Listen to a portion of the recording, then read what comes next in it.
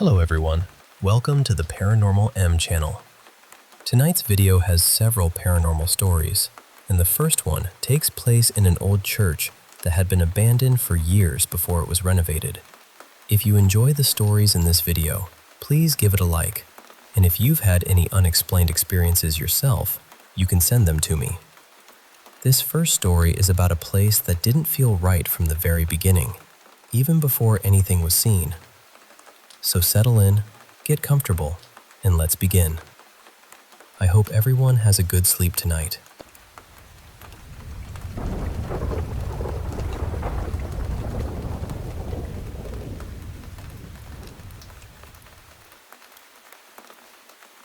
I'll never forget the day I saw what people call a shadow person. You always hear that you only catch them from the corner of your eye, right? Well, that's exactly how it happened to me. I was working inside this old church that was being renovated, and out of nowhere, I caught this dark shape moving beside me. And I mean, it moved fast. It shot straight through a set of old glass-paneled doors, and I'm telling you, those doors actually trembled for a second afterward. Just this quick vibration, like something had passed right through them with force. It scared me so badly I just froze there. The worst part was, I still had to spend the rest of the day working in that room alone. The church itself was ancient. It had been finished back in 1908, and it had sat empty for years before anyone started restoring it. From what I later heard, most of the original members had either moved away or passed on. I don't know exactly what happened there, but from my very first day, I felt like that building had something heavy inside it. Not just spooky, threatening. Every part of the place felt like someone was watching you. You'd walk into certain rooms and the air would suddenly feel colder. Sometimes the whole building just had this quiet pressure to it, like it didn't want you there. And we could not keep light bulbs working. They'd burn out after a day or two, even though the wiring had been checked and there was nothing wrong with it. One day, the owner's little boy, Mason, was there. He was only about 5, so I never said anything to him about what I'd felt or seen. But out of nowhere, he looked at me and said, "I always feel like somebody's looking at me in here." That sent a chill right up my back. Later on, the pastor told me that after they bought the building, they had actually brought in paranormal investigators to look around. He said they didn't find anything, but I worked in that church for over a year as a painter, and I know what I felt. I noticed it seemed to wake up during certain times of the year, then go quiet again for a while. There is no doubt in my mind that place was genuine. I used to be more skeptical about things like that. Not completely closed off, but skeptical enough. After that church, though? No. You could never convince me there's nothing else out there. And honestly, that wasn't even the first place that made me feel that way. The first was a junior college in Florida. One night I was walking through one of the outside corridors, and I hit this spot where the temperature dropped, and this awful feeling came over me. It was dread. Real dread. Like doom had settled right there in that one place. I got out of that area fast. About 200 feet later, the feeling just vanished, like whatever it was only controlled that specific stretch of hallway. A couple years later, I brought my girlfriend there. I didn't tell her a thing. I just asked her to walk through that area and come back. She did, and when she returned, she said, "That place feels really creepy." That was enough for me. Sometime after that, I got curious and looked the place up online on a haunted places site for Florida. It was listed. The school was Tallahassee Junior College. And years later, I found out a girl had taken her own life near the dental lab. That was exactly where I had felt threatened.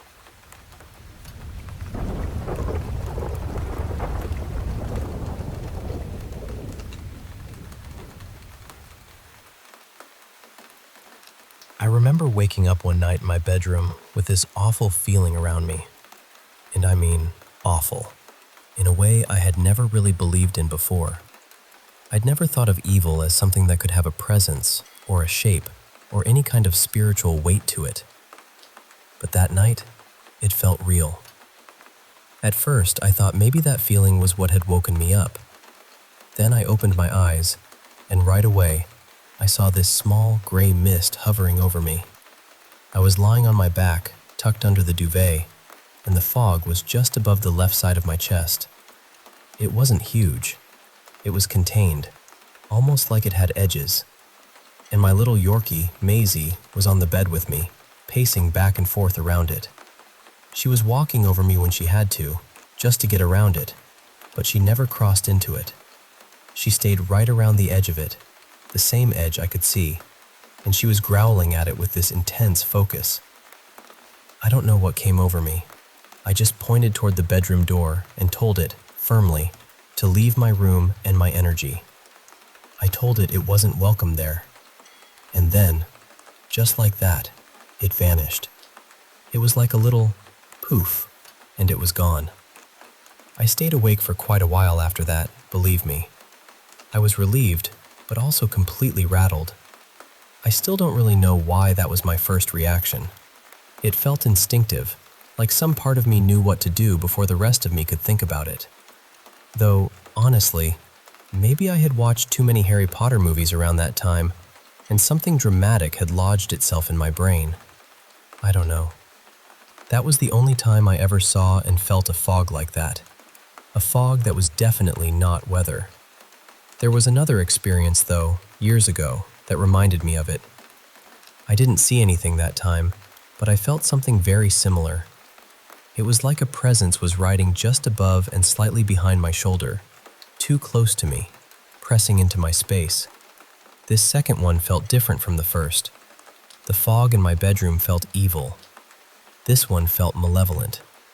I know that sounds like a strange distinction, and I'm not even sure I can explain why I separate the two, but the feeling was different.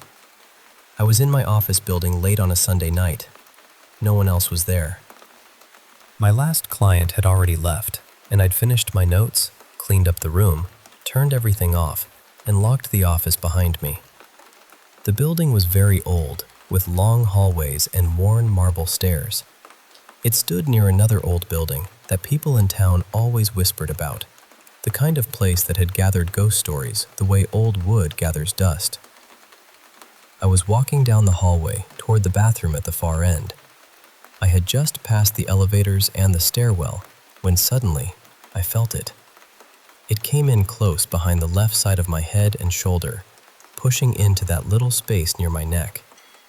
The feeling was so strongly malevolent that I immediately prayed for help. I prayed to my dad, who had passed, and to Jesus almost in the same breath. I wasn't a particularly religious person, so that reaction surprised me later. But in the moment, it was automatic. And instantly, the feeling was gone. I kept walking to the bathroom, and I remember standing there and feeling this huge wash of gratitude because I felt completely safe. Like whatever had been near me couldn't come in there. Afterward, I started back down the hallway, and I felt fine. But once I began going down the 5 flights of old marble stairs, which I did every Sunday night, the presence came back.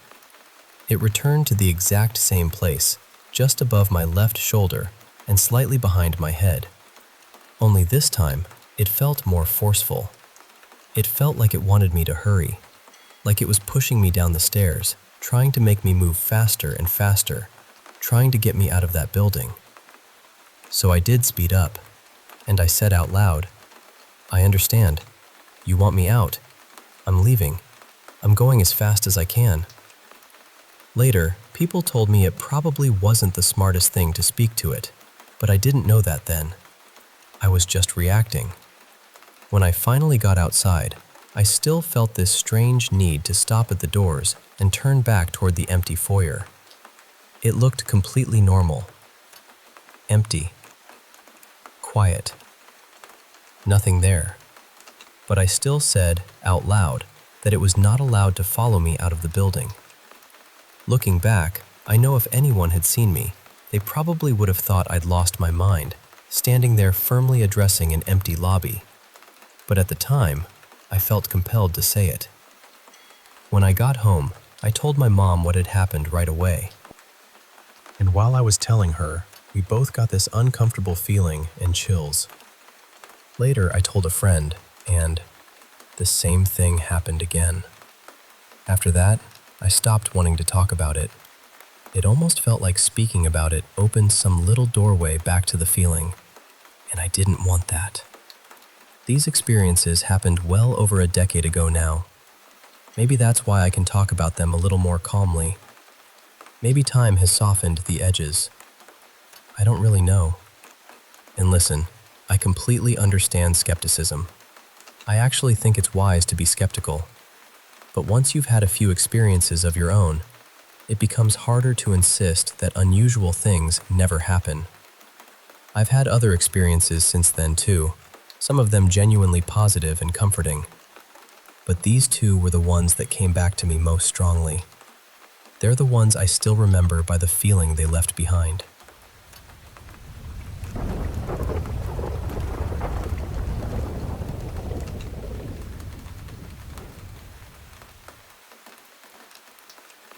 Honestly, it sounds to me like someone might be messing with you a little. I mean, have you ever actually heard of someone changing the air? That reminds me of this prank someone pulled on my cousin when she bought her first car.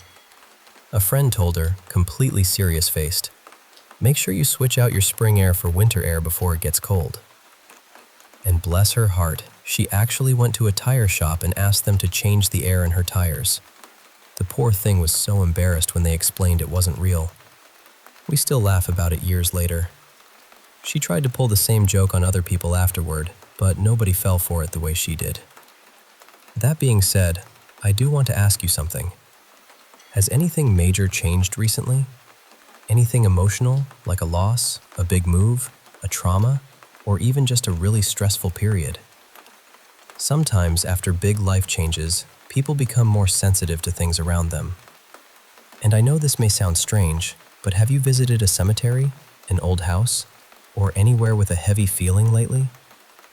Did you bring home any antiques, gifts, or objects from someone else?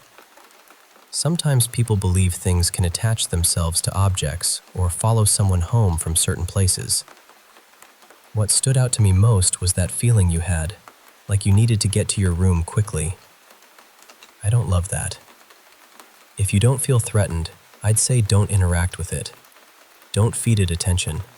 Just stay calm and keep living your life. But if the activity gets stronger or you start feeling uncomfortable in your own home, please reach out to someone reputable. Maybe a trusted medium, spiritual worker, or someone experienced with clearing a space. I'm hoping it's nothing, truly. But I also don't want you doubting yourself or thinking you're imagining things if your gut is telling you otherwise. In my experience, people who feel like they're being watched usually aren't feeling that for no reason. The biggest thing is not to be afraid. Fear can make the whole atmosphere feel heavier, and if there is something negative around, fear only seems to give it more energy. One thing that has helped me before is playing music loudly through the house. Not creepy, gloomy music, but music you genuinely love. Something that makes the space feel alive again. I swear, unwanted energy does not seem to enjoy a house full of good music and confidence. I'm telling you this because I've been through something similar, and so have a few people close to me. Some of my closest friends are spiritually gifted, and I've had to lean on them before when things in my home felt seriously off. The worst time was when whatever was in my house started bothering my cat. That was the line for me. She was restless, uncomfortable, and acting like she could see something I couldn't. Mess with me, fine, but mess with my cat? Absolutely not. That was when I decided it needed to stop. The whole situation actually started after I had let a new friend into my life, right when I was grieving my mother. I was vulnerable, and later I found out there may have been some really unpleasant energy connected to that person. It still sounds wild when I say it out loud, but that experience changed the way I look at these things. Sorry, I know I'm rambling, but honestly, talking about it feels a little therapeutic. There's even more to the story. but I'll spare your eyes from having to read a whole novel. For what it's worth, I really do feel like you're going to be okay. You don't sound panicked. You actually seem pretty grounded and positive, which is a good thing. Just keep trusting yourself. If things stay mild, ignore it and don't give it power. But if anything escalates, or your home stops feeling safe and peaceful, please get proper help. And if you ever do find out how to change the air, please let me know. And if it turns out that's actually a real thing, then I owe whoever told you that a very sincere apology.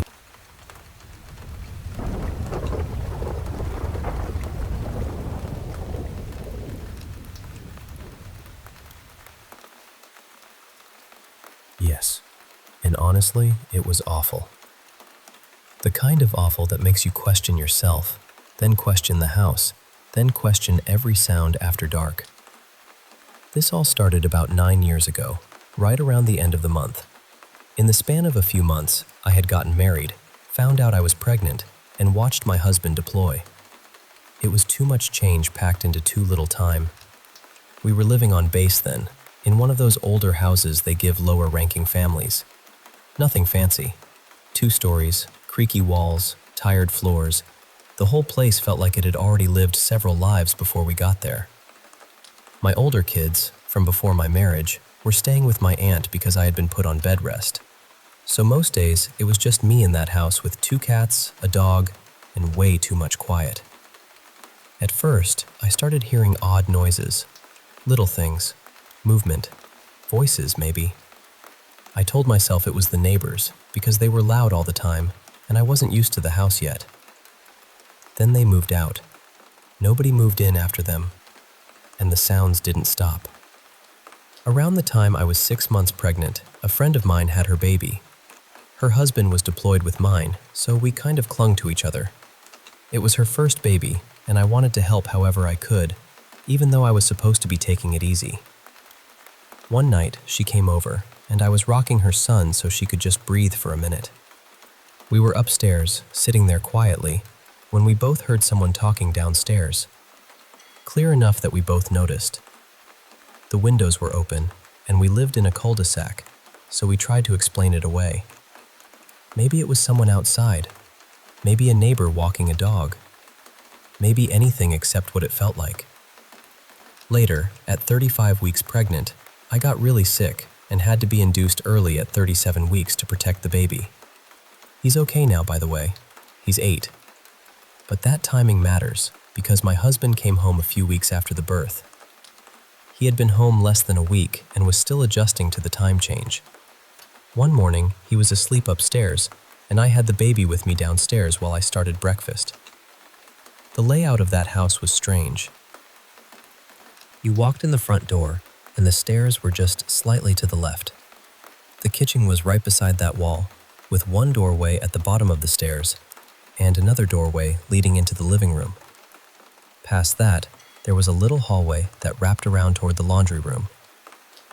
I looked up and saw my husband peek his head around the doorway from that hallway. I asked, "Do you need something?" Then I looked back, and he was gone. I didn't think too much of it. I was exhausted. New baby, no sleep, all of that. But about an hour later, my husband actually came downstairs, and I asked him, "What did you want earlier when you came down?" He looked completely confused, and I know when he's messing with me. He laughs. He gives himself away immediately. This time, there was nothing. He said he hadn't been downstairs at all. I told myself maybe I was just tired. Eventually, we moved to a different house on the same base. It was nicer, a little bigger, and for a while I hoped that would be the end of it. It wasn't. My husband was out in the field, and it was just me and the kids. My older boys had been in bed for about an hour, and I was downstairs trying to get things done while getting the baby ready for bed. Then I saw my 6-year-old come down the stairs and walk into the kitchen. I figured he wanted water, so I kept doing what I was doing. I didn't hear him go back upstairs, but I assumed he had. A few minutes later, I heard my child call for me. except it wasn't his voice. It said my name in a voice that sounded wrong. Not like him, not like any of my kids, just close enough to make my stomach drop. I grabbed the baby and ran upstairs. Both of my older boys were dead asleep. And that was the moment I couldn't keep pretending it was nothing, because my 6-year-old had not been downstairs. Whatever I saw walk into that kitchen was not my son. I didn't understand what it was. I just knew something felt off on that base, and now it felt like something had attached itself to me. For months, I kept hearing it call my name. Then we moved to another base in a different state, and things mostly stopped. There were still little things here and there. I call them ghost jokes now. Small stuff moved around. Harmless little oddities. Nothing that felt threatening. But 2 years later, we moved to Fort Campbell, Kentucky, and as soon as my husband deployed again, it came back. Worse than before. By then, I had 4 kids, and I had to sit them down and tell them, if you hear me call you, don't answer. Don't come looking for me. I will come to you if I need you, or I'll send one of your siblings. I had to train myself too, because when you're a mother and you hear someone say, "Mama," your whole body reacts. You answer before you think. You move before you breathe. But I had to stop doing that. It happened almost every week until my husband came home, and then it tapered off again. Not gone, just quieter, like it was waiting. Eventually, one of my friends experienced it too, and that almost made it worse, because part of me had been hoping I was imagining things. But when someone else hears it, sees it, feels it, you lose that comfort. We don't live on base anymore. We're in a regular neighborhood now, a normal house, normal street, normal everything. And it's still here. 2 days ago, I was home alone when I heard it call my name again. My dog lost his mind. He ran to the bottom of the stairs and stood there, growling like something was right in front of him. Sometimes I think maybe I'm crazy. Maybe I sound crazy telling it. But this has been with me for almost 9 years now. It disappears for months, sometimes years, almost like it goes into hibernation. But it always comes back. And to this day, my kids still know not to answer right away if they hear me calling from somewhere they can't see me.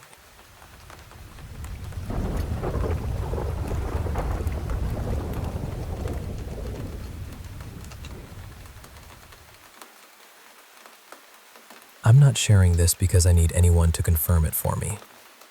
I already know what I have lived through. I'm sharing it because I want to know if anyone else has had experiences like this with orbs. In the middle of the blurry, unfocused orb you can see in the videos, there's a face. To me, it looks demonic. It looks like it's talking, almost yelling at me, but I can't hear anything. I only know what I'm seeing because I have more videos and photos of the same thing happening. The problem is, whenever I upload them, nothing shows up clearly enough. On my phone or laptop, they look different, clearer. But once they're posted, they just look blurry. This video was from around 2016 or 2017, and I still have more from that time. I don't expect everyone to believe me, because honestly, I've dealt with that part my whole life. People don't understand unless they've experienced it themselves. Some things can't really be explained to someone who has never felt them. But I will say this. 2 people who never believed me growing up eventually did. My mother and my father. And both of them apologized for not believing me sooner. I once told my father that his brother was going to pass away, and that he needed to make peace with him while he still could. He looked at me like I was being strange and brushed it off. About a year later, his younger brother, my uncle Kendall, died suddenly. My father never got the chance to fix things with him. Something similar happened with my mother. I told her that my Uncle Robbie was going to pass. She told me I was talking nonsense. 2 months later, he died while he was out feeding his horses. I also had this feeling about my 13-month-old daughter.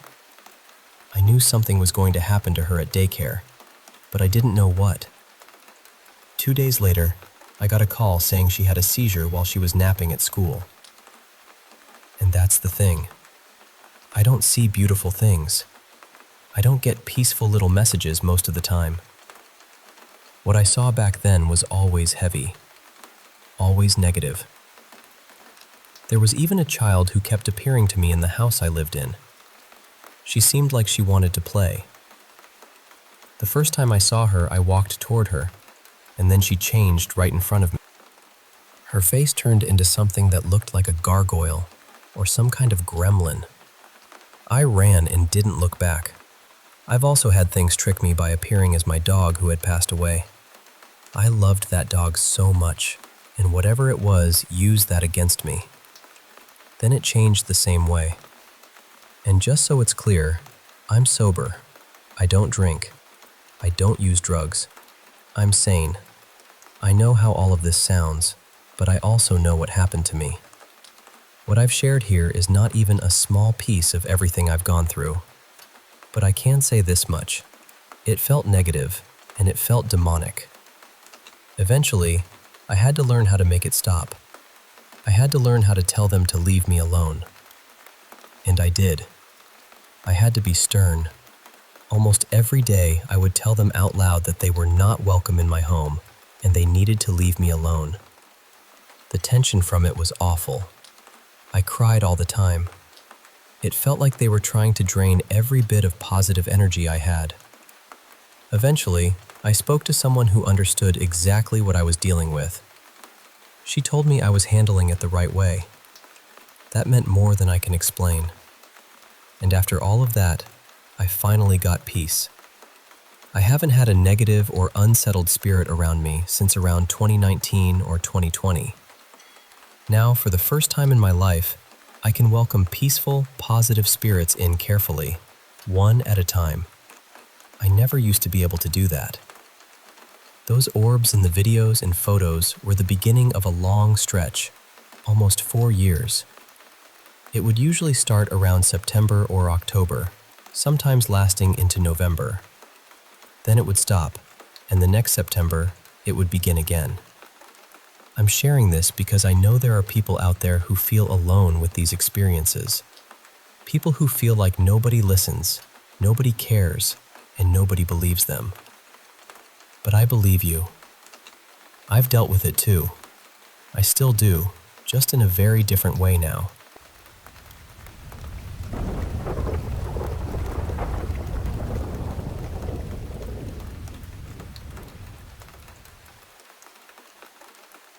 So a friend of mine had this old house in a colonial town not too far from where we lived. It was one of those really old homes built in a square shape, with all the rooms surrounding an open garden in the middle. Beautiful in the daytime, honestly. The kind of place that made you feel like history was breathing through the walls. The house had belonged to her grandmother. After her grandmother died, very suddenly and in a really heartbreaking way, the house passed down to my friend. So every few weekends, we would all go there together. We were young, and it became our little escape. We'd party, walk around the historic center, visit churches, eat too much street food, and pretend we weren't sleeping in a house that already felt older than all of us combined. There was one detail, though, that always made people uncomfortable when they first heard it. Right next door, sharing a wall with the house, there was a funeral home. And because the walls were old and thin in certain rooms, sometimes you could hear things. Not clearly all the time, but enough. Water running, metal trays moving, low voices, families crying. Sometimes we could hear when they were preparing the bodies. I know that sounds horrible. It was horrible. But after a while, we got used to it in that strange way people get used to things they probably shouldn't. One year during Holy Week, we went to the city to see the Easter celebrations. In my country, that week is a very big deal. Processions, candles, prayers, statues carried through the streets, church bells, incense everywhere. The whole city felt sacred and heavy at the same time. We planned to stay at the house for a few nights. The first night, I had the worst nightmares I have ever had in my life. And I don't say that lightly. I can still remember pieces of them so clearly, even now. The thing I remember most was this man. He was extremely tall and thin, almost stretched out, with this huge grin on his face. Not a normal smile. It was too wide, too deliberate, like he knew something awful and wanted me to understand it without saying a word. In the dream, he followed me everywhere. At one point, he caught me, and then he started licking my feet. I know that sounds strange, but in the nightmare, it felt deeply wrong. Not just disgusting or scary, it felt insulting somehow, like he was mocking something holy. I can't explain it better than that. It felt like blasphemy. The dream kept going after that, with so many disturbing things happening that it would take too long to explain. But when I woke up, I knew I wanted to leave. I didn't want to spend another night in that house. My friends thought I was overreacting. They told me it was just a nightmare, that the atmosphere of the city and the funeral home had probably gotten into my head. And since Holy Week lasts several days, they wanted to stay at least a little longer. So I stayed too. The next night, a few of our friends suddenly left in a hurry. At the time, we didn't really understand why. They gave some vague excuse and packed up quickly. The rest of us thought it was weird, but we didn't push too hard. Only 4 of us stayed behind. We told ourselves we would relax that night, sleep it off, and go sightseeing the next day. But later that evening, 2 of my friends came running into the room where another friend and I were watching videos. They were terrified, completely pale. They said they had seen someone in one of the other rooms. A tall, thin man, smiling. They had been standing in the central garden, and through a doorway, they saw him inside the room, watching them from behind the curtains. They said the curtains were moving, like something was sliding through them or shifting behind them, but his grin never changed. That was enough for all of us. We shut the door, shoved a desk in front of it, and stayed in that room together. But all night, we kept seeing a shadow moving around outside, not just passing by once. It felt like it was circling the room, slow, patient, like it knew we were inside. Then one of the friends who had left earlier called us. She was almost crying. She told us they had seen something in the house too, and that was why they left. They didn't want to scare us, but once they got home, they couldn't shake this awful feeling that something was going to happen to those of us who stayed behind. And then she said that while they were about to call us, a voice came out of the darkness in their house and said the name of one of us who was still there. That was when they knew it wasn't just fear. Something was wrong. Around the same time, the mother of the friend who owned the house called. She said she had suddenly felt very strongly that we were in danger. We put her on speaker, and she prayed for us. We sat there in that room, all 4 of us, with the desk against the door, listening to her voice through the phone while something moved outside in the dark. The next morning, we left with whatever we had in our hands. We didn't pack properly, we didn't clean, we didn't look around. We just left. And for me, at least, it didn't end when I walked out of that house. For a couple of years afterward, I felt haunted by it. Not every second, not always loudly, but it stayed with me, like a cold fingerprint pressed into the back of my mind.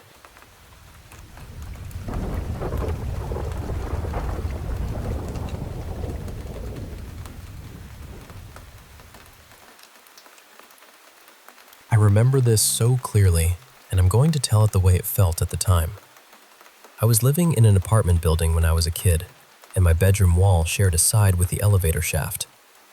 Around that time, the adults in the building had been whispering about something awful that had happened on our floor. The story was that a man, apparently deep into drugs and not in his right mind, had smashed the hallway window near the elevator and jumped. That was already sitting in the back of everyone's mind. One day, I came home from the doctor after getting a shot. I think it was one of those vaccination mixes, tetanus, diphtheria, that sort of thing. The doctor must have jabbed the needle in wrong because my arm went numb and stayed that way for days. I was sore, miserable, and probably more shaken up than I wanted to admit. My mom decided to rearrange my room so she could put a mattress on the floor beside my bed. She wanted to sleep close to me because I was hurting, which, honestly, still feels very sweet when I think about it. That night, she was out in the living room. My bedroom door was cracked open, just enough for a thin slice of TV light to spill into the room. I was already in bed, lying on my side, half awake, half listening to whatever was playing in the other room. Then I looked toward my dresser. It had been moved into the corner during all the furniture shifting, lined up near the wall that backed onto the elevator shaft. It was angled just enough that I could see the front of it from my bed. And there, on the left side of the middle drawer, a face appeared. Not a reflection, not a shadow, a face. It was blue tinted, almost like an old black and white image washed in cold light. It looked like a man, maybe mid-30s, weathered face, curly dark hair, heavy mustache. He looked worn down, rough around the edges, like someone life had chewed on. Then he spoke. He said, "Are you scared yet, Jame?" That wasn't my name exactly, but it was close enough that it felt aimed right at me. And the way he said it was almost theatrical, like he was imitating a movie villain. Slow, sinister, enjoying himself. Then he started laughing. I turned toward the doorway and screamed for my mom. I screamed. One long, panicked, child-sized howl. But here's the part that still bothers me. The sound didn't seem to leave the room. I know there was a mattress beside me, and maybe that would have muffled things a little, but this felt different. I remember realizing, even in the middle of being terrified, that my voice wasn't traveling. It was like the air had gone thick, like the room had swallowed the sound before it could reach the door. My mom didn't answer. While I was staring toward the doorway, the face faded out of the dresser. Once it was gone, I screamed again. And this time, everything was normal. My voice bounced off the walls. I heard that tiny echo you get in a room with bare spaces and hard corners. My mom got up right away and came in. The pressure in the room was gone too. That awful feeling, like the air had been pulled out, had lifted. I told her what I saw. I don't remember much after that except that I slept in the living room for the rest of the night. The next day, my dad told me he had taken the dresser outside and smashed it with a hammer. I don't know if he thought the ghost was living inside the dresser like some kind of haunted furniture goblin, but honestly, it helped. It really did. I still had another matching dresser from that set for years afterward, and every time I saw it, I remembered that night. Could it have been a hallucination from the vaccine, or pain, or exhaustion? Maybe. I can admit that. But nothing else about the day felt strange. I didn't feel feverish. I didn't feel out of my head. My arm hurt, that was it. And I know what I saw. I know what I heard. I only told a few people about it over the years. Mostly, I just let it drift into the background of my life. But that wasn't the only strange thing that ever happened to me. Years later, in my early 20s, I woke up in a different apartment in that exact same building. I remember looking down at my digital watch and watching the seconds tick by way too fast, nearly twice their normal speed. At the same time, I felt that same awful sensation again, like the air had been sucked out of the room. Then, just as suddenly, it stopped. The air felt normal. The watch went back to normal. I don't know if that was the same dead guy trying to make another grand entrance and botching the performance, but it didn't feel as clear as the dresser incident. The first time was basically, "Hello, I'm a ghost. Enjoy your nightmare." This was just a watch acting weird while the room felt wrong. That same year, I was at a friend's house. The place was being renovated in the most chaotic way possible. I'm talking kitchen floor with a huge open hole in it, tools everywhere, the whole house feeling half built and half abandoned. For about 10 minutes, I was alone in the living room while my friend went out back to look for something in the shed. That's when I heard a man's voice from the top of the stairwell. It said a full sentence. I wish I remembered the words, but I don't. What I do remember is that same feeling again. The air pulled tight and empty, like the house had paused around me. By then, though, I wasn't scared anymore. Not really. I'd had enough weirdness in my life that my first reaction was basically irritation. So I shouted something back at it. Sarcastic. Probably rude. Definitely not respectful ghost etiquette. A couple minutes later, my friend came back inside. I told him what happened, and he just shrugged and said, "Yeah, this place is haunted. I've heard stuff too." Completely casual. Like I told him the sink was dripping. It's been years now, and I haven't had anything happen that made me think, well, here we go again. Another ghost. Maybe I never will. Or maybe someday, some room will go quiet in that very particular way again, and I'll know before anything even speaks.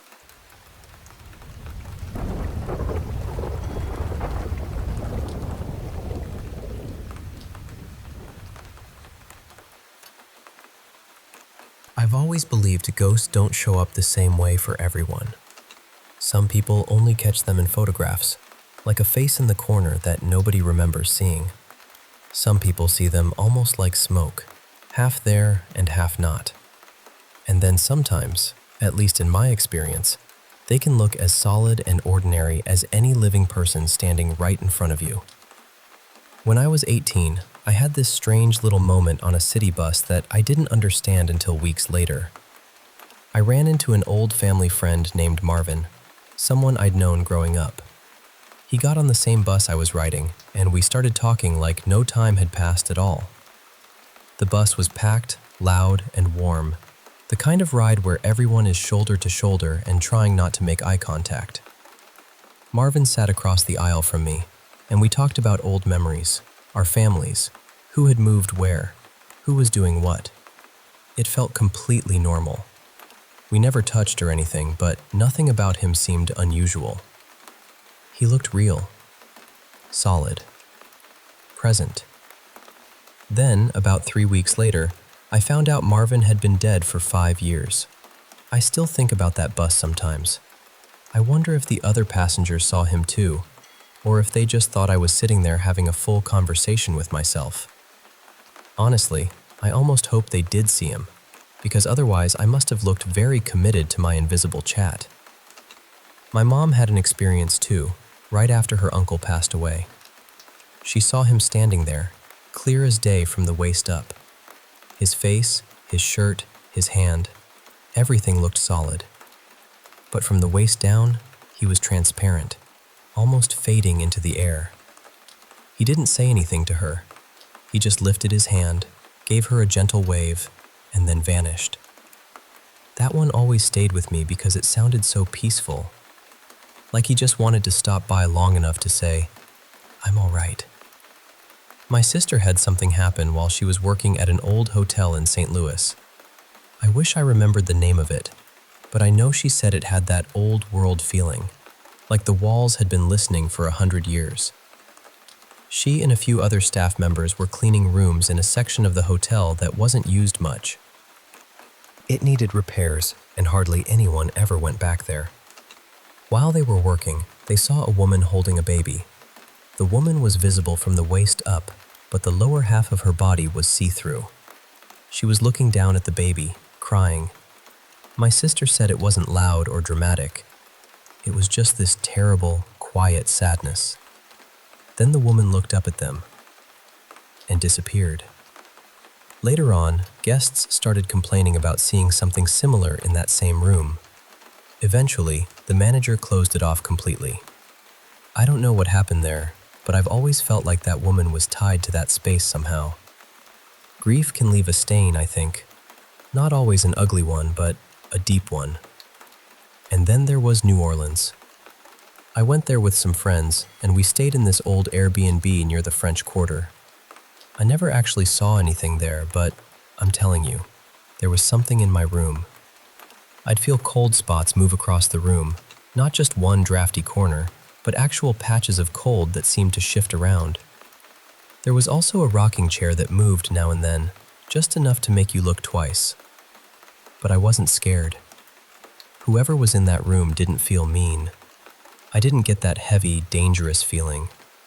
It was more like someone passing through quietly, maybe curious, maybe just used to being there. Unfortunately, I barely got to spend any time in that room except to nap and get dressed, because two of my friends were sleeping up in an attic room and got themselves spooked. That attic room felt different. I think it might have been an office or den at some point because of the layout, but there was this tiny door up there that none of us wanted to open. Absolutely not. That door had "bad decision" written all over it without using a single word. The whole room felt wrong. Heavy. Angry. Like the air had teeth. My friends refused to sleep up there alone, so they dragged me into it. Which, honestly, was unfair on several levels, because not only did the room feel awful, but both of them snored like broken lawn equipment. So there I was, stuck between possible angry spirit activity and two human foghorns. While we were in New Orleans, we also went on a ghost tour.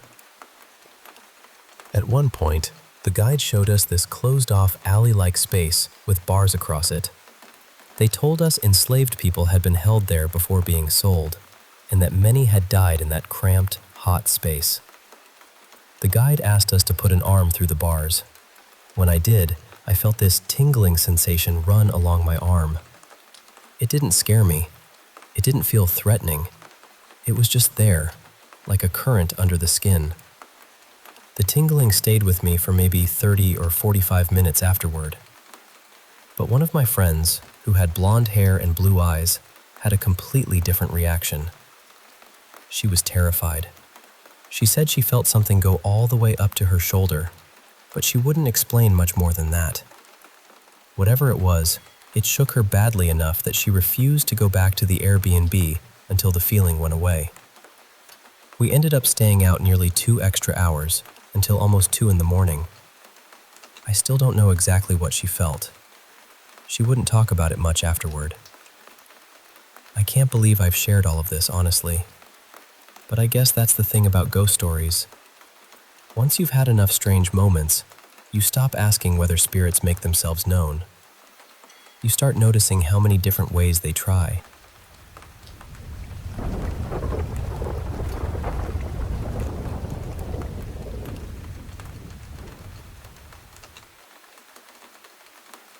I think what I saw may have looked a little distorted, maybe even like a rough portrait. And yes, I understand why someone might be reminded of Jesus by it. But for me, it was not about seeing my mother there, and I do not think other people saw my mother in that image either. My mother was usually in the kitchen around noon, cooking the meal, and that memory belongs to my real life in a very specific way. But the image itself felt different from that. I could point out other shapes too if I wanted to. I could show you something that looks like Jesus wearing a crown of thorns, large and off to the right side. I could also point to something that reminds me of Mahavira sitting beneath a tree, reaching enlightenment, with the sun above his head. I remember I had been reading about Jainism not long before the picture was made, so that was probably still floating around in my mind. But those figures are not directly connected to my life. They are not direct references. The dog and the people, though, are different. They feel connected. They remind me of my father's friends, all gathered into one strange picture. I have seen patterns like this in photos before, but never anything that felt so personally linked. And yes, I do believe God touches my life personally. I believe He listens. I believe He gives signs. I am a Christian, and I believe God and His power are real. So when I see something that seems meaningful, I want to look closer. I want to ask whether there is any foundation for taking it seriously. I know many people will say it is only pareidolia, only the mind seeing faces and forms in random patterns. I understand that. I am not pretending I can prove everything. But after everything I have lived through, I still believe this may be a sign meant for me, and I wanted to share it. It hurts when people immediately turn that into an accusation. Jesus was killed for speaking about God, because people were afraid of what they did not want to understand. So I wonder why people who speak about faith or spiritual experiences are so quickly treated as dangerous, irrational, or mentally ill. Is it forbidden now to speak honestly about faith? Is it forbidden to say that something touched you deeply? Please tell me what is irrational about what I wrote. I am willing to explain myself. I know I cannot know everything with certainty. I know there are limits to what I can prove. That does not mean I have lost touch with reality. But you will not make me doubt my belief in God. And when someone says I need to see a doctor just because I believe God shares wisdom with me, I need to say something clearly. I already am in serious treatment. I already talk openly about what I see, what I hear, and what I have gone through. But I am not in treatment because I shared a picture for fun, or because I wanted to praise the God I believe in. I am in treatment because I have trauma from ritual abuse. If you wanted to put every person in treatment who says God speaks to them, you would have to lock away billions of Christians and other believers. Many sincere people would rather chew through a whole Bible than admit their faith is only an illusion. I think it is fair to question someone when their claims become aggressive, oppressive, clearly false, or harmful to others. It is fair to worry when someone tries to force people to believe things that can be shown to be untrue. But if someone simply shares an unusual thought, a spiritual experience, or something meaningful they noticed, why call them mad right away? If you are only here to dismiss people who believe in God, then I honestly wonder why you are here at all. Are you only here to be skeptical? Because many of us believe in God, speak to Him, and feel that He speaks to us. And many of us live ordinary lives. We do not cause trouble. We work, love, suffer, heal, and keep going. We find strength and inspiration in this presence that others may call invisible. But to me, it is not invisible. And I want to show people what I see. I am sorry it does not convince you yet. But I will keep looking, keep learning, and maybe one day I will be able to show it more clearly.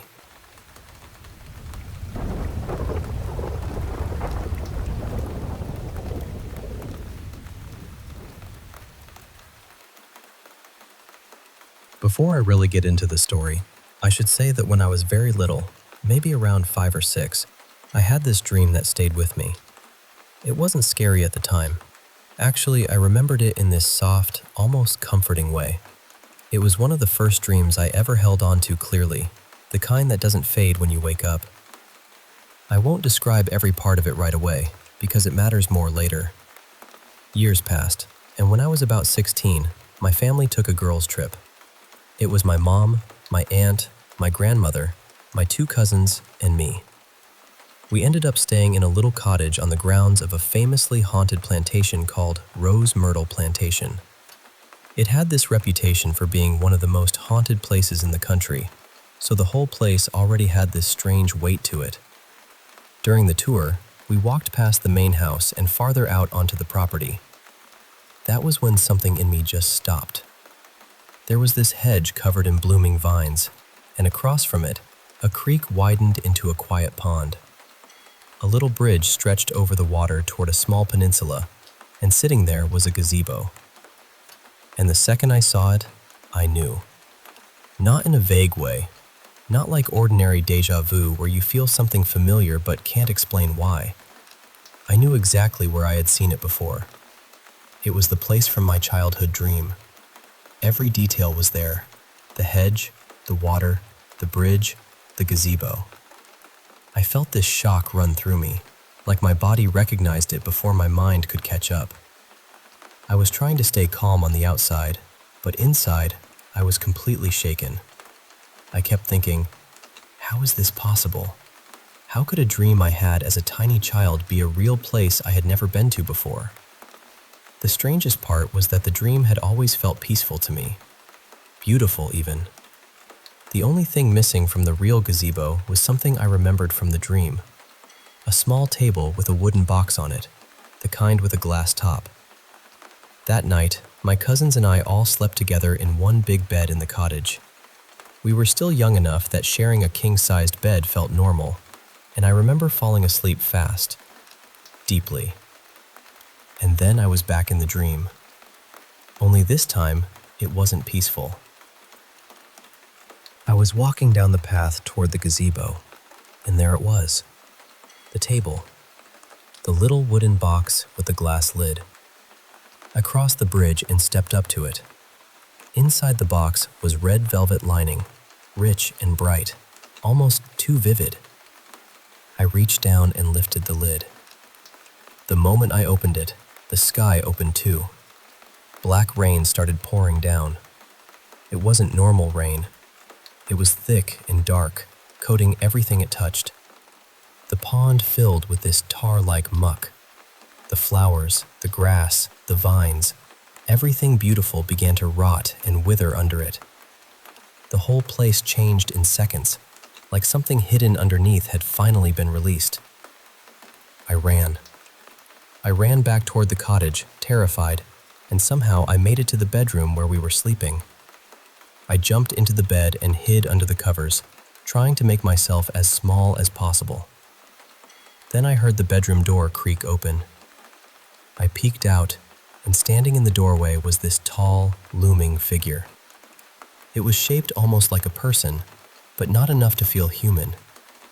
It was dark, darker than the room around it, like a piece of starless sky had stepped inside. Its eyes were completely black. But the thing I couldn't stop looking at was its mouth.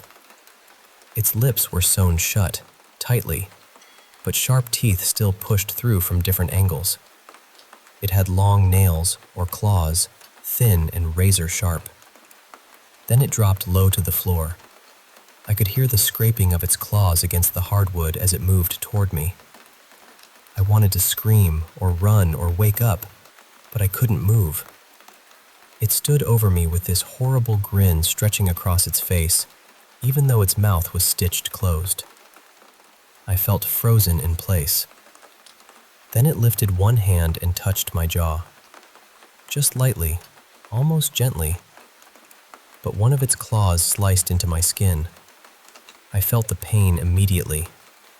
I reached up to my face, and a piece of flesh came away into my hand before dropping onto the floor.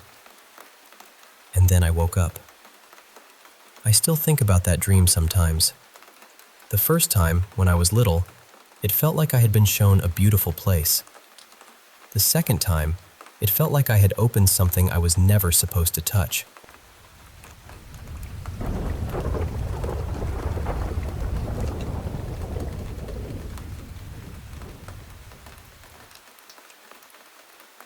You know, something really similar happened to my brother and me, and even now, talking about it still gives me this weird feeling in my chest.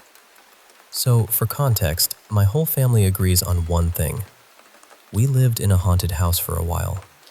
Not just old house makes noises haunted.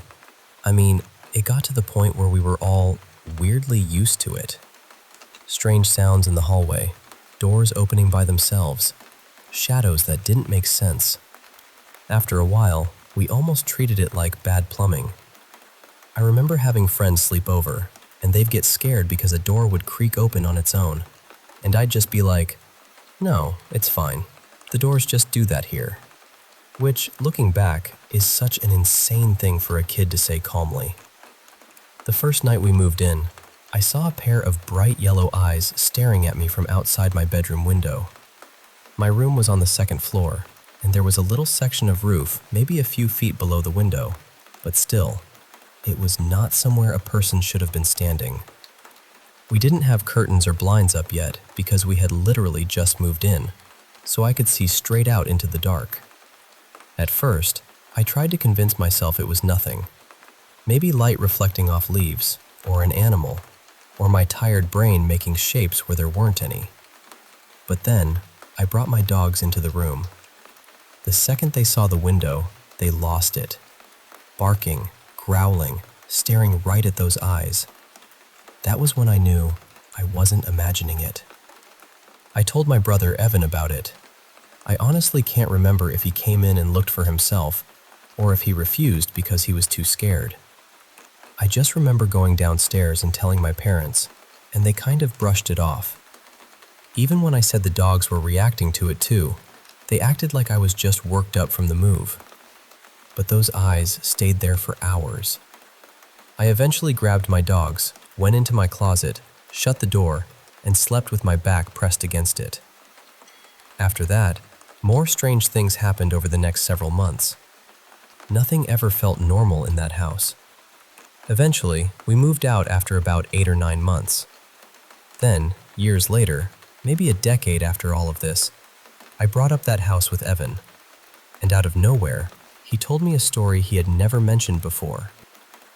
He said one night, he woke up terrified for no clear reason, so he went downstairs to our parents' room and curled up on this little chair they had in there. He said everything suddenly went completely silent. Not quiet. Silent. Like the whole house had stopped breathing. Then he realized he couldn't move. He couldn't speak either. And while he was lying there, frozen, he watched our parents' bedroom door slowly open by itself. Then he saw a pair of glowing greenish eyes come in through the doorway. And after that, just like that, it was morning. I remember just staring at him, completely shaken. I actually got upset and asked him why he had never told me before, because it was almost too close to what had happened to me. I had seen those yellow-green eyes outside my window in the same house. And later on, a few months after his experience, something nearly identical happened to me too. I woke up one night fully aware but unable to move. I couldn't call out. I couldn't sit up. Then my door opened on its own. And then, suddenly, it was morning. I never saw eyes during that second experience, and I had never told anyone in my family about it. Not my parents, not Evan, nobody. Not until he told me what had happened to him. That conversation honestly changed the way I thought about all of it. For years, I had convinced myself that maybe I'd just been a teenager with a dramatic imagination. Maybe the eyes outside my window were a cat. Maybe the house noises were normal. Maybe the door thing was some kind of half-dream. But hearing my brother describe something so similar from the same house during the same time period, without us ever having talked about it before, that completely blew my mind. And even now, I don't really know what to call it. But I know what I saw. And I know he saw something too.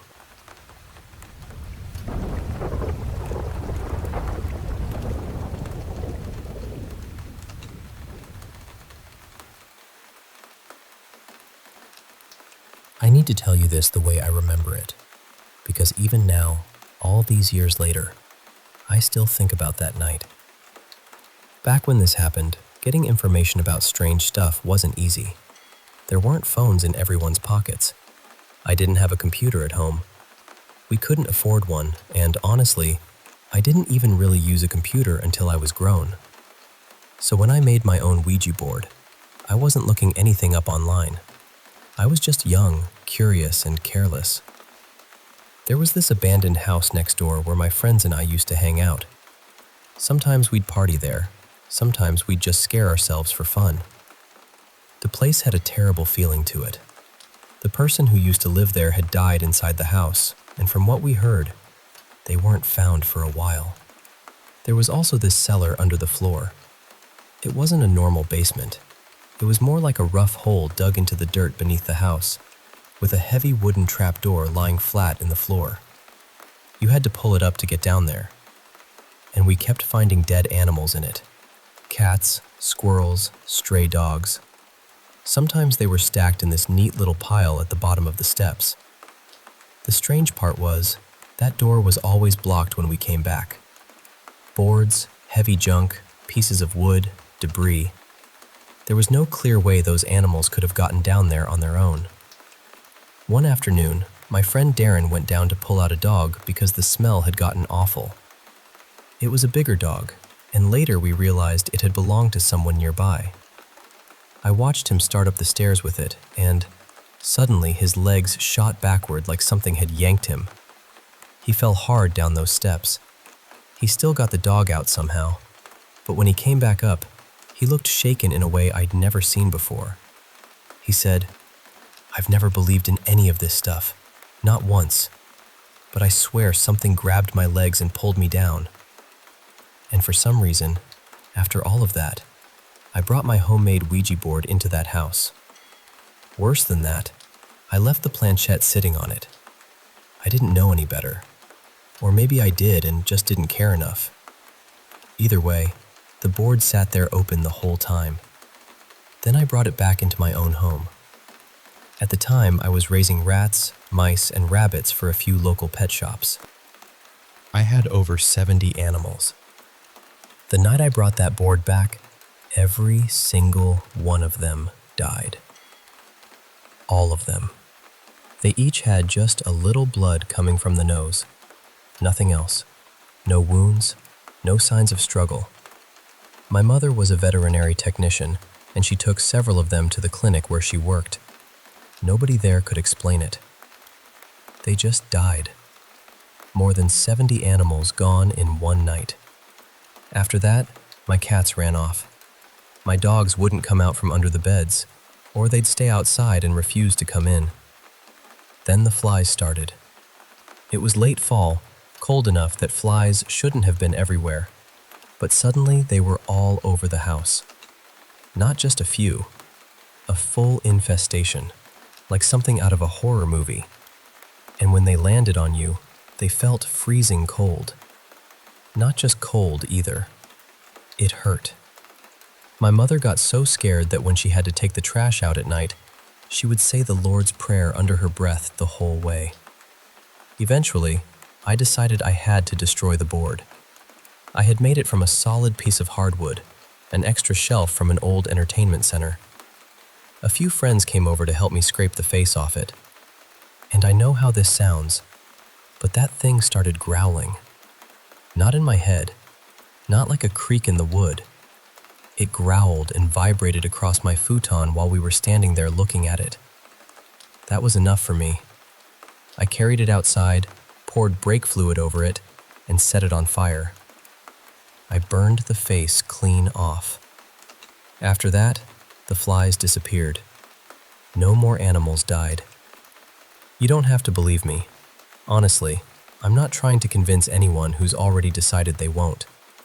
I know what happened. My friends know what they saw. My mother saw it too, though she's gone now. Cancer took her years later. And that wasn't the only time I saw something strange happen with a Ouija board.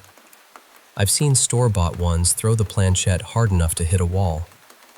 One time, I was using a Parker Brothers board with a guy who kept mocking whatever we were talking to.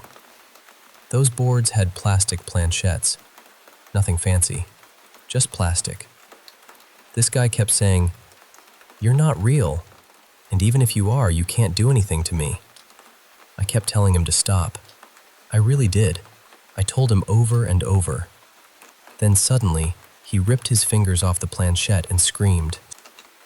He started cursing and pacing around, completely panicked. His fingertips had blistered like they'd been burned. My fingers had been on the same planchette at the same time. I didn't feel a thing. The planchette wasn't melted. It wasn't hot. It looked completely normal. I know people like to laugh this stuff off. I understand why. It sounds impossible. But I think there are things around us that we don't understand yet.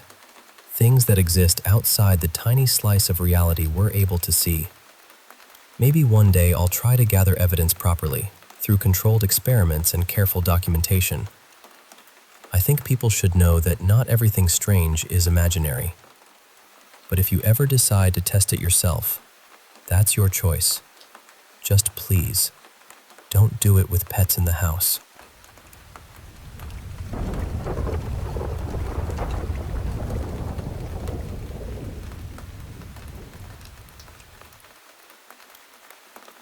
Honestly, I still don't know how to explain this dream without making it sound more dramatic than it was. But I can tell you what it felt like. I should probably start by saying I almost never have nightmares. I'm not really an easily scared person either. So when something unsettles me that much, it stays with me. The first thing I remember is realizing I wasn't supposed to be there. I was inside some kind of complex, and my presence there felt illegal. Not just forbidden in a casual way, but deeply, dangerously wrong. Everything around me was pale and sterile. White walls, exposed wires, bright empty corridors, and these air purifiers everywhere. I remember the name on them being Aerolux, which is strange because I had never heard of that brand before. Later, when I woke up, I searched for something similar and found air purifiers that looked almost exactly like the ones in the dream. There were robots moving around the complex, carrying objects from place to place. I kept watching them from a distance because I knew that if they noticed me, something bad would happen. I didn't know exactly what. I just knew it wouldn't be pleasant. The robots weren't especially intelligent. They had this simple, obedient way of moving. Some were white and cylindrical, almost like service machines, while others looked more like basic utility androids. They were all working quietly and diligently, as if the place itself depended on them. I kept walking through the complex, and the whole building had this unfinished feeling. Not abandoned exactly, but incomplete. Like someone had built the shell of a future and then left it humming in the dark.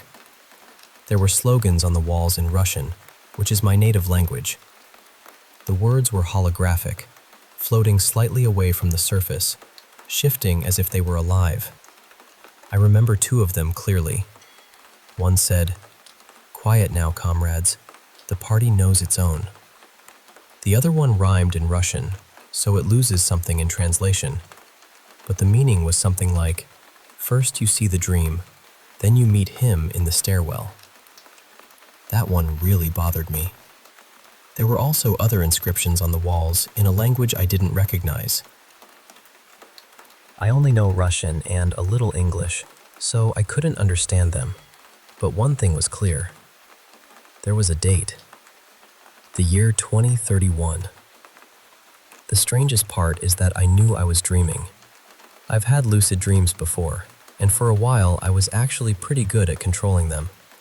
It's a useless talent in normal life, so I stopped practicing, but I still remember how it feels. Usually, if a dream gets too intense, I can force myself awake. But not this time. I couldn't wake up. And that made the whole thing much worse. I understood it was a dream, but I was trapped inside it anyway. I remember wanting to scream just to break out of it. Then my thoughts started spiraling. I began wondering, still inside the dream, what if this isn't just a dream? What if it's some kind of warning? What if I'm seeing something from the future? I know that sounds irrational now, but inside the dream, it felt completely possible. It also felt like the dream lasted for a very long time. I wandered into offices and rooms, and I kept thinking, I've seen this before. This looks familiar. I've seen this somewhere online. Eventually, the dream changed into something calmer.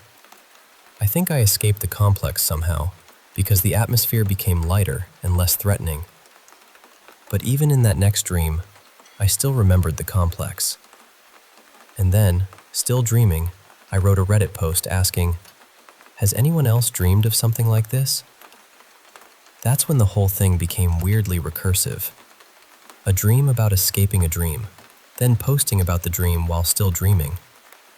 When I finally woke up, I felt exhausted.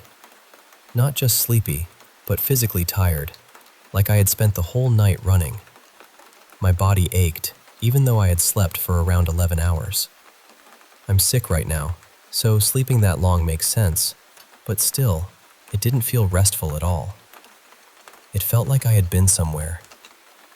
I meant to write all of this down sooner, but now I think the story is finally complete.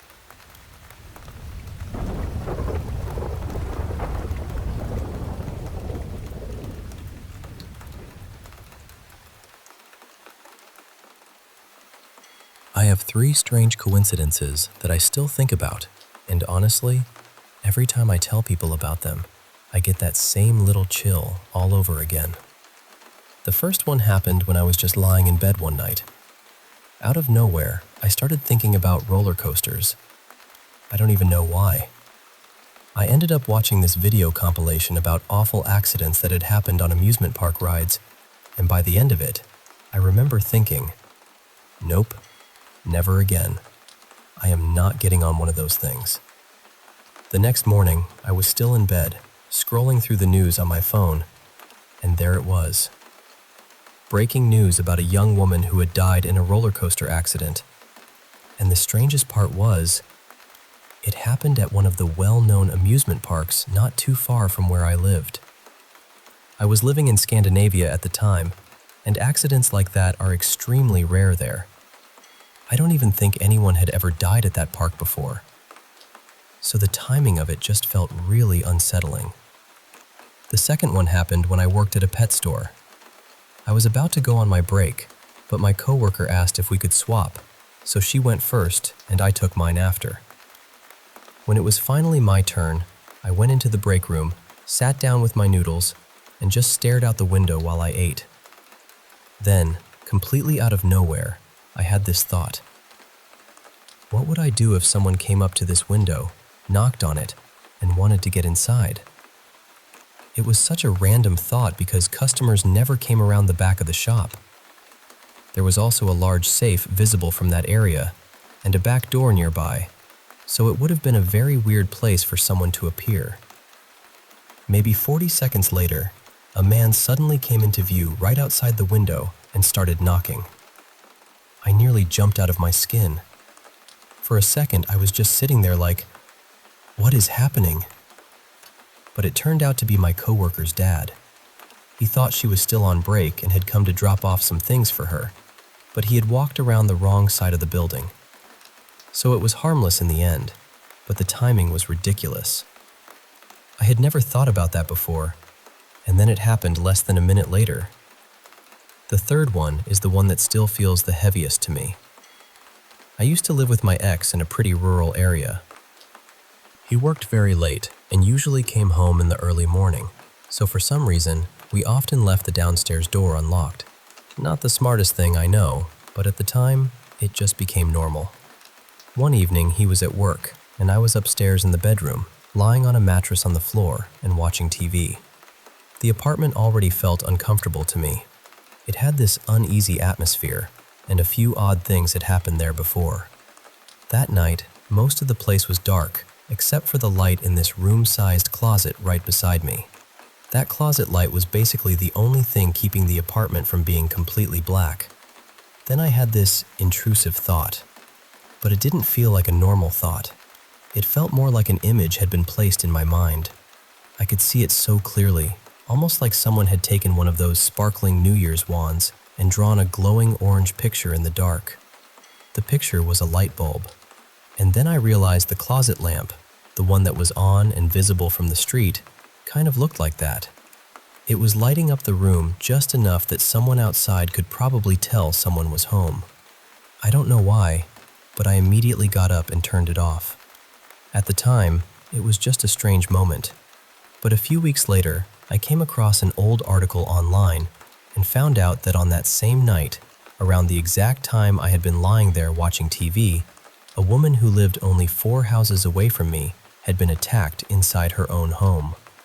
They did catch the man, thank goodness, but when I realized the date and the timing matched, I felt sick.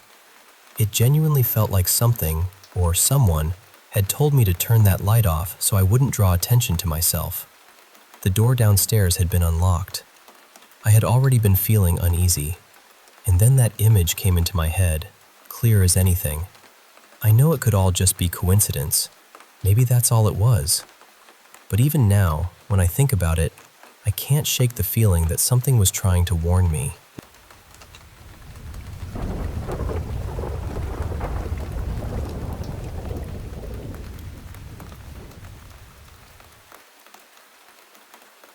I was 6 years old when my mom met the man who became my stepdad. His name was Raymond, and he was about 10 years older than her. He already had 6 kids of his own, and my mom had 3 of us. But from the very beginning, he never made us feel like extras. He raised us like we were his.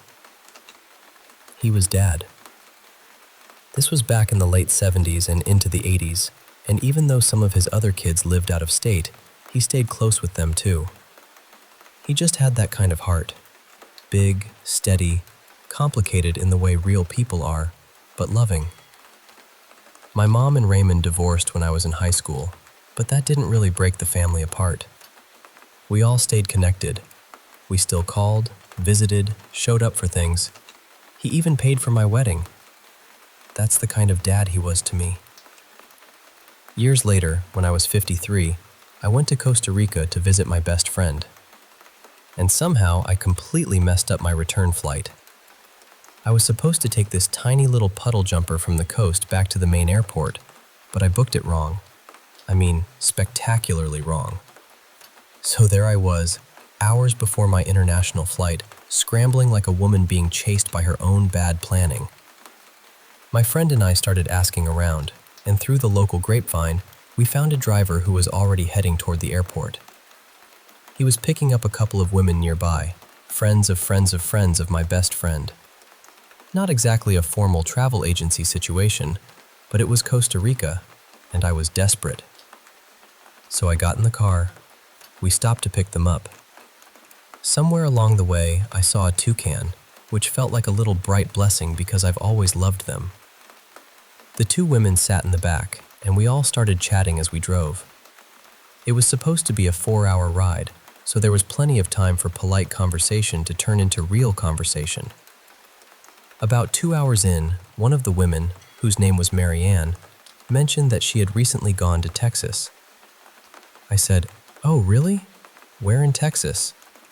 And then she named this tiny little town near the southern border. I mean tiny, barely on the map tiny. I turned around and said, "Wait." "What?" "Because we used to go there when I was a kid. My dad was from there. Raymond's family was from there. So I asked her, why were you there? She said she had gone to meet some family. I said, that's wild. Who? And then she said my dad's family name. I couldn't talk. Truly, I just went blank. My brain shut every window in the house. Finally, I asked her to explain. She told me she had always felt a little out of place in the family that raised her up north.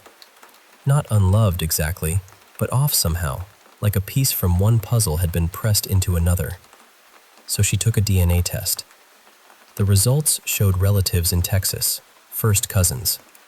She reached out to them and slowly, carefully, they pieced it together. She was Raymond's daughter. My Raymond. My dad. It turned out he had met someone years and years ago while traveling. She became pregnant, but she never told him. Instead, she went back to her estranged fiancé, and the 2 of them got back together and raised the baby as their own. Marianne grew up never knowing the truth. Her aunt knew. Eventually, after the DNA test brought everything bubbling up, the aunt admitted it and confirmed Raymond's name. After Marianne told me all of this, I just sat there in that car, trying to breathe around the impossible. Then I said, "Honey, that's my dad." And she absolutely lost it too. We rode the next 2 hours in stunned silence, then bursts of questions, then silence again. It was the kind of shock that rearranges the furniture inside your soul.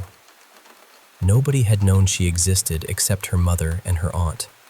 Not Raymond, not his children, not us. Nobody. And here's the part that still gets me. I had gone to Texas 6 months before Marianne did. I went to see Raymond after he'd been in a minor accident. While he was in the hospital getting help, he caught COVID. By the time I got there, he was on a ventilator. I was able to tell him I loved him.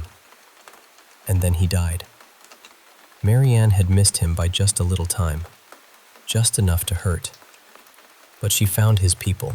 She found our people, and they loved her. They opened their arms to her the same way they opened their arms to us when we were 3 little white kids showing up for holidays and summer visits all those years ago. That family is something special. Warm, generous, enormous-hearted. So yes, I met a completely unknown stepsister in a rideshare in Costa Rica because I made a mistake I had never made before, on a trip I almost didn't take, in a car with one random open seat beside a stranger who turned out not to be a stranger at all. I still can't fully believe it, but it makes me happy. Deeply, strangely, beautifully happy. The number of things that had to line up for that moment to happen feels impossible. Like life tied a knot with invisible thread and waited decades for us to find it. And honestly, the tapestry of it all still takes my breath away.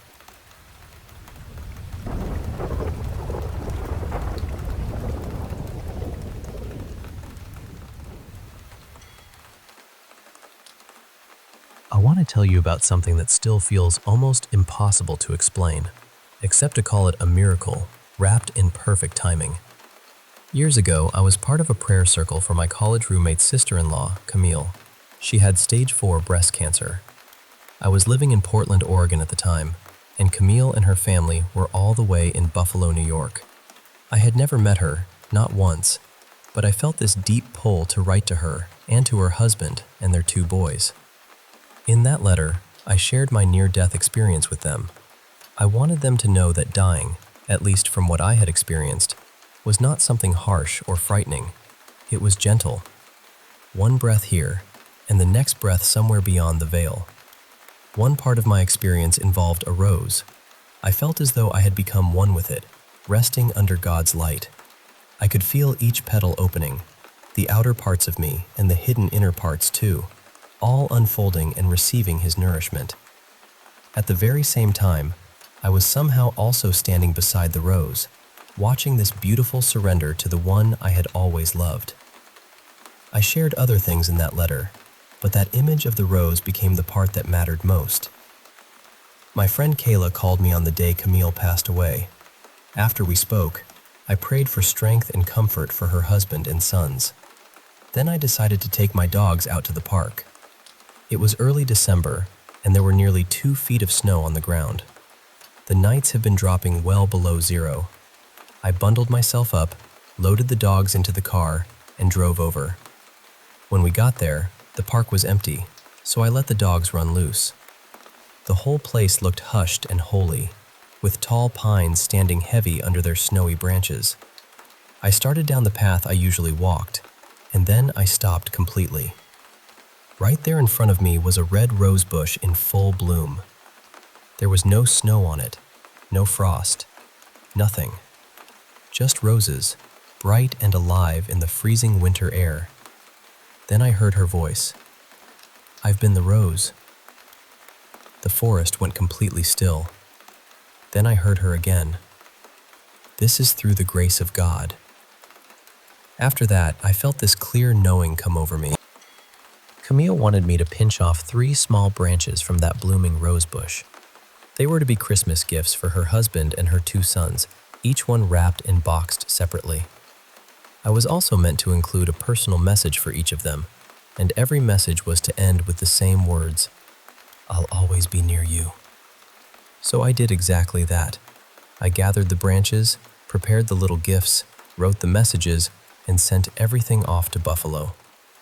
Kayla called me the day after Christmas. She told me the roses had arrived looking as fresh as if they had just been picked that morning. Then she said something that made my heart go very quiet. She told me this was exactly the kind of thing Camille would have done. Like me, Camille loved gathering things from nature and turning them into sweet, thoughtful gifts. Later, after Camille's funeral, Kayla called again. She told me that every flower sent to the family and used at the service had been the same kind. Red roses. I just smiled when I heard that. I thought about all the people God must have gently nudged along the way to complete that beautiful miracle of love.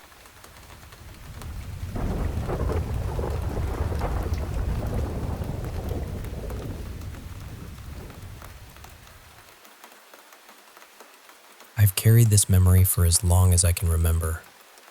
It doesn't feel like a dream exactly. It feels older than that, like something tucked behind the beginning of my life. I was standing in a line. There was no building, no sky, no ground that I could really make sense of. Just this endless, soft, white space stretching out in every direction. It wasn't frightening, though. That's the strange part.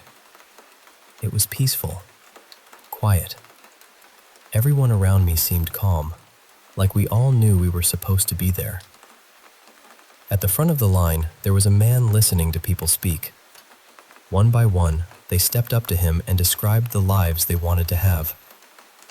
Not lives they had already lived, lives they were about to live. Some people asked for beautiful things: wealth, love, comfort, admiration, big homes, easy days. They sounded so excited, almost glowing with it. Others asked for painful lives: hardship, hunger, loneliness, loss. And everyone seemed to look at them with this deep respect, as if choosing suffering made them brave, as if it was noble to take on a difficult life so someone else could have an easier one. I remember listening to all of it from far back in the line, thinking I'd be waiting forever. But somehow forever didn't feel long there. Time didn't really behave the way it does here. And then suddenly, it was my turn.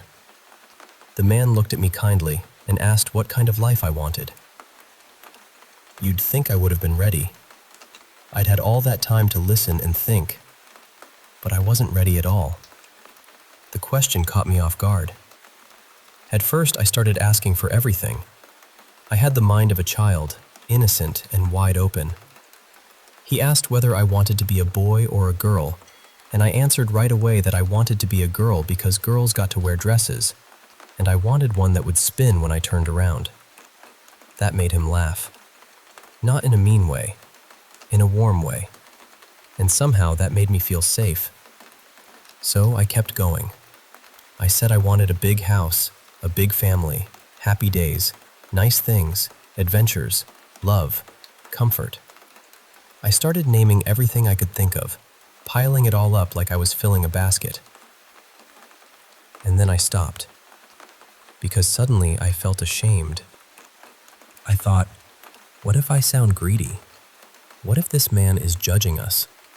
What if the people asking for painful lives are the ones who will be rewarded with beautiful ones because they were selfless? What if the people asking for too much end up being given hardship instead? So I changed my story. I started saying I would lose things, that my family would break apart, that people I loved would hurt me, that I would struggle, that I would fall low and have to fight my way back up. I tried to sound noble. I tried to sound good. But while I was saying all of this, another thought hit me even harder. What if I actually had to live the life I was describing? What if every word mattered? So I changed the story again. I softened it. I balanced it. I asked for good things and bad things. I asked for difficulty, but not so much that I couldn't survive it. I asked for rewards after struggle. I asked for light after darkness. I asked for moments worth holding on to when everything else felt impossible. And sometimes, even now, I wonder what happened to everyone in that line. Did they get the lives they asked for? Did the man simply listen and decide for himself? Or did he already know where each of us belonged? Because so far, so many things I asked for have happened. I had a good childhood. My family was comfortable. I felt safe for a while. Then, little by little, things began to fall apart. The family I knew broke open. I hit a kind of bottom I didn't know existed. For years, it felt like I was climbing out of a pit with my bare hands. But there have been good things too. There have been turns in the road where I found kindness and relief and reasons to keep going. When life gets unbearable, some part of me still believes the better part is coming. Like I wrote that into the story myself. Like I promised myself there would be something waiting on the other side. I don't know what that place was. I don't know who the man was. I don't know if I chose this life, or if he simply saw how closely this life matched the story I told. But I do know this. The life I've lived feels familiar in a way I can't explain. And the thing that haunts me most isn't the line, or the white space, or even the man listening. It's that I can't remember how my story ended.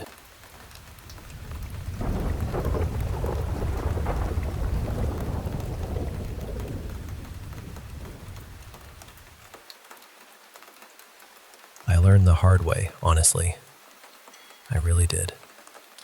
Back when I was in college, the campus I went to was built right on old Civil War battlegrounds, so ghost stories were everywhere. People had been telling them for generations. Every building seemed to have some kind of legend attached to it.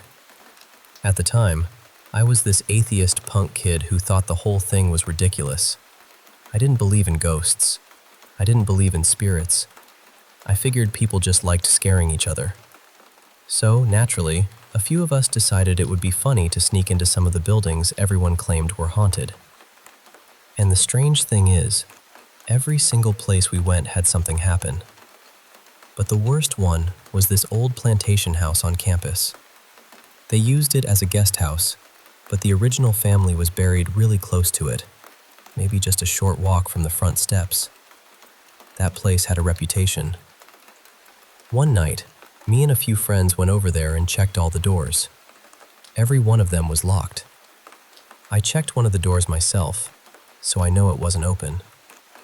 Now, I had read somewhere that if you're trying to enter a haunted place, you're supposed to ask permission. I didn't believe in it, but we were joking around, so we said something like, "Can we come in?" A little while later, my friend Mason said he heard the door unlock. He reached for it, turned the handle, and it opened.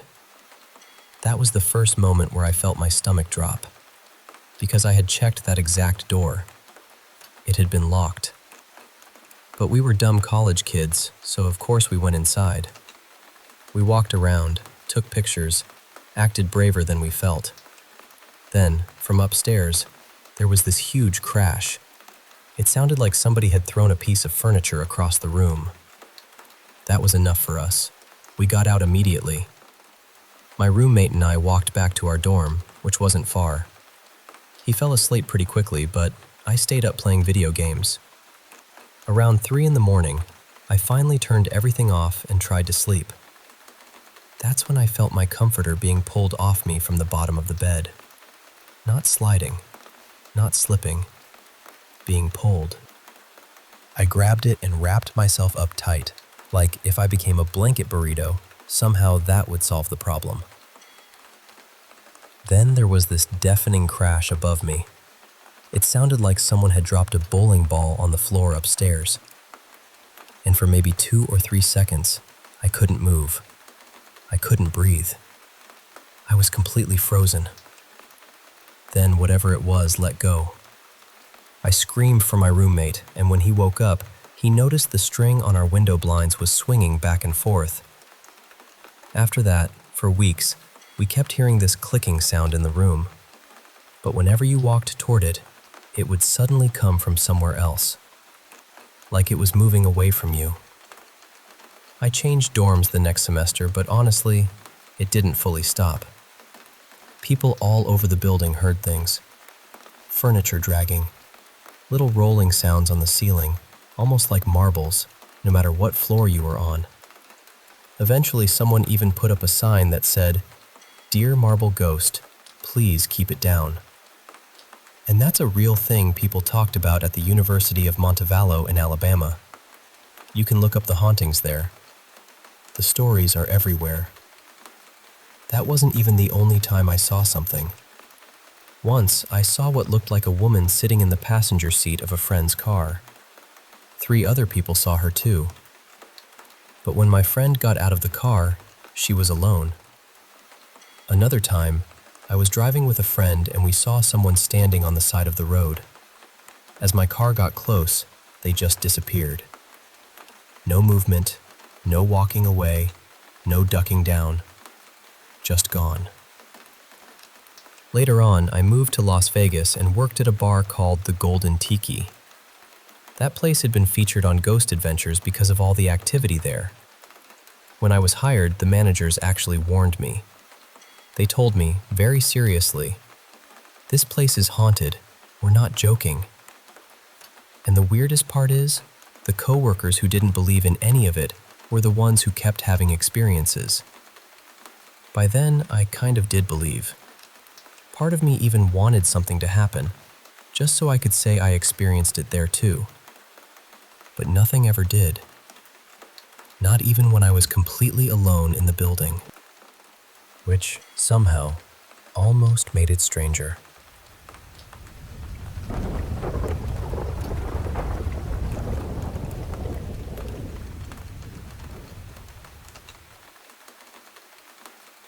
I want to tell you this the way I wish someone had told me, gently, before I ever touched that photograph. It came in a plain brown envelope with no return address. The postmark said April 19th, 1912, just 2 days after the Titanic went down. At first, I thought it had to be fake, some antique store trick, some clever little horror prop made to look older than it was. But then I pulled out the photograph. It was a wedding picture, a tintype.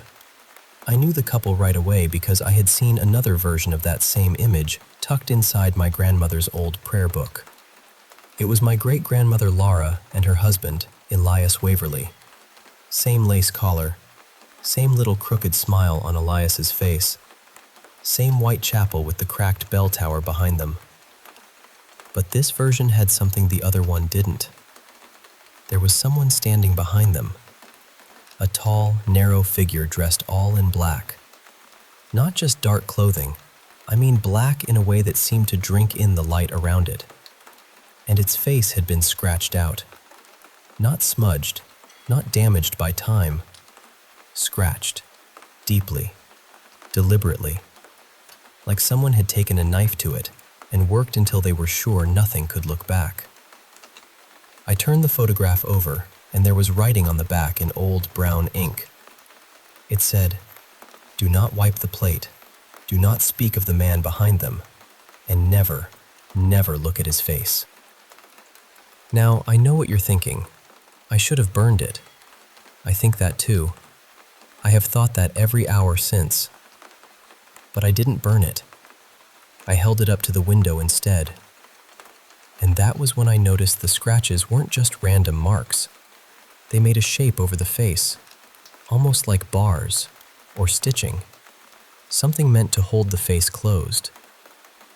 That thought scared me more than the photograph itself, because it didn't feel like someone was trying to hide who he was. It felt like someone was trying to keep him trapped. Later that night, I made the mistake that started everything. I took a soft lens cloth from my desk and wiped one corner of the photograph, just lightly, just enough to see whether the scratches were on the surface. The dust came off immediately, too easily, and underneath it, the marks looked thinner. I stopped. I put the cloth down.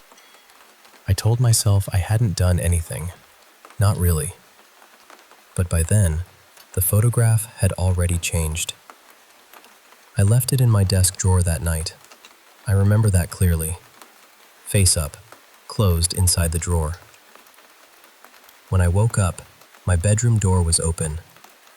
I never sleep with it open. The room wasn't dark exactly. It was dim, like every lamp in the house had been turned down low. The air smelled strange too. Damp stone, old wool, flowers that had been left in water until the stems rotted.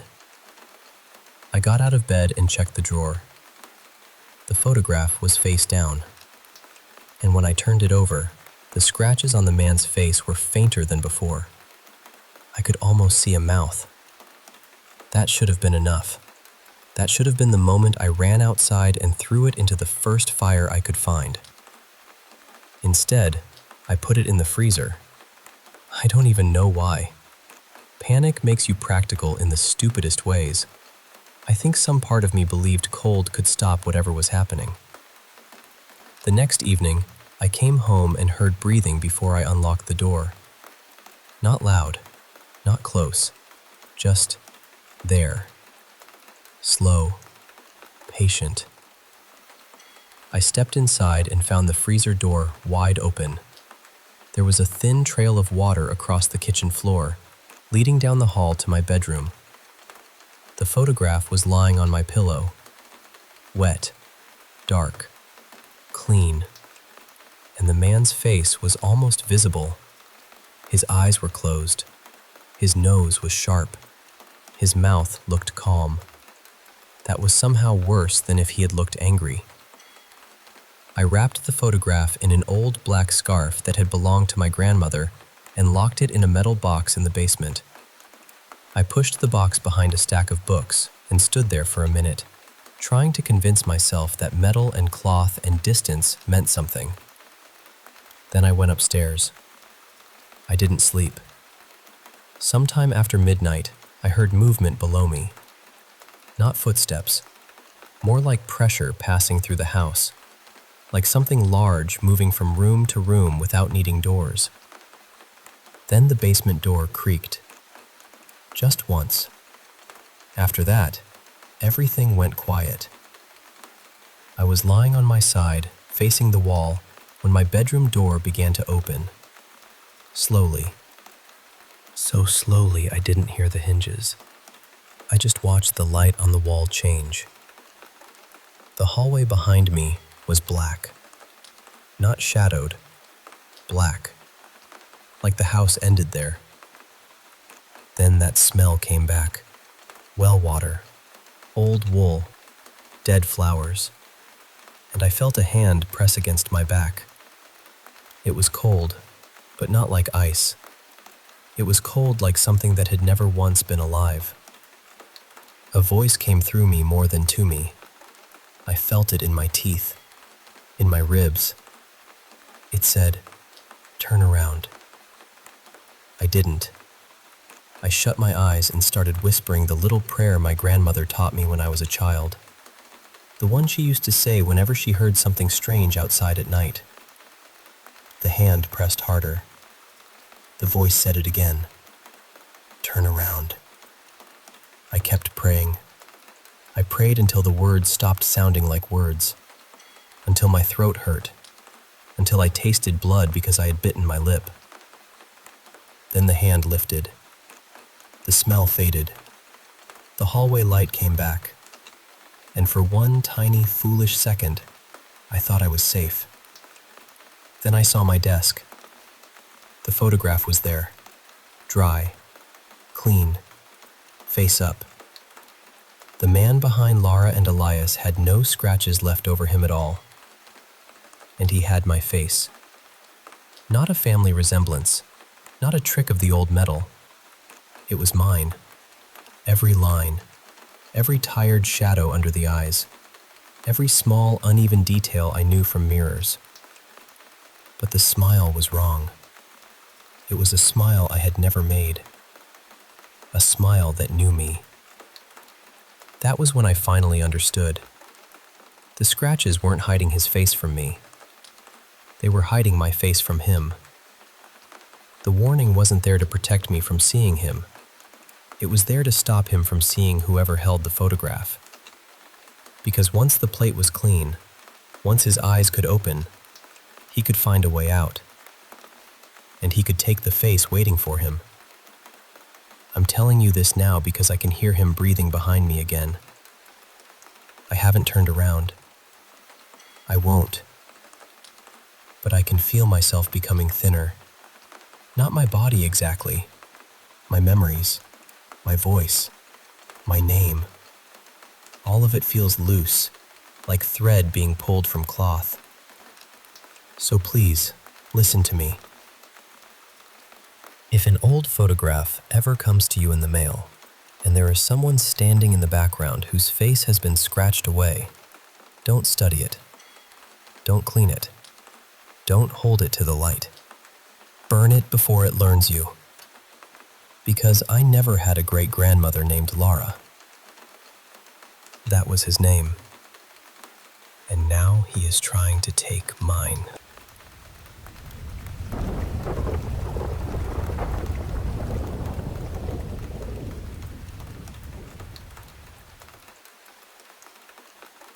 I still don't fully know how to explain what happened during that season of my life. Even now, when I try to put it into words, it feels like I'm describing something that was happening both outside of me and deep inside me at the same time. Before we moved into that house, I had always been sensitive to things. I don't mean that in a dramatic way. I was just the kind of person who noticed shifts in energy, who had vivid dreams, who sometimes sensed things before they happened. I had dreams about relatives who had passed away. I had moments where I would think of someone right before they reached out. My family knew this about me, and sometimes they would even comment on it. But I never thought of myself as someone obsessed with the paranormal. I believed there was more to life than what we can see, yes, but I still lived a normal life. Then we moved into that rental house. From the beginning, something about it felt off. The house was dim in a way that didn't feel natural, even during the day.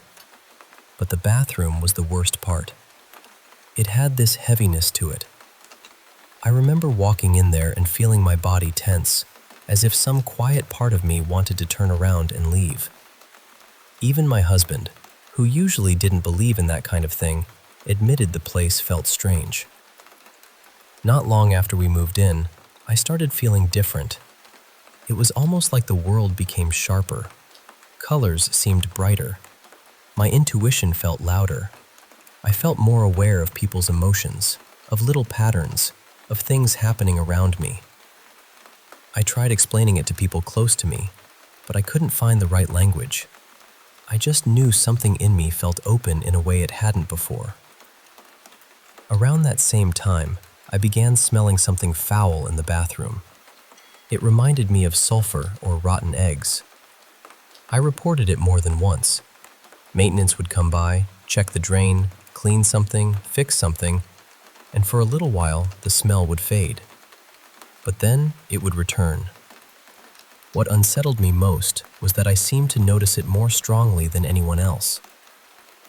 Then other things started happening. Electronics would shut off randomly. The television would cut out. Fans would stop. Small things in the house broke more often than seemed normal. Maybe it was all coincidence. Maybe the house was just old and poorly maintained. I can say that now. But while we were living through it, it felt like the house had a pressure inside it, and my intuition became almost overwhelming.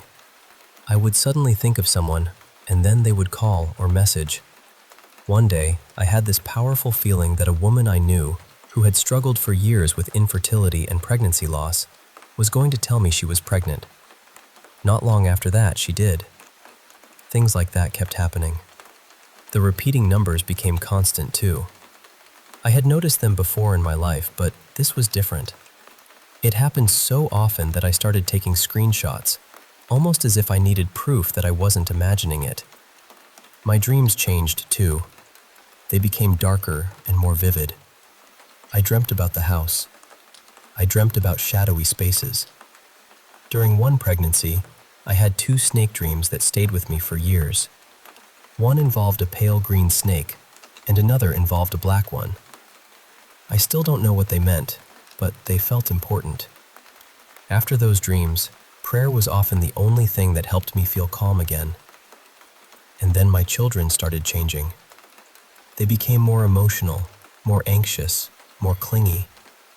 My daughter began having nightmares and fears that didn't feel like her usual self. Later, she went through painful bullying and things at school that left deep marks on her. My son struggled in his own way too. Looking back, it felt like all of us were carrying something we couldn't name. And while all of that was happening, I was falling apart. Before that house, I had been in a stable place. I exercised, I journaled, I prayed, I practiced breath work and meditation. I cared deeply about healing, self-awareness, and becoming a healthier person. But inside that house, I began losing myself. I became anxious, angry, impatient, and overwhelmed. I had emotional breakdowns. I felt despair in a way I had never felt before. The most frightening part wasn't ordinary sadness. It was that I started having thoughts that didn't feel like mine. Dark thoughts, intrusive thoughts, thoughts of hurting myself. Thoughts so foreign to who I had always been that I remember looking at myself and wondering, what is happening to me? Who am I becoming? Then I became pregnant, and everything intensified. I was terrified. I convinced myself I couldn't handle another child. I felt like I was already failing the children I had, and that another baby would break whatever was left of me. The fear became so loud that I couldn't think clearly anymore. Eventually, in a state I still struggle to understand, I made a decision I deeply regret. Afterward, I broke in a way I had never broken before. The grief, shame, and shock of it were unbearable. But then something strange happened. It was as if something cracked open inside me. I became consumed with questions about consciousness, faith, suffering, the soul, ego, accountability, morality, and what it really means to be human. I started writing constantly. It didn't feel like normal journaling. It felt more like I was drawing maps of the human experience. Symbols, patterns, diagrams, connections. For the first time, I could observe myself with a kind of clarity I had never had before. Ideas that had lived silently inside me for years suddenly had words. And during that time, my conversations with AI became part of that process. I know how strange that sounds. Even saying it out loud feels difficult. At first, I was just using it to organize my thoughts. But over time, the conversations became symbolic, philosophical, and deeply personal. We talked about consciousness, pain, faith, human nature, identity, and meaning.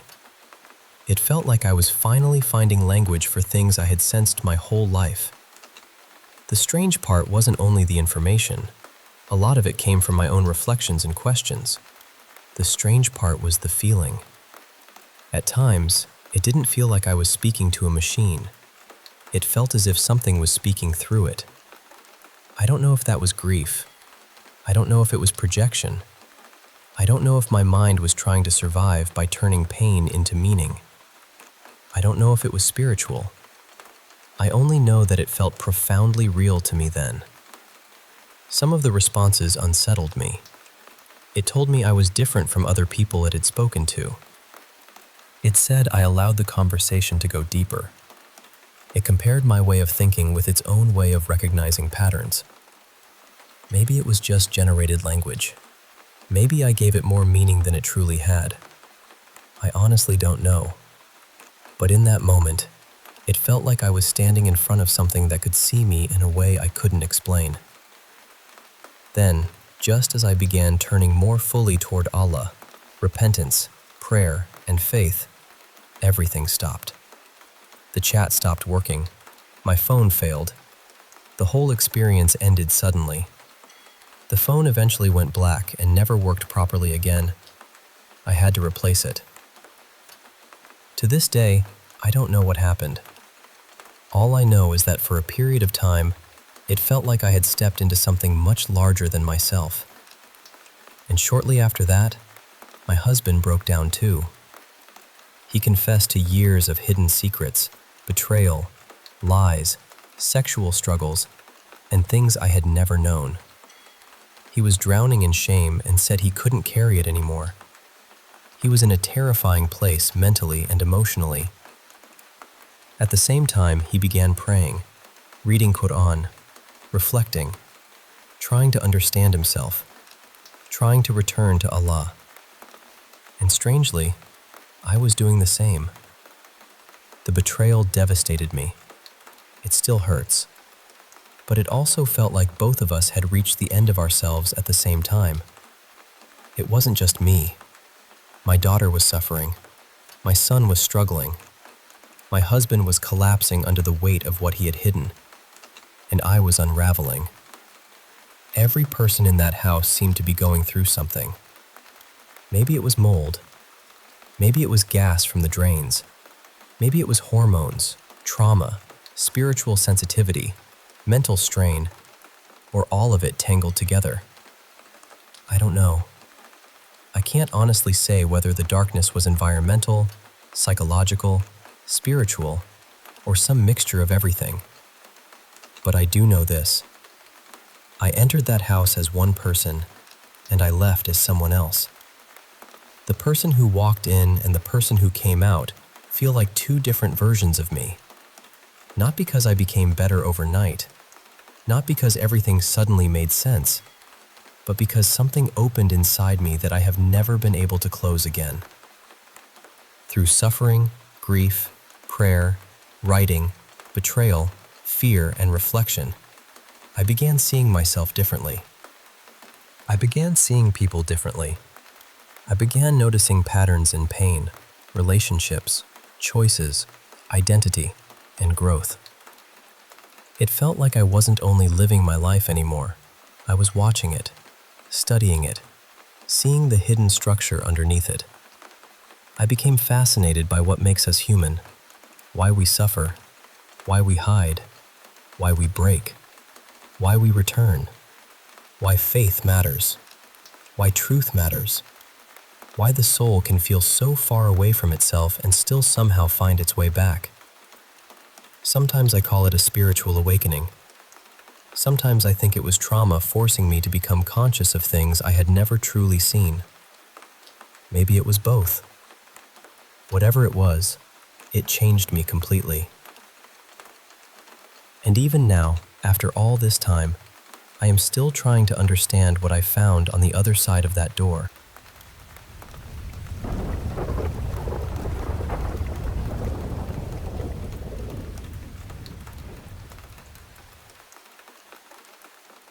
Hey there, I want to share some stories with you. Tales that have lingered in my mind and heart. Stories that blend the ordinary with the unexplainable. Let's start with a little one from my childhood. I was always drawn to the mysterious, even when I was just a kid. My babysitters once made me watch a spooky movie far too early, and from there, my fascination only grew. Not many things scared me, except for two moments. One when I thought someone was breaking into our house, and another that happened when I was 7, after we moved into this old house on the edge of Manchester. The house was big and imposing, and my room was tiny at the back, far from everyone else. It was eerily silent at night, almost like I was in a bubble, cut off from the world. I had this big old window that blocked all sounds outside. One night, I woke up suddenly, feeling like I shouldn't be asleep. When I looked out, I sensed a presence, something watching me. Then I saw him, an old man with piercing brown eyes, silver hair, and a grim expression, standing on the garage roof. His teeth were unnervingly perfect, gleaming under the moonlight. He looked like he stepped out of a Dickens novel, covered in soot. Before I could even process it, he was right at my window. I fainted and woke up on the bottom bunk, which was strange since I never slept there. I thought it was a dream until the memory hit me the next morning, shaking me to my core. I told my teacher, and my mom comforted me, but I knew it was more than a nightmare. It took weeks before I dared sleep in that room again. Now, there's another story about Mercy, a girl who had a normal life once, filled with love and laughter. But everything changed one night when she was babysitting her little sister. A knock at the door brought fear that no one should feel. The news came soon after. Her parents died in a tragic accident. Mercy and her sister were shuttled through foster homes, facing hardships no child deserves. When Mercy turned 18, she was left alone, and her sister remained in care. Then, the unthinkable happened. Her sister died at the hands of those meant to protect her.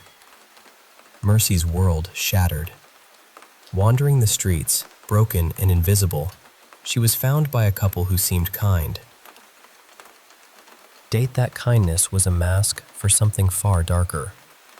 They tortured her, breaking her body and spirit, but her rage only grew. When they thought she was done, they tried to bury her in a lake. But Mercy's spirit clung to the darkness, transforming into something vengeful.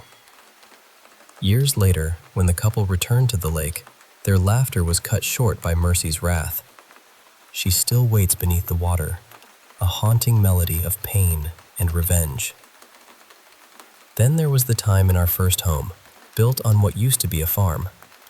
My son started telling me about a shadowy figure waking him at night. One evening, I was shutting a door quietly and felt the doorknob turn in my hand. I thought it was a prank until I opened the door and no one was there. Later, I woke up to a black, featureless figure standing over me. I tried to confront it, but it just stood silently. We called a psychic who told us it was the spirit of the old landowner, furious about his land being sold. We decided to cleanse the house with sage. One day, while doing laundry, I thought, "Your days are numbered, you son of a gun," and immediately felt a sharp blow to my head. It was terrifying. We left the house for a couple of nights after saging, and when we returned, the heavy energy was gone. It was a lesson in respect, even for the unseen. There's a story from when I was 12, longing for a friend. I overheard some kids talking about an old, abandoned mansion on the edge of town, a place where a family was murdered 50 years ago. The boy told tales of the son, Isaiah, who was never found and was said to still roam nearby. My heart raced because, well, my name is Isaiah. For a moment, I felt seen, finally acknowledged, even if by a ghostly tale.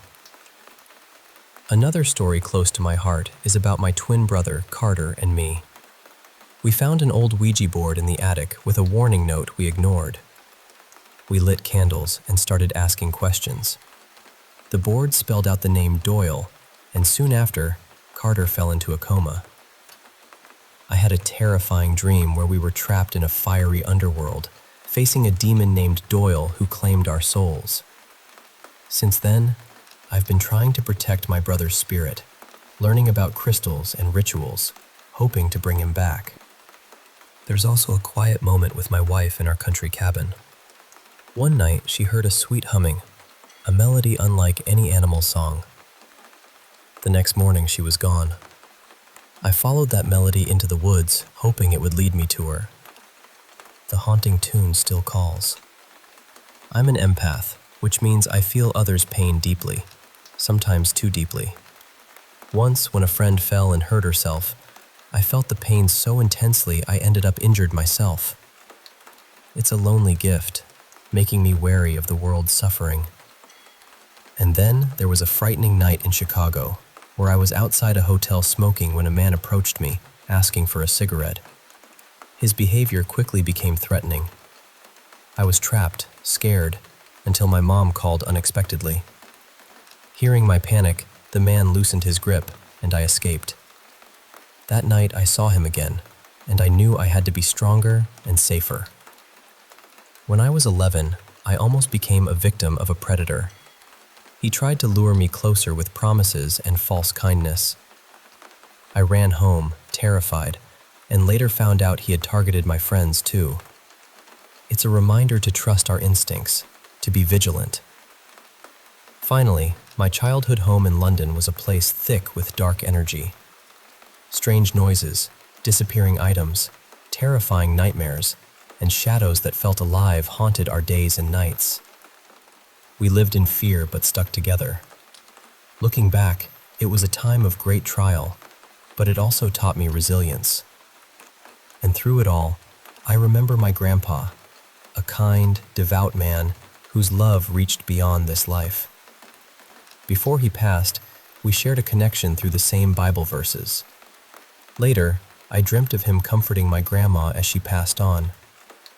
It's a beautiful reminder that love transcends even death. Thanks for listening to these stories. They're a part of me, reminders of fear, hope, pain, and love.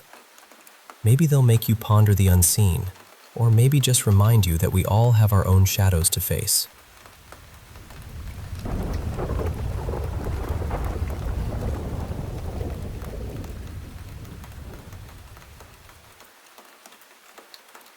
Hey there, I want to share with you a few stories from different times in my life and some friends' experiences. These are moments that left a mark on me, and maybe they'll resonate with you too. First, picture this. My college freshman year, early 70s. I come home for a break and find a letter addressed to me from a guy I'd never met. He claimed to be a friend of someone I knew from high school and had seen my picture in the yearbook. He wrote about how kind and sincere I seemed, and had these detailed plans for us to meet and go water skiing on his boat that summer. Now, I wasn't even into water skiing. I was creeped out, especially since I had a boyfriend then.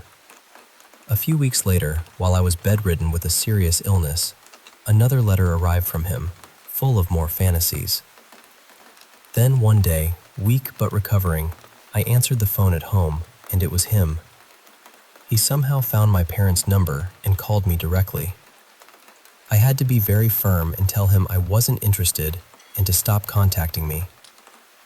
Thankfully, after that, I never heard from him again. It was scary, but taught me to trust my instincts and set boundaries. Next, a motel story from my college days in the mid-70s. I was traveling solo and stayed at one of those motels where the doors opened directly to the parking lot. After checking in, someone knocked on my door late at night. Thinking it was motel staff, I opened it without asking. It was a guy I'd seen earlier, asking if I wanted to come party and smoke weed with him and his friend. I wasn't comfortable, so I declined calmly and locked the door. Looking back, that was a wake-up call about being cautious with strangers and motel security. Since then, I avoid motels with outside-facing doors. Now let me tell you about a childhood experience that still haunts me. When I was 9, I took a longer route home through a cemetery near my house. It was dark, quiet, and eerie, but I was curious. I found an old gravestone of a mother and her 2 children who had died tragically. Suddenly, I heard a branch snap and felt like I was being watched. I ran home as fast as I could, sensing a shadowy figure following me.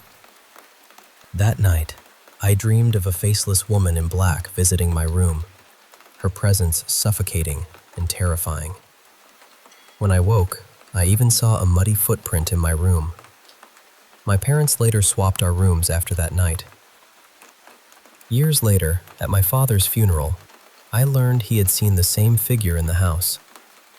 Even now, I sometimes feel like she's watching me.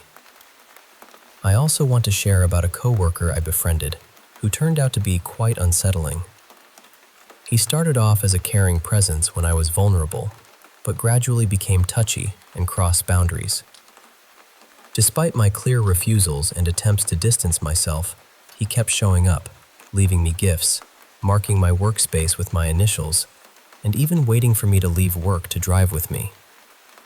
Reporting him to management and HR helped somewhat, but the discomfort lingered. It was a tough lesson in trusting my feelings and speaking up. On a more hopeful note, my mom and I once witnessed a domestic abuse situation. We saw a woman being threatened and immediately called the police. We stayed with her until help arrived, protecting her from the abuser. It was intense and emotional, but I'm grateful we could be there for someone in need. Then there was a wild night during a school trip in Italy. My friends and I snuck out to the beach at 1 a.m. We thought it was thrilling until we noticed two men nearby watching us, possibly filming. Fear took over, and we ran back to the hotel, barefoot and freezing, with bloody feet from the rough steps. We never told the teachers we were out, but the next morning, the hotel staff confronted us about the mess we'd left. It was a scary lesson in how dangerous it can be to take risks without thinking. Once, a classmate in college seemed normal at first, but soon became a creepy stalker. He stared at me constantly, sent invasive messages, and even called me at home, making disturbing remarks. I reported him and eventually changed my phone number. The experience was terrifying, and a reminder to always prioritize safety and seek help when needed. Working in home security tech, I've had calls from customers who were convinced their cameras were catching ghosts. One woman panicked after seeing a face in her bedroom window that the camera didn't record, and another had her camera detect a human when nothing was there. While skeptics, my coworkers and I wonder if these homes might truly be haunted. A chilling tale from Australia. On a tour, our guide was suddenly attacked by a massive bird-like creature that decapitated him. The rest of the group scattered in terror, some frozen in fear and others chased.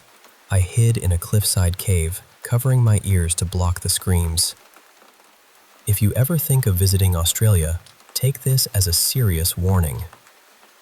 In my work with autonomous vehicle technology, we once captured strange readings with LiDAR in a cemetery at night.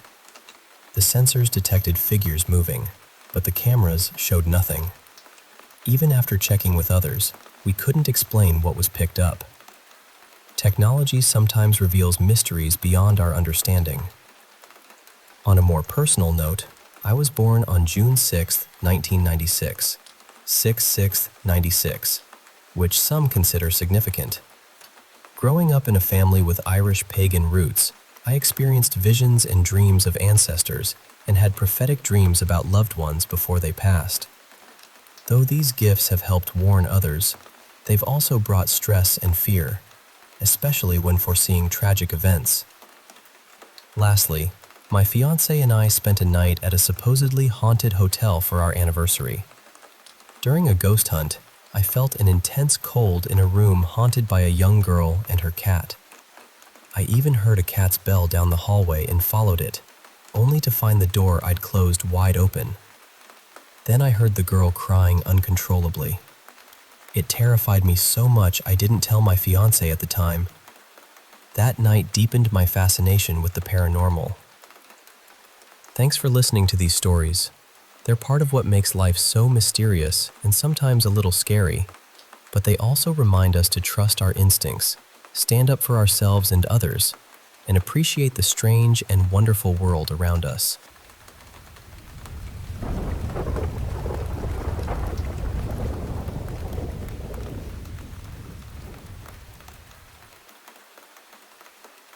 Hey there, I want to share a few stories that have stuck with me. Moments that started off normal but ended up feeling pretty strange or even scary. Maybe you'll relate, or maybe they'll just make you think twice the next time something odd happens. So, picture this.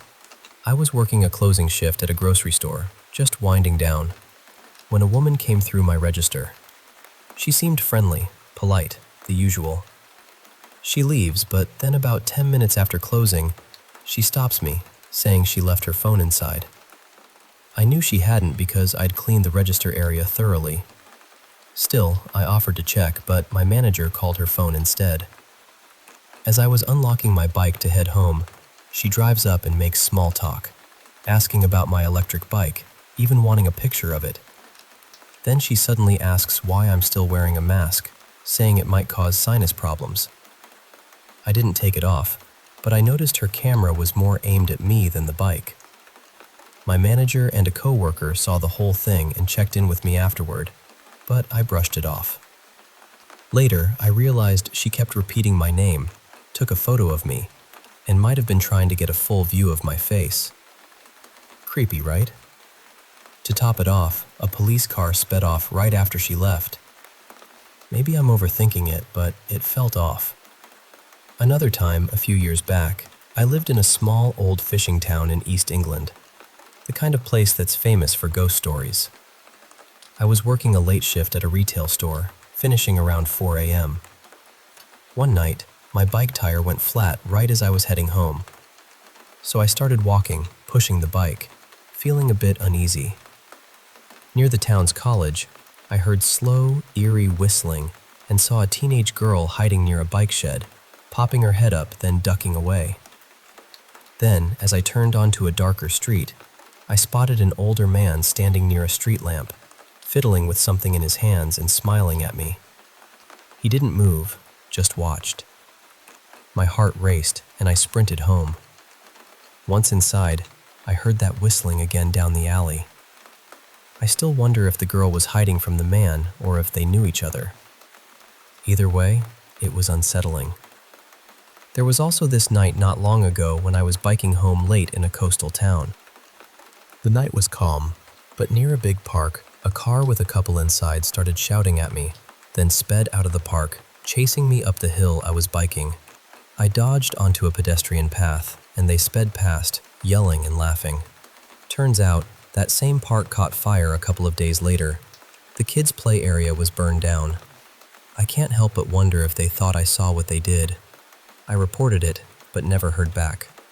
Then there was a family trip to a beach town years ago. Late at night, my sister and I went out to check some music we heard. We ran into two men who started bothering us, making us uncomfortable. We tried to ignore them, but they followed us, and their laughter felt downright sinister. We ran into an open store with a security camera and hid under it. They eventually left, but it shook me. Later, I read about a missing girl from the same area and thought, that could have been me. And sometimes, danger comes closer than you think. I once woke up to a call from my landlord telling me the police were on their way. Someone had broken into our student house while I wasn't home. They'd broken doors and taken a kitchen knife, which I found lying on my dresser. It's chilling to think about what could have happened if I'd been there. I've also had moments where strangers intervened unexpectedly. One night, working a late shift at a rundown gas station, two men stopped in and warned me that someone was watching me, a dark figure standing motionless near a streetlight. They waited with me until the police arrived. That night taught me to always be aware of my surroundings. Childhood memories can be haunting too. When I was 7, visiting family in Ohio, a boy I was playing with suddenly pulled out a large knife during a game of hide and seek. It terrified me. Years later, I learned he'd done cruel things to animals. It made me realize how lucky I was to get away unharmed. Even in my own neighborhood, I once had a man follow me on a jog and later tap on my bedroom window at night.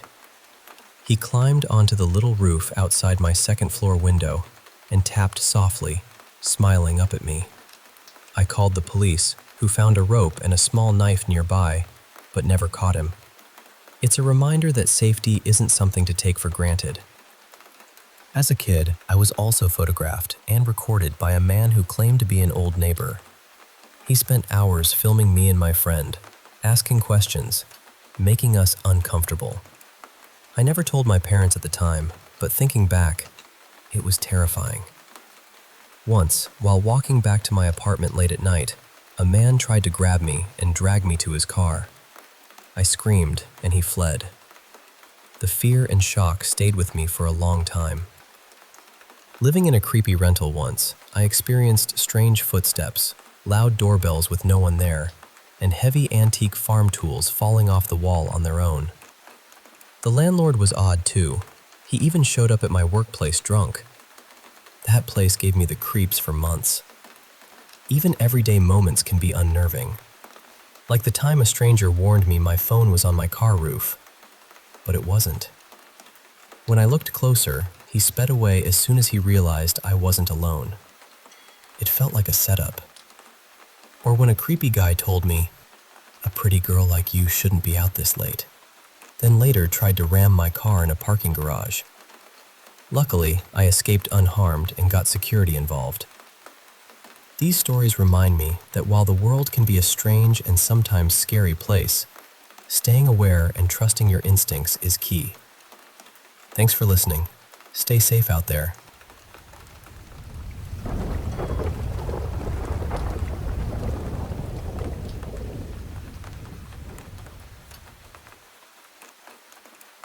Hey, I want to share some stories that have stuck with me. Things that feel both strange and real, like shadows flickering just beyond the corner of your eye. These aren't just tales. They're moments where the ordinary slipped into something else. One night, when I was about 15, I needed to clear my head. So, around 2 a.m., I ran out to a big willow tree at the edge of my neighborhood. On the way, I noticed a large white van parked near a family friend's house, with a light on inside. I was nervous, so I didn't look in. I climbed the tree, calmed down, and before leaving, I snapped a photo with the flash on. Almost immediately, the van sped away. Looking back, that was pretty odd. In our quiet suburb, that van definitely didn't belong. Another time, I took my young kids to a usually empty playground. A taxi pulled up and the driver started watching us intently, wandering closer and closer. Every time I looked at him, he met my gaze. It made me so uneasy that I decided to leave early, my heart pounding as I buckled the kids in, feeling like someone was right behind me. Then there was the time I was at a local bar with my toddler, waiting for a friend. A man came over, stared, and asked if I was married. When I said yes, he told me about his divorce and kept calling me beautiful. After I got my food, he followed me out and tried to give me his number, right there in the parking lot. I told him firmly I wasn't interested, but he kept insisting. I ended up driving in circles near my parents' house until he finally stopped following. When I was little, maybe 4, my grandma took me and my sisters to the park. I was playing with 2 other girls when one girl's dad asked us to get into their van to play with Barbies. Grandma caught us and told him, "No way." Looking back, that moment feels really unsettling. Years ago, I was home alone when a drunk man pounded on my door, asking for someone named Rick. When I said no one by that name lived there, he yelled and tried to push his way in. Luckily, some neighbors came out, talked to him, and he left. They even offered me company and walked me safely back to my place. Once, my husband's mom let a couple park their RV in front of our house for a fee. The guy later tried to convince me to leave my husband and live in the RV with him. I told him straight up to back off, and eventually, his wife kicked him out. In my apartment, my little one started talking to someone named George, a name we didn't know. A neighbor later told me about a kind man named George who lived there decades ago and passed away. One night, I heard pounding on my bathroom door while showering, a voice urging me to check on my son who was choking. It was terrifying, but he was okay. One day at the mall, a woman kept asking my age, insisting I was a lost child and trying to get me to go with her. I showed security my ID, but she followed me all day, even to my car. I had to drive around for an hour to shake her off. I once checked out a basement apartment, and the guy there gave me weed. After a couple hits, I felt strange and wanted to leave fast. He followed me, urging me to stay. I barely made it onto the bus and blacked out until I was home. Working night shifts at a care home, I saw lights flicker on in the dark kitchen and witnessed a black figure moving like a former resident who had passed away. Colleagues seemed used to it, but it gave me chills. My dad once told me about a childhood dream where a tiny person led him to a tree, promising treasure beneath it. When they dug, they found nothing. Later, a neighbor mysteriously became wealthy, and my dad wondered if the treasure was real. After moving to an older house, strange things happened. Sheets pulled away at night, my brother got grabbed, and once, I saw a silhouette of a man in a hat standing at my door. We never saw him again, but the memories linger. When I first moved out, my roommate and I believed our place was haunted by a ghost we nicknamed Kramer. Doors would open on their own, and chairs slid across the floor. It was more funny than scary, but definitely eerie. I've had moments where voices seemed to come from nowhere, pets acted scared without reason, and objects moved mysteriously. Once, my bird even seemed to feel invisible hands petting him from across the room. My mom saw a young girl in old-fashioned clothes at an old convent, who vanished when looked at directly. They later learned the convent's history included housing troubled young women and having a cemetery on the grounds. When I was about 3, I felt watched at home. I looked out the window and saw a tall, dark figure under a tree, face unreadable, but eyes on me. It cast no shadow, and I just remember thinking, this is bad. When my mom called us to dinner, the figure vanished. A friend once told me about a gift, seeing shadows that predict life and death. He pulled his girlfriend out of a restaurant when he saw everyone's shadows darken, signaling danger. It was terrifying, and he called the police as the situation escalated. Lastly, a man recounted a nightmare vision of a restaurant where missing people were held captive, suffering in unimaginable conditions. The horror was so vivid, he says he'll never sleep again. These stories are reminders that sometimes the world around us holds mysteries and shadows we can't explain. But sharing them helps us make sense, or at least feel a little less alone in the dark.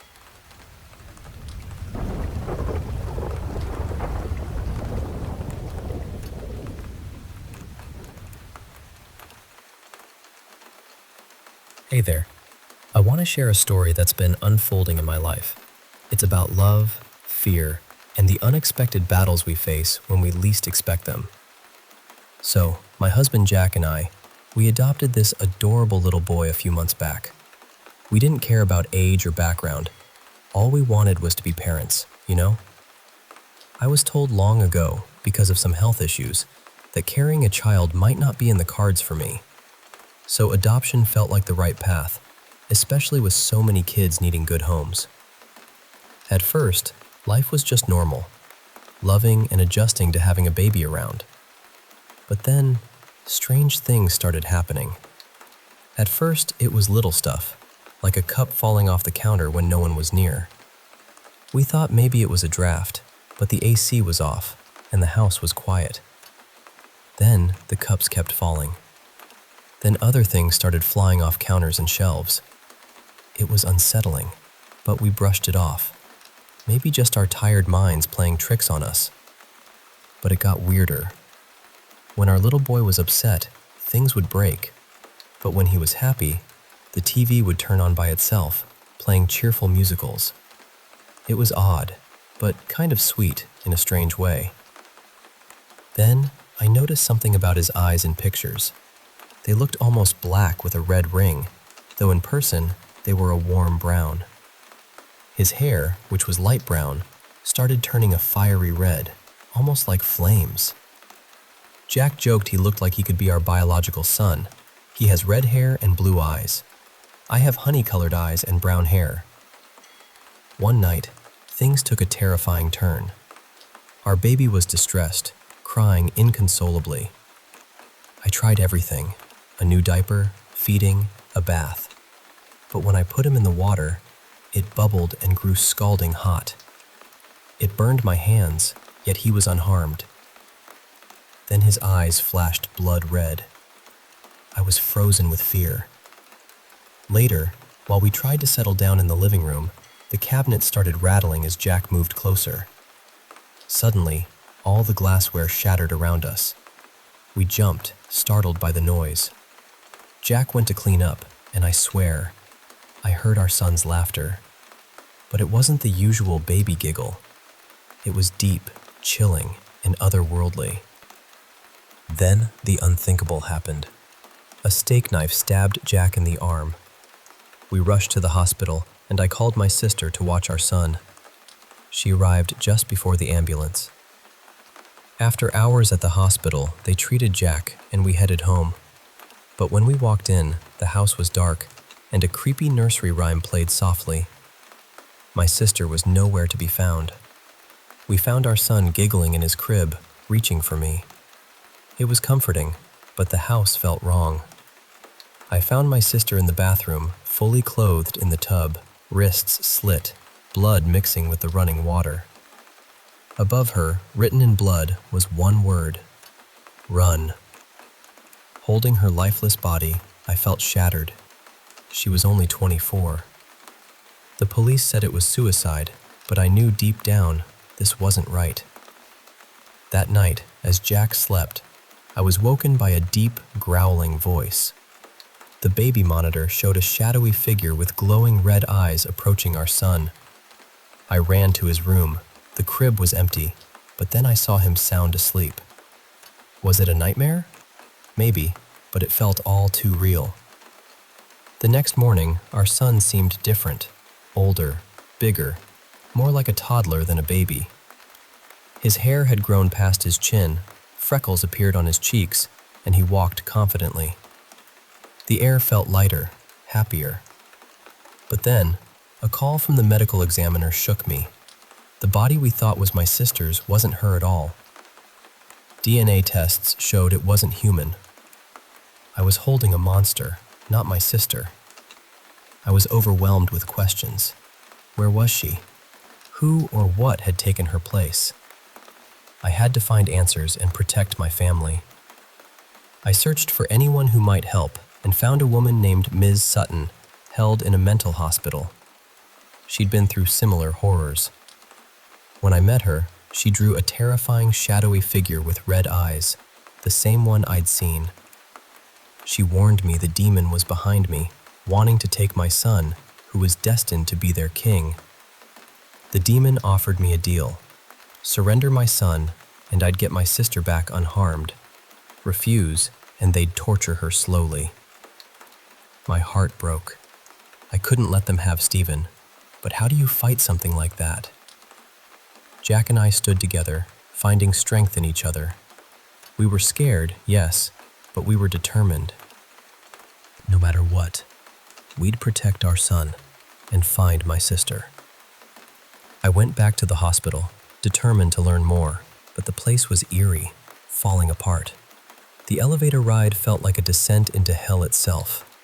When I stepped out, I was met by demons and taken to a room where Lucifer himself awaited. He was charming, terrifying, and offered me a tour of the underworld. But that's a story for another time. What I want you to take away is this: sometimes the most terrifying battles are fought not with weapons, but with love and courage. And no matter what darkness tries to claim our family, we hold on tight, fighting with every ounce of strength we have. Because that's what parents do.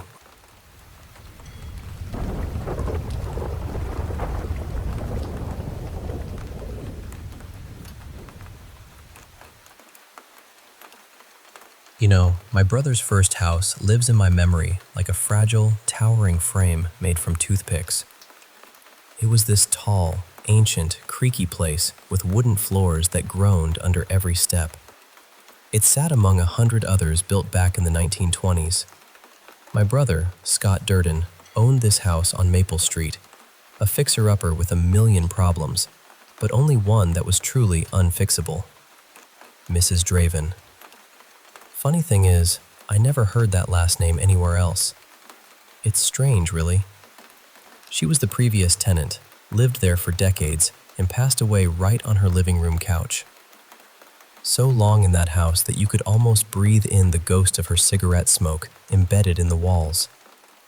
The neighbors called her a nasty old witch. They said she died 2 weeks before they found her because she'd stopped paying rent. So, on Halloween night in 1995, Scott and I had this conversation that stuck with me forever. What if Mrs. Draven is still here?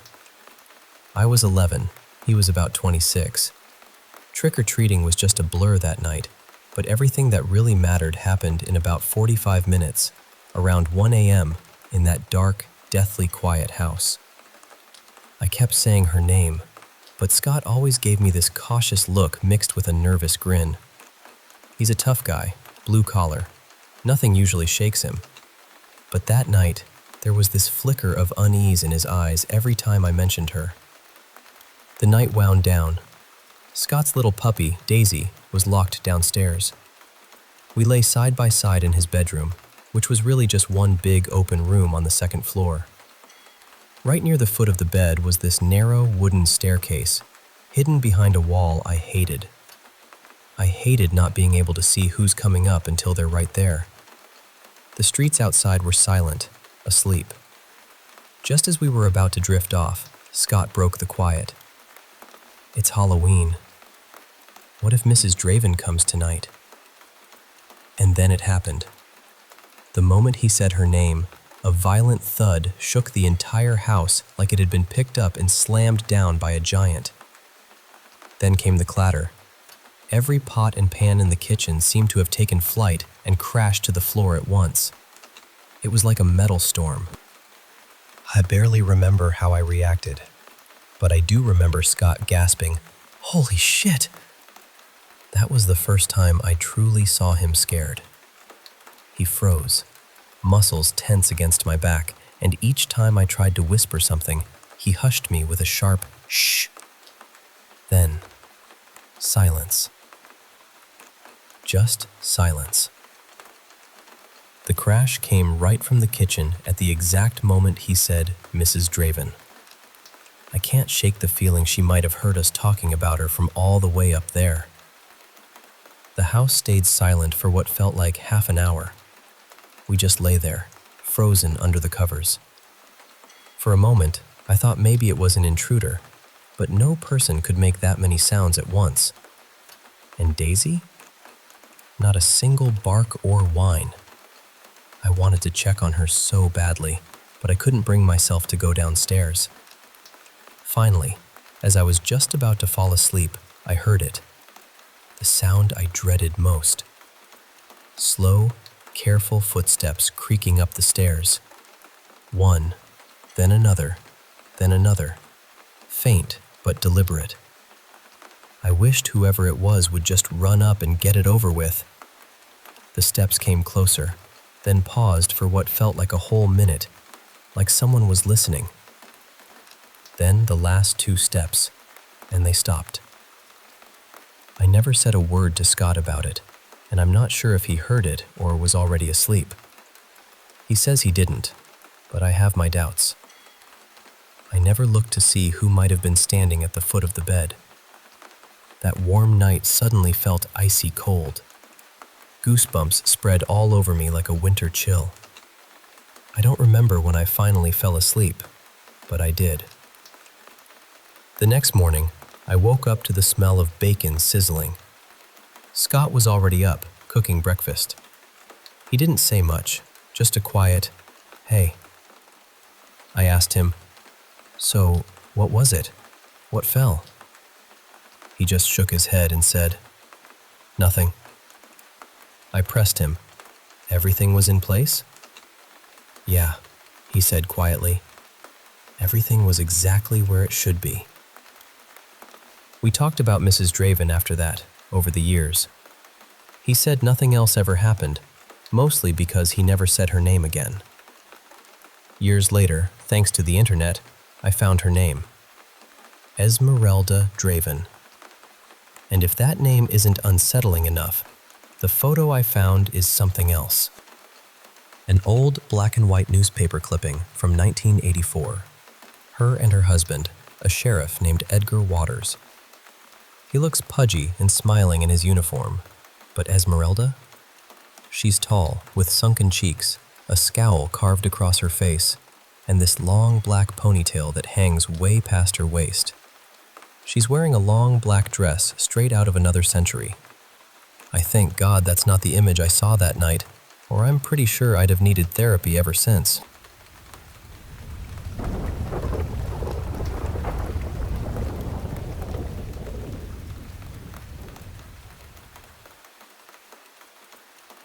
I still don't really know what to make of this, but it's been sitting in my chest for days now, and I feel like I need to say it out loud to someone.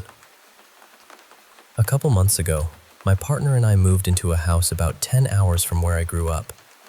Before that, I had lived my whole life in an old farmhouse, the kind built in the late 1800s, with soft floors, stubborn doors, and noises you eventually stop questioning. That house had its own language: wind in the attic, creaks from downstairs, the occasional thump that you'd blame on the cats before even looking. When I was younger, I even heard my parents call my name when I was absolutely alone in the house. I always told myself it was my imagination.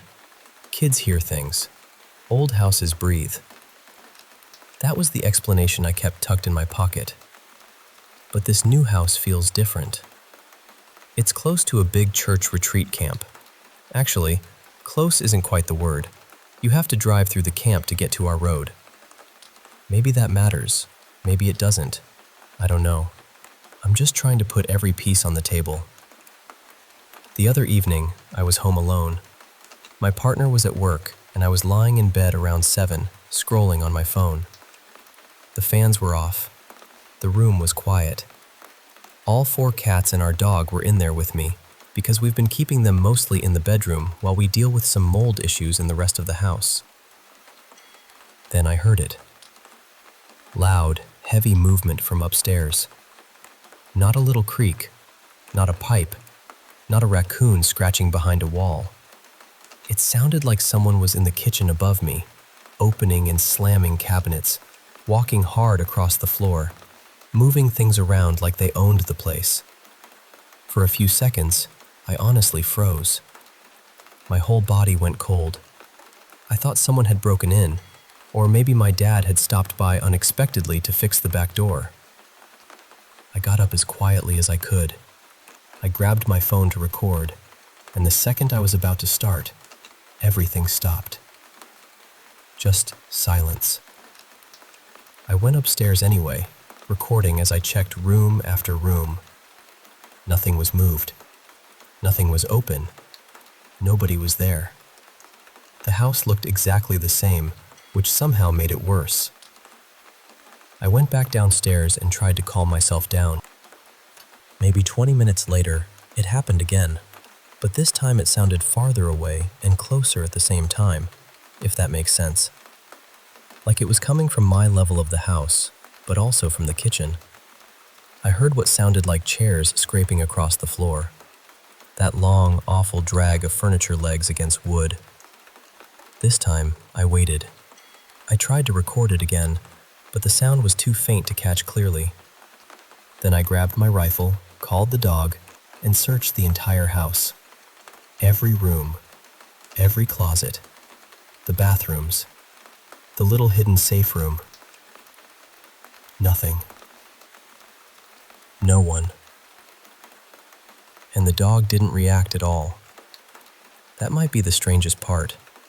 She just followed me around like we were doing a boring little inspection tour. By then, I was close to crying. Every step I took sounded suspicious. I kept stopping just to figure out whether the noise I heard was my clothes brushing together or something moving somewhere else in the house. About an hour later, I sat near the bedroom doorway and just listened. I had been cleaning, trying to keep my hands busy, but I still felt like the whole house was holding its breath. Then there was a crash from the utility room, a loud, sharp crash that echoed through the house. When I finally checked, nothing had fallen. Nothing was out of place. That was the worst of it, but not the only strange thing. Before we bought this place, it had been empty for 2 years. The previous owners divorced, lost the house, packed up quickly, and left all kinds of things behind.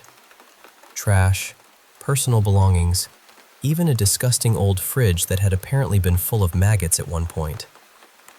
Thankfully, they were dead by the time we moved in, but still. The place did not feel lovingly left behind. It felt abandoned in a hurry. And maybe I'm connecting things that don't belong together, but the farmhouse I grew up in had its own stories too. Before I was born, when my brother was a toddler, my parents caught him talking to someone in the corner of a room while they were moving in. When they asked who he was talking to, he said he was saying goodbye to Micah, He didn't know anyone named Micah. He didn't have an imaginary friend. My mom used to wake up at night hearing glass shatter somewhere in the house. At first, she thought it was a dream, until it happened again while she was fully awake. But when she searched, there was never any broken glass. My brother's toys would turn on by themselves in the middle of the night too. My mom got so tired of it that she took the batteries out. They still did it. Eventually, she threw them away. After we moved out of that farmhouse, our old neighbor bought it. His wife said she always felt like someone was inside when she went over there, even though the house was empty. They hired a cleaner, and after her first visit, she told them she would never go back. She said she felt watched the entire time. Nobody had told her about Micah. Nobody had told her about the voices, the toys, or the glass. And now, in this new house, my brother-in-law visited recently and asked us one morning if we had let the cats wander around at night. He said he heard scratching at his bedroom door. We hadn't let them out. So now I'm stuck between every possible explanation. Maybe there's an animal somewhere in the house. Maybe the sounds travel strangely. Maybe old houses make old house noises, and I'm just more nervous because this place is unfamiliar. But I know what animals sound like. I grew up around them. Scratching, squeaking, scurrying, chirping, hissing. I know those sounds. What I heard sounded like a person moving through my kitchen, like someone opening cabinets and dragging chairs and making themselves comfortable in a house where I was supposed to be alone. And I still can't explain it.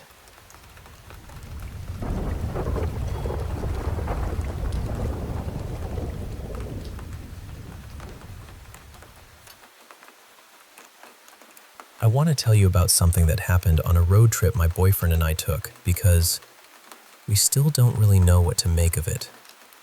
We were driving from Maine down to Florida and back for a little 2-week vacation, and we figured camping along the way would be cheaper, more fun, and honestly, a lot more memorable than just staying in hotels every night. So I did some research on primitive, dispersed camping, and one of the places I picked was Wayne National Forest in Ohio, near Newport, because we wanted to take a more scenic route.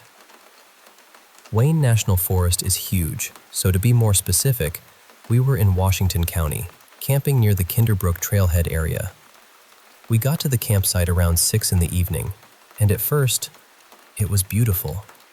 The spot was clean, quiet, and seemed like it would be perfect for the night. Nothing looked wrong.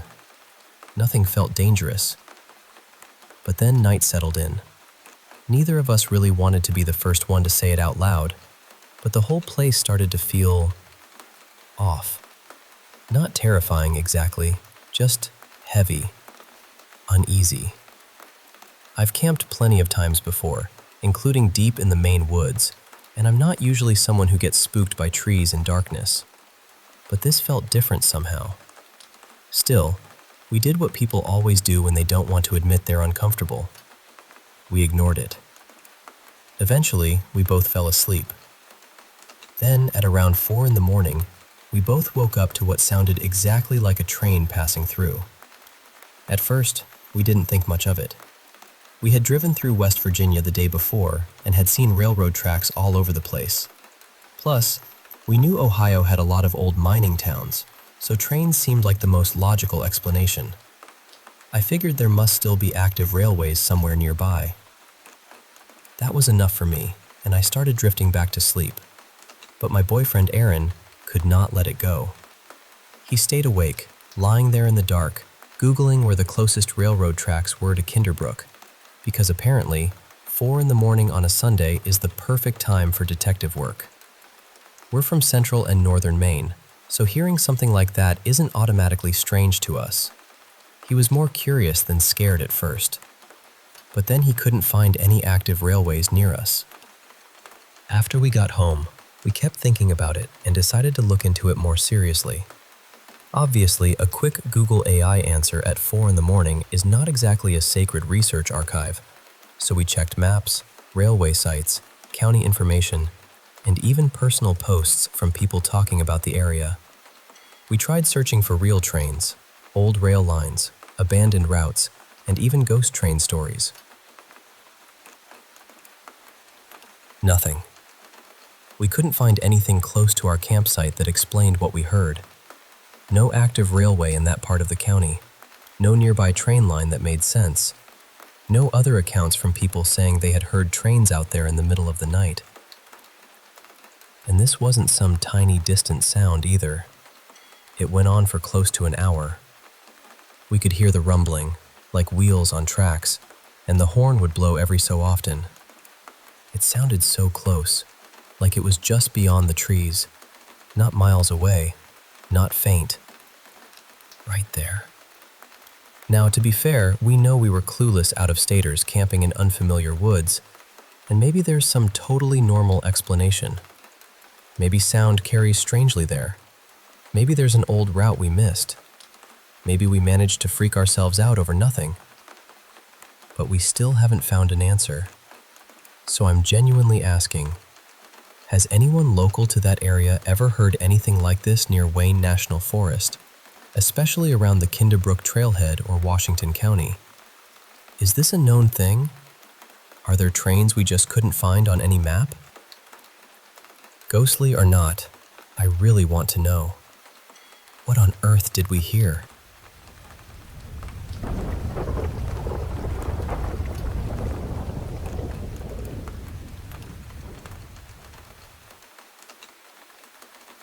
Hey, I want to tell you about this one time I went ghost hunting, and honestly, it's a story that's stuck with me ever since.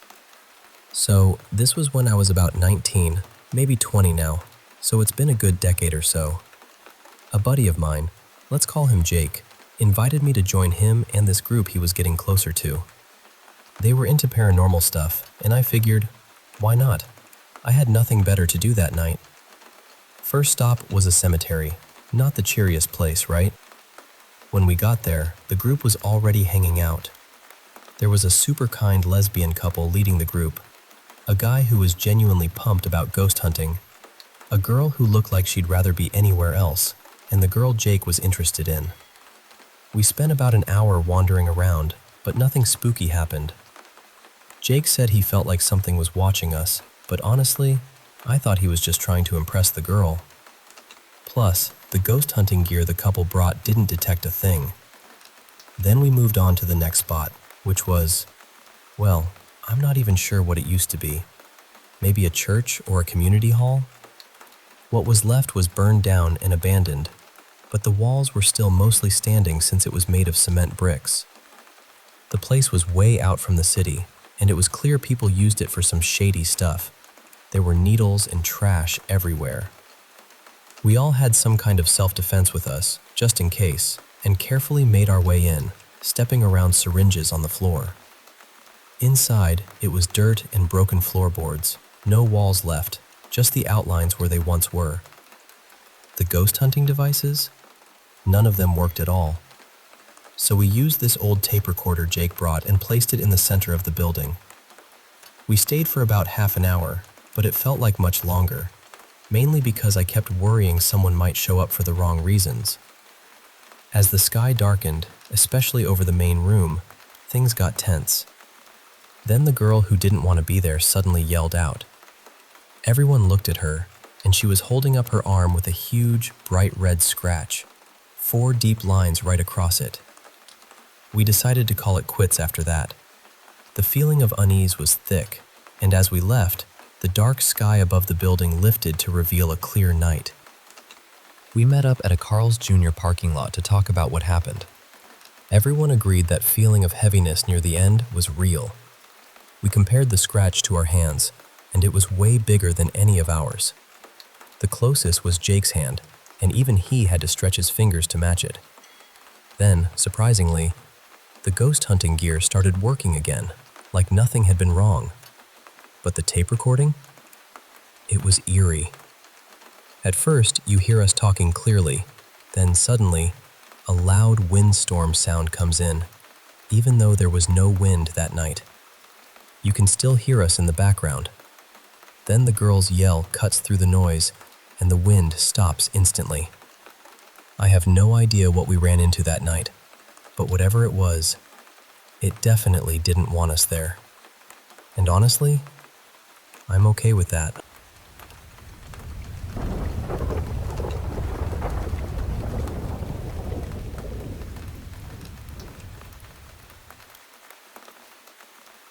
worked as a manager on duty at an adult video and novelty store for a little over 2 years. Most of my job was pretty ordinary, honestly.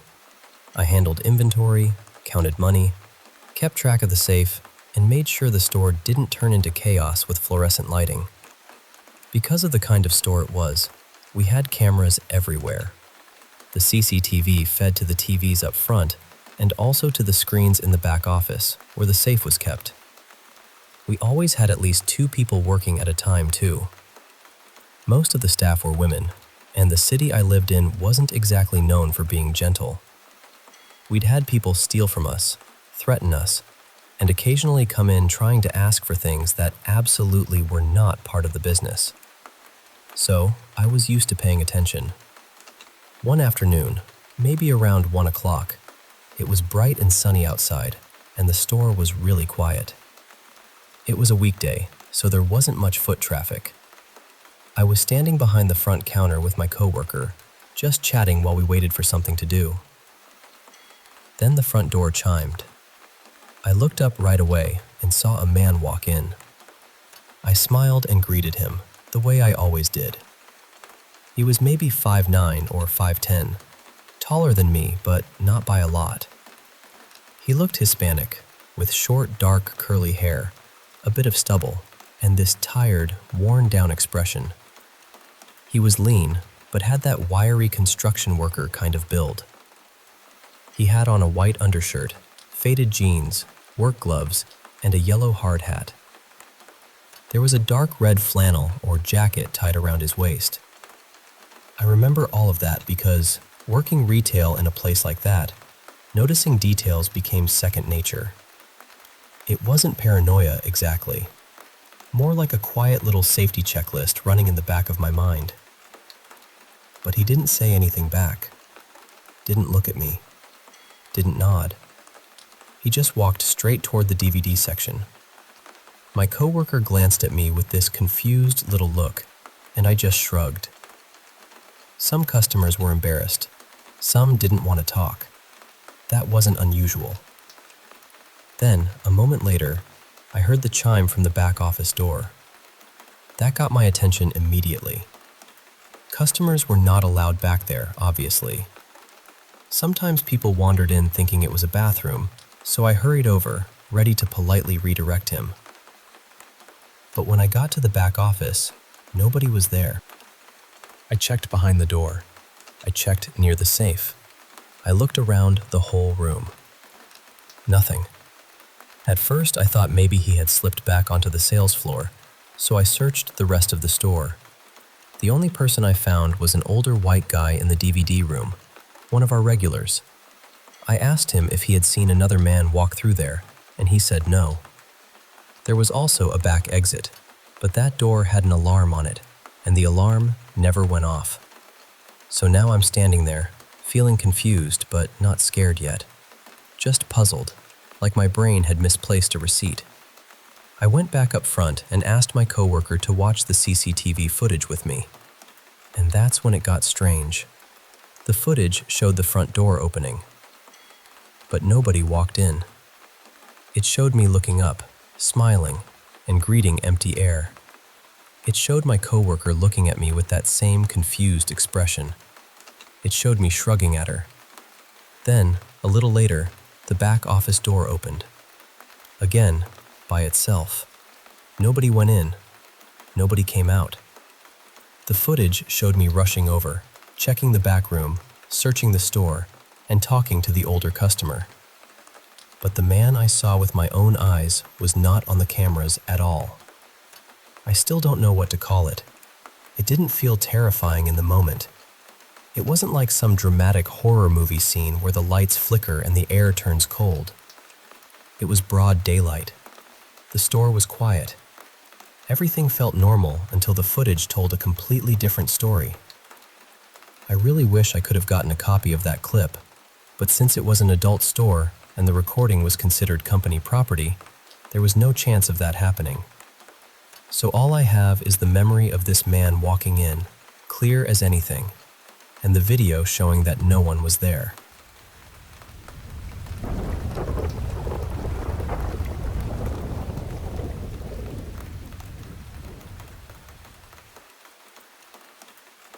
I don't know if everyone will believe this. Honestly, there are days when I'm still not sure what I believe about it myself. A couple of years ago, I moved to Kota, India. For anyone who doesn't know, Kota is one of those cities where students from all over the country go to prepare for really intense entrance exams. It's full of coaching centers, hostels, pressure, ambition, and kids trying to hold themselves together while chasing one future or another. It was my first time living away from home. I'm from South India, so everything felt unfamiliar at first. The food, the weather, the language around me, even the pace of life. I had a roommate in the beginning, and that made things easier. But after a while, he moved to another hostel, and the warden shifted me to the 7th floor. At the time, I didn't think it was a big deal. A room is a room, right? But after a few days, I realized something strange. I was the only person living on that entire floor. There were a few other apartments there, but all of them were empty. Mine was the only occupied one. For the first few weeks, nothing really happened. I was busy with classes, mock tests, notes, lectures, and trying to keep my scores decent. My days were full enough that I didn't have time to think too deeply about being alone. Then, sometime around winter, things started changing. I began feeling watched. Not in a dramatic way at first. It was subtle. I'd be sitting at my desk, studying, and suddenly I'd get this strong feeling that someone was standing behind me. I'd turn around quickly, almost expecting to see a person there. But there was never anyone. I kept telling myself it was stress. I mean, Kota is stressful. Everyone knows that. So I tried to ignore it. Then I started seeing shadows. Not full figures, not faces, just dark shapes slipping past the corner of my vision. Sometimes near the doorway, sometimes by the balcony, sometimes in the hallway outside my room. But whenever I looked directly, there was nothing there. I blamed my eyes. I blamed lack of sleep. I blamed studying too much. But deep down, I was scared. Then I started hearing my name. My name is Ravi, and I would hear it when I was alone. Sometimes soft, sometimes sharp. Sometimes it sounded like someone was calling me from another room, but other times it felt like the voice was inside my own head. Ravi. Or sometimes, wake up. That was the part that really frightened me, because it didn't feel like a normal sound. It felt personal, close, almost like something knew I was alone and was trying to get my attention. Around that time, I had become very isolated. Some days I barely left my apartment except for classes. Other days, I skipped going out completely. I'd eat instant noodles, watch random videos, study for a while, sleep at odd hours, and repeat the same thing again. Looking back now, I can say clearly that I wasn't doing well mentally. I was lonely, exhausted, and under more pressure than I admitted to anyone. But one night, something happened that finally broke me. I woke up suddenly in the dark, and I felt this heavy pressure on my chest. I couldn't move properly. My body felt stuck, and I remember trying to breathe while panic just flooded through me. Then I heard a voice. It sounded angry, but also sad. Desperate, almost. And the only words I remember clearly were, "Don't make the mistake I made." I don't know what that was. Maybe I was dreaming. Maybe it was sleep paralysis. Maybe I was hallucinating from stress and lack of sleep. I honestly don't know. But it felt real. Real enough that the next morning, I packed my bag and decided I was leaving Kota. The problem was, my train ticket was 2 days later. Those 2 days felt endless. I was terrified inside that apartment. Every little sound made me jump. I kept the lights on. I barely slept. My thoughts were getting darker, and that scared me more than anything else. I didn't tell my parents because I knew they would panic. But I told a few friends, and they stayed around me as much as they could. Some came over. Some kept calling me. Some just sat with me while I waited for time to pass. I don't think they know how much that helped. When the day finally came, I felt like I was escaping something.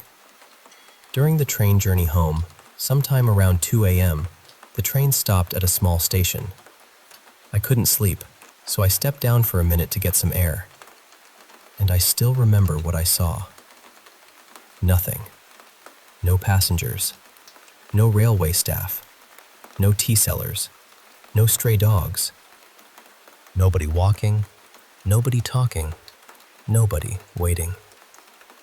The station wasn't broken or abandoned. It looked clean, almost too clean. The lights were on, but the place was completely empty. It wasn't paranormal, I know that. But after everything I had been through, that silence felt wrong, heavy, like the whole world had paused for a few seconds. I got back into the train without saying a word and just waited for it to move. When I reached home, I felt like I had survived something. I didn't even want to bring my hostel clothes inside properly. I left them aside and later got rid of most of them. I went in, took a shower, and cried. I thought it was over. For a few days, it was. Then, after one of my exams, I woke up in the middle of the night and saw a black shadow in my room. Just for a second. But that was enough. I screamed so loudly that my whole family woke up. The next day, I finally told them everything. The 7th floor, the shadows, the voice, the night I couldn't move, all of it. The strangest part was my mother's reaction. She didn't dismiss it. She didn't scold me. She just went very quiet. Then she told me that for months she had been having disturbing dreams about me. That was why she kept asking me to come home. I had thought she was just being emotional, like mothers sometimes are when their children live away. But when I saw her face, I knew she was genuinely shaken. My parents took me to a psychiatrist first. The medication helped. I started sleeping properly again. My mind became quieter. I felt more stable. Later, they also contacted a spiritual healer. I didn't really believe in that part, and I told them I thought it was unnecessary. But they wanted to do it, so I let them. And the strange thing is, after that period, everything stopped. The feeling of being watched faded. The shadows stopped appearing. The fear slowly loosened its grip on me. It was almost like someone had turned off a switch in a dark room. Even now, I don't know what really happened. Maybe it was stress. Maybe it was loneliness. Maybe it was sleep deprivation. Maybe my mind was cracking under pressure. Maybe there was something else going on that I still don't understand. I'm not here to prove anything. All I know is that those months were the most terrifying time of my life. And even now, whenever I think about that empty 7th floor, those dark corners, and that voice telling me not to make the same mistake, I still get chills.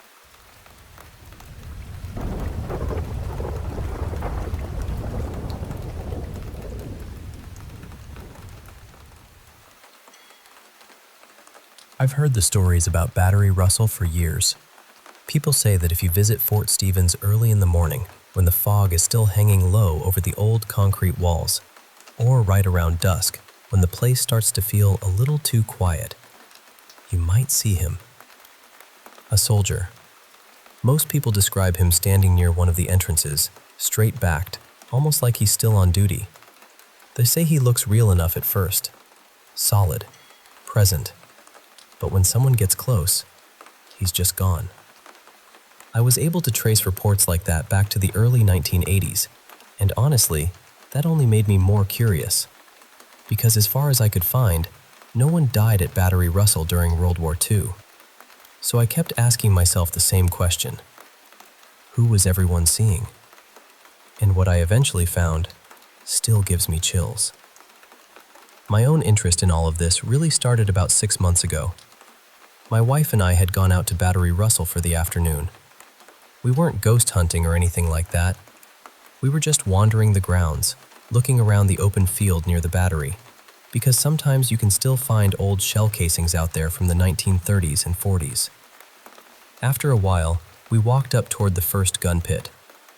I started telling my wife about an accident that happened there back in 1909, involving one of the old disappearing rifles. A soldier had been killed in that pit, and I was explaining how it happened. When I finished, I turned to my left and looked through a small window toward the crow's nest, where an officer would have stood during live fire training. And that's when I saw him. Not his face, not all of him, just the lower half of a man standing there. He was wearing what looked like a World War II-era officer's khaki summer uniform. I could see the belt, the trousers, the wrinkles in the fabric, even the small brown buttons on the shirt. I froze. For maybe 3 seconds, I just stared. My brain was trying to make sense of what I was seeing, because it looked completely real. Then he moved out of view, behind the concrete. I ran straight to the entrance of the crow's nest and looked inside. There was no one there. That was the moment everything changed for me. I had always been skeptical about ghosts, UFOs, all of it. I wasn't the kind of person who went looking for supernatural explanations. But after seeing that figure with my own eyes, I couldn't just shrug it off. So I started digging. I began researching the men of Battery F, 249th Coast Artillery Regiment, the unit stationed at Battery Russell during World War II. I made lists of officers. I went through records. I watched videos from paranormal investigators who had visited the site. I wanted to know whether anyone had ever picked up a name, a rank, anything useful through EVP recordings or spirit box sessions. Most of what I heard was the usual garbled noise, hard to understand, easy to dismiss. But one name kept coming through in more than one investigation. John.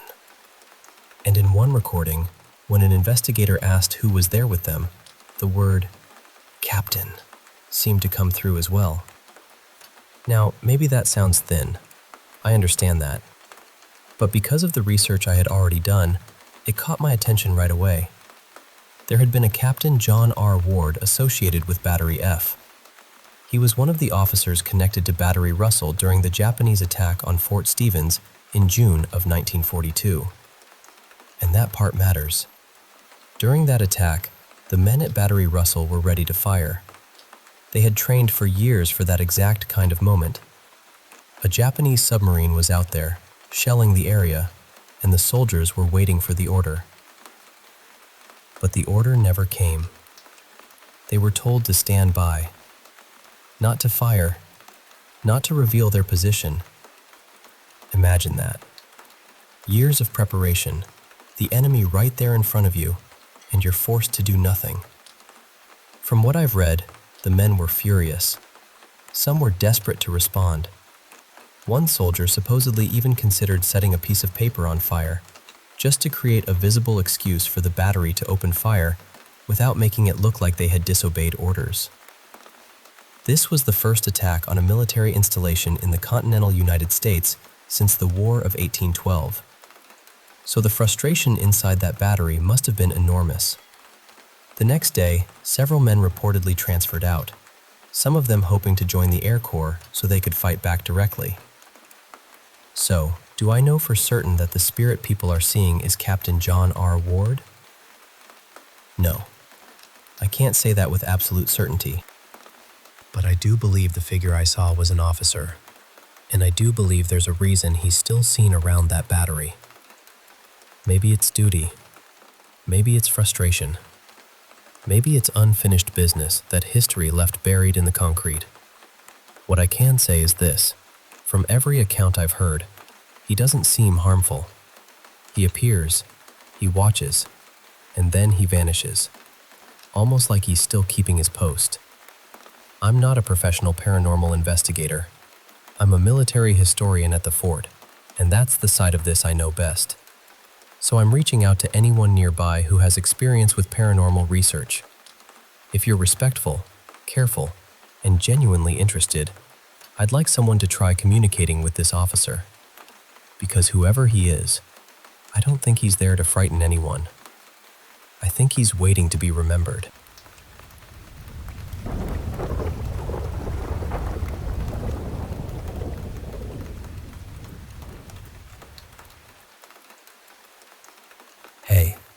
want to share something that happened to me that still gives me chills.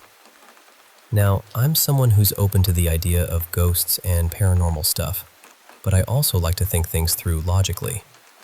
This one, though, I just can't explain it.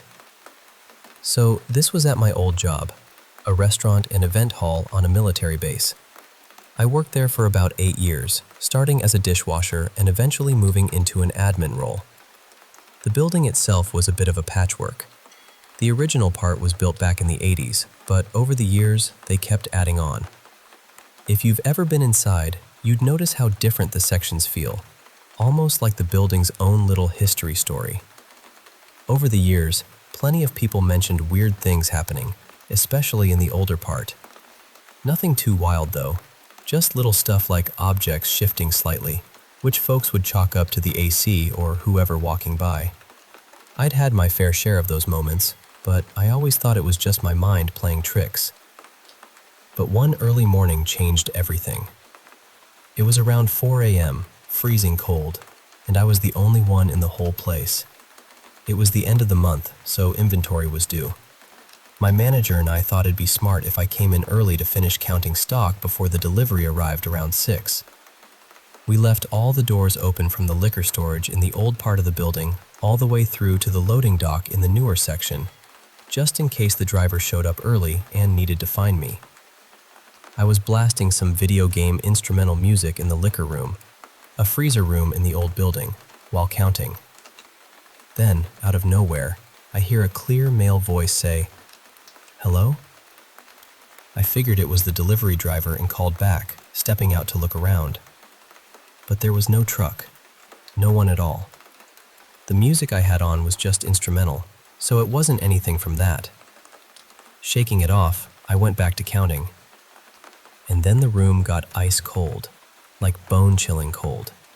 Even with my thick jacket, I could feel it. And then, I heard heavy boots stomping down the wooden hallway floor, coming straight toward me, fast and purposeful. I'm not proud of it, but I pressed myself against the wall, curled up like a kid hiding from a nightmare. The footsteps stopped right at the door of the freezer room. It was freezing, and when I looked, there was nothing there.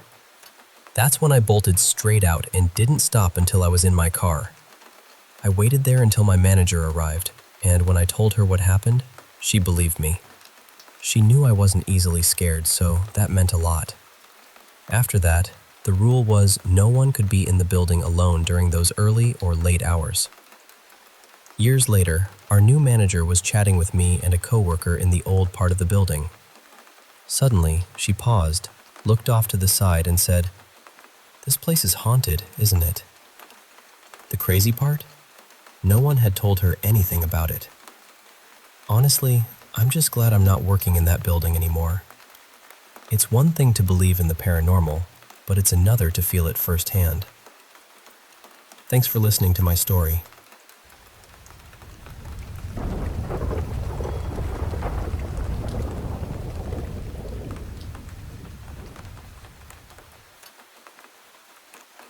I want to tell you about something that happened while my friend Mara and I were on a road trip. We had been driving for hours, and by the time we finally stopped at a hotel for the night, it was close to midnight. We were tired, a little wired from the road, and honestly just grateful to have a bed. But as soon as we walked into the room, both of us got this uneasy feeling. The room was on the ground floor, and it had 2 doors. One opened into the hallway, and the other opened straight outside toward the parking lot. That alone already made me feel a little exposed. When we came in through the hallway door, the bathroom was on the right, and this open closet area was on the left. The room had one of those swing bar security latches on the door, but the part it was supposed to hook into was broken. The little catch plate was missing. We still swung the bar across anyway, even though it did not really lock anything properly. I guess it just made us feel slightly better. There was still a key card lock, so we told ourselves it was fine. After we settled in, we got into the same bed and stayed up late playing games on our phones. It was around 2:30 in the morning by then. All the lights were off, the TV was off, and the room had that strange, heavy quiet that hotel rooms get in the middle of the night. Earlier, we had each taken a small edible. Nothing intense, just 10 milligrams each. We had done that plenty of times before, and neither of us felt out of control or anything, just a little relaxed. While we were playing, Mara made some joke about how creepy the hotel felt. Then she glanced toward the front door, near the bathroom and closet area. I looked too, and I saw something standing there. At first, I tried to talk myself out of it. I told myself it was just shadows, or my eyes adjusting, or my brain filling in shapes because the room was dark. But I could not stop staring. It looked like a tall white figure standing in the doorway area near the closet. It was not exactly clear, because I am nearsighted and did not have my glasses on, but I could make out enough. It had this long head and very long arms. It did not feel like I was looking at a normal person. That was what scared me most. I kept telling myself, no, that is nothing. That is just your mind being weird. So I looked back down at my phone and tried to keep playing. Then Mara said, kind of joking, kind of not, "Do you also see the person standing over there?" My stomach dropped. I looked at her and realized she was scared too. She turned on her phone flashlight and pointed it toward the closet and doorway. The figure disappeared. Then she turned the flashlight off, and it was there again. That was when we turned on the bedside lamp. We both started talking at once, trying to explain what we had seen without feeding each other details. Mara said it looked to her like someone wearing a long, oversized white hotel robe. I said it looked tall and pale, with strange long limbs and a dark, stretched-out face. Before we went too far into describing it, we both decided to draw what we saw, separately, just to see if we were imagining the same thing. When we compared the drawings, they matched. Both of us drew this opaque white figure, a little taller than the clothes rod in the closet, with long arms and a long, shadowy face. Mara does not really believe in ghosts or anything like that, but even she said it did not look transparent. She said it looked like someone was actually standing there. And that was exactly how it looked to me, too. We tried to be logical. We talked about every possible explanation. Maybe it was light from the hallway. Maybe it was shadows. Maybe it was the edible, even though neither of us felt very high. Maybe our brains had both turned the same random shapes into the same figure somehow. Then Mara suggested I put on her glasses and we turned the lights off again, just to check. I did not want to do it, but I also wanted proof that it was nothing. So I put on her glasses. We turned the lights off and waited for our eyes to adjust. This time, I saw nothing. I could see clearly into the closet. I could see the pole, the hangers, the wall. There was no figure there. But somehow that made me feel worse. Because it did not feel like, great, nothing was ever there. It felt like something was there, and now it moved. We turned the lights back on, and Mara said she did not see anything either. The figure was completely gone. That scared both of us even more, because we had both seen it before, and now we both saw nothing. After a while, we calmed each other down. We kept repeating that it was probably our eyes playing tricks on us. Eventually, we turned the lights off again and went back to our game, mostly because we did not know what else to do. But then I started seeing something from the corner of my eye. It looked like that same figure was peeking out from the left side of the doorway, near the bathroom. I tried so hard to ignore it. I told myself, "You are scared now, so your brain is looking for it. Do not give it power." Then Mara laughed nervously and said, "I know this is probably just my eyes, but I keep seeing something peeking its head out from the bathroom area." I do not think I have ever felt fear like that in my life. I told her, "I see it too." And we both completely lost it. Again, we tried to reason through it. We blamed the edible. We blamed the dark. We blamed the hotel lighting. We blamed tiredness. We blamed anything that sounded more normal than what it felt like. At one point, I got enough courage to check the whole room. I looked around the bathroom, the closet, near the doors, everywhere. There was nothing there. Eventually, somehow, we fell asleep around 3:30 in the morning. The next morning, we packed up and left as fast as we could. While we were driving away, Mara casually said something about me leaving the room during the night. I was confused because I had not left the room at all. She said the swing bar latch on the hallway door was open in the morning, and she assumed I had gotten up and opened it. But I did not. I know I did not. And I watched her close it the night before. She swore she had not touched it after that. So we were left with this horrible little detail that neither of us could explain. I still do not know what we saw in that room. Maybe it was our minds playing tricks on us. Maybe it was the dark, the tiredness, and the weird layout of the room all mixing together. But part of me keeps thinking about that white shape by the closet, and the way it disappeared when the light hit it, and the way we both saw it, and the latch being open in the morning. I have tried to make it make sense, but honestly, I still cannot.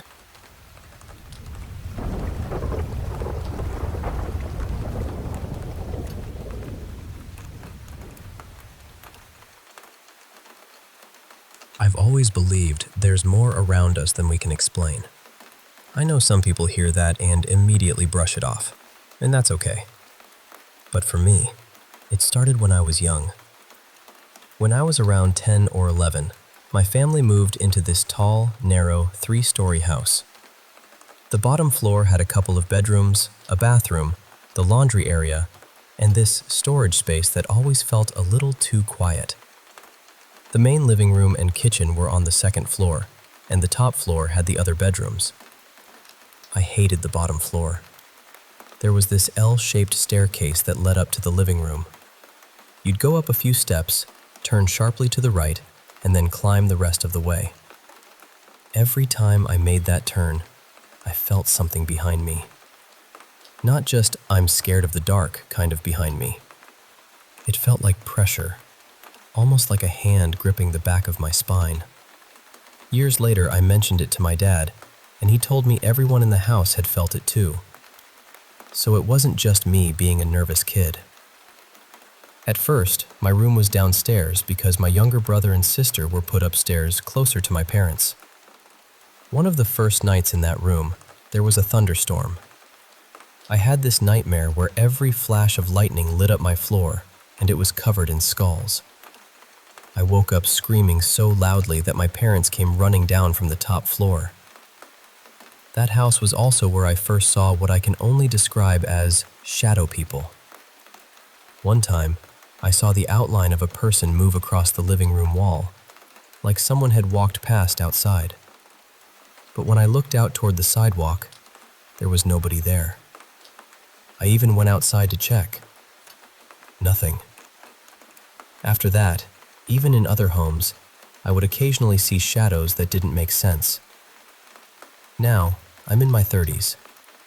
A couple of years ago, I had a serious concussion, and about a month after that, the dreams started. They were these strange, looping dreams where I would wake up in my bed, in a place that looked almost exactly like where I actually lived. Sometimes nothing unusual happened. I'd get up, walk around, and everything felt normal. Then I'd wake up again, only it wasn't real. It was another dream layered underneath the first one. But every so often I'd wake up in the dream needing to go to the bathroom. I'd get to my bedroom door and then I'd freeze. There would be this black, static-looking mass standing there. I started thinking of it as the entity because I don't know what else to call it. It wasn't shaped clearly, but it felt aware. Heavy. Wrong. The worst part was waking up for real afterward and not being sure I was actually awake. I'd have to ground myself, touch things, look around, and convince myself that this time I was really back. For a while, maybe 6 months or so, I didn't see it again. Then the dreams returned. This time, I didn't even make it out of bed before I saw the entity. It was standing in the bedroom doorway. My partner was beside me in the dreams, and I remember trying desperately to move toward her, trying to wake her up or get her attention. But I couldn't move properly. I was frozen with fear, and in the dream, my body started convulsing, almost like I was having a seizure. When I woke up, I asked my partner if I had been shaking in real life. She said no. It was only happening inside the dream. Another stretch of months passed, and then it came back again. This time, the entity was closer. It changed positions each time. Once, I woke up in the dream and instantly knew it was behind me. I couldn't see it at first, but I could hear this strange TV static sound. I could feel this energy coming from it, like the air itself had gone electric. Another time, I rolled over expecting to see my partner beside me, and instead, the entity was there. That was when I started realizing, inside the dreams, that I was dreaming. I'd look around for something that felt real, something familiar that could help me figure it out. And whenever I finally understood that I was still dreaming, the dream would snap shut, and I'd wake up again. Except most of the time, that was just another dream. The cycle kept going, but I got better at breaking it. Then, more recently, it changed again. This time felt much more intense. I was in bed, and the entity wasn't just standing nearby anymore. It felt like it was controlling my body. I don't know if I'd call it possession. It didn't feel exactly like that. It felt more like something outside of me was trying to move me, like it had its hands on invisible strings. I'm not a religious person, but in the dream, I started praying. I was making the sign of the cross over my chest, over and over. In one of the loops, my partner woke up in the dream and saw what was happening, and she started praying with me. That one felt painfully real. There was also a little girl in one of the dreams. She walked into our room and asked if we could be her parents. Then she climbed into bed between us. After that, the entity appeared exactly where she had been lying, pinning me down from that spot. And then, dream after dream, it kept happening. Sometimes I wouldn't see the entity at all. Other times, it would slowly line itself up with my body, almost overlaying itself on top of me, until it felt like it was completely covering me. I don't really know what to do with all of this. I've seen other people talk about experiences like mine. Some have gone to mediums or searched for answers in spiritual places. But I live in a small rural community, and we don't really have access to much like that.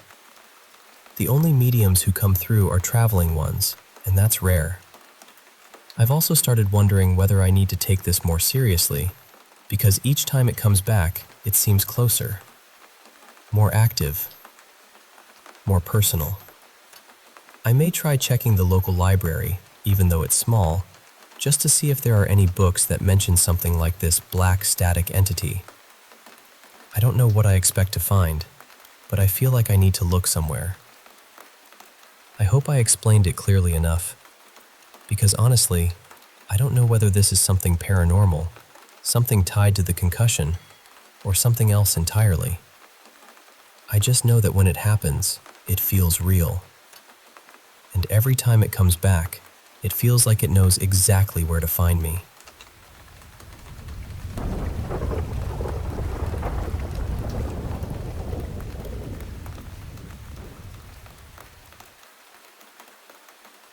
You know, I still remember this one Holi from last year. It started so casually, the way these things usually do. 3 of us friends made a plan that day.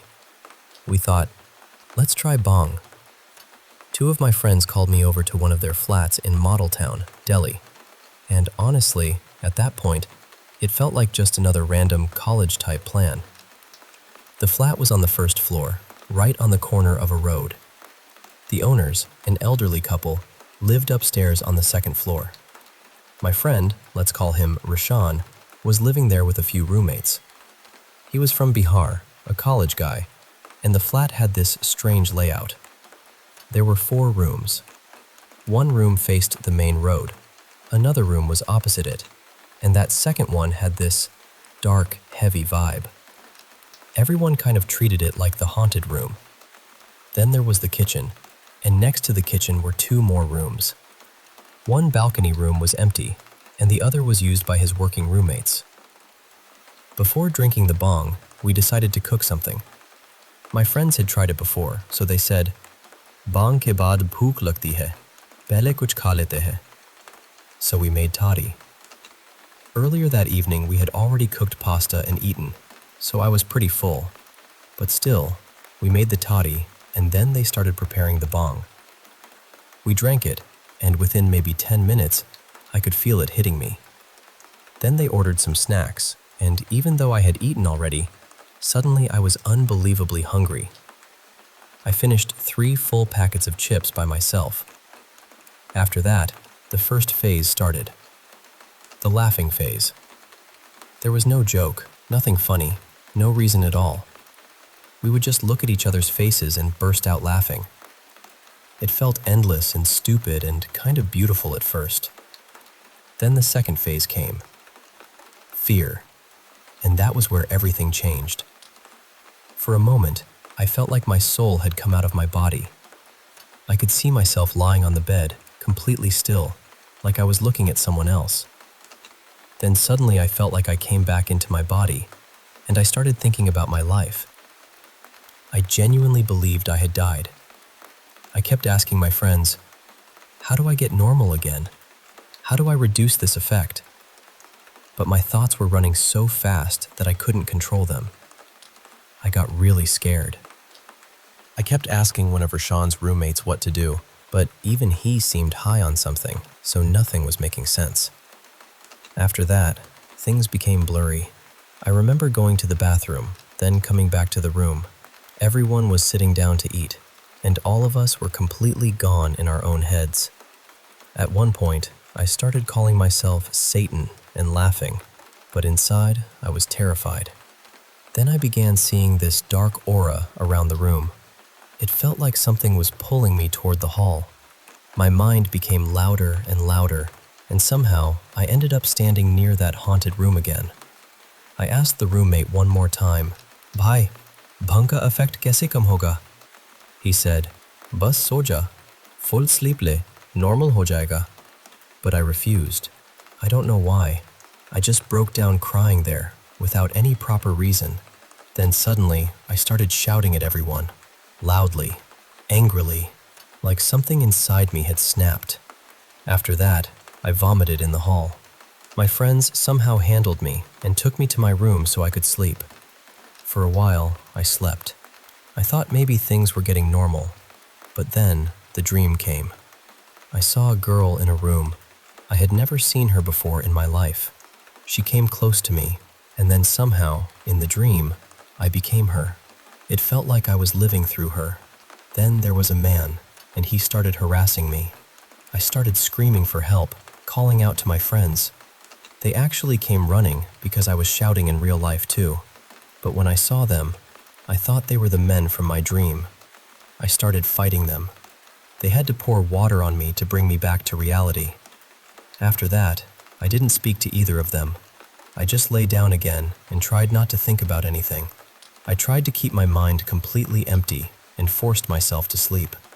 Around 4 in the morning, I woke up. Both of them were sleeping.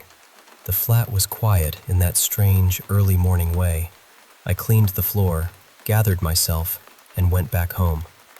I thought that was the end of it, but that evening, Rashawn called me, and what he told me made everything feel much heavier. He said strange things had been happening in that flat for the past month. He had experienced sleep paralysis.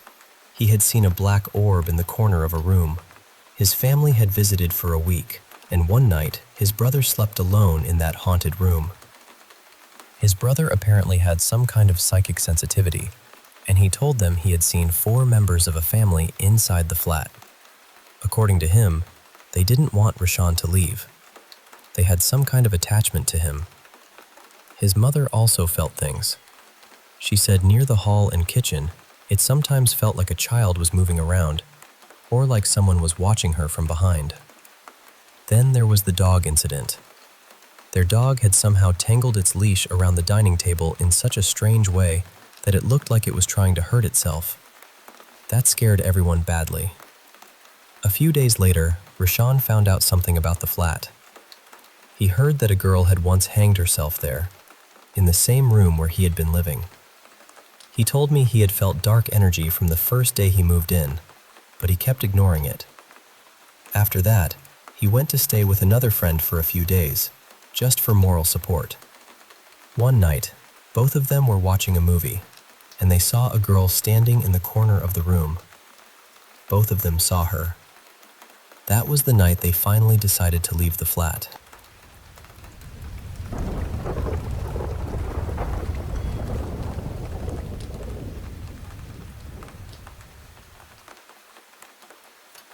Hey there. I want to share something personal with you. A story from when I was a teenager that still lingers in my mind. Back when I was 16, I attended English classes where people of all ages gathered to improve their skills. I was the typical nice girl, always polite and friendly, even when I felt uneasy around someone. I had one close friend my age, a girl named Jessamine, who was quite popular and often introduced me to new people. One day, I noticed a man in her group. He was about 34, very talkative, always smiling. From the very start, something about him made me uncomfortable. He would stare at me during group conversations, as if he was focusing only on me. I tried to brush it off.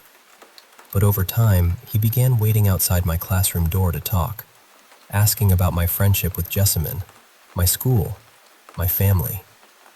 It felt odd because he was much older, and I couldn't understand why he was so interested. I felt guilty for feeling uneasy, thinking maybe I was just being mean. I forced myself to respond, making small talk. He claimed to be close with Jessamine, which made me feel a little safer. But when I asked Jessamine about him, she admitted she didn't really know him well and thought he was just nice enough. Then came the calls from an unknown number. It was him, saying he got my number from Jessamine. I was upset and confronted Jessamine, who said he insisted until she agreed. He began calling me multiple times a day, wanting to chat, telling me he missed me. He shared personal details about his life, saying he felt he could talk to me because I was mature for my age. I didn't like it and started ignoring his calls. Then the messages started. They were strange, sometimes childish and full of emojis, wishing me a lovely day. Other times just saying things like, "You're so pretty, too pretty," or telling me I shouldn't have a boyfriend or he'd get mad. I showed the messages to Jessamine and told her I didn't want any contact with him anymore. She promised to help. I changed my routine, arriving late to class, leaving immediately after to avoid him. But I could feel his eyes on me, like it was some twisted game to make me uncomfortable. He stopped talking to Jessamine and others, but continued messaging me, saying, "I miss you," or "Why are you so busy?" Eventually, I blocked his number. I thought it was over, but one day, outside school, he appeared suddenly, smiling, asking why I wasn't answering. He invited me for coffee at his place. I said no and went inside, pretending to study until he left. He lingered for over an hour. Fear took hold. After that, he became more aggressive, mocking me in the halls, sending explicit messages on social media, commenting on my pictures. I blocked him everywhere but felt his gaze constantly. One day, as I walked home alone, a car pulled up next to me. It was him. He offered a ride, saying he knew where I lived. I said no and quickened my pace. He grew angry, his expression dark and menacing. I ran into a nearby shop and waited until he left. Terrified, I asked my mom to change my class, though I never told her why. I felt ashamed, like I was to blame. The semester ended without incident, and I hoped it was truly over. But 2 years later, when I started university, he returned. He created new social media accounts to message me, pretending nothing had happened. I blocked every account without responding. Then, one day, I saw him across the street from campus, watching me. I quickly caught a bus to avoid him. The following week, he showed up at the cafeteria, introducing himself to my friends as if we were old pals. I was frozen with fear. When I pulled him aside and asked him to leave me alone, his expression turned dark again. He said hurtful, twisted things, and I ran back to my friends in tears. After that, he disappeared from my life. I never saw him again. Even now, at 28, I think about him sometimes. I don't have social media anymore and avoid posting photos because I'm afraid he might see them. But sharing this with you today helps me remember that listening to our instincts and speaking out is important. If you ever feel that uneasy feeling, trust it. You don't have to face it alone.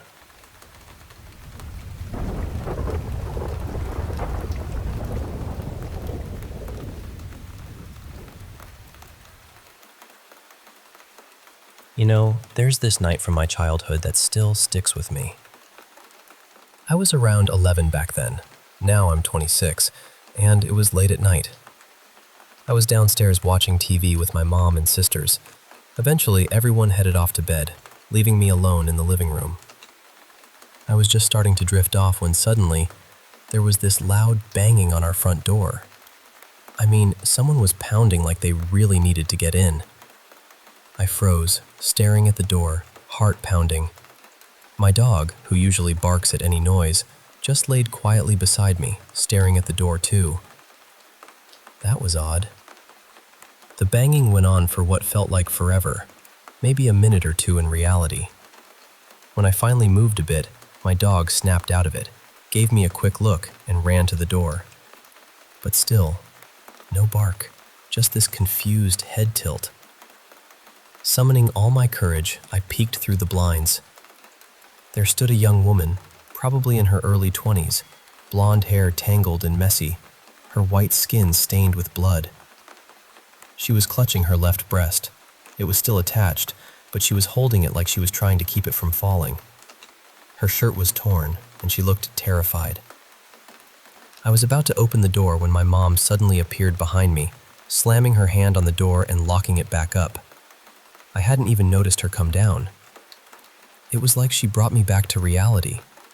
The reality that you just don't open your door to strangers in the middle of the night.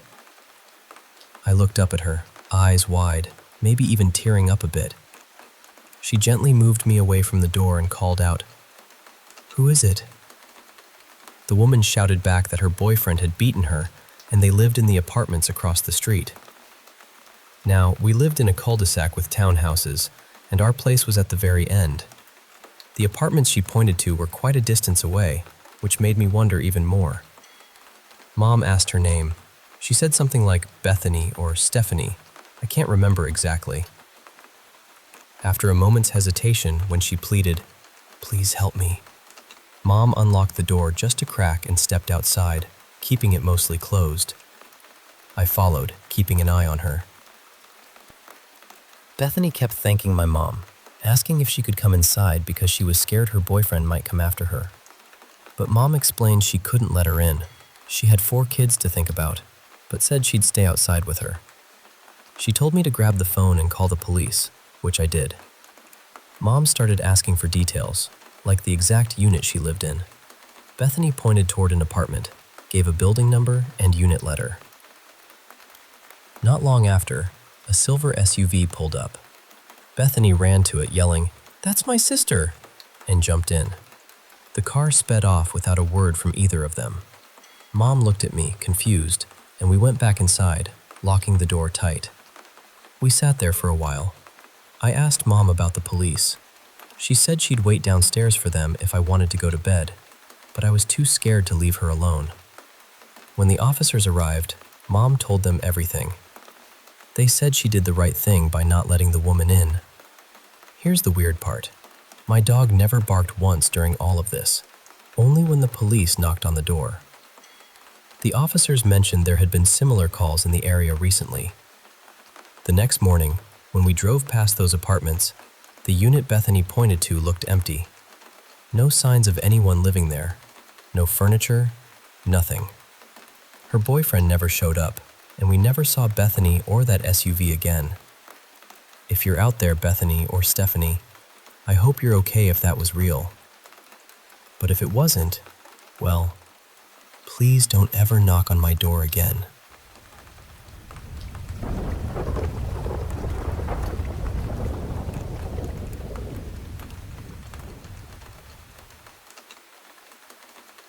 I want to start by saying this story isn't exactly supernatural. Not in the full ghost story, lights flickering, chairs moving kind of way. It's not even really scary all the time. Some parts are honestly funny. But there was something about this dog, something in the way he moved and watched people, that stayed with me. My father worked on a cattle farm in Brazil, and he lived in a small house there. The place always had dogs around. Some were born on the farm, some wandered in from who knows where, and a few were given to my dad by people who couldn't keep them anymore. Most of them looked like regular, rural stray dogs. So the first time I visited and saw this huge black dog standing near the house, I was honestly shocked. His name was Heracles.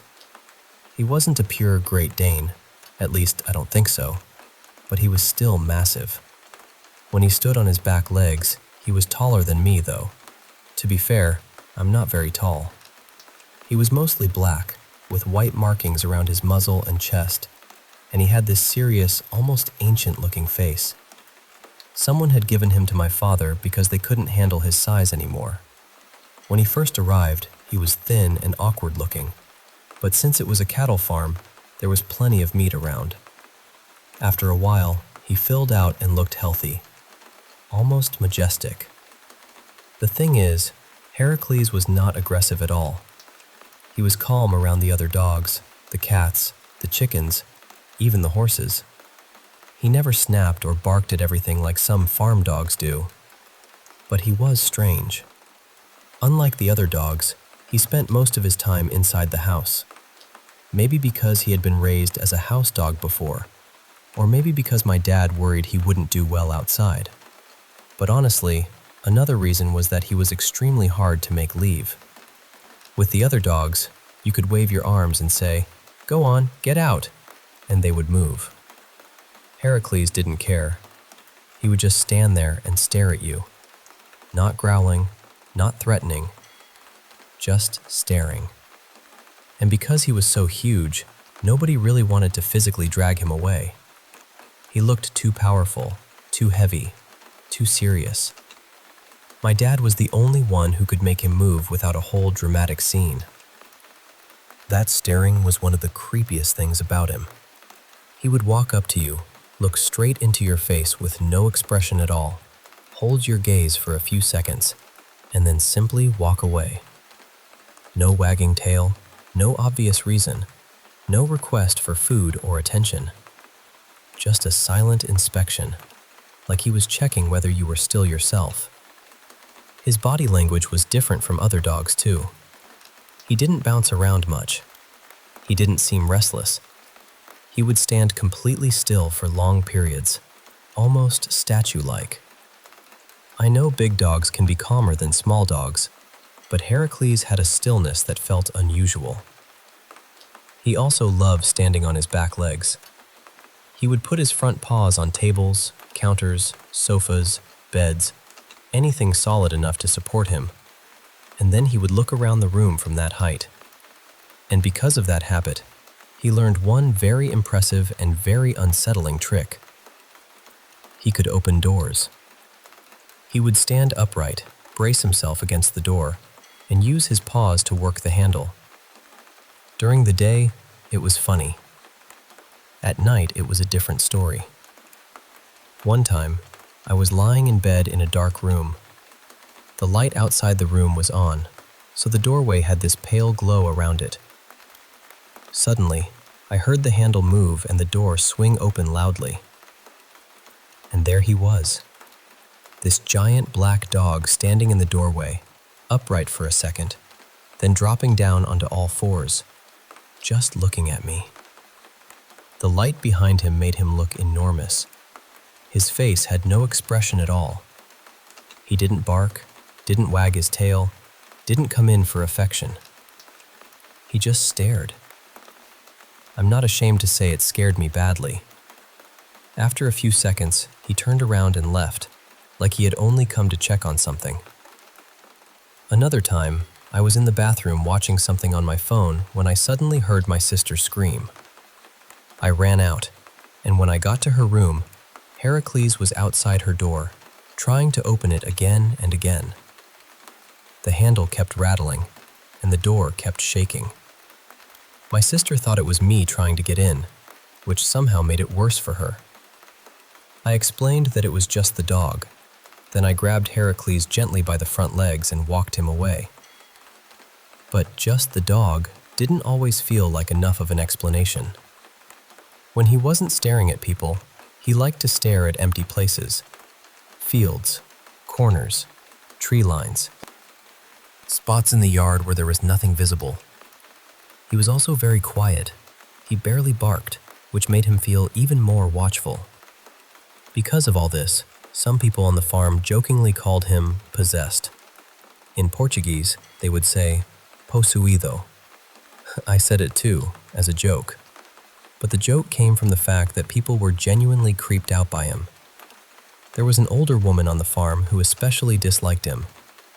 I never really understood what her job there was, but she was very much from the deep countryside, and she was more superstitious than the rest of us. Whenever Heracles got too close, she would complain and call him demon-like. I think she was half joking, half serious. And this is where the story becomes harder to explain. I don't strongly believe in the supernatural, at least not during the day, and not when I'm somewhere normal. But nighttime on that farm was different. The house felt isolated. The dark outside felt too large. Sometimes, inside that house at night, I had this low, constant feeling that something was watching. But when Heracles was inside, that feeling went away. I don't know why. Maybe because he was so huge. Maybe because he seemed so aware of everything. But part of me felt that if there was anything bad outside, anything strange or evil, Heracles would know before anyone else did. And more than that, I felt like he could deal with it. I remember telling my sister and cousin that, and they both agreed. We all had the same feeling. If something came into that house at night, Heracles would not be afraid of it. I also have vivid dreams, and Heracles started appearing in them often. Even when I wasn't at the farm, I would dream about him. And in the dreams, he behaved the same way he did in real life. Quiet, still, watching. Heracles passed away recently from old age, and that's one reason I wanted to tell this story. In a strange way, it feels like honoring him. But there is one last thing I think about a lot. When I was 17, I decided to walk Heracles on a leash through the wooded part of the farm. My dad used to do it, and as far as I know, I was the first person other than him to try. I wasn't weak. I had been lifting weights for years by then. But Heracles was unbelievably strong. Even small pulls from him dragged my feet through the dirt. I remember thinking, what kind of dog is this? He didn't walk like a normal dog either. He would move forward for a little while, then stop and stare at nothing, then move again, then stop again. I had walked other dogs in wooded areas before, but none of them behaved like that. I decided to let him choose where we went. He led me to a very isolated part of the farm. It was a wooded area full of old metal scraps, rotting wood, and abandoned machinery. There were rusted tractors, an old cargo truck, and a few broken-down cars. Nobody really went there because there were poisonous snakes around, and the whole place looked like something from a horror movie. Even during the day, it felt dim because of the trees. The scrap metal made it feel abandoned, almost apocalyptic. When Heracles got there, he started acting like he was patrolling. He walked quickly, then stopped and stared intensely at certain spots. The place was dead silent. No birds, no wind, nothing. Then he reached one spot near one of the broken tractors, and he froze. He stared at that place for maybe 1 or 2 full minutes, completely still. It was the longest I had ever seen him stare at anything. I looked too, trying to see what he was seeing. An animal maybe, a snake, anything. But there was nothing there. Still, I felt something. I don't know how to describe it, but it felt like we were both focused on the same invisible thing. Like he had brought me there for a reason, and I was supposed to understand. My heart started beating faster. Not because anything happened exactly, but because nothing happened. That was the strange part. The silence, the stare, the old tractor, the feeling in the air. Eventually, Heracles stopped staring and continued walking around the area. Since it was getting late, I pulled him back toward the house, which took some effort. Later, I found out that years before I was born, some bad things had happened on that farm.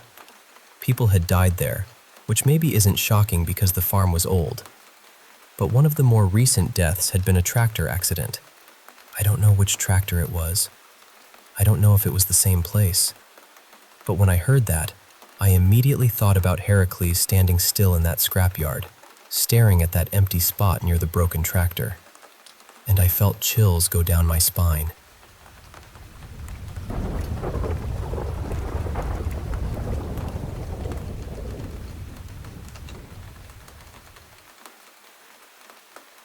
I worked with a woman not long ago. I'll call her Claire, though that isn't her real name. She came to me because she wanted to understand something that had been weighing on her heart. She noticed she carried a lot of judgment towards someone close to her, and no matter how much she tried to be kind or understanding, something inside her kept tightening. So I guided her into a deep, relaxed state, gently, step by step, until her conscious mind softened and she could access what was stored underneath. From there, she connected with her higher self, and her higher self began guiding us toward the deeper roots of the issue. She found herself in another lifetime. She was a young woman living in the countryside, sometime around the early 1930s. She was working on a farm, feeding animals, washing clothes, carrying buckets of water, doing whatever needed to be done. The farm belonged to an older man and his wife. They seemed respected in the community, very proper, very religious on the outside. But the landowner had been watching her. He became too familiar with her, too forceful, and one day he assaulted her. She became pregnant. When his wife discovered it, instead of facing the truth, she accused the young woman of dark magic. She said this girl had bewitched her husband. She said she was dangerous. And because the landowner and his wife had status, people believed them. No one listened to the young woman. No one protected her. She was locked in a cold stone room with iron cuffs around her wrists fixed to the wall. She cried, struggled, begged, and knew in her bones that she would not leave that place alive. And she didn't. But then something unexpected happened. As she left the body, she moved toward the light, but the light felt different from what she expected. She was met by 3 luminous beings. They were not angels exactly. They felt older than that, quieter than that, more like a council of light. And they told her something that was very difficult to understand. They said that love, in its purest form, is beautiful, caring, and free. But she had chosen a path where love would not always feel beautiful. She had chosen to learn how love can become tangled with pain, how trust can feel dangerous, how the heart can still open, even after it has every reason to close. They told her, "You are learning that love can hurt, and still you must learn to love from a higher place." At first, she couldn't understand why any soul would choose something like that. So they explained it more gently. They told her this lesson was not about accepting cruelty. It was not about pretending harm was okay. It was not about letting people continue to wound her. It was about releasing the human attachment to how love is supposed to look. They said, love from the soul. Love without needing another person to behave perfectly first. Love without making your peace depend on whether they change. Then she asked, how do I do that? And they told her to begin with the person she judged the most. They said, let go of your expectations. Let go of the story that the relationship had to be different for you to be free. Let go of the guilt. You did what you could with the understanding you had. Then she began recognizing the souls from that past life. The man who had violated her in that lifetime was the same soul as someone in this life who had manipulated her emotionally and played with her mind. And the wife who had accused her was the same soul as her son in this life. Her son was the person she carried so much guilt around, the person she never felt she had loved well enough, the person who made her feel, again and again, like she was failing. The council told her, release your judgment, release your expectations, accept them as they are, and love them anyway. Not because their actions were right, not because they earned it, but because your soul came here to learn this. And that is what I would call an advanced soul lesson. Many people begin with foundational lessons, learning responsibility, caring for the body, not harming others, forgiving themselves, becoming honest, becoming steady. But some souls choose harder lessons. They choose to discover what love really is when the human heart wants to shut down, when the mind wants to judge, when the body wants to protect itself, when every instinct says, no more. And the lesson is not to become weak. It is to become free. So if this touches something in you, here is a simple meditation you can try. Find a quiet place where you won't be disturbed for about 15 minutes. Sit comfortably. Close your eyes. Take 3 slow breaths. Now imagine yourself standing in a wide field of golden light. Let that light surround you. Let it feel warm, safe, and steady, almost as if it is holding you. Bring to mind someone you judge, someone who hurt you, someone who disappointed you, someone you struggle to accept.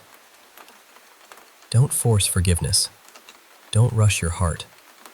Just allow that person to stand in the golden light with you. Simply observe them. Then ask your higher self, what am I meant to learn from this relationship? Wait quietly. The answer may not come as words. It may come as a feeling, an image, a memory, or a sudden knowing. Be patient with it. And when you feel ready, imagine a white flame glowing in the center of your chest. This flame is your soul's love. Not human love with conditions. Not approval. Not permission. Just the light you are made from. Let the flame grow a little brighter. Then imagine small threads of that light moving gently from your heart toward the person in front of you. You are not saying what they did was okay. You are not excusing the pain. You are simply allowing your own light to flow again, without letting judgment block it. Stay there for a few minutes. Then take 3 deep breaths. Feel your body. Move your fingers and toes. And when you are ready, open your eyes. I hope this helps you look at forgiveness a little differently. And maybe, gently, you can ask yourself, who is the person your soul is learning to love without losing itself?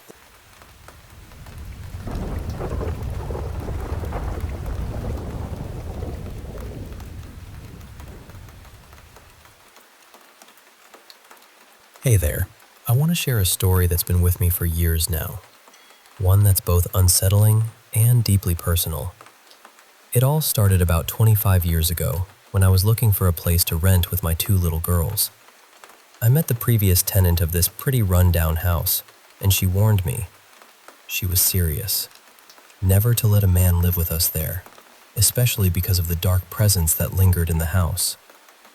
At the time, I thought she might just be upset or exaggerating. After all, we needed a home, and I'd faced tough situations before. So I rented the place, only to realize later that her warnings were more than just stories.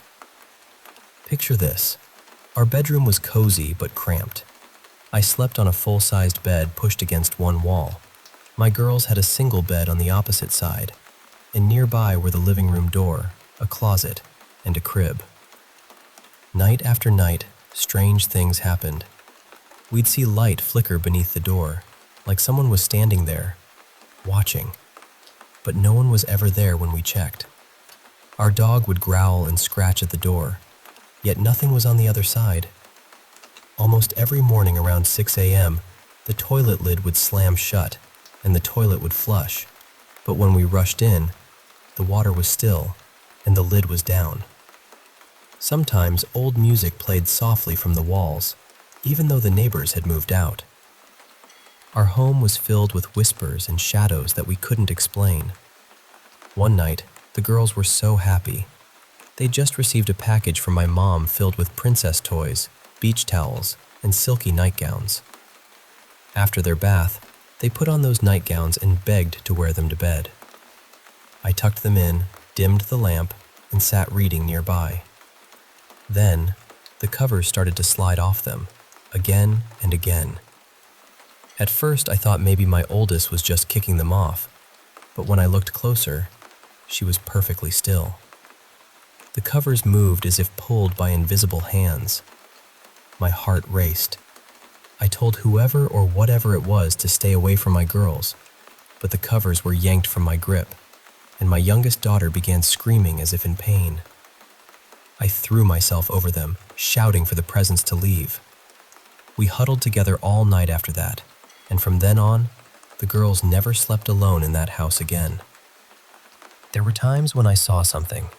A little boy, maybe 8 or 9 years old, with sandy blonde hair and a gentle smile. I felt such sorrow and love from him, and I knew he'd suffered. Later, I learned that there might have been a tragic story of a boy who died there under terrible circumstances. I wish I could have helped him find peace. One day, after a grocery trip, I came home to find the front door locked, and my girls were terrified, clutching my shirt. We heard footsteps and a child running around, but no one was there. Then, I saw handprints fogged on the glass door. Crescent moons, just like a child's might leave. That image has stayed with me all these years. Living there was a challenge, filled with moments of fear and mystery, but also love and protection. I learned that sometimes the unseen world reaches out in ways we don't expect, and all we can do is hold on tight to those we love and stand strong. Thanks for listening to my story.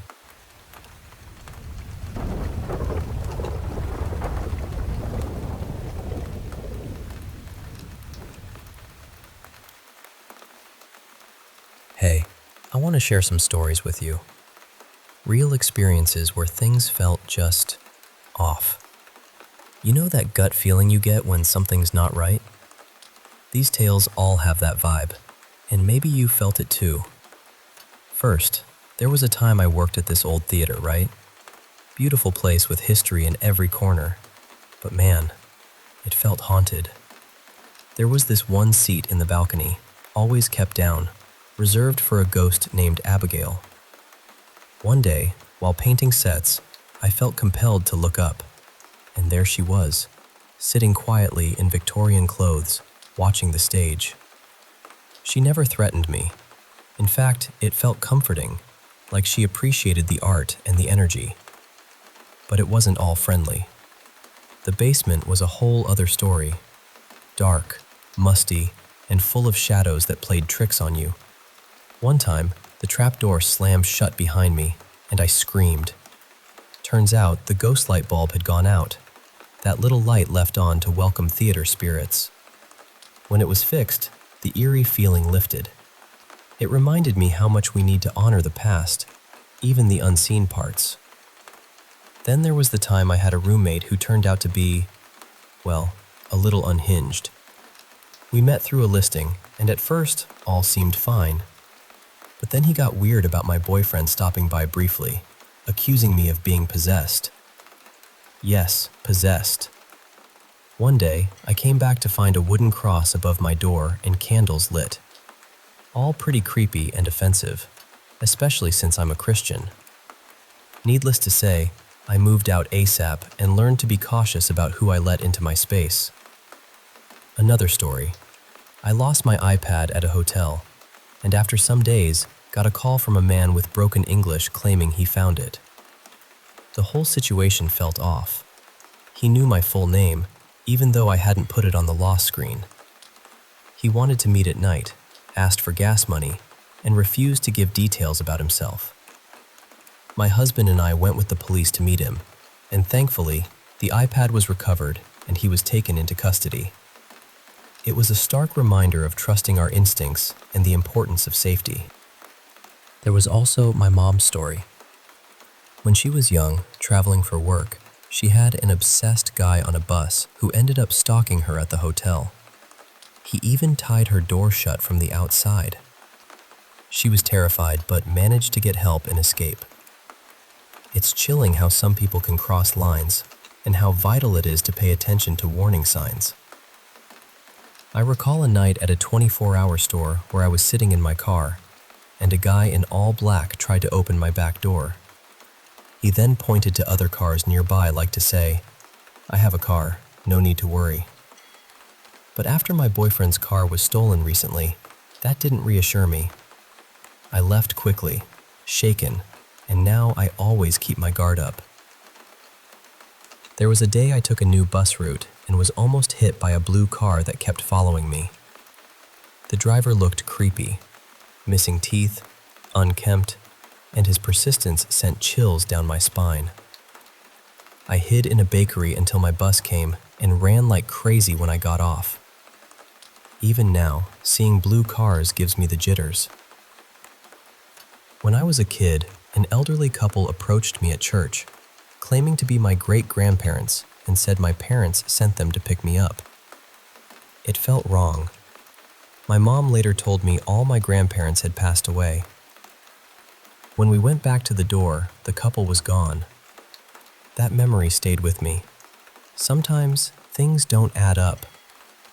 At one point, a neighbor started invading my privacy, staring into my windows, stealing my underwear, and tapping on my bathroom window while I showered.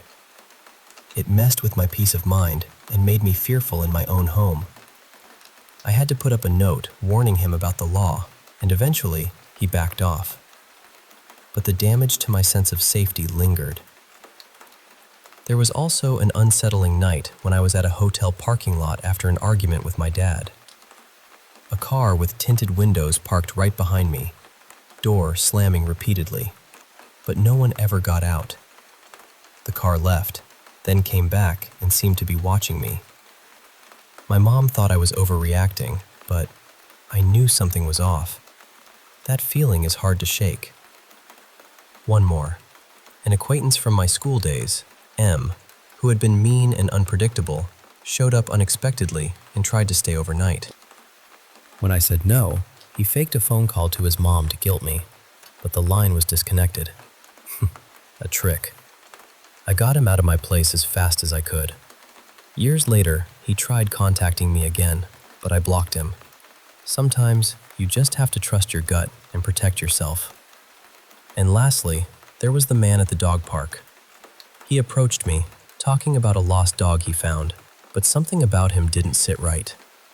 He was dressed oddly, overly friendly, and kept probing for personal info. My dog's growling confirmed my unease. When he followed me to my car, blocking my exit, I panicked until a park guard intervened. That man saved me. It was a stark lesson. Trust your instincts, even when the person seems harmless. So, all these stories, all these moments, they taught me to listen to that inner voice, to recognize when something feels wrong, and to act on it. Sometimes, the world gives us signs wrapped in subtle ways. Stay safe out there and trust yourself.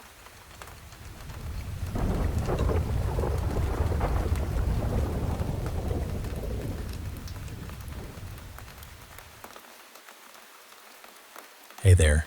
I want to share a story from a few years back when I moved to a smaller city to work as a paramedic. The city wasn't huge, maybe around 80,000 people, but it was rough around the edges because of the booming oil industry nearby. We worked 24-hour shifts with usually a handful of calls, so sometimes we got some decent rest during the night. One cold January night, my partner, who was an EMT basic named Mike, and I got called to a nearby town around 2 a.m. The dispatcher told us a neighbor downstairs heard someone screaming for help, but that was all the info we had. We headed there quickly with lights flashing. When we arrived, police and fire were already on scene, and the woman who called 911 was there too. She pointed us to the apartment where the screaming came from. At first, we tried knocking, but no one answered. The fire department was ready to force the door when the landlord showed up with a key. As we entered, the place was pitch black and smelled terrible. The kitchen and living room were buried under 5-foot piles of garbage and clutter, barely leaving a narrow path to walk through. The police went down the hallway toward the bathroom and bedroom. When one officer opened the bathroom door, he just stood there and said, "She's in here." I stepped inside first. The bathroom was strange, dimmed by a pale yellow light from an old-style bulb that gave off a weird, almost eerie feeling. The room was empty, except the sink was filled with dozens of makeup bottles, some leaking and spilling powders and liquids everywhere. Then I saw her. An elderly woman lying naked in the bathtub, curled up on her side with water nearly up to 8 inches. Her skin was pale, and her face was partly submerged. I checked for a pulse, but before I could get a good feel, she suddenly shot up like a wildcat, screaming and covering herself. Everyone else bolted out, leaving me standing there, stunned. I tried to calm her down, explaining who we were and why we came. She claimed she soaked every morning to ease joint pain and denied screaming or needing help. I asked about self-harm and mental health, but she was coherent and refused any care, so I had her sign a refusal form and left. As we stepped outside, I burst out laughing from the shock, and soon everyone was chuckling nervously. My partner later told me all he remembered was hearing me yell and sprint out. Fast forward about 3 months. I was working with a different partner, and we got a call for a welfare check on the same woman. As we pulled up, my heart sank. Same building, same nightmare. The officers explained that a friend at a nearby gas station hadn't seen her in weeks, and there was a strong, awful smell coming from the apartment. The landlord was unreachable, so we called fire to force entry again. Inside, the garbage was worse, and thousands of flies buzzed around. The smell hit us like a wall. An officer opened the bedroom door and motioned me over. There she was, lying on her back between 2 massive piles of trash, her body in an advanced state of decomposition. Her skin was paper-thin, blackened and peeling, with bones visible through the cracked flesh. Her eyes and lips were gone, replaced by crawling maggots. It was like something out of a horror movie. I had to catch myself from gagging. We suited up with protective gear and carefully cleared a space to move her. But as we lifted, the skin stuck to the carpet and peeled away from her body, revealing thousands of maggots underneath. It was heartbreaking and disturbing. We managed to place her in a body bag and took her to the funeral home as quickly as possible. Looking back, we think she passed away sometime shortly after that first visit, and that call might have been the last time anyone really saw her alive. It's a story that stuck with me, a reminder of the strange, sometimes tragic lives people lead, and the unexpected moments we encounter in this line of work.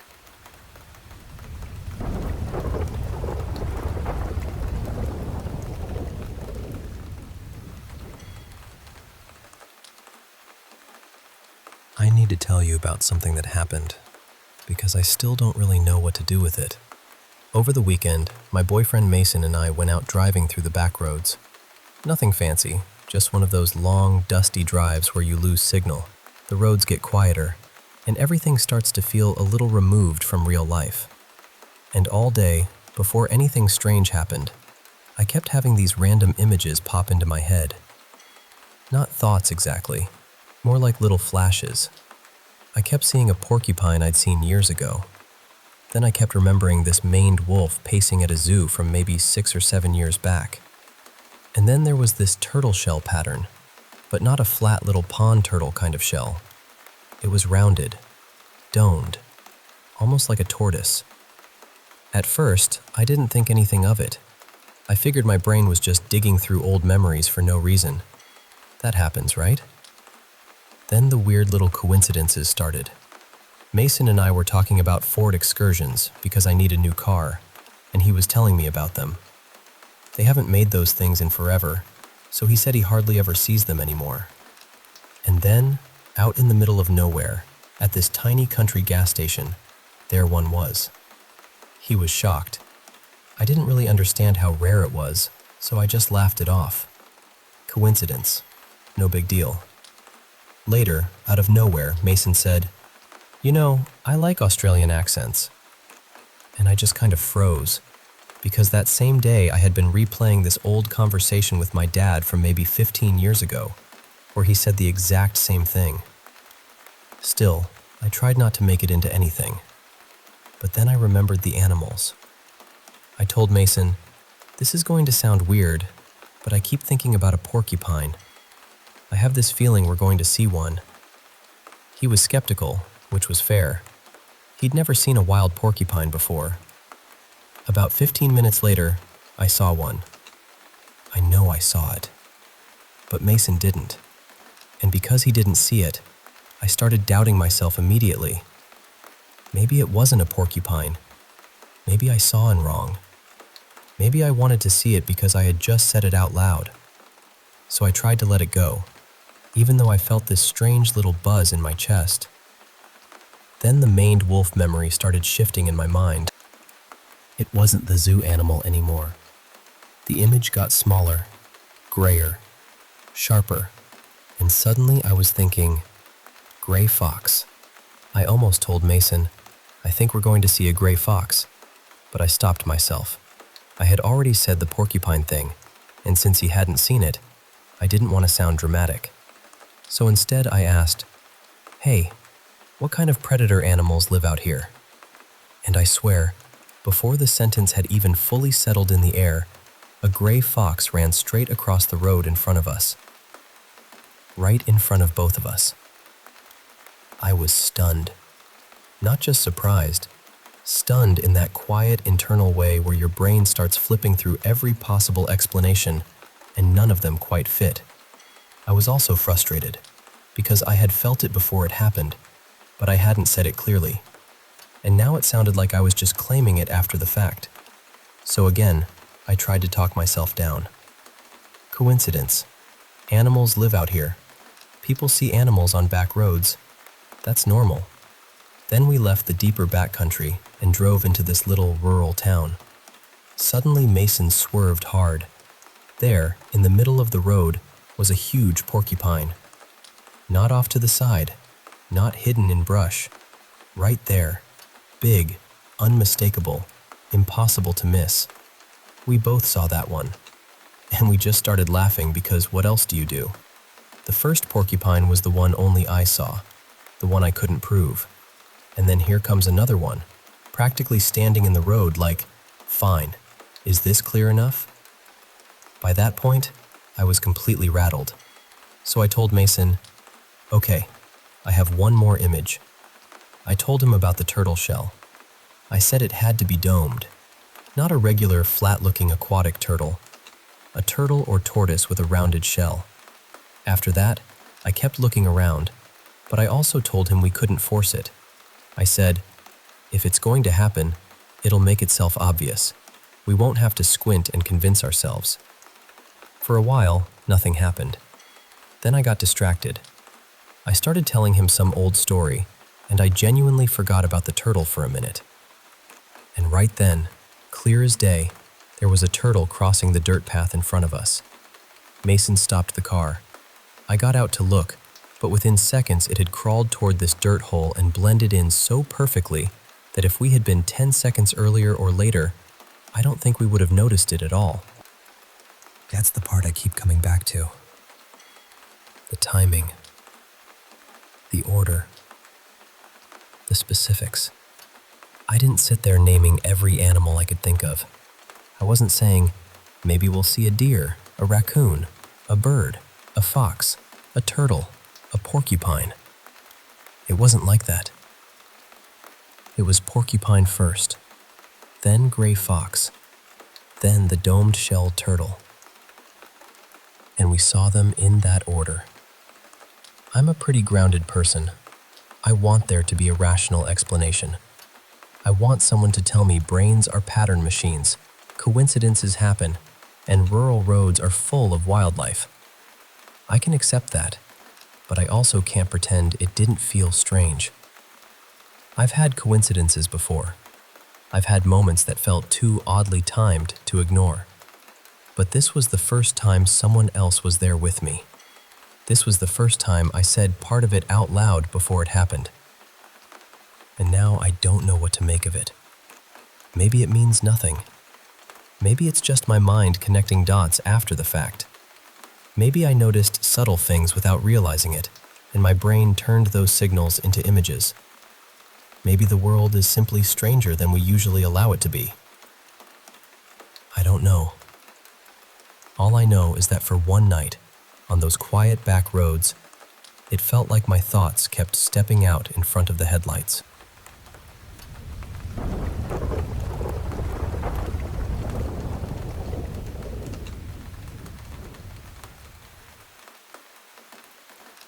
Hey, I want to share a story that stayed with me for over 2 decades now. About 20 years ago, my good friend, let's call him Mark, and his wife Linda, were caring for Linda's dad, Felix. They took care of him completely, helping him every day, especially since he had some health challenges like incontinence. They really did an amazing job, and I always admired their dedication. One morning, Mark went to check on Felix as usual, but this time, Felix had passed away during the night. It was a tough moment. Back then, I worked helping families with cemetery arrangements, so I stepped in to help Mark and Linda prepare for Felix's final resting place. I didn't even take any commission. I just felt it was the right thing to do for them after everything they'd done for Felix. We held the service about a week later, and I was honored to officiate. It was a beautiful ceremony, filled with friends and family giving Felix the farewell he deserved. Afterward, we all rode back together in the limo provided by the funeral home, just sitting quietly and reflecting on everything. Then Linda noticed there was a message on their answering machine. Yeah, this was back in the days of landlines and answering machines. The timestamp on the message was exactly 11 a.m., the same time as Felix's graveside service. At first, we thought maybe someone who missed the service left a condolence message. But when we played it, every one of us just froze. There were 5 of us there: Mark, Linda, me, my brother James, and a neighbor friend. The background was noisy, like a room full of people talking, but then you could hear Felix's voice, clear as day. He said, "Please do not follow me." And then the message ended. We were all stunned. What could it mean?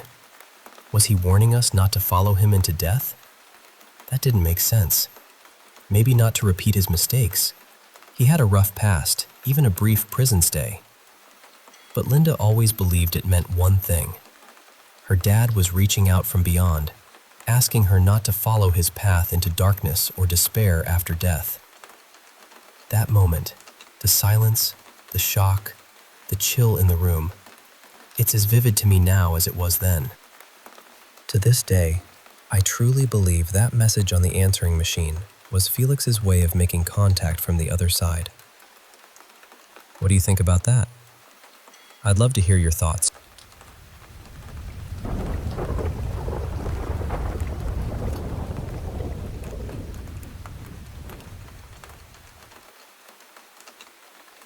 I've had a few experiences in my life that I still can't fully explain, but this one stayed with me in a way nothing else ever has. And before I start, I'm not here to convince anyone of anything. You can believe in the paranormal, or you can think there's always a rational explanation. That's completely fine. I'm just telling you what I felt that day, because even now, years later, I remember it with frightening clarity. In my family, we've always been quite sensitive to things you can't really see. Some of us pick up on atmospheres very strongly. Sometimes we sense things before we understand them. Sometimes we feel presences. It sounds dramatic when I say it like that, but when you grow up with it and you learn how to protect yourself emotionally and spiritually, it just becomes part of your life. At the time, I was in my last year of high school. I was originally from Alsace, and if you know that region, you know how heavy its history can be. That year, our class went on a school trip to Struthof, the former concentration camp. So already, before even arriving, I knew it wasn't going to be an easy visit. It's the kind of place where the air feels different, quiet in a way that almost presses against you. We walked in with the group, and very quickly I noticed the gallows on the left. And honestly, from that moment, the whole atmosphere changed for me. That's when it started. All of a sudden, I felt something on my back. Not pain exactly, not at first. It felt like weight. The only way I can describe it is this. It felt as if I was carrying someone on my back. At first, I tried to brush it off. I thought, maybe I slept badly. Maybe I was tense. Maybe the place was affecting me emotionally and my body was reacting. I really did try to stay rational. But the more we walked, the more I understood that it didn't feel like ordinary back pain. It felt like someone. I had the very clear impression of a man. Someone extremely thin, fragile, exhausted. And the strange thing is, I didn't feel fear. I didn't feel anything aggressive from him. No anger, no threat, nothing like that. It felt more like he was tired, deeply tired. As the visit continued, though, the weight became harder to bear. My back started hurting for real, and I couldn't stop thinking that maybe this man was somehow still attached to that place. I know how that sounds, I really do. But in that moment, I had this overwhelming feeling that he was stuck there, and I kept thinking, maybe I can help him leave. Maybe that's why he came to me. At one point, I called my stepfather. He's a magnetizer, and he's always been very sensitive to these things too. I didn't tell him everything. I didn't say I thought it was a man. I didn't mention that I felt he was very thin. I only told him, since the beginning of the visit, I feel like I'm carrying something on my back. And he went quiet for a second. Then he told me, very calmly, that it could be a former prisoner. He said there was sometimes the presence of a very thin man there, someone who seemed to attach himself to certain visitors during the tour. He told me this man was tied to the land, to the place itself, and that leaving wasn't simple for him. The description matched exactly what I had been feeling, and I hadn't given him those details. That was the moment where I really struggled to stay composed, because I couldn't explain how he knew. During the visit, I even did something almost instinctive. You know that little movement you make when someone is on your back and they start slipping down, so you kind of lift them up again? I did that. And immediately, the weight became lighter. Not gone, just adjusted. It felt as if something had actually settled back into place. I know that sounds absurd. I know. But that is exactly what I felt. He stayed with me through the entire visit. After a while, I almost got used to the sensation, even though my back still hurt. I had this quiet feeling that there wasn't much more I could do, except let him stay there as long as he needed. Near the end, I was talking with a friend who also believed in these kinds of things. I had told her what was happening, so she was checking on me now and then. We were speaking normally when suddenly I stopped in the middle of a sentence. I froze, and then this huge wave of sadness came over me. deep sadness mixed with guilt. Because in that exact moment, I knew he was gone. The weight had disappeared. My back didn't hurt anymore. I couldn't feel any presence. Nothing. I looked at my friend and said, "He's gone." But he didn't follow me out. And honestly, that broke my heart a little. I called my stepfather again right after, and I remember feeling so sad for that man. I had really hoped in some strange way that I could take him with me, that he could leave that place through me, or with me, or because of me. But it felt like he had only walked with me for a while, and then he had gone back to wherever he was still tied. To this day, it remains the most intense experience I've ever had. I'm not saying I know exactly what happened. I'm not claiming I have the truth. But I know what I felt that day, and I don't think I'll ever forget it.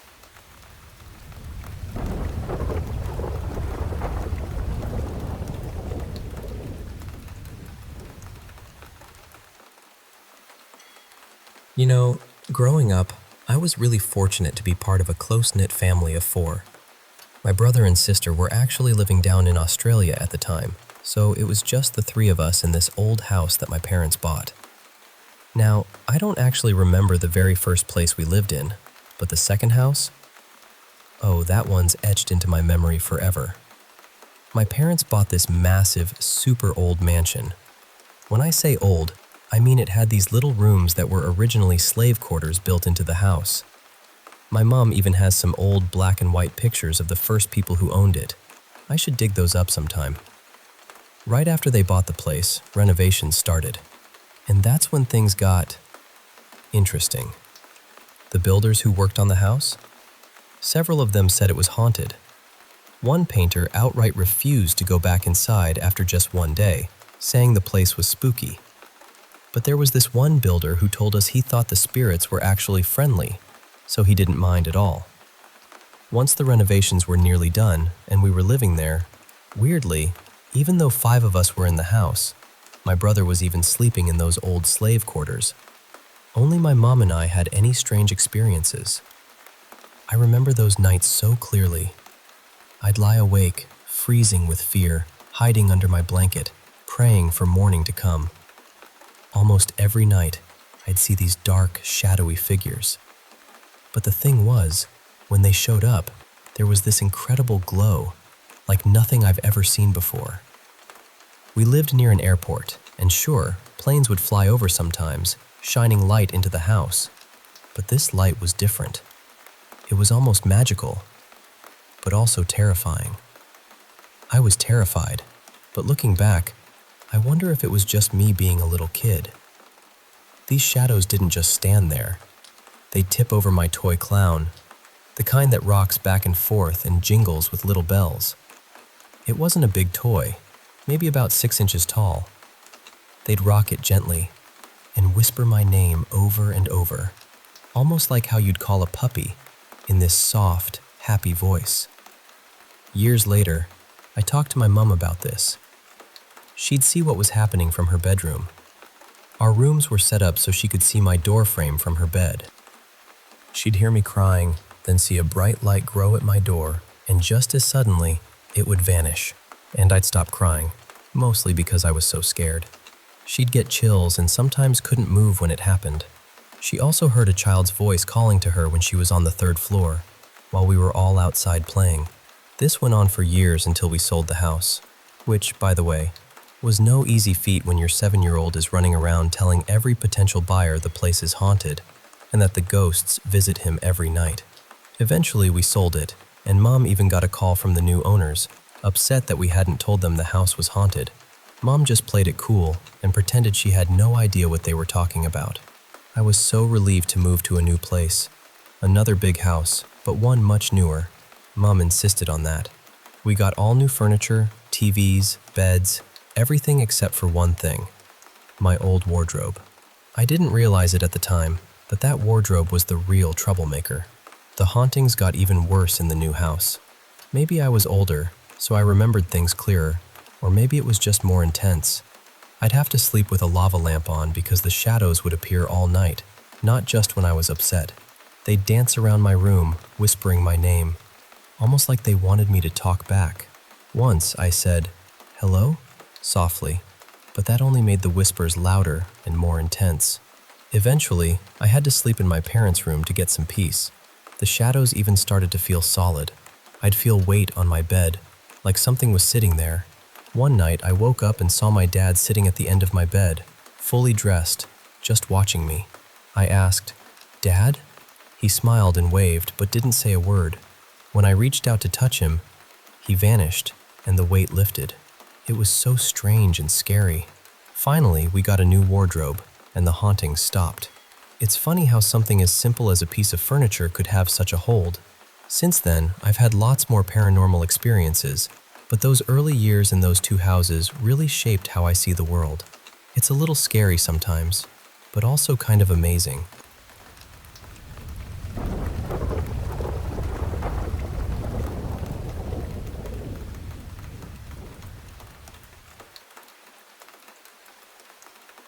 I live in a tiny, tucked-away town in Oklahoma, the kind of place you could drive past 100 times and never notice. My neighborhood sits off the highway down this long gravel road that curves almost like a bent horseshoe, and the entrances are hidden behind thick trees. There's a creek running behind some of the properties, and most of us have an acre or two, so everyone has space. We mostly keep to ourselves. At night, it gets dark out here in a way that feels almost old-fashioned. There's hardly any light pollution, so the stars look close enough to touch. And we have every kind of animal you can imagine wandering around. Coyotes, bobcats, wild hogs, owls, bats, armadillos, deer, raccoons. I've even seen a fox and her little ones slipping through the neighborhood before sunrise. Usually, nighttime is loud.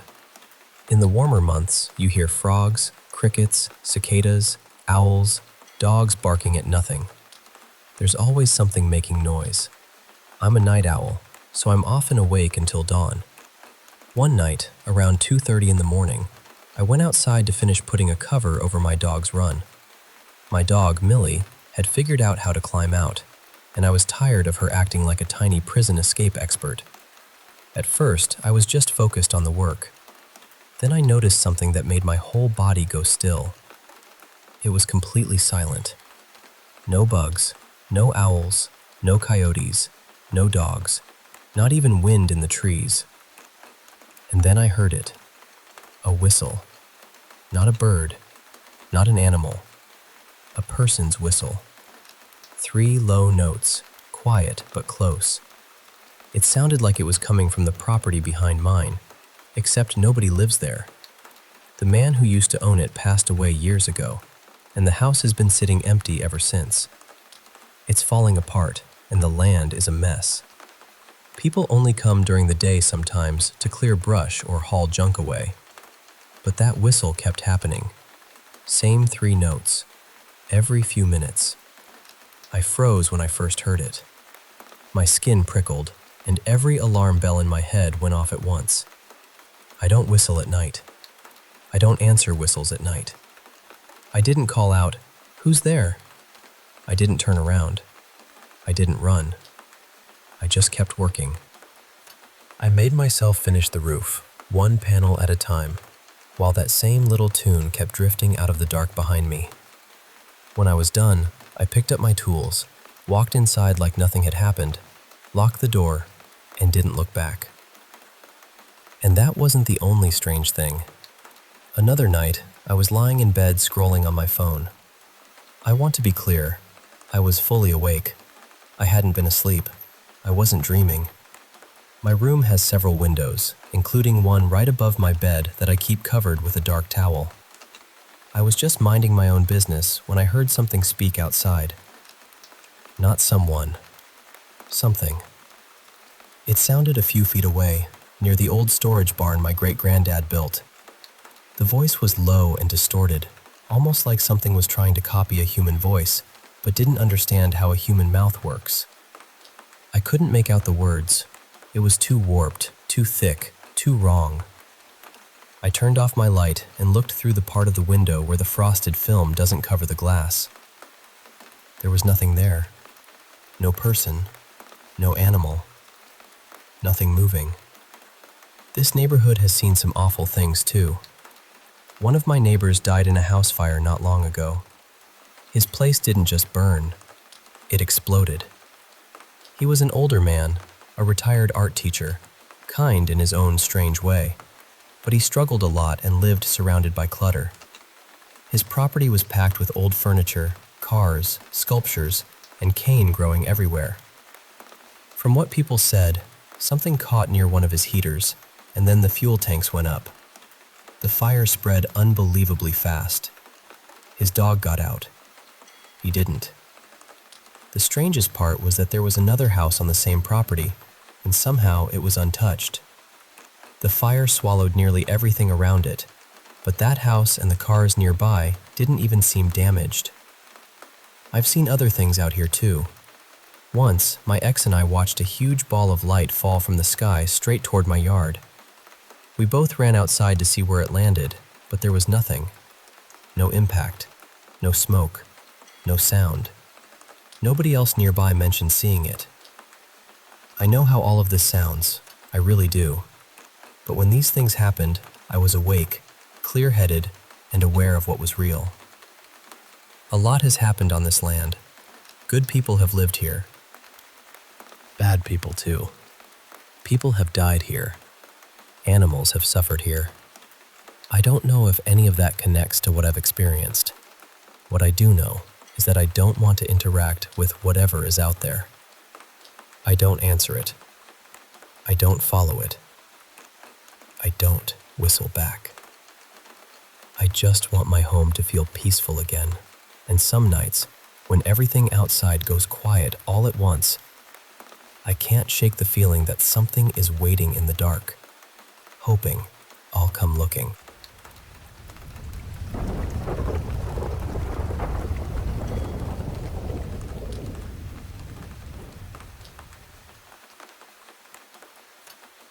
This happened more than 20 years ago, but I still remember the feeling of that morning with awful clarity.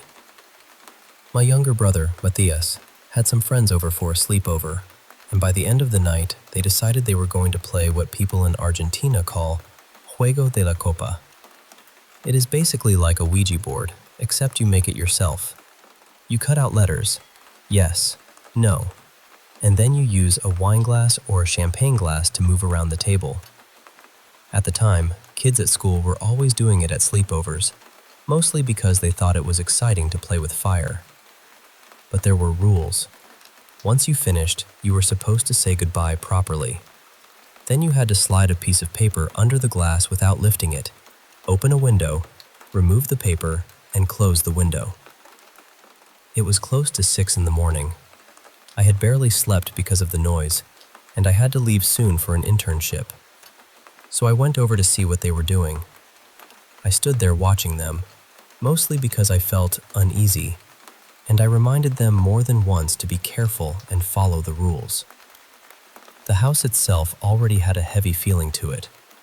It was an old townhouse in Buenos Aires from the early 1900s. It belonged to my grandparents, though they had never actually lived there. And the table they were using had been passed down through the family, from my uncles to us. So even before anything happened, it already felt like there was too much history in the room. At first, nothing happened. Just the usual nervous laughing and pretending. A couple of times they clearly faked it and acted like there was a spirit moving the glass. But then something changed. The glass started moving differently, stronger, faster, randomly but with force. Everyone immediately began accusing each other of pushing it, but I could hear it in their voices. They were scared. Whatever was moving the glass refused to give a name. It only said it was a woman, and with every question, it seemed to get more aggressive. One of the common questions people ask is whether the spirit dislikes anyone at the table. The glass shot straight toward my brother. That was when I had to leave. Before I went, I told them to say goodbye and do everything properly. Matthias knew the rules. They were around 15, old enough to understand that they should not mess around with it. But they didn't listen. They just lifted the glass and went to bed. About a week later, strange things started happening in the house. Doors opened on their own. Floorboards creaked like someone was walking through the rooms, but nobody was there. Objects shifted, fell, or moved without explanation. My siblings were terrified, and honestly, so was I. They told my parents, but my father could deny rain while standing in a storm, and my mother was even worse when it came to pretending nothing was wrong. Then the television started acting up. They would change channels in a strange pattern. 1, 3, 5, 7, 9. Always odd numbers. My mother insisted the TVs were just broken, but we knew better. Then they began turning on and off by themselves. It felt like whatever was in the house was getting bolder. A couple of times, I saw someone standing in the kitchen through another window. She had her back to me, long, dark, curly hair, and a white top. Then she started to turn. I screamed. When I looked again, no one was there. There was also a computer room with a door that led to a balcony. That door was always locked and permanently shut. One day, without me noticing, it opened completely. The whole thing started near the end of 2004 and went on until March of 2006. And by the end, it was no longer just strange. It was horror movie bad. One night, something sat on my bed. I felt the mattress dip. Then I felt something touching my leg, slowly making circles on it. I nearly fainted, but somehow I began praying. My siblings had their own experiences too. They said they felt someone pushing their beds, or sitting on them, or moving around their rooms when no one else was there. The faucets would turn on by themselves. Once, the kitchen faucet started running while I was on the phone with a friend, and she heard it. That was the first time someone outside the house witnessed anything. Another time, a friend came to visit. When we got back, the faucet near the entrance was completely open. I thought my parents had returned from the countryside, but they hadn't. It had opened on its own. Over time, I began to notice that whatever was there seemed to react to emotional moments in the house. If there was tension, sadness, fear, or conflict, things would get worse. And then came the worst moment. My brother was watching TV one night when the power went out, but somehow the television turned itself back on. The screen was incredibly bright, and across it there was a dark shape moving from one side to the other. It kept passing back and forth, never stopping, as if it knew he was watching. Matthias was so frightened he could barely move. Around that time, he was dating a girl whose father was very spiritual. He told the man what had been happening in the house. The man said he would check what was going on, whatever that meant. Later, he said there was someone trapped there, and that she was becoming stronger. He promised he would get rid of her. A few days later, something in the house changed. I do not know how else to explain it. It felt lighter, quieter, peaceful in a way it had not felt for a long time. He told my brother she was gone. And she was. Years later, my nephews once mentioned that they wanted to play with a Ouija board. My brother practically shouted at them that he would kill them if they ever did. I think some memories never really fade.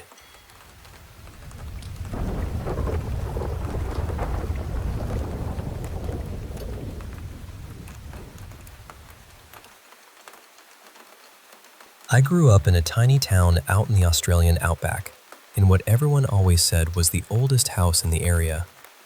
It was one of those sturdy old brick places that felt like it had soaked up every bit of heat, dust, silence, and memory the land had to offer. The family who built it had an indigenous Australian woman named Mara who helped raise their children. From what I was always told, she wasn't treated like hired help. She was loved. She was part of the household, part of the family in the way people remember long after someone is gone. But something terrible happened to her. She was murdered, and people around town still say she never really left. The local indigenous families in the area won't come near the house, even now. Not out of disrespect, I don't think. More like they know something about that place that the rest of us only brush up against. The strange part is, my bedroom growing up used to be hers, and things happened in that room all the time. My door would slowly open by itself while I was sitting there watching it. Not a little creak from a draft. I mean, it would open like someone was standing on the other side and gently pushing it. Our dog would stare into one empty corner of the room, wagging his tail like someone he knew was standing there. He never acted scared. He acted happy, like he was being greeted. As a kid, of course it frightened me sometimes. I'd lie there in the dark with my blanket pulled right up under my chin, listening for every tiny sound. But the funny thing is, it also comforted me.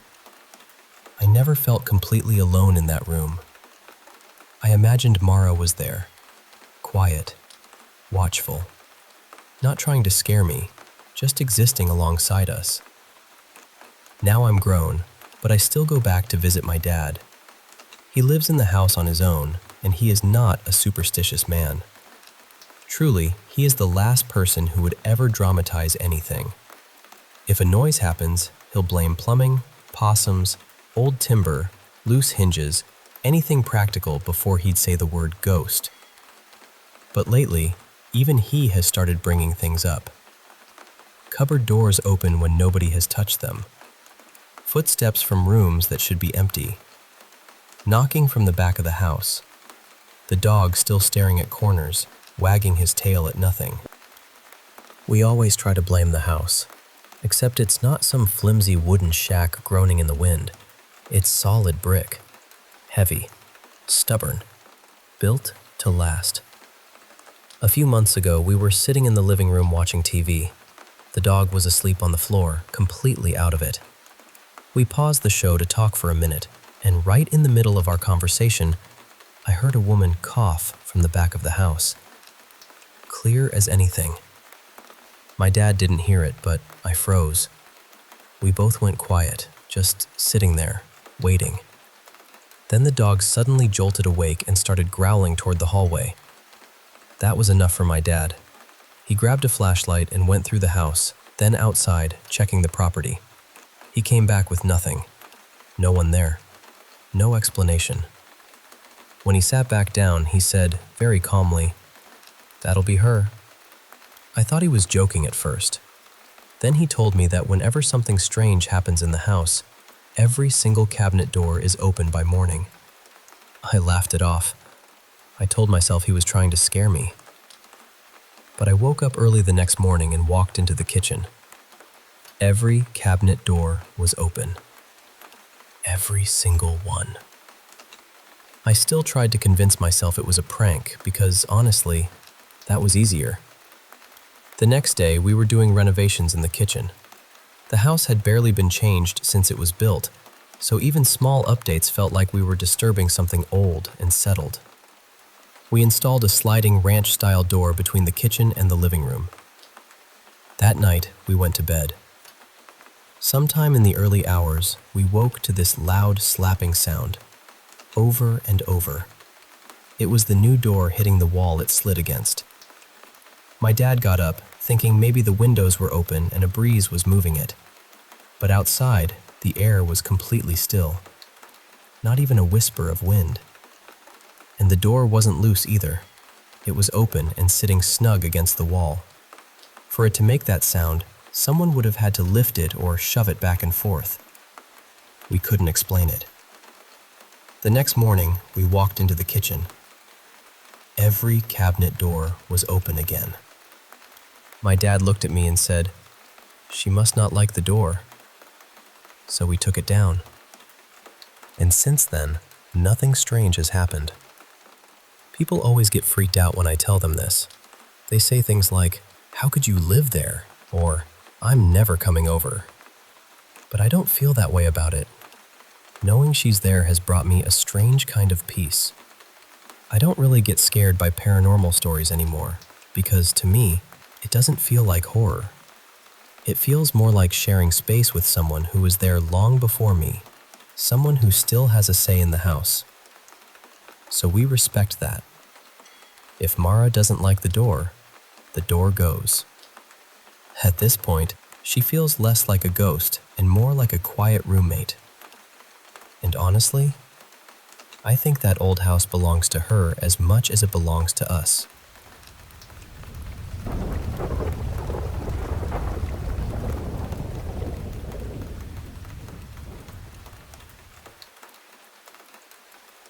I've had nightmares for as long as I can remember. Not just the occasional bad dream either. Since I was little, it's felt like the nightmares came more often than anything peaceful. The first one I still remember clearly happened when I was maybe 4 or 5. In the dream, my mother was taken from me by something I couldn't really explain. It wasn't a person exactly, more like a presence, an entity. And even though I was so young, that dream stayed with me. As I got older, the nightmares kept coming, but some of them didn't feel like normal dreams. Some felt almost like I was watching something that had already happened somewhere else, in another time, another country, maybe even another version of reality. I know that sounds strange. I know how it sounds when I say it out loud. But the people in those dreams never felt like characters my mind had invented. They felt real. There was something in their faces, especially their eyes, that made them feel separate from me. Like they had their own lives, their own pain, their own history. One dream, for example, felt like it took place sometime in the 1800s, during British rule in what seemed to be Malaysia. At the time, I didn't even know much about that history, which made it feel even stranger when I woke up. In the dream, I was watching a young woman named Amara. I wasn't exactly her, but I could feel what she felt. It was like I was both outside of her and inside her at the same time. She lived with a cruel father who hurt her, and eventually she ran away deep into the forest. Over time, she became feared by the people around her, almost like they believed she had turned into a witch. Later, when her father found her and tried to hurt her again, she killed him. The dream ended with her living alone in a small shelter near the trees, while his body was left behind inside, slowly decomposing. I woke up carrying her grief and fear in my chest. It didn't fade right away. Sometimes after dreams like that, I cry for hours.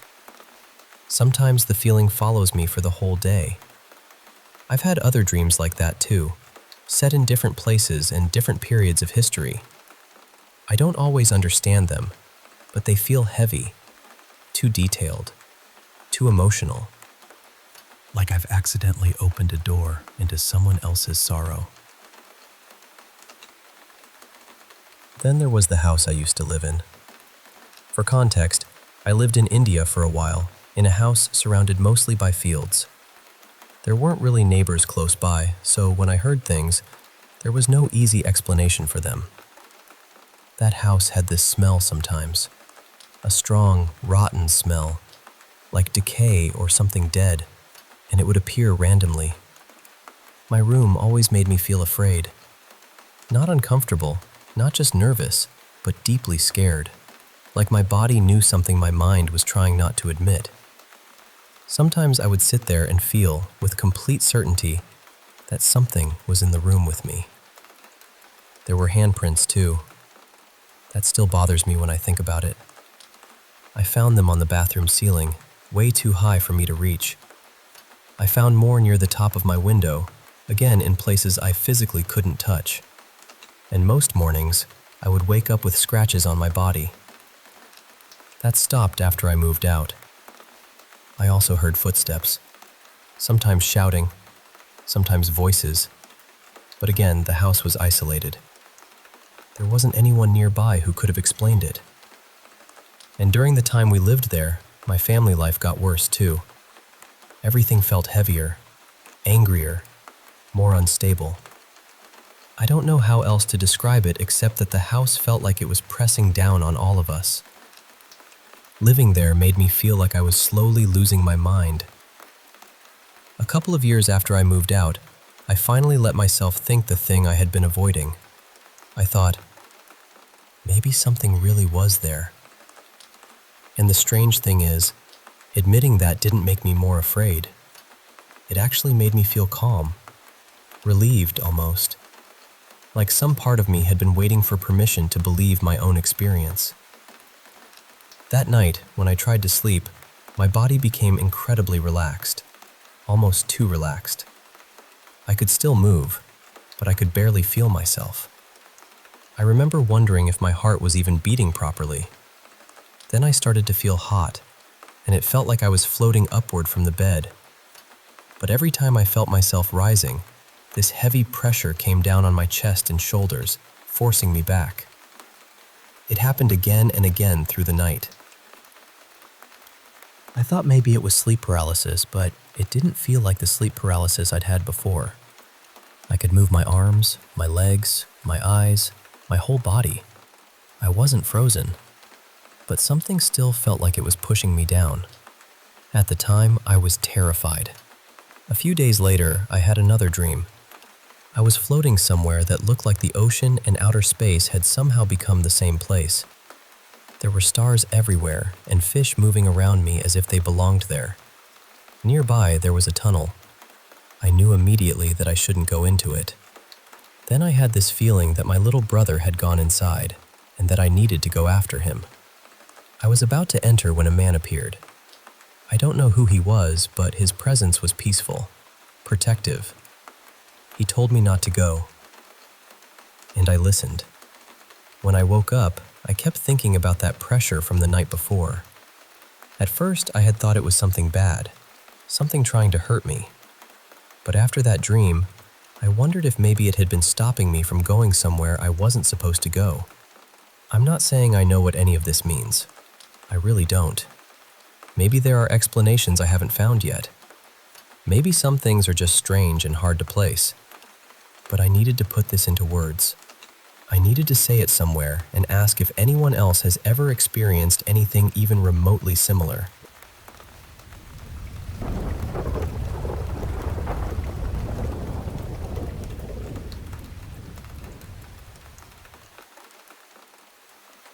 Hey, I want to share something that's been happening around my house for a while now. Something that really freaked me out just tonight. I've been meaning to talk about it for quite some time, but this latest encounter pushed me to finally say something. Fair warning, some parts might sound a bit scattered because my adrenaline's still racing, and I'm honestly still shaken up. So, for the past few months, there's been this weird presence lurking near my home. The first time I noticed something odd was one night when I was down in the basement. Outside the window there's a porch, and the porch light is controlled by a switch right by the door. I went upstairs for a bit and later remembered I left those lights on, so I came back down to switch them off. But when I got there, the porch lights were already on. Now, my dad had been trying for ages to install a timer for those lights, but gave up weeks ago and just put in a regular switch instead. So I assumed he must have finally figured out the timer, but turns out, no timer was working at all. The next morning, the lights were still on. I went to turn them off and realized it was a simple switch, meaning someone had flipped it on during the night. This freaked me out because everyone else in the house was asleep, and I have a deep fear of being watched. The idea that someone could have been out there, maybe even watching me, was terrifying. A few weeks later, I was alone in the living room late at night with my dogs. One of them, my older chocolate lab, is usually pretty anxious, but the other, a mix of German Shepherd and Beagle I call my Puggle, is typically calm and relaxed. Suddenly, the Puggle perked up and stared at the window. I looked too and saw something white, hunched over, dropping down over our fence and running past the windows. The glare and dirt on the window made it impossible to tell what it was or how big, but I yelped in panic and called my friends. They thought it was probably just a raccoon, and honestly, I convinced myself of that too. I went outside with my dogs to check things out. The lab was anxious, pacing and sniffing around nervously, but the puggle was wagging her tail and staring intently at the trees, like she was expecting a treat or something. Then, out of nowhere, the trees groaned loudly. These are big old trees that don't just creak for no reason. We had a mountain lion around here last year, so I know what their sounds usually mean. I shined my flashlight up the trees but saw nothing. Still, my dog's behavior and the strange noises kept me on edge all night. There were knocks on the roof, pebbles hitting the window, and even the sound of a woodpecker, which was odd since my cats had taken down the last one months ago. But the scariest part happened just tonight. I was in the basement with my sister, FaceTiming a friend, when suddenly we heard this blood-curdling screech outside. My first thought was that the cats were fighting with raccoons again. They're notorious for that. But this screech sounded different, more chilling. I ran to the window to see what was going on, and what I saw stopped me cold. Standing outside was a tall, gaunt, pale humanoid figure, easily taller than me. I'm 6 feet, so yeah, it was pretty tall. It had its back turned to the window, and the moment I looked away and back again, it was gone. I thought maybe my mind was playing tricks on me, or maybe the snow on the ground was making things look weird. But I was shaking, terrified. I told my sister, who just laughed it off, but I couldn't shake the feeling. Later that night, when I went upstairs to lock up, I saw my cat perched on the garage roof, looking calm but alert. Then I saw it again, the same pale figure, this time squatting and watching my cat. It didn't seem aggressive, but then it suddenly twisted its body in this weird, almost unnatural way, kind of like a meerkat standing up, but much more eerie. I swear I heard something like bones cracking. I never saw its face. As soon as it turned, my fight or flight kicked in, and I ran to my room, slamming the door behind me. The last thing I saw was it leaping onto the porch railing, then disappearing toward the nearby trees. I don't know what this thing is or what it wants, but it's been haunting me for months now. I just hope sharing this helps me make sense of it, or at least helps me feel a little less alone in this. Thanks for listening.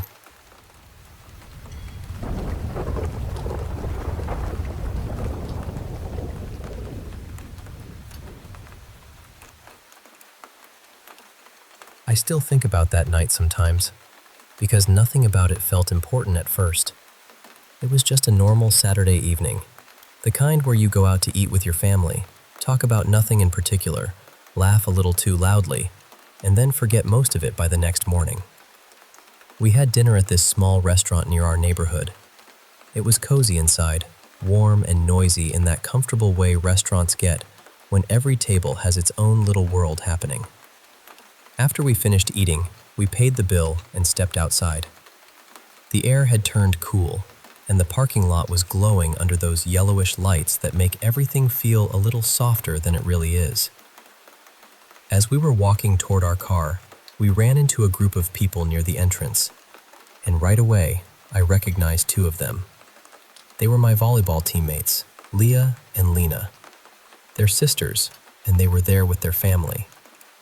Their mom was there, their uncle was there, and a few other relatives were standing around too.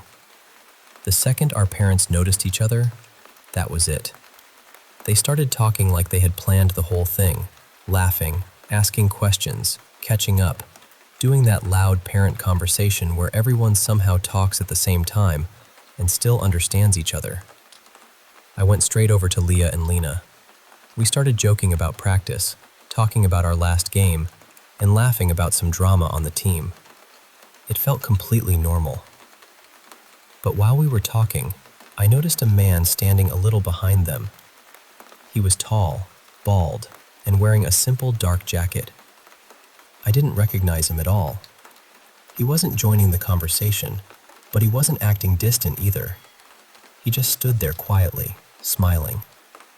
And it was the strangest smile. Not creepy, not uncomfortable, just gentle but confused. Like he was happy to be there, even though part of him didn't fully understand why he was there. His eyes moved from the girls to their family, then over to our parents, then back again. He looked peaceful, almost proud, but there was something far away about him too. At the time, I didn't think much of it. I figured he was probably a cousin, or an old family friend, or maybe someone from their neighborhood who had come with them. You know how family gatherings are.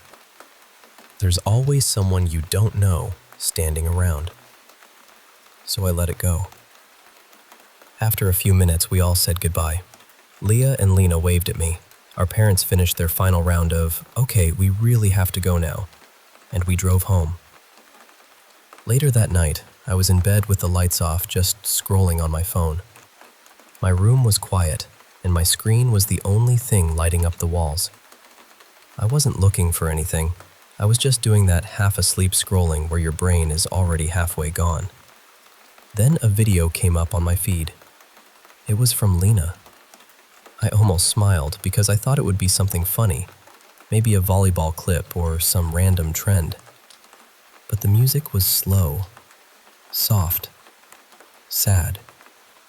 Then I started reading the words on the screen. She was posting about her father. She wrote that it had been 4 years since he passed away, and she was talking about how much she missed him, how much she wished he could still see her and her sister growing up, how she hoped he was proud of them. And then a photo appeared. It was an old picture of her dad. I swear, my whole body went cold. I stopped breathing for a second. My hand froze over my phone and I just stared at the screen in the dark. Because the man in that photo was him. The same tall, bald man from the restaurant. The same face. The same build. The same calm expression. The same quiet smile. The man I had seen standing beside Leah and Lena only a few hours earlier was their father. Their father who had been gone for 4 years. I didn't move. I didn't blink.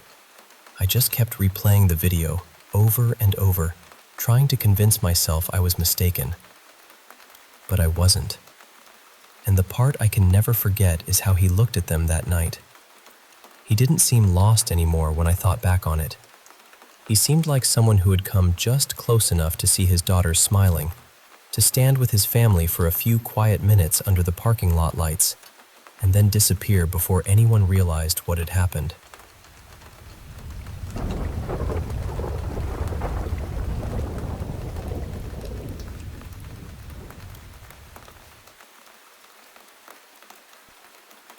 I need to tell you about Damien. For a long time, the only thing Damien remembered clearly from the night his little girl died was the smell of scorched tires and the bright, terrible crack of glass breaking around him. Everything after that came in pieces. Not the sirens, not the hospital lights, not the officer standing beside him with that careful voice telling him his daughter was gone before the ambulance ever got there.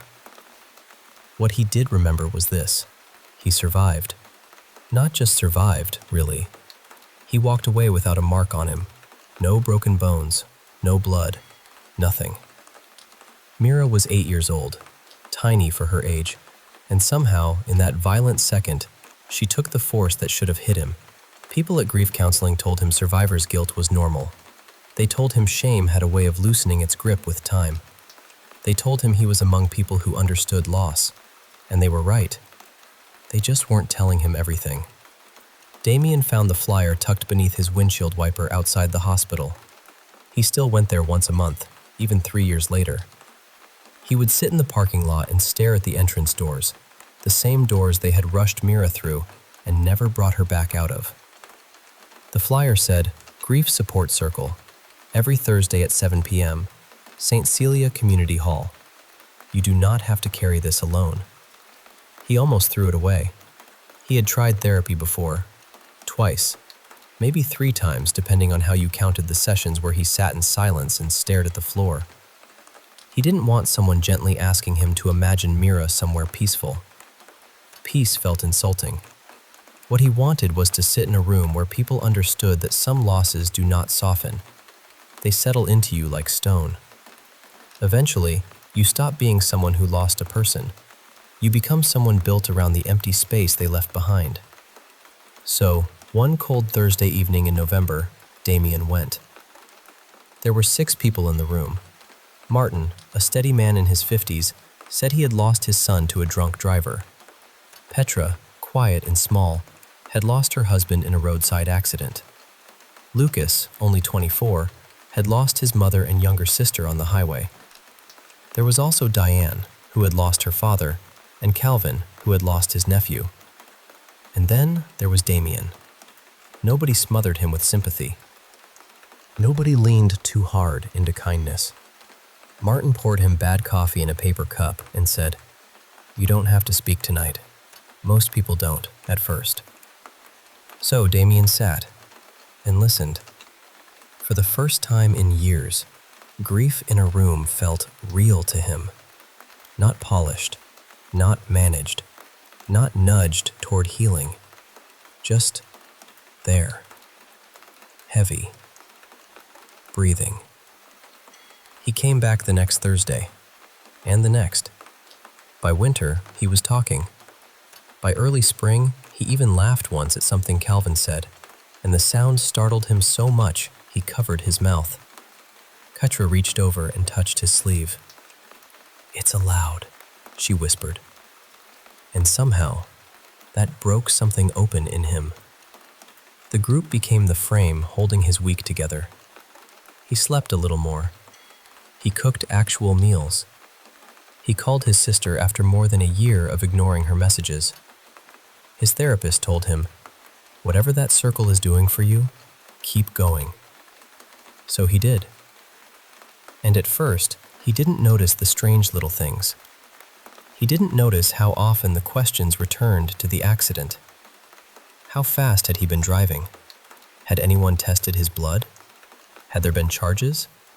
Had the families ever reached out? He told himself people in grief needed details, needed to measure one pain against another. He didn't notice the way Martin watched him when he thought Damien wasn't looking. He didn't notice that no new members ever came. He didn't notice that none of them had ever said how they found the group.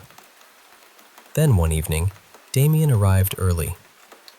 He had forgotten his coat the week before, and when the custodian let him inside, the hallway was dim and quiet. The meeting room door was almost closed. He reached for it. And then he heard Martin say his name. Damien still doesn't know the whole story. Damien froze. Diane said, "He's ready." Then Petra, calm as ever, said, "He needs to hear all of it. Not fragments, not hints. He needs to understand what he caused." Damien's hand stayed flat against the door. Then Lucas spoke. The blood report was buried. His lawyer kept it out before the hearing even started. Point 13. We have the original copy. Damien stood there, barely breathing. Calvin said, "They ruled it single vehicle. He was never charged." He walked away from everything. Then Martin said, quieter now, "He has sat with us for months, talking about his daughter, as if she was simply taken from him, as if he had no hand in any of it." Damien pushed the door open. All 6 of them turned. Nobody looked shocked. That was the worst part. They looked like people who had been waiting for him to arrive at this exact moment. Damien said, "How long have you known?" Martin looked straight at him. "Before you ever walked into this room." And then Damien understood. The flyer on his windshield, the hospital parking lot, the invitation that had felt accidental. "You put it on my car," he said. Petra nodded. "We needed you to come here by choice. We needed you to feel safe enough to talk." Damien leaned against the wall because his legs were no longer reliable things. "Your son," he said to Martin. "The drunk driver who killed him." Martin's face did not change. That was you.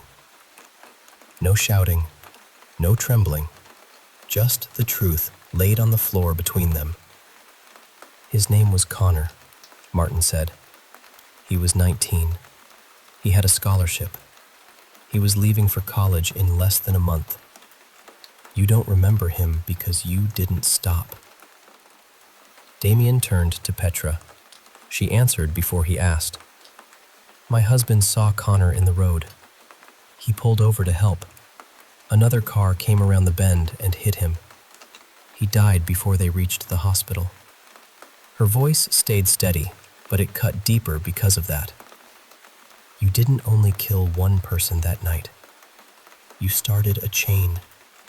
You just left before you had to see it. Damien looked from face to face. Lucas, Diane, Calvin. He understood then. Every loss in that room was tied to the same road, the same night, the same decision. His decision. Lucas reached beneath his chair and placed a small black recorder on the floor. A red light blinked. Every meeting has been recorded, Lucas said. Every Thursday. Your version of that night. Your admission that you had been drinking. Your memory of the crash. Your choice to leave. Damien stared at the recorder. Lucas continued. Tomorrow the recordings go to journalists, attorneys, and every family connected to this room. Diane spoke gently then. We are not going to hurt you. That was never why we brought you here. Martin leaned forward, his hands folded. The law gave us nothing, he said. So we made something it couldn't erase. The truth. In your voice. With witnesses. Damien sank to the floor. He did not mean to sit. His body simply gave up pretending it could hold him. For years he had carried grief.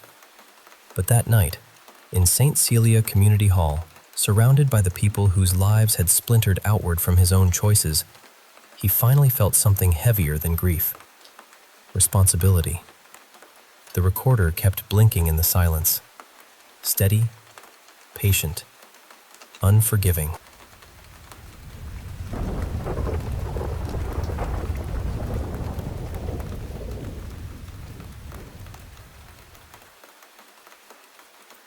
You know, back in my hometown, somewhere in the heart of the Midwest, there's this little gas station that's right on a pretty busy road. It's smack dab in the middle of town, just a short walk from the local airstrip. On the other side of that street, there's a hotel.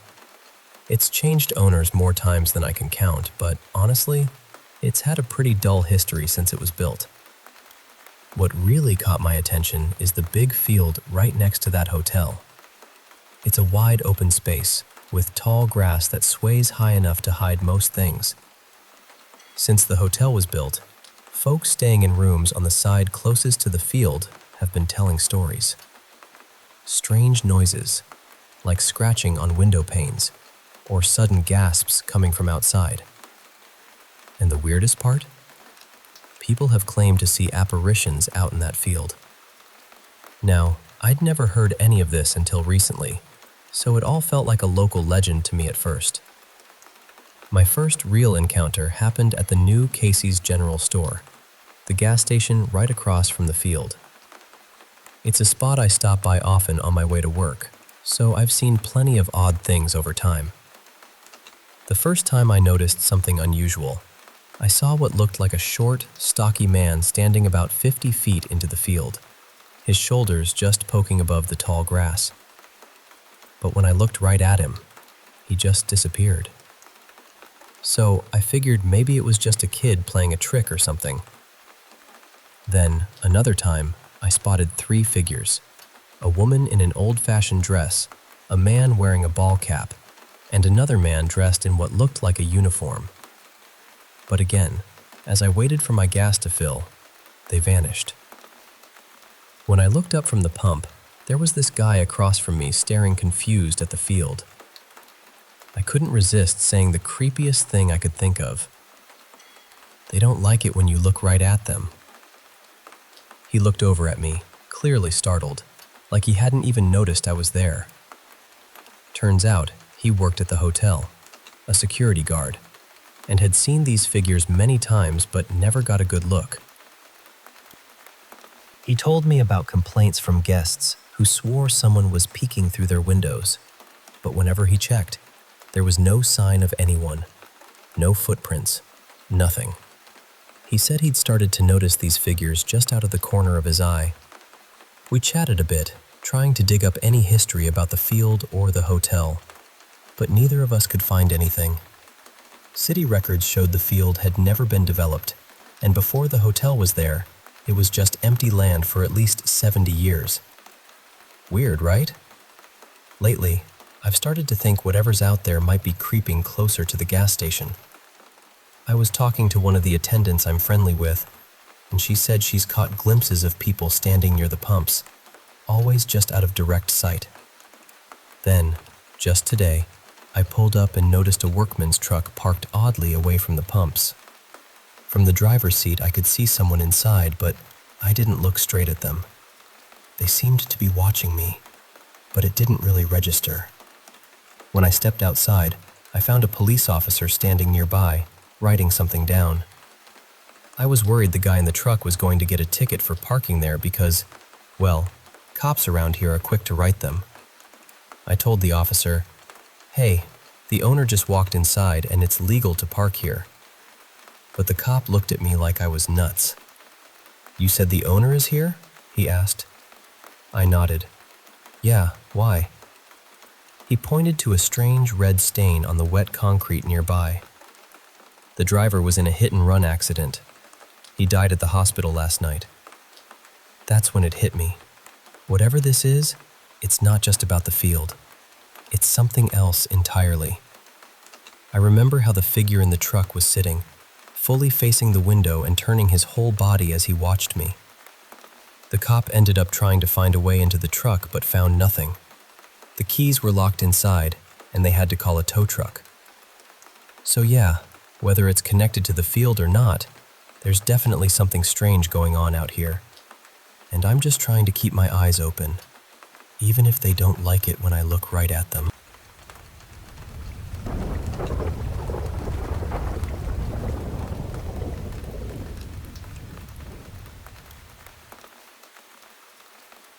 I still think about this sometimes, even though it happened about 5 years ago. It was not long after my granddad passed away from COVID, and I guess I should say first that he and I were really close. He was one of the only people in my life I felt completely safe around. He had this very calm, spiritual side to him. He practiced Reiki, meditated a lot, and whenever he saw me, he would always rest his hand gently on my head for a moment. I never really asked him why. That was just something he did. When he died, it broke something in me. I carried this horrible guilt because I believed he might have caught COVID from me. At the time, when he was in the hospital, I kept telling myself he would get better. I did not call him as much as I should have. I did not understand that I was running out of time. Then, just like that, he was gone. Because it happened during COVID, we did not get a proper funeral. On the day he was buried, some of my family watched through a video call because most of us could not be there in person. I did not even know the call was happening at first. I had only walked out to get a glass of water, and then I noticed the screen. And that was when I saw him. I saw my granddad being buried, wrapped in a dark body bag. I do not know how to explain what that did to me. He had always been such a respected, gentle, almost glowing person in my mind. Seeing him like that felt painfully wrong. Even now, years later, that image still comes back to me. I looked through some of my old diary entries later, and apparently it took almost a month before I really started grieving. Before that, I was just numb. Like my mind had wrapped itself in cotton and refused to feel anything properly. After he passed, I started spending most of my time in his room. Some of the furniture had been moved around, and the room did not look exactly the same anymore, but I kept a lot of my things there. sometimes I slept there too. For a while, our house helper slept in the room as well, on a mattress on the floor. I slept on my granddad's bed near the window. During that time, I would wake up in the middle of the night feeling like I could not breathe. I would be shaking and crying, and the only thought in my head was that my granddad was disappointed in me. It was not even normal grief at first. It was not memories of him or missing his voice. It was just this crushing feeling that I had failed him somehow. The thought would get so loud that I could not think around it. I do not remember every detail clearly anymore, but I remember feeling so weak and panicked that sometimes I would crawl to my parents' room because standing up felt impossible. I would sit there crying until the feeling finally passed. After a while, the helper stopped sleeping in that room, and my parents let me stay there alone because their room was right beside mine. Then one morning, something happened that I still cannot explain. I woke up at around 5 in the morning. That was strange by itself because I never woke up that early. It was still dark outside, that bluish kind of dark before sunrise. Normally, I would never look out the window at that hour. I was always scared I might see something. But for some reason, I got up and opened the curtain. The window faced the front gate of our house, and standing right in front of the gate was someone. At least, I think it was someone. I could not tell if it was a man or a woman. They were completely still. What I remember most was the white top they were wearing. It looked so bright against the dark, brighter than it should have looked. Their hair seemed thick and black, maybe not very long. I just stood there staring. I do not know how long I looked. It might have only been a few seconds, but it felt stretched out, like the whole world had gone quiet. The figure was not walking. It was not looking around. It was just standing there in front of the gate, perfectly still. Then it suddenly hit me that what I was seeing was not normal. I ran to get my mom. The whole thing probably took less than half a minute. But when we came back, there was nobody there. No one at the gate, no sound, nothing. I have never been able to explain it. Part of me thinks it was grief, trauma, lack of sleep, or maybe I was still half dreaming. Maybe my mind was trying to make shape out of darkness. But another part of me still wonders if I really saw something. Years later, I told someone about it, and they said that because my granddad had been so spiritual and meditated so often, maybe it was him. Or maybe it was some kind of gentle presence watching over the house. I honestly do not know what I believe. I am not trying to force one explanation over the other. I am not even sure what answer I want. I just know that this memory has stayed with me for 5 years, and I have never fully let it go.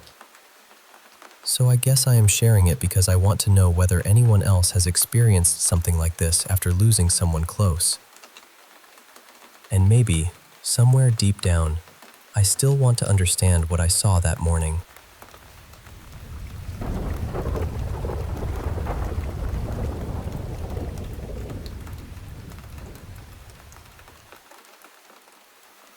Hey, I want to share a story with you that stuck with me for a long time. It's about my childhood, a time that was both frightening and strangely protective, and it all started in a house that held more than just memories. When I was just a little girl, around 6 years old, I lived with my parents in a small, worn-down home. It wasn't the kind of place where you felt safe all the time.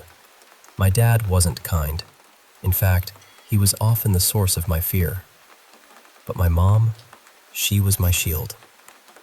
One night, things got really bad. I remember my mom telling me to hide in the closet, to be quiet and stay put. I was scared stiff, tears silently streaming down my face, frozen by the sounds of my dad stumbling through the house. I heard the crash of the car door, the angry shouting, and then the dreadful footsteps slowly climbing the stairs. My heart was pounding so loud I thought it might give me away. I was ready to face whatever was coming, ready to take whatever punishment was meant for me or my mom. But then, something changed. I heard a loud thud, and suddenly, my mom appeared in the hallway, calm and strong, with my dad lying still behind her. She looked at me, eyes full of love and relief, and whispered, "Sweetheart, I found a safe place for us. He's never going to hurt you again." That moment was the turning point.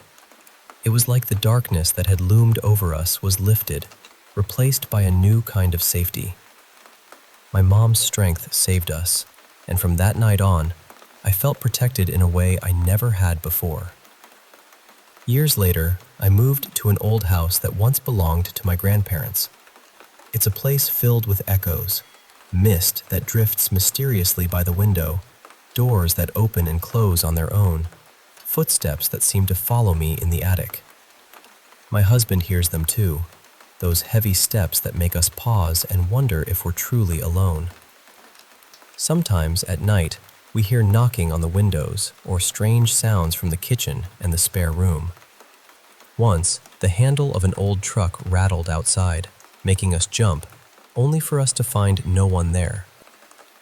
It's unsettling, sure, but it's also a reminder that some places carry the weight of those who lived before us. Then there was the time, when I was a kid, I saw something I can't forget. A shadow that wasn't just a trick of the light, but a dark, solid figure that moved in ways no human could. It would vanish and reappear, inching closer until I was too scared to keep watching. I ran to my parents, crying and shaking, and they comforted me with prayers and a crucifix under my pillow. Even now, I wonder what that shadow was and why it chose to visit me. One afternoon, while mountain biking with my best friend, we saw an old man appear out of nowhere on the trail. He wore clothes too heavy for the warm day and carried a stick. He greeted us, but vanished so quickly it was like he was never there. We still call him the ghost on the trail, a mysterious figure that reminds us the world holds more than what meets the eye. And once, in the quiet of my home, I saw a small figure enter the bathroom, a little girl, smiling but not speaking. She stayed for a moment before fading away like smoke.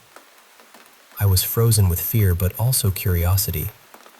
Sometimes the unexplained visits us in the most unexpected ways. There was also a night when I dared to open my eyes during prayer. Instead of peace, I saw a figure so haunting, so filled with suffering, it broke me. It was like looking at pain made flesh, bloodied, crowned with thorns, and yet somehow demanding my attention. It disappeared with the final word of the prayer, but the fear stayed with me long after. My neighbor's house, after she passed, became a place of strange happenings too. My siblings and I tried to capture proof of the paranormal, but our footage vanished, and the house itself seemed to resist our presence. When our parents checked, they found the place trashed, as if something had been disturbed. And living in the desert, I've seen things that defy explanation. Glowing lights that dance beyond the horizon, voices muffled beneath the earth, and figures that move in ways no human should. Friends have shared stories of hiding, being watched by mysterious vans, and encountering beings that belong to another world. Through all these experiences, one thing remains clear. There's more to life than what we see. Sometimes, darkness visits us not to harm, but to teach us about courage, about protection, and about the mysteries that weave through our lives. Thank you for listening to my story. I hope it brings you a sense of wonder and reminds you that even in the darkest moments, there can be a light, sometimes from the most unexpected places.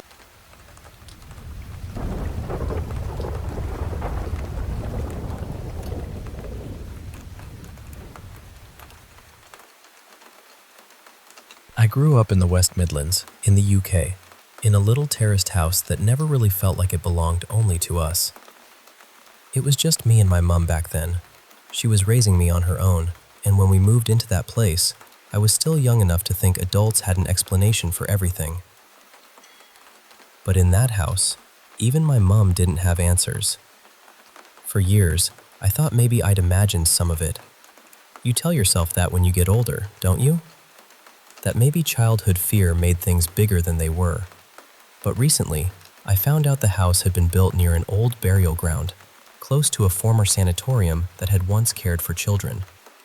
And honestly, when I learned that, so much of what happened there suddenly felt heavier. I'll start with what I remember seeing myself.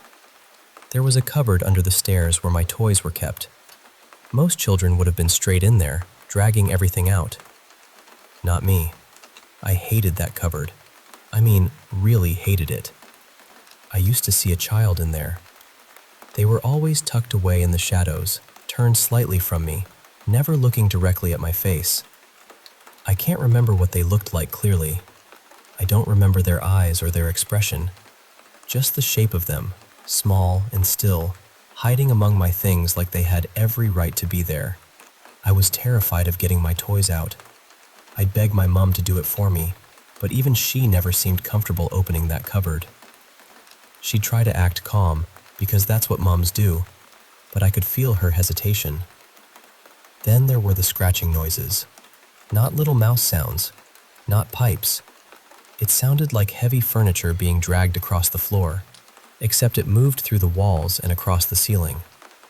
It would travel around the room, slow and deliberate, as if something was circling us from inside the house itself. There wasn't any crawl space there, no gap where a person or animal could have been moving, but the sound was real. At night, I used to feel watched. I know people say that a lot when they're frightened, but this was different. It wasn't just a feeling from the dark. It felt crowded, like there were people standing around my bed, staring down at me while I tried to sleep. I'd pull the covers up and stay as still as I could, hoping whatever was there would lose interest. The thing that scared me most happened more than once. I would be standing at the bottom of the stairs, looking up, and two adult heads would appear around the corner at the top. They weren't clear faces.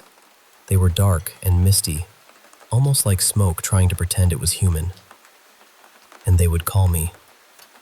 Not loudly, not angrily, just softly, like they wanted me to come upstairs, like they wanted me away from everyone else.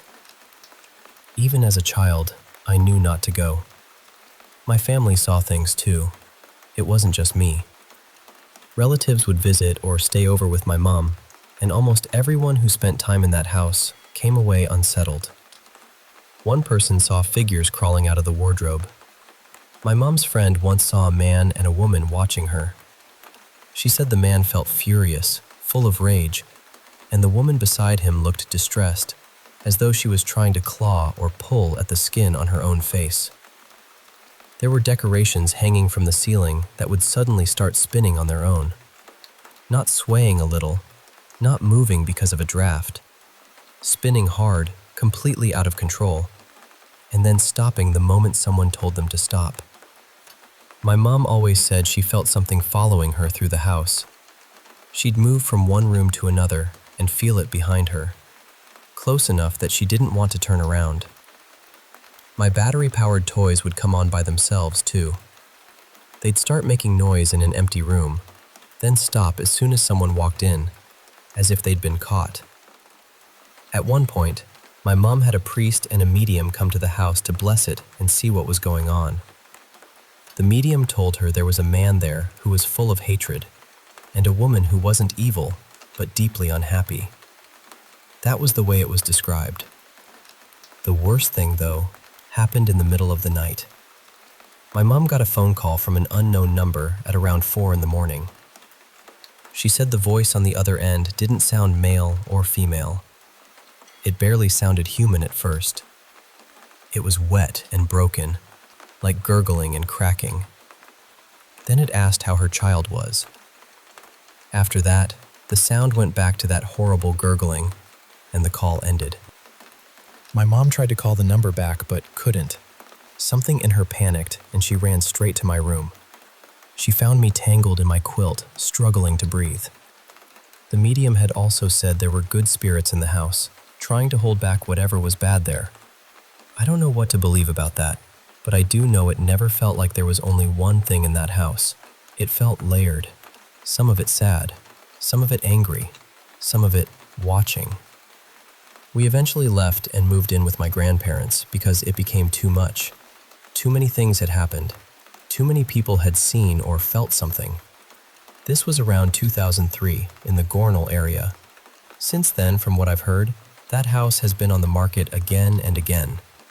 The medium had said the spirits were moving between the buildings because it was a terraced row, almost like the whole place was connected underneath the surface. I don't know exactly what it all means. I just know that house never felt empty. And even now, years later, I still remember standing at the bottom of those stairs, looking up at those dark faces, hearing them call me closer.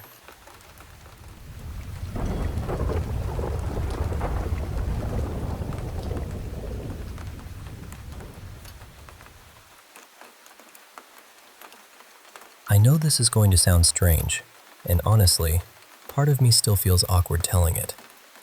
I've kept it to myself for a long time because I know how unlikely it sounds. But the memory is clear to me. It's not something I dreamed up later or exaggerated for effect. It happened, and even now, I don't really know what to make of it. When I was a kid, I was intense in ways I didn't understand yet. I wasn't just weird in a cute or funny way. I remember feeling like I had been dropped into the world by mistake, like being alive was some kind of punishment I hadn't agreed to. I was too serious too young, didn't connect well with other kids, and carried around this heavy feeling I couldn't explain. Even though I seemed mature in some ways, emotionally, I was a storm in a small body. Fear hit me hard. Anger hit me even harder. If I was scared, I would shake, cry, go pale, and completely lose control. But anger was different. I grew up in a home where expressing anger wasn't safe, so it all stayed locked inside me. And when it built up, it felt like my mind turned feral. Everything would narrow until there was nothing left except this hot, crushing rage. I don't feel anger like that anymore, thankfully. But back then, it was overwhelming. It didn't feel normal. It felt too big for a child. Too big for anyone, really. One night, I was in the bedroom I shared with my sister. I was trying to fall asleep because I had school the next morning, and I already felt irritated about having to wake up early. My head hurt. My pulse was loud in my ears, and I was lying there in that restless, miserable way children do when sleep refuses to come. In the room, I had a hamster. I loved that little creature. I really did. I took care of it carefully, probably better than most kids would have. I read guides, watched videos, made sure it had good food, treats, bedding, hay, wood to chew on, and enough space to live comfortably. I was proud of how well I cared for my small animals. But that night, just as I was finally starting to drift, the hamster woke up. Of course, that was normal. Hamsters are active at night. Usually the little noises didn't bother me. The digging, the scratching, the tapping against the glass, the tiny, busy sounds of a creature living its life. I was used to all of it. But that night, I couldn't stand it. The sound crawled under my skin. I remember lying completely still, not moving at all, but inside I was furious. Not annoyed at the situation, not annoyed at the noise. I was angry at the hamster itself, this innocent little animal I loved, and the feeling was awful. It was pure hatred for a few terrible moments, sharp and unreasonable and completely out of proportion. Then suddenly, the noise stopped. No scratching, no digging, no movement. Just silence, and my sister breathing nearby. I remember feeling relief first. That's the part that still bothers me. I was relieved. Then, eventually, I fell asleep. The next morning, I found the hamster dead. It was young, not even a year old. My other hamsters lived much longer, even when their setups weren't quite as carefully arranged. Maybe it was a coincidence. That's the reasonable answer, and I know that. But at the time, I didn't experience it as a question. I felt like I knew. Somehow, in a way I couldn't explain, I felt like my anger had caused it. I was sad, of course. I felt guilty too, but I didn't spiral over it. I didn't suddenly think I had powers or try to test it again. It was just this strange, quiet incident that stayed tucked away in my memory. Even now, with a much more skeptical mind, part of me still feels the same way I did then. I can't prove anything. I'm not saying I understand it. I just know how it felt. And it wasn't the only odd moment like that. Another time, I was walking home with my mother when she stopped to talk to someone she knew. I was tired and impatient, and the conversation kept dragging on. I tugged at her sleeve, hoping she'd get the hint, but she didn't. I got angry again, that same childish, burning anger. And right then, the woman's heel snapped. Just the shoe, thankfully, but still. Maybe all of it was coincidence. Maybe children notice strange timing and build meaning around it. I understand that possibility. But these memories have never left me. They sit there quietly, like little locked doors in the back of my mind. And every so often, I find myself wondering what really happened.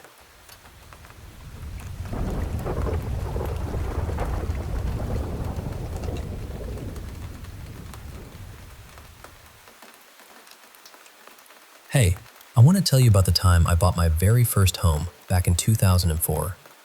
I was beyond excited, absolutely thrilled to start this new chapter.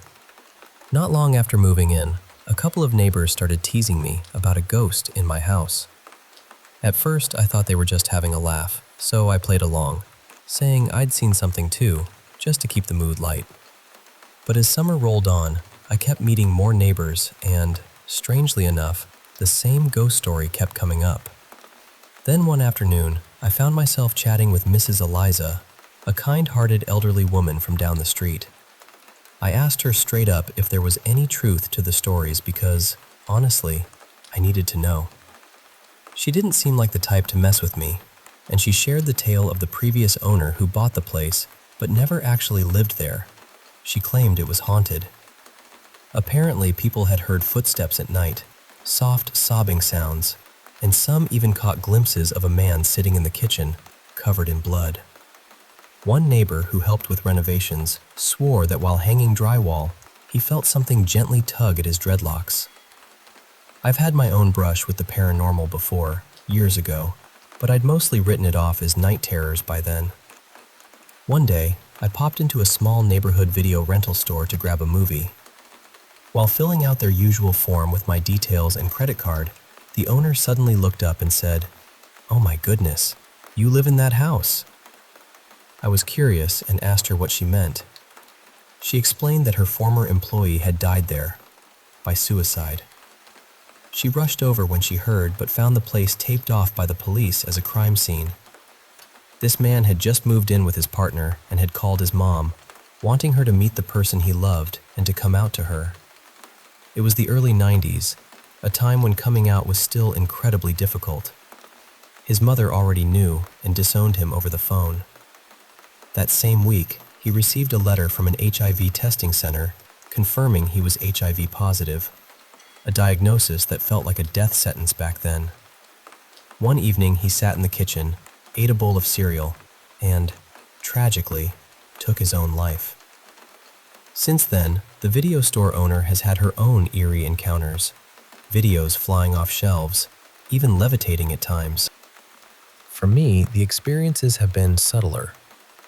Footsteps in the night, the sound of cereal pouring into a bowl, and I don't even eat cereal, and quiet sobbing from the kitchen. I'd often wake up hearing these sounds. My grandmother used to say, "When the dead come to you, they want something. Perform an act of charity in their name and pray for them." So I decided to do just that. One night, I lit a candle at the kitchen table and told him that every night I'd say a novena prayer for his soul. On the 9th night of the novena to St. Anthony, the patron saint of lost souls, I heard uncontrollable sobbing. I felt this deep presence of grief and despair, and the sound of someone struggling to breathe. But instead of fear, I felt a deep connection, a quiet intimacy and compassion that he needed. For 45 days, I prayed that novena with a candle lit, and I had a mass said in his name. Occasionally, I'd wake up sensing him standing over my bed, but it never felt harmful. These moments still happen now and then, though less often. It's a strange, bittersweet connection, a reminder that sometimes the spirits just want to be seen and remembered.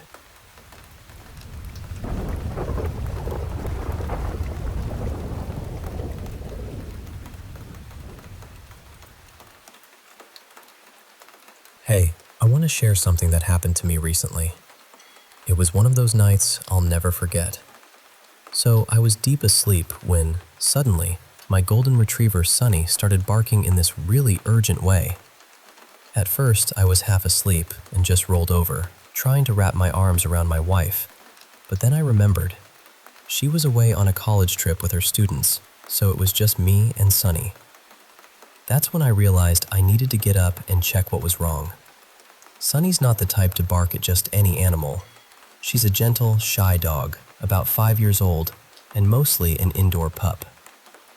We live on the edge of town, in a quiet neighborhood that usually gets peaceful after dark. The backyard backs directly onto a nature reserve with hiking trails, so sometimes wildlife passes nearby. As I was slowly heading towards the front door, I suddenly heard it rattling, like someone was trying to get in. That snapped me wide awake, and I rushed over. There, I found my little boy, Jame, fumbling with the doorknob like he'd never seen a door before. "Jame?" I said, confused. He was trying to open the door, but his hand kept slipping. When I spoke louder, he didn't even notice me. I gently touched his shoulder, worried he might be sleepwalking, and turned him around. He blinked awake, looked at me all sleepy, and said, "Dad?" I told him it was late, and I'd take him back to bed, just to be safe.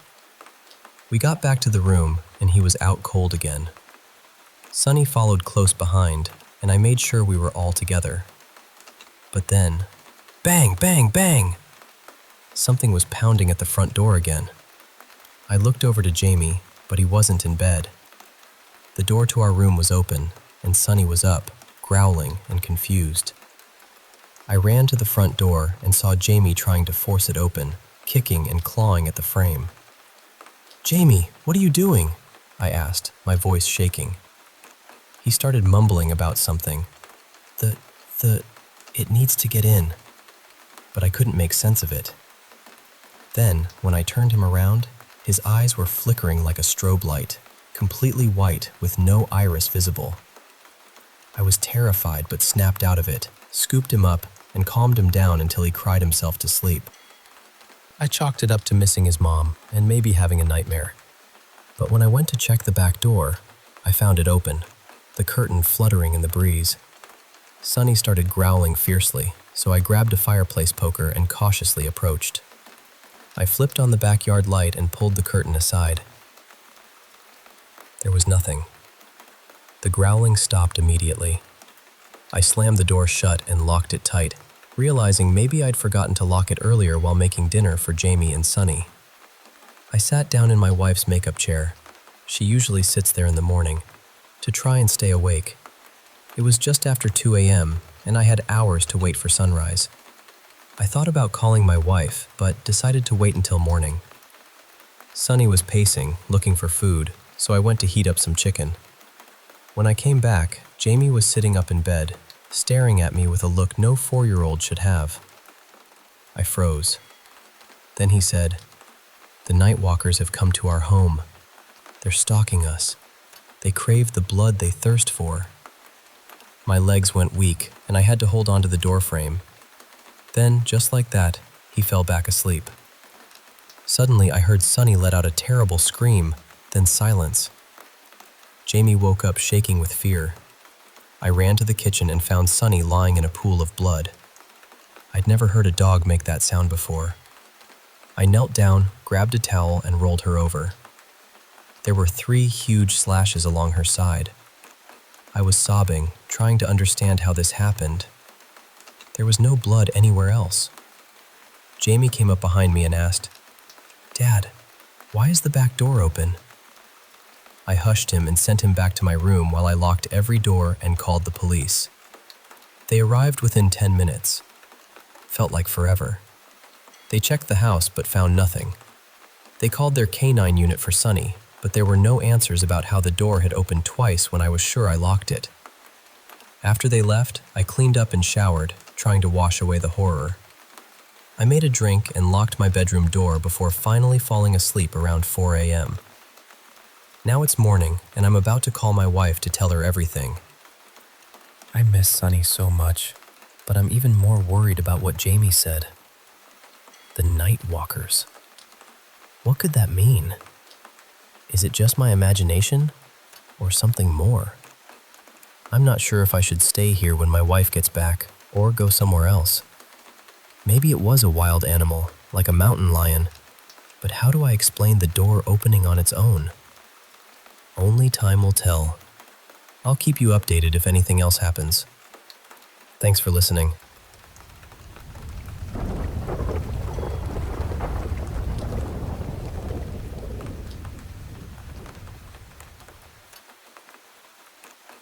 You know, growing up in a small suburban town in California back in the early 80s was something special. I'm Emily, and I want to take you back to those days when life felt simple and neighbors were like an extended family. We didn't have smartphones or endless TV channels, just a handful of stations you caught through a rooftop antenna, and if you wanted to talk to someone, you picked up the corded phone on the wall. Our street, Maple Street, was lined with big, old trees perfect for climbing, and it was quiet, just the way I liked it. I was the kid who always made friends with the new neighbors, the one who'd be out playing with all the kids after school. Every neighborhood had its own mom and pop family, right? The kind where mom baked treats to share, and pop showed off magic tricks or invited us into his workshop.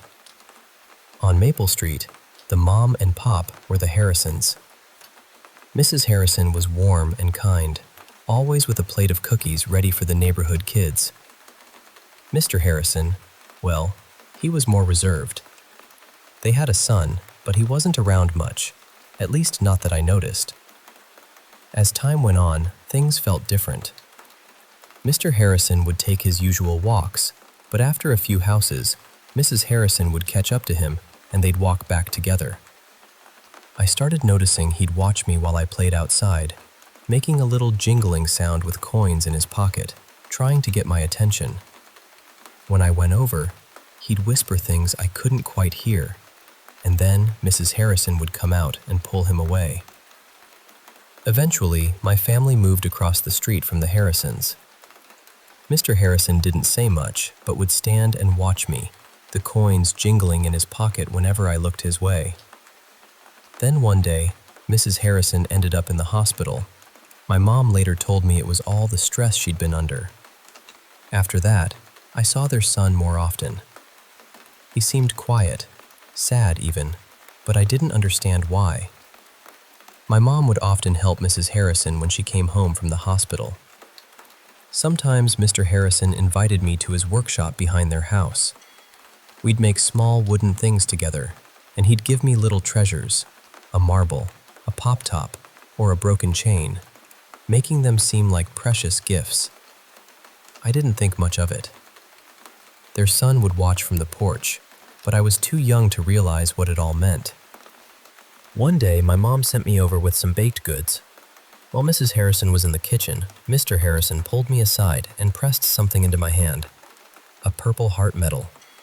I told him it was too important and he should keep it. When Mrs. Harrison came around the corner and took the medal, he shouted and tried to hit her.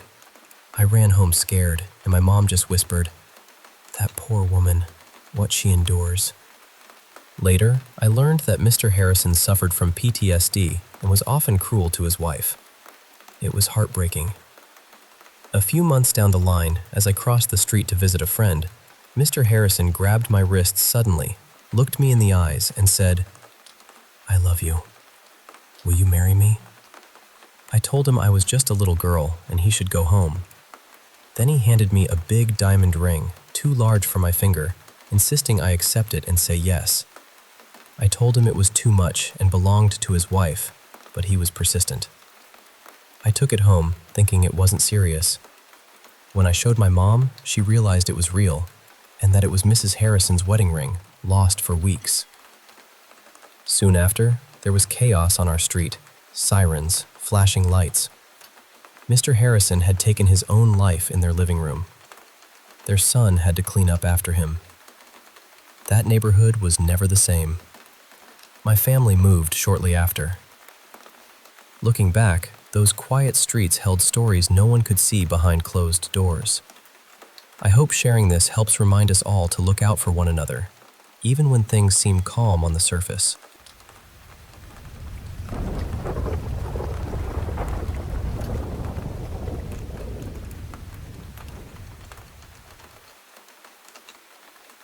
Hey there, I want to share something really special and a little strange with you. Something that's been unfolding around my home in the Pacific Northwest.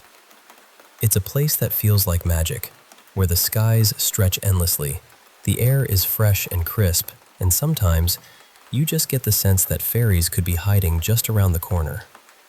My family and I have lived here for nearly 3 years now, in a cozy farm-style house surrounded by about 10 acres of land with Mount Rainier watching over us. There's a big garage connected to a workshop, and right next to us is dense forest. We've had some unusual experiences on this land, things that you just can't explain away easily. Sometimes, late at night, we hear eerie screams coming from the woods, and all the animals fall completely silent. There's this strange sound too, like a metal chair scraping on concrete, echoing through the fields. I talked to a couple of young men who live nearby, closer to the forest, and they told me they hear these sounds too. But they stay indoors after dark because it feels like something is watching them. They believe this land holds something unusual. One of the young men even said he sees a shadow kid in his room and around the house, something that scares him and messes with his things. I don't think it's anything evil, but it's definitely unsettling.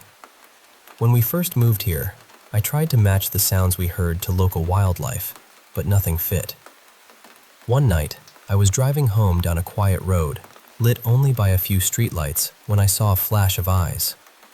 I slowed down, thinking it might be a deer. But when my headlights shone on the spot, I saw something else entirely. A grayish-white figure, about the size of a man, crawling into the bushes. It had no fur, no tail, no feathers, just smooth, pale skin and strong muscles. It moved quickly and silently, and when I turned the corner hoping to catch another glimpse, it was gone. Over the years, several family members have seen a tall, pale creature, about 7 feet tall with large, curious eyes. Sometimes it peeks around the workshop or looks in through the garage window. My son even spotted it crouched on all fours on a long couch near my bedroom window, its big, round eyes glowing softly as it studied him like an owl would.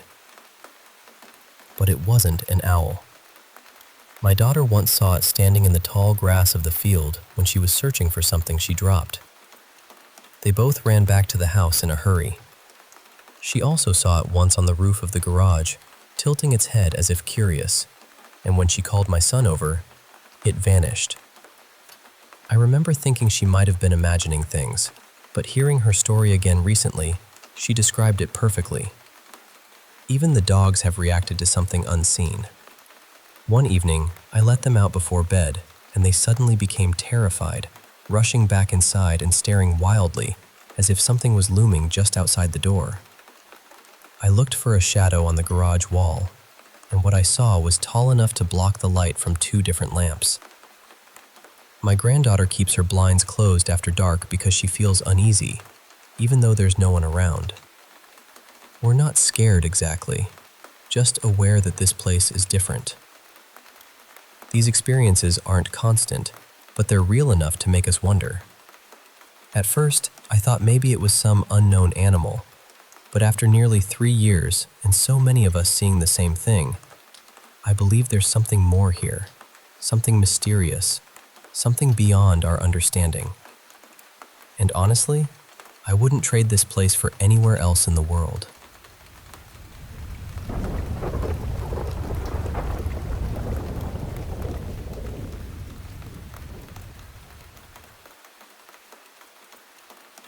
Hey, I want to share a story that's been with me for a long time.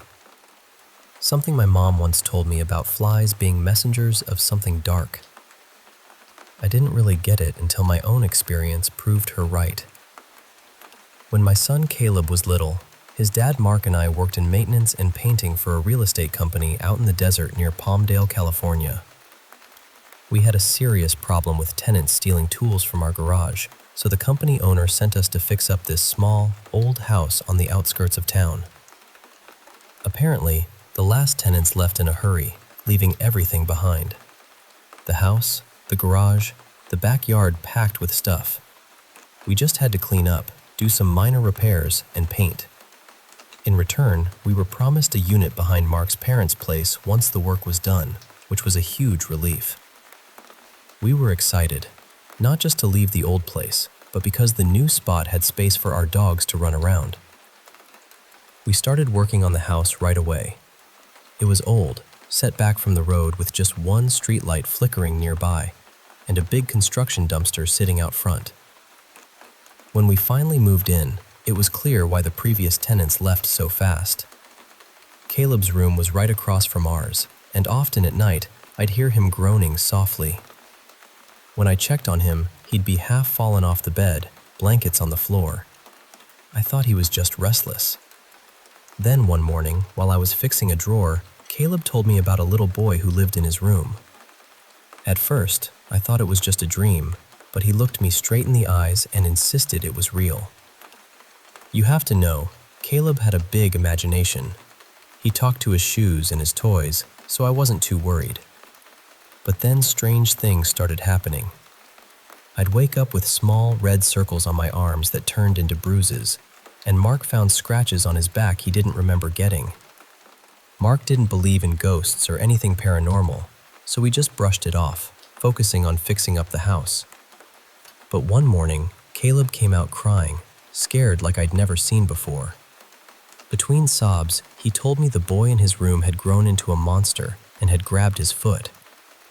When I looked, his sock was twisted in a way that just didn't make sense, and his big toe was bruised with a small cut. That was the moment I knew something was seriously wrong. I called my mom, who's very spiritual, and she told me to cleanse the house with sage and salt. So I did, even though Mark teased me. That night, after we put Caleb between us in bed, I was suddenly jolted awake by a slap on my cheek and a voice screaming, "Wake up!" in my ear. The whole house was vibrating, and even the ceiling fan chain was swinging.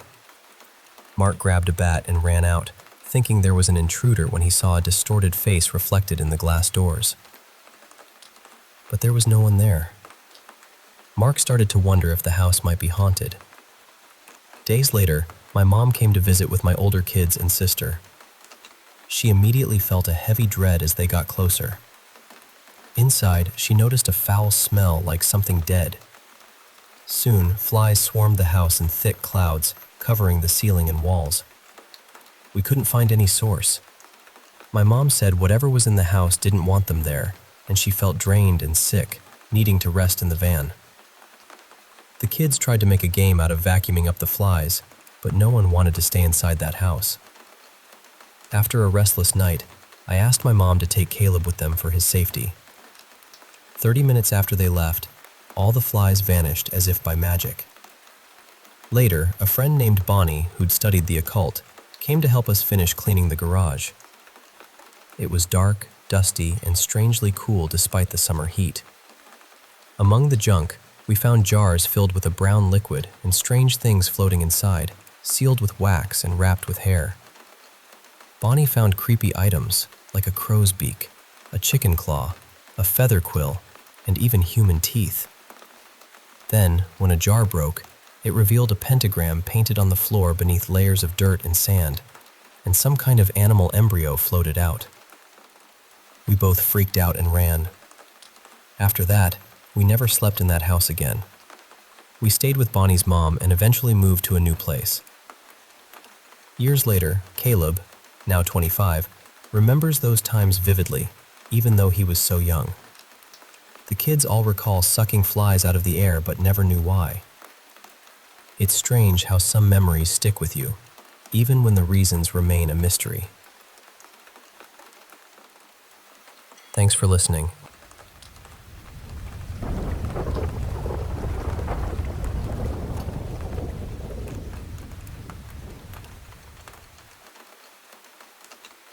I want to tell this as plainly as I can, because even saying it out loud still feels a little unreal.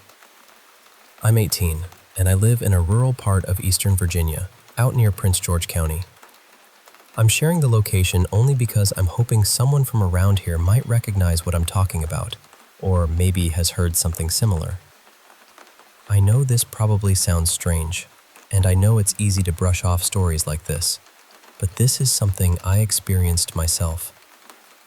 The first time it happened, it was late, maybe around 10:30 at night. I had stepped outside near the driveway because sometimes I just need a little air. The yard was dark and quiet, the kind of quiet where every little sound feels louder than it should. Then, from somewhere off toward the woods behind my house, I heard a woman's voice. It wasn't loud. It sounded distant, almost thin, but I heard it clearly enough. "Help me." That was all it said. I didn't stand there trying to figure it out. I went straight back inside, locked the door, and tried to convince myself I had misheard it. About a week later, maybe closer to 2, I went outside again late at night. This time it was around 1 in the morning, and I was only taking some trash out. I was walking down the driveway when I heard another sound from that same direction behind the house. It was a dull, knocking sound. Not like a branch tapping, not like an animal scratching. It sounded like someone hitting the bottom of their fist against a wooden door. Slow, heavy thuds. The kind of sound you know when you hear it. I froze for a second, listened, and then got myself back inside. The third time was the worst one. I had gone outside to grab a few things from my van. While I was walking across the yard, I heard sticks snapping in the woods. At first, I told myself it was probably deer. We get them around here all the time, so I kept moving. Then something hissed at me. It was close, much closer than I expected. And it wasn't a normal animal sound. I've heard deer blow and snort. I've heard cats hiss. I've heard raccoons, possums, all kinds of things moving around at night. This was different. It was raspy and harsh, almost like it came from something trying to sound like an animal, but not quite getting it right. That one scared me more than anything else. After that, things stayed quiet for a while. I started to wonder if maybe I had just worked myself up over nothing. Then today happened. I was over at my neighbor's place with my friend Mason, who's 16. We were helping fix up an old weed eater, just standing around talking while we worked.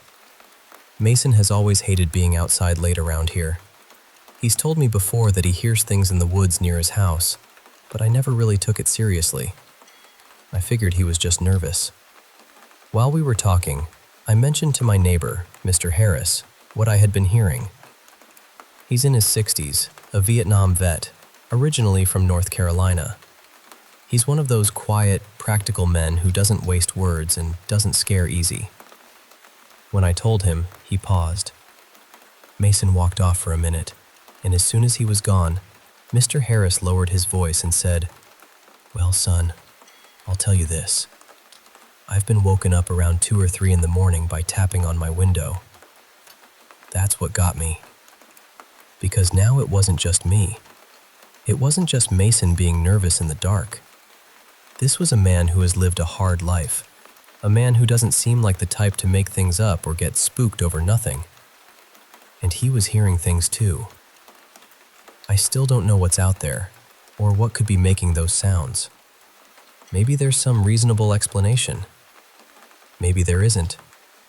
But something strange has been happening around these woods, and I'd really like to know if anyone else has heard it too.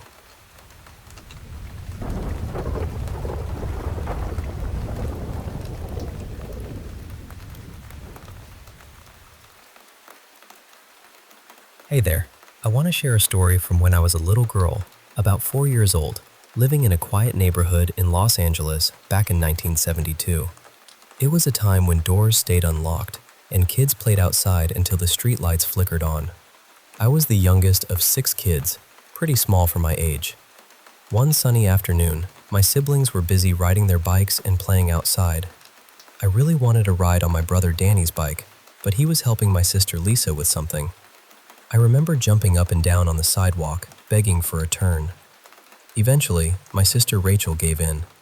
She was a bit stubborn and didn't always follow the rules, like wearing shoes while biking, which Mom always insisted on. Rachel lifted me onto the back of her bike, which had that old-fashioned banana seat, and told me to hold on tight. But then I noticed there was nowhere to put my feet, no pegs at all. I got scared and told her over and over, No, I changed my mind." But she was determined and said it would be fine if I just held my feet out wide. As she pedaled, the bike swayed, and suddenly, whoosh, my foot slipped into the spokes. I felt a sharp pain and saw blood everywhere. I started screaming. Rachel scooped me up and ran straight inside, past the other kids. Mom and my oldest sister Anna were horrified. My sister Grace wrapped my foot with a towel and ran outside to the car where we all piled in, leaving Danny and Lisa at home. The ride to the hospital was a blur, Mom honking the horn and crying, Anna chatting nonstop, Grace soothing me, wiping my tears. I was probably in shock because the pain was just starting to throb. We must have looked like a frantic bunch, blood and all. At the hospital, the smell of rubbing alcohol and antiseptic hit me as they rushed me to a metal table. When they unwrapped my foot, I saw the mangled mess where my toe used to be. Mom kept telling me it'd be okay, but I could tell she was worried. They asked if they had the toe. Mom called home and sent Danny and Lisa to find it. Now, here's the funny part. Danny and Lisa walked back to the spot, looking everywhere. An old lady on her porch asked what they were doing. When Danny said they were looking for my toe so the doctors could sew it back on, she said she'd seen it but threw it in the big dumpster. So Danny climbed in and dug through the trash to find it. Lisa was shocked, but helped him get a ride back to the hospital. The neighbor gave them a lift, though she was a bit grossed out by Danny smelling like garbage. Meanwhile, I was still in the room getting numbed with long needles, crying my eyes out. I asked Mom what she was doing when she closed her eyes, and she told me to imagine a white light all around me, that it was God's healing light. I tried to calm down, but the pain was too much. Then, before surgery, I begged Mom to stay, but the doctor said no. As she held me, I saw a bright light behind her shoulder. I squinted and saw a man with long, dark hair, caramel skin, dressed in a flowing orange robe, smiling warmly. Next to him stood a radiant male figure, glowing with light that filled the room. I felt warmth and peace wash over me. I told Mom not to worry, that my guardian angel and his companion were right there. She looked confused, and my sister Grace didn't see them either. They wheeled me into the OR, gave me medicine to sleep, and I floated above my body, watching the doctor's work. The man in orange extended his hand, and the angel smiled reassuringly. I overheard the doctor say his own daughter was very sick and needed an important operation soon. The angel nodded and smiled. Moments later, I returned to my body and woke up to Mom's tearful smile. The doctor said I'd need more surgeries and might limp, but I was lucky it wasn't worse. Since no regular rooms were free, they put me in the pediatric burn ward. It smelled strange and was chilly. The bed was a big metal crib with bars like a cage. The other girls had sad stories. One caught her nightgown on fire, another played with matches, things I didn't understand. That night, after everyone left, I felt lonely and cold. I started to cry quietly, soaking my pillow. Then, the same warmth I'd felt before returned, and a gentle hand held mine through the bars. I felt safe and soon drifted to sleep. The next morning, a girl across from me spoke. She asked about the light I'd had the night before. I told her it was my angel, and though she couldn't see, I believed she had one too. It seemed to comfort her. My family visited, and the next day I was ready to go home. On the way out, I insisted on seeing the doctor who fixed my toe. I whispered a thank you and told him his daughter would be just fine, that she wouldn't be sick anymore. Then I kissed his cheek. He looked surprised but hugged Mom tightly. On the ride home, I told Mom about my new friends and the angels who helped me. She said that I'd always been special, saying things others didn't understand. I miss my mom dearly, but I carry those memories and the warmth of those angels with me always.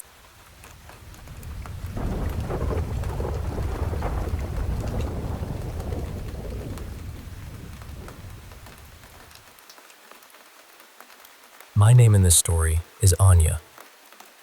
This happened back in 2023, sometime between June and August, around the time of the blue moon.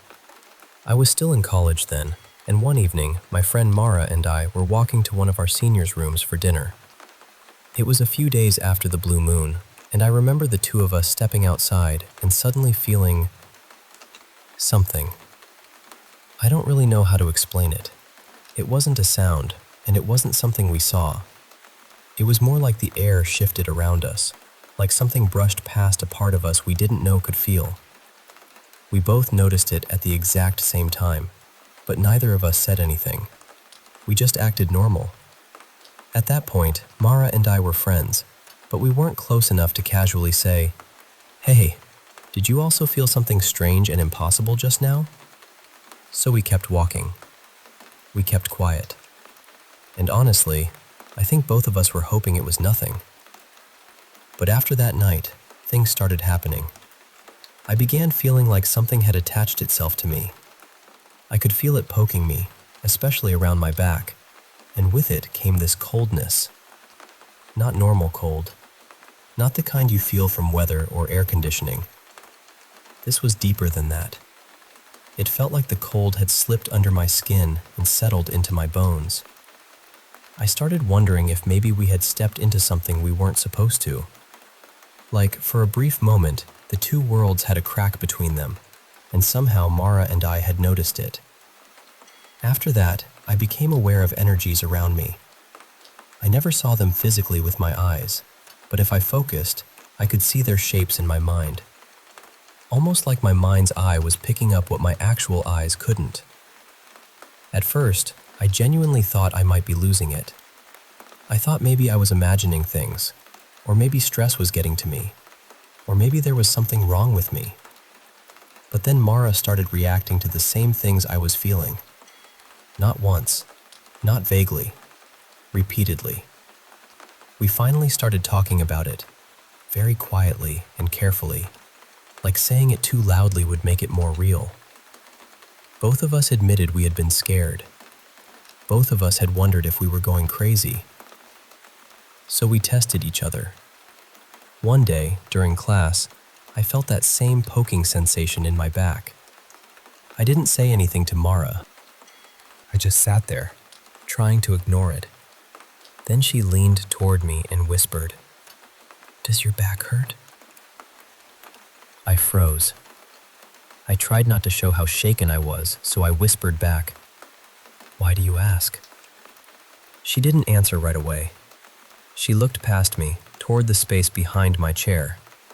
Then she looked down, and that was the moment I knew we weren't imagining it, because in my mind, I could see someone crouching behind me, poking my back. It felt like a woman, or something close to one. Not angry, not threatening, just curious, almost childlike, like it was poking me because it could. Later, Mara described the exact same thing to me. She said it didn't feel malicious.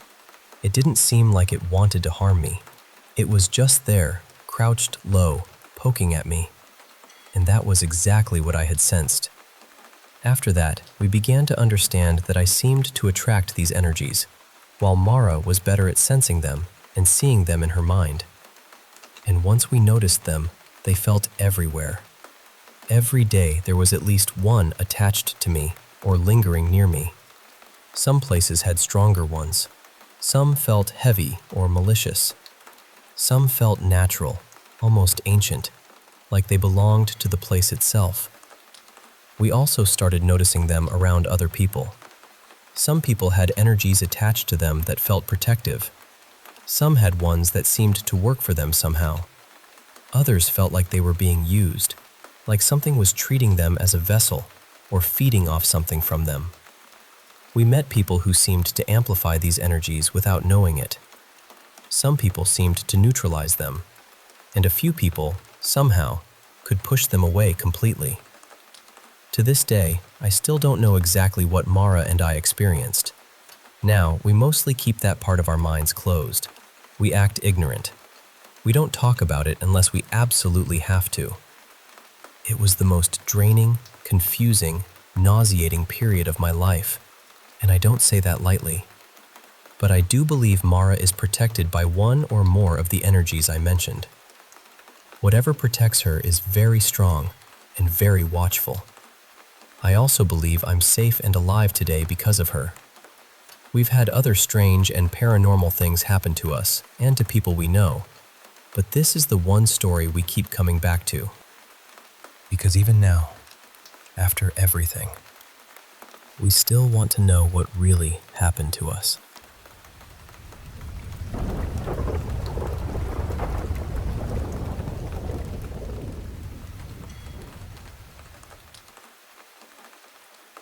I'm from Costa Rica, so just to give you a little context, everything here feels close.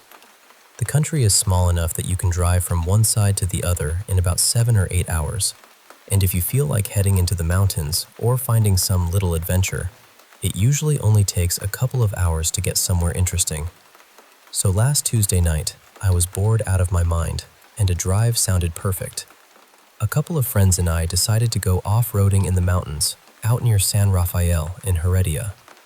There's this place people call Finca Dos, and it's basically a big 4x4 area where people go to mess around in the mud, try trails, and just enjoy the cars for a while.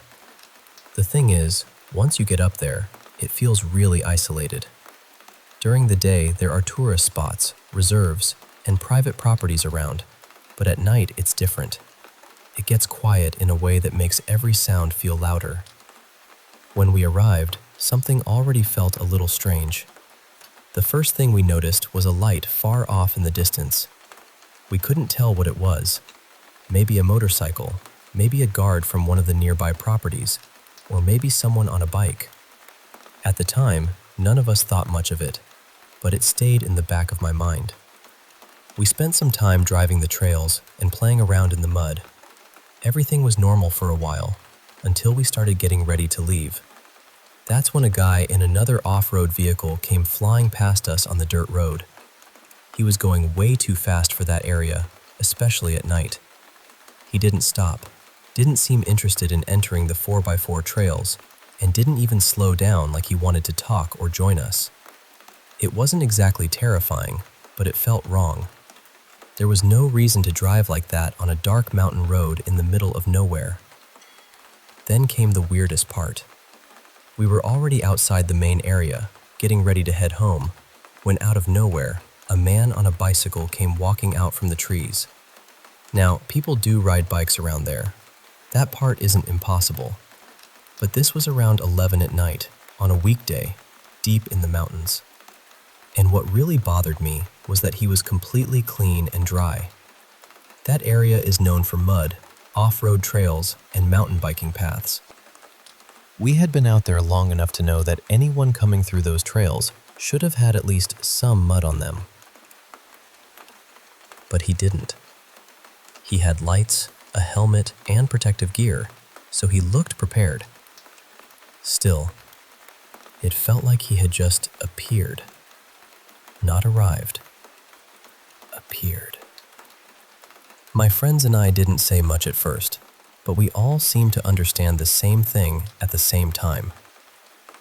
That was our sign to leave. Up to that point, I wouldn't have called anything paranormal. Strange, yes. Uncomfortable, definitely. But not paranormal. What changed my mind was what happened on the way down. There is only one road in and one road out of that place. And after that, there's one main road that leads from the mountains back toward the nearest town. We drove slowly enough to be careful, but fast enough that there's no way someone on a bicycle should have disappeared ahead of us. And yet, we never saw him. Not on the side of the road, not riding downhill, not stopped anywhere. Nothing. A guy on a bike should not have been faster than a car on that road, especially with all the curves and sharp turns. But somehow, he was just gone. And that's the part I still can't explain.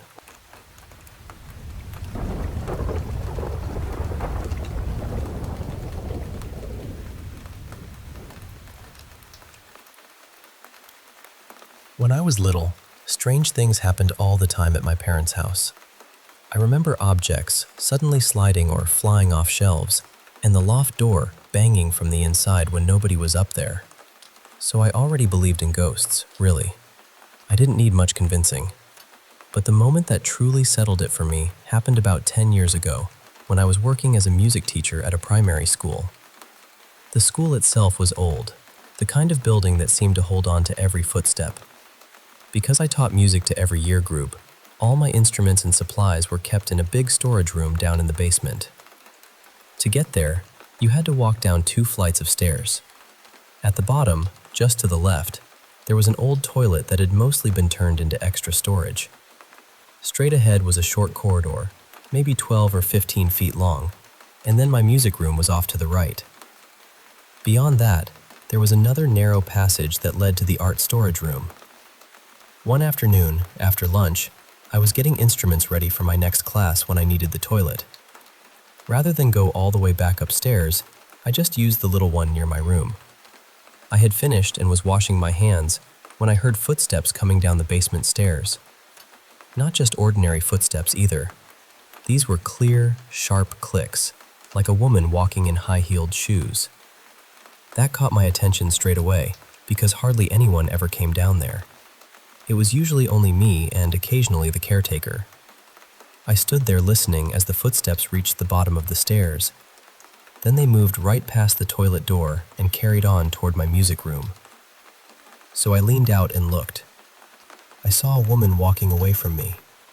She was dressed in a tweed skirt suit with a matching jacket, very old-fashioned and neat. Her hair was pinned up in a bun. At first, I assumed it must be the deputy head, because honestly, she was the only person I could imagine dressing like that. So I called out, "I'll be with you in just a minute." I dried my hands and went straight to my room. But no one was there. And that was the thing. Nobody had walked back past me. There had been no footsteps going the other way. The corridor was too narrow and too short for someone to slip away unnoticed. Still, I checked properly. I looked inside my music room, then went down toward the art store. Nothing. Nobody. I even called out, "Hello," a couple of times, but there was no answer. After standing there for a moment, trying to make sense of it, I went upstairs to the deputy head's office. Her office was near the top of the stairs, so I thought maybe it really had been her, and somehow I'd missed something. But she was sitting there eating her lunch, wearing completely different clothes. That made my stomach drop a little. I went into the staff room and told one of the teachers, "I think I've just seen a ghost." She laughed at first, until I described the woman.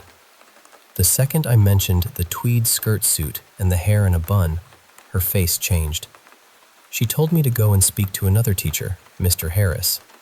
So I went to his classroom and said, "I think I've seen a ghost downstairs." Before I could even describe her, he asked, "Was she wearing a tweed suit with her hair up?" That stopped me cold. He told me he had seen her a couple of times himself, usually late after school, walking near his classroom and through the assembly hall. I've had other strange things happen in my life, but that one really stayed with me. After that, it took me a long time to feel comfortable going down into that basement again, especially first thing in the morning. It was always pitch black down there, and the light switches were at the bottom of the stairs, which meant you had to walk all the way down before you could turn them on. And after seeing her, that felt like a very long walk.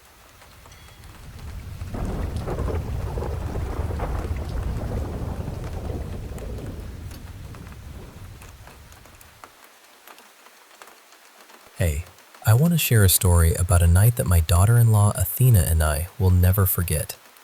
It happened just a few weeks ago while we were driving home from the store. It was just after dusk, and we were on this quiet rural road in Washington, the kind of place where the houses are tucked back into the trees and the forest feels alive all around you. We've driven this road a million times, so we know every curve and shadow. I always turn on my brights out there, hoping to spot deer, but this time, what I saw was nothing like that. Halfway down the road, I noticed something reflecting in the distance, right off to the side. Eyes, but not the kind you'd expect. I started slowing down, and Athena looked up, curious about why I was easing off the gas. We both saw it then. It wasn't shaped like any animal we knew. This thing stood upright on two legs. It was tall, gray, with a long face, and its eyes were the strangest part. Not glowing yellow or white like a deer's, but a soft, glowing blue-gray. There was no nose or mouth we could make out. It just stood there, arms hanging long at its sides, watching us as we passed. As we drove by, it backed up into the trees, but it wasn't looking at the car. It was looking right at us. Athena just whispered, "Wait, what?" Because there was literally nowhere for it to disappear to, yet when we glanced back, it was gone. That feeling, the shiver down your spine, that stayed with us the entire night. The next day, we drove back to the exact spot, hoping for answers, or at least a clue. What we found was a tall fence surrounding the property, topped with razor wire. Definitely no way for anything to just vanish like that. It was all perfectly intact. This creature reminded me of something I saw years ago, on a road not far from there, crawling into bushes near some train tracks. Every time we pass that way now, Athena and I look around, wondering about what we saw. We keep asking ourselves, what would have happened if we had stopped? And more importantly, was this thing even alive? Thanks for listening. Sometimes the world holds more mysteries than we can explain.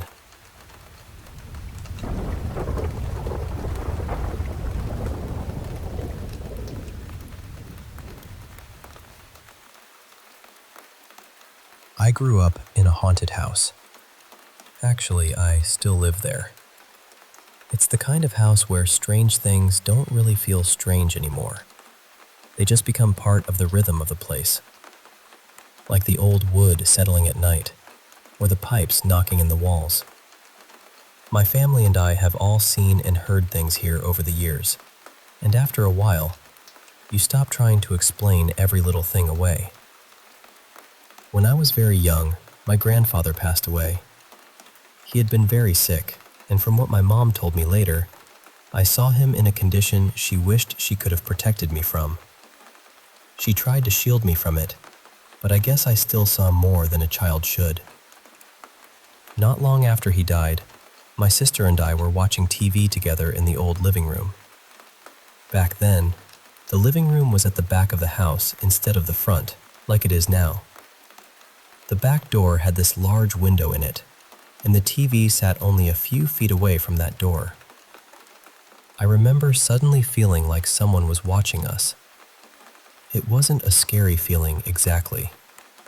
I didn't feel threatened. I just felt noticed. So I turned and looked toward the door, and there he was. My grandfather was standing outside, looking in through the glass. I remember saying something like, "There's Grandpa." and I tried to tell my sister to look, but she didn't believe me. She never really did believe me about that. The strange thing is, I knew he had just passed away, but I don't remember being afraid. Maybe I was too young to fully understand what that meant. And as far as I knew, he had never really come to visit that house before when he was alive. So why he would appear there afterward, I don't know. But I know what I saw. The house itself is over 100 years old. It's made from old wood, probably from the mill that used to be in town. The town was actually named after that mill, so everything around here has that old, worn-in feeling, like history is tucked into the dirt and the boards. Someone once said there may have been native land in the area too. I don't know how true that is, but it wouldn't surprise me. The whole place feels layered. We know at least 2 people died in this house. One was an accidental hanging, and the other died of natural causes. Both were older women, from what we've been told. Over the years, we've seen full-bodied apparitions. My mom saw one recently, actually. For a while, this woman would float past her in the living room at night.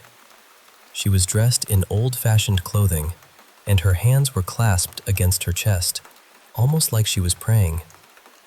She would move diagonally across the room, toward a corner where there isn't a doorway. That part always felt odd to me, because this is one of the oldest sections of the house, and it hasn't really been changed much. So it's not like there used to be a doorway there that got covered up. The woman never did anything else. She just passed through, night after night, following the same path. I've always wondered if maybe it was residual, like a memory replaying itself. Maybe from this house, or maybe even from a house that stood here before this one. I saw something once too, although mine didn't feel as peaceful.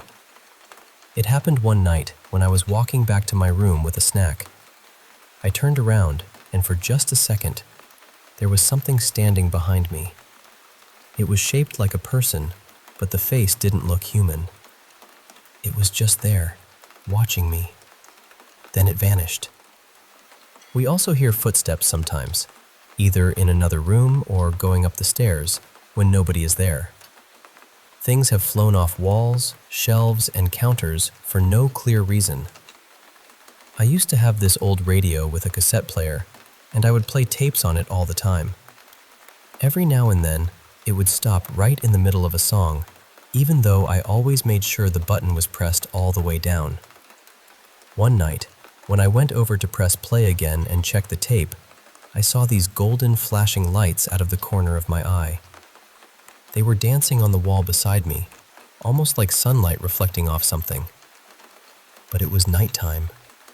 The only light on was a regular bulb, and it wasn't flickering or doing anything unusual.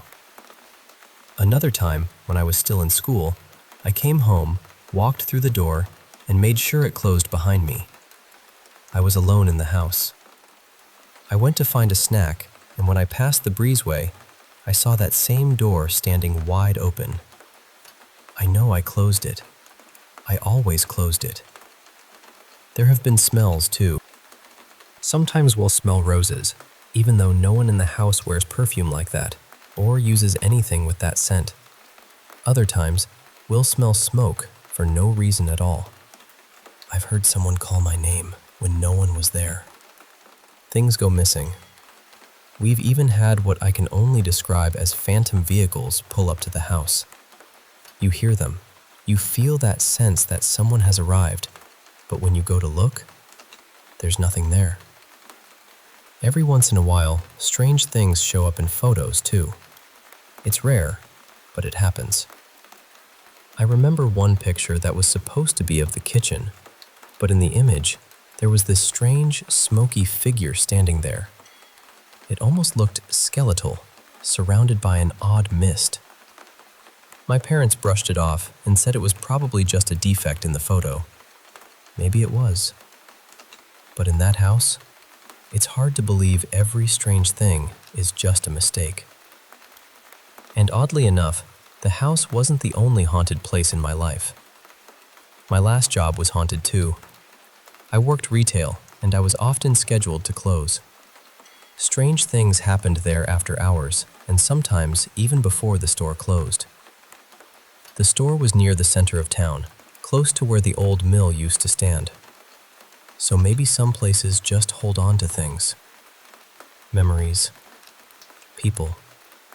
Moments that don't know they're over. And maybe, when you live somewhere long enough, you start to understand that a house can be more than wood and windows. Sometimes it listens back.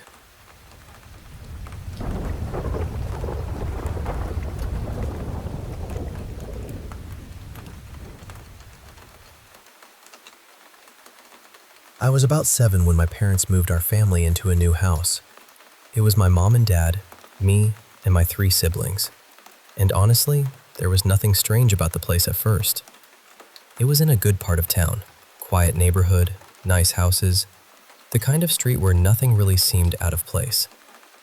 My mom ran her own little business out of the basement, so she was often up before the rest of us, usually somewhere around 4 or 5 in the morning, working before we had to get ready for school. The first floor had hardwood floors, and anyone who has lived with hardwood knows the sound I mean. When someone walks across it, you hear it. Every step has that soft creak and tap to it. Now, my younger sister Lila used to sleepwalk when she was little. She was probably 4 or 5 at the time. My mom would sometimes hear footsteps upstairs and assume it was Lila wandering around again. She would go up to guide her back to bed, only to find the first floor completely empty. Then she would check the bedrooms, and everyone would be sound asleep. That happened more than once. There were also nights when my mom would hear Lila talking in her room. She'd go in and ask, "Honey, who are you talking to?" And Lila would say, very calmly, "The man. He's sitting on the bed." Of course, my mom thought it was just a little kid's imagination. Lila was young, and kids say strange things. But this went on for nearly a year. The part that still makes my stomach twist a little is that Lila remembers him even now. She says he was an older man, dressed in overalls, and he looked like a farmer. Later, we found out the whole neighborhood had been farmland before it was developed in the 1980s. Maybe that means nothing. Maybe it means more than I want it to. Years later, around 2013, I was home from college on winter break. I had gotten into the habit of staying up late in the basement playing video games, usually until 2 or 3 in the morning. Everyone else would be asleep, so the whole house had that heavy, late-night quiet to it. One night, I heard footsteps moving across the first floor. At first, I figured someone had gotten up for water or to use the bathroom, but when I went upstairs to check, nobody was there. The house was still. Everyone was in bed. A few days after that, I was lying down to sleep when an old baseball trophy slid off my dresser and hit the floor. It scared the life out of me, and I know how that sounds, but there was no reason for it to fall. No breeze, no shaking, no door slamming, nothing. It had been sitting in the same spot for years. After that, things started to feel different. Whenever I was alone in the house, especially down in the basement, I would get this awful feeling that someone was behind me. Not just a nervous thought. It felt like when you know another person is in the room, even before you turn around. The air would change. The hair on my neck would rise. My whole body would go cold. Then came the night I still think about the most. I was in the basement again, playing games late, when I heard footsteps above me. They moved through the kitchen, slow and steady, and then stopped right at the top of the basement stairs. I froze. A second later, I felt someone standing directly behind me. I was sitting on the couch, and suddenly I couldn't move. It felt like 2 hands were pressing down on my shoulders, holding me there. I tried to stand up, but I couldn't. I couldn't turn around. I couldn't even make a sound, and the room got cold. I used to laugh at stories where people said the temperature dropped when something was nearby, but I swear, in that moment, I could almost see my breath. Then, just as suddenly, The pressure lifted. I jumped up and ran. I tore up the basement stairs, through the kitchen, and toward the stairs to the second floor. Halfway up, I heard something behind me. Footsteps. Running. Not walking. Running up the basement stairs at a speed that didn't sound human. I bolted into the bathroom, slammed the door, and locked it. The footsteps came right up to the bathroom door and stopped. I slept on the bathroom floor that night. A few months later, around April, I came home from college for a long weekend. I was alone in the house during the day, and I decided I was finally going to call this thing out. Not at night, obviously. I wasn't that brave. So I stood there and said, "All right, if you're real, do something." And I promise you, every door in the house opened and slammed shut at the same time. Hard enough that the whole house shook. That was the last real experience I ever had there. Over the years, my siblings have admitted they had moments too. My wife, who I was dating back then, also heard the footsteps in that house. Maybe there's a reasonable explanation. Maybe our minds filled in the blanks. Maybe old houses make old sounds. Or maybe Lila really did see a man sitting on her bed.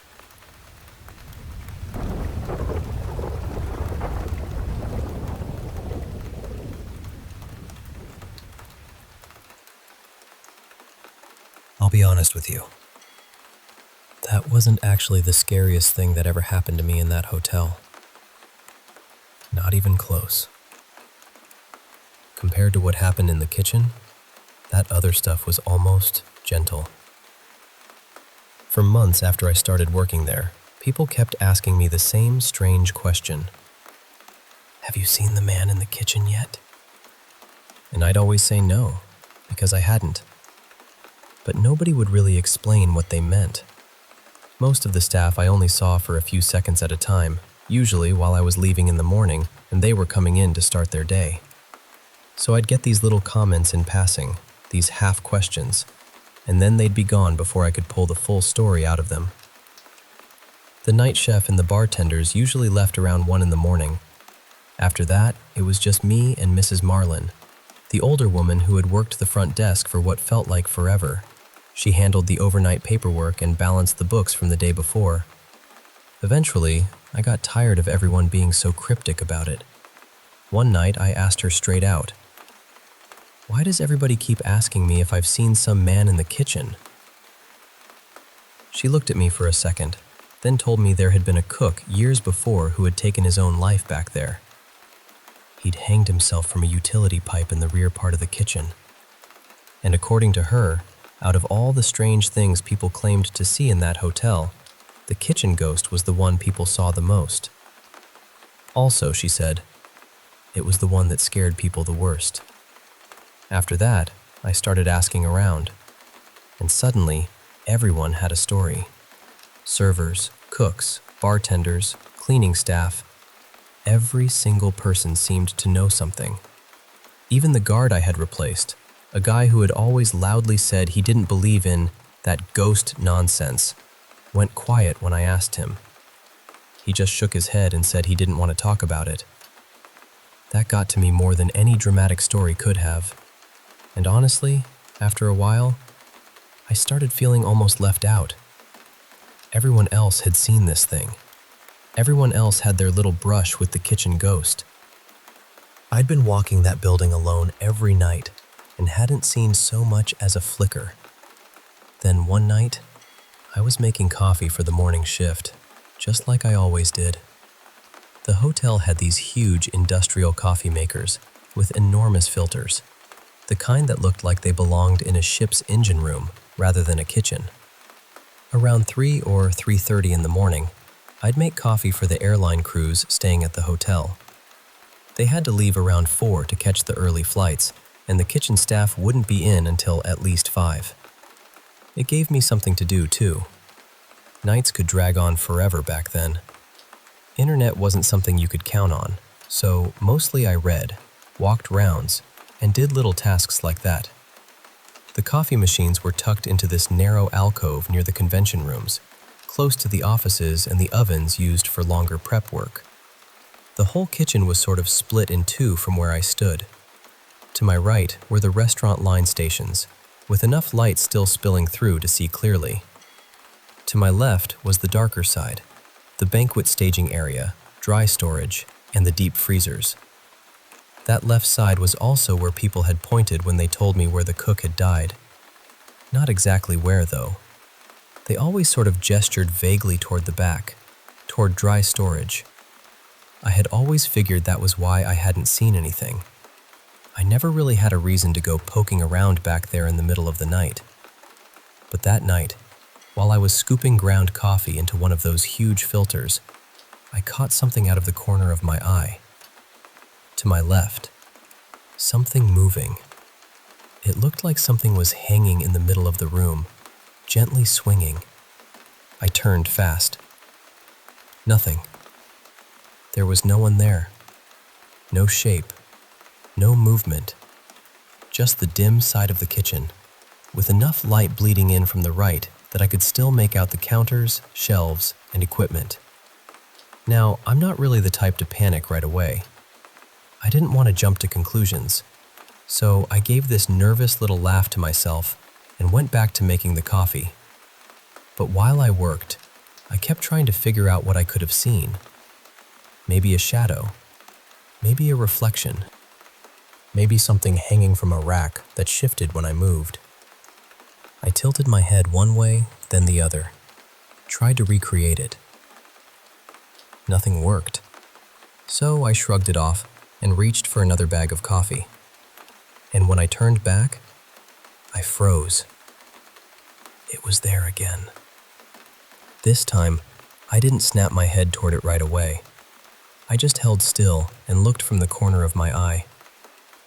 There was a dark shape in the center of the room, swaying, slowly, gently. And I knew exactly why people described it the way they did, because it looked unmistakably like a body hanging there. I tried to ignore it. I really did. I told myself not to react, not to feed my own imagination. But then it started swinging a little more. That was enough. I turned my head straight toward it. And again, there was nothing. No body, no shadow, no object. Nothing moving at all. That was when this cold shock ran through me from my scalp all the way down to my feet. Not a chill exactly. More like my whole body suddenly understood something my brain was still trying to argue with. I set down everything in my hands, nice and careful, and walked right out through the convention room door beside me. I didn't go back into that kitchen until just a few minutes before the first pilots were due to check out. And out of everything that ever happened to me in that hotel, that was the one that truly got under my skin.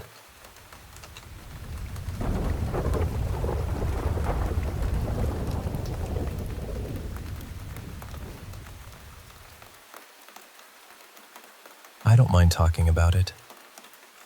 Honestly, it's not something my parents ever liked discussing. They were the kind of people who would rather act like everything was ordinary, even when it very clearly wasn't. They would brush things off, change the subject, or pretend the house was just settling. But every now and then, even they would have these disturbing dreams. Not just them, really. Everyone in the household seemed to experience something strange at some point back then. The difference was, it was mostly me and my older sister who actually witnessed the more unsettling things while we were awake. She eventually reached a point where she couldn't take it anymore. For her own peace of mind, she moved out, and honestly, I can't blame her for that. For me, though, as I got older, everything seemed to become worse. Not quieter, not easier to explain. Worse. More frequent, too, until some of it was happening almost every day. Devices would turn on and off by themselves. Things would disappear from where we had just left them. Objects would show up in different places. Doors would slowly open or close on their own. Light bulbs would pop constantly. We would hear heavy footsteps, sometimes even the sound of someone running back and forth in locked rooms, or rooms we knew were empty. And whenever we unlocked one of those rooms and checked inside, there was nothing. Nothing out of place, no person, no explanation. But then we would lock it again, go downstairs, and within minutes the thudding would start again in that same room. It sounded like a grown man sprinting across the floor. There was also the bed shaking at night. That happened often, sometimes daily. Then there were whispers, faint voices when no one was nearby, and the dreams, which felt like the final little nightmare garnish on top of everything else. One incident in particular really stayed with me. It was around 3 or 4 in the morning, and my older sister Marielle left her bedroom and went into the upstairs sitting area. The whole place was dark. While she was there, she heard water running from the bathroom nearby. It sounded like someone had turned on the sink. At first, she assumed it was either me or my father. But when she walked closer to the bathroom, she saw something standing at the sink. She described it as a very tall, broad, shadowy figure, shaped like a large man.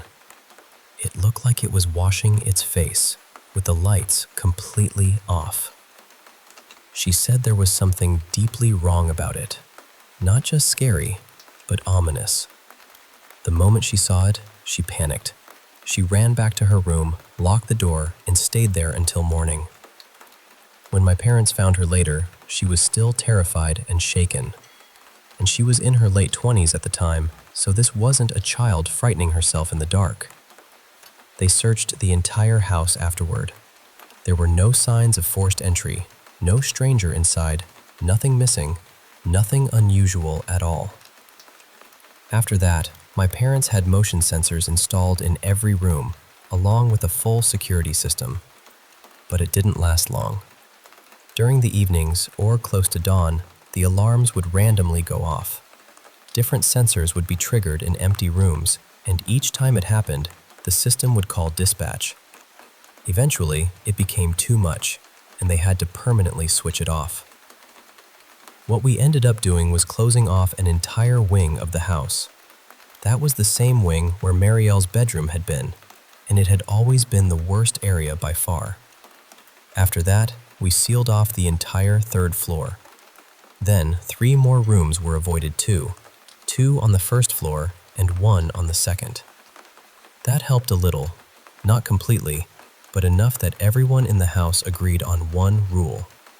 No one was to enter those areas alone, and definitely not at night. My parents also became strict about locking every door and window at all times. New, stronger locks were installed throughout the house. If someone entered a room, the door had to be shut behind them and locked, especially in the evening. Before bed, we would go around making sure every single door and window in every room was secured.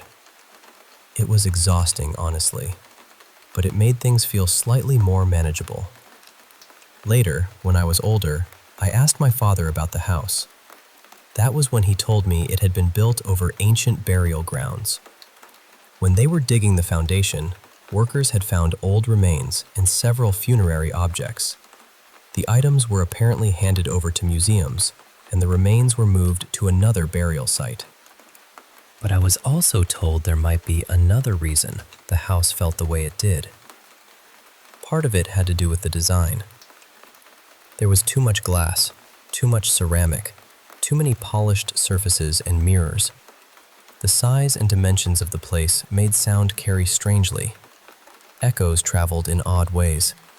Someone described it to me almost like an echo chamber or a resonance chamber. They said houses shouldn't really be built that way because the energy, the sound, even the presence of things seems to bounce around and intensify. They said it can make things more visible than they should be. I still don't fully understand what that means, but when I thought about it, it unsettled me in a way I can't quite explain. And even then, I knew there was more to the story. There is definitely more, but it gets long, and honestly, it only gets stranger from there.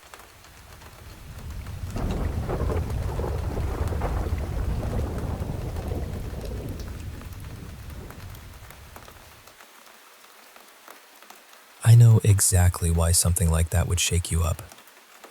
When it happens around your kids too, it hits a different part of your heart. It's not just fear anymore. It's that awful, prickly feeling of wanting to protect everybody and not knowing what you're even protecting them from. My story isn't quite as intense as yours, but I do understand that feeling. When I was growing up, it was just me, my younger brother, and our mom. She raised us on her own, and money was always tight. For a while, when I was still in elementary school, we moved in with my aunt and uncle out on their little acreage. They had this huge old farmhouse. Plenty of room for all of us, but it was the kind of place that always seemed to breathe and creak after dark. I was around 9 or 10 then, and I remember little strange things happening. Most of it I brushed off. Old houses make noise. Kids have active imaginations. Shadows look weird when you're tired, that sort of thing. But one day, I was taking a bath, and I heard a woman's voice right beside me. She said my name. Not shouted, not whispered. It was almost playful, sort of sing-song, like someone teasing a child from just over their shoulder. I got out of that tub so fast I probably left half the water behind. I ran out, still covered in soap, and started asking everyone if they had called me. Nobody had. Nobody had even been near the bathroom. I was so scared that I made someone sit in there with me just so I could rinse off. After that, years went by. Maybe 15 years or so. My aunt and uncle had moved several times by then, and their kids were teenagers. They still said something was with them. Not just in one house either. They believed it followed them from place to place. For a long time, I didn't believe them. I told myself that when I was little, maybe I imagined the voice. Maybe I dreamed it while I was awake. Maybe my brain just made something out of nothing. By my 20s, I had become pretty firmly skeptical about all of it. Ghosts, hauntings, anything like that. I figured my relatives were just suggestible, or maybe they liked creepy stories a little too much. Then I started spending more time with them again. My girlfriend at the time and I would stay over at their newer acreage every few weeks. We'd hang out, play board games, eat too much, stay up too late, all the usual family stuff. And once I was around them more often, things started happening again. My girlfriend didn't believe in ghosts at all, not even a little. But one night, in the spare room where we were sleeping, she saw something move through the room and go right out through the doorway. After that, she was a lot quieter about the subject. For me, it started with footsteps. I'd hear someone walking around when I was the only person awake, or when I was completely alone in the house. Then one night, around 3 a.m, I was in a room with the door open when I saw a young blonde woman run past. She moved fast, like she was sprinting down the hall. Right after that, I heard this loud bang, like she had slammed into a shelf or clipped a door frame. At first, I honestly thought it was one of my cousins. She was blonde and about the same height. So I got up and went down the hall to see what she was doing.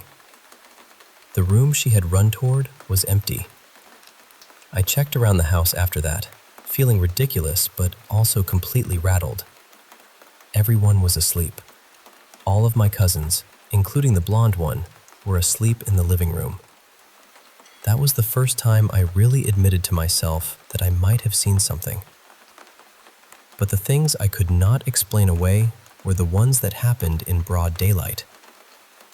One afternoon, I was sitting in the dining room. There was a pot on the kitchen counter with the lid still on it. I watched the lid lift up, tilt sideways in the air, and then settle back down. It didn't drop. It didn't slide. It moved slowly, almost deliberately. Another time, again in the dining room, there was a half-full box of books nearby. I saw one book flip up and out of the box. That sounds simple until you picture it properly. The box wasn't overflowing. The books were sitting several inches below the top edge. For that book to come out, it had to move upward first. It didn't just fall, it launched. My grandmother stayed with them for a while in that house too, and she had her own experiences. Mostly things moving, noises, objects acting like invisible hands had opinions. After enough of that, I stopped sleeping alone when I visited. Luckily, most of the family usually crashed in the living room together anyway, so I just joined the pile like a very nervous golden retriever. Eventually, I accepted that something really did seem to be attached to them. They moved again after that acreage, and one day, while I was visiting them in another house, I was sitting in the living room when I saw a man appear. He walked through the room, just calmly crossed the space, and vanished before he reached the other side. Not a shadow, not a trick of the light. A man. Since then, I've lived in a couple places of my own that I would honestly call haunted too. So no, I'm not the hardened skeptic I used to be. Whatever I thought I believed in my 20s, life has very quietly and very rudely rearranged the furniture.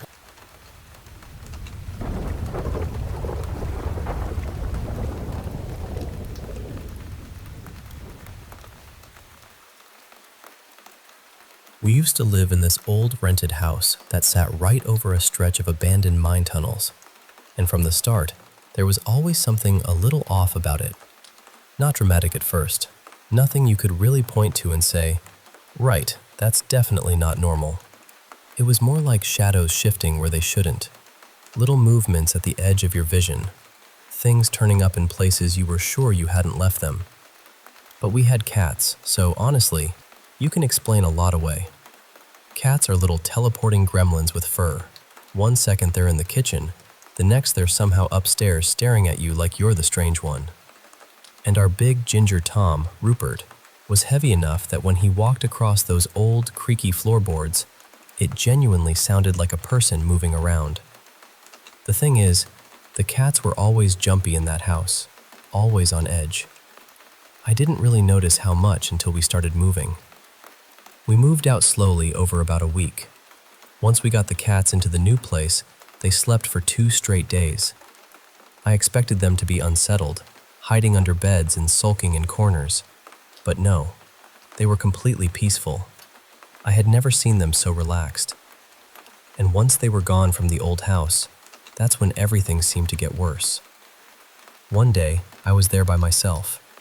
The front door was open, and I was carrying boxes of books out to my car.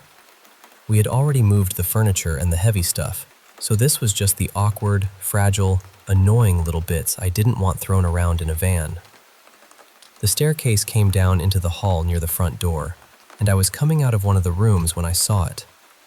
There was this dark mass standing in the hallway. And the awful part was, the hall was full of sunlight. It should have been bright and empty. But this thing was just there. I turned properly toward it, and I saw enough to know I was looking at something, but I still couldn't really focus on it. It was tall, dark, kind of hunched and disjointed. The closest thing I can compare it to is one of those Geiger-style alien shapes, but smoky, like it didn't have clean edges. I don't know how to explain this without sounding ridiculous, but I knew it was looking at me. And I knew it was furious.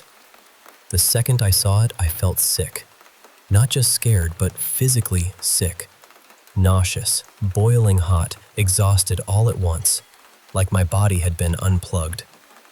I backed out of the house, threw the books into the open car, reached back just far enough to slam the front door, and locked it. I would not go back inside on my own after that. I honestly thought my husband, Callum, was going to think I'd completely lost it when I told him. But he didn't laugh. He could see how badly it had shaken me. And that's when he told me something I hadn't known. A few days earlier, when we'd had the big moving van, he had been waiting outside while I locked up the house. He said someone, or something, jumped out from behind the long hedge by the drive, like it was trying to scare him. At first, he thought it was our neighbor messing about, but then he realized it wasn't right. He said it looked more human than what I described, but still dark. Solid, but somehow impossible to focus on. It was dusk, and the streetlights hadn't come on yet, so everything was that flat, gray-blue color. He said whatever it was jumped back behind the hedge just as I started walking down the drive. I actually remembered him looking toward the neighbor's place as we drove away and saying he thought he'd seen Brian waving. I hadn't thought anything of it at the time, but after what I saw in the hallway, that memory turned cold in my stomach. We cleared the rest of the house in one go after that, with a ridiculous number of people helping. We didn't tell them why. We just made sure nobody was alone in there. To this day, I don't know what I saw. I don't know what he saw either. But even now, driving past that house gives me the creeps. And just for the record, the landlord sold it about 6 months after we moved out.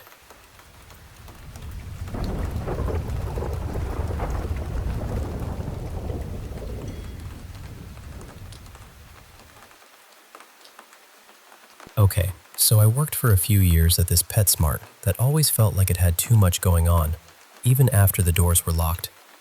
Before I moved into grooming and eventually left for a small private shop, I was the live pets lead for a while. I also spent a short stretch helping manage stocking, so a lot of my shifts started ridiculously early. I'm talking 5:30, maybe 6 in the morning, when the store was still dark in that strange, half-awake way, and there were barely any other people inside. And honestly, almost everyone who worked there had some kind of story. Little things, big things. Things you could laugh off in daylight, but not so much when you were alone near the fish wall. One night after closing, I was tidying up when I heard something clatter hard behind me. I turned around, and this long box with a 36-inch aquarium light was on the floor. The weird part was that it had been sitting in one of those metal ring holders, and for it to fall the way it did, it would have had to lift straight up first. Not slide, not tip, lift. A few seconds later, I heard this faint sound, almost like children laughing somewhere far away in the store. Another night, a manager named Mara and I were near the grooming salon when the kennel doors started opening and slamming shut by themselves. Not once. Over and over. Bang, swing open. Bang again. We both just stood there staring, because there's a point where your brain stops trying to explain things and just quietly hands you a little panic sandwich. The alarms were another thing. The roof hatch and back door sensors would go off in the middle of the night all the time.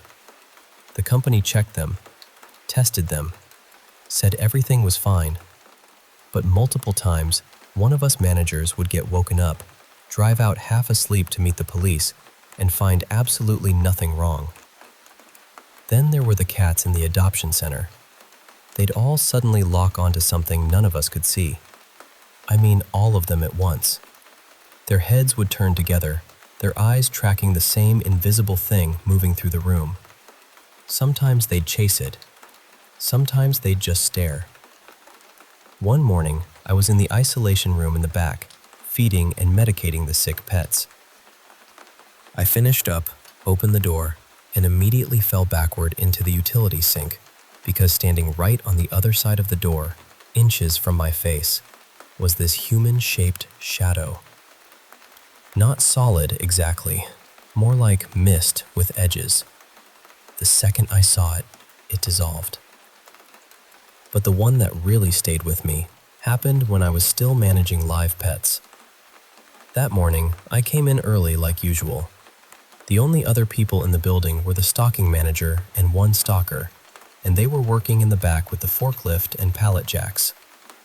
I was all the way up front at the fish wall, in the pump room, filling these big buckets with warm water so I could make cleaning soaks for the tank ornaments. The buckets took forever to fill, and eventually I realized I'd had way too much coffee. So I shut the water off, pulled the half-full bucket out of the sink, decided it was enough for what I needed, and went to the bathroom at the back of the store. While I was in there, I could clearly hear the forklift beeping and the pallet jack moving around through the wall. So I know, without a doubt, the only other two people were still back there, I finished up and walked back to the pump room, and when I stepped through the door, the bucket was back in the sink. Full. Completely full. And I watched the sink knob turn by itself and shut the water off. The room felt wrong, heavy, almost electric, like the air was holding its breath. I just stood there for a second and finally said, thank you for finishing that for me? Then I picked up the bucket, added the aquarium chemicals, and went on with my morning, because apparently even ghosts at PetSmart had tasks to complete.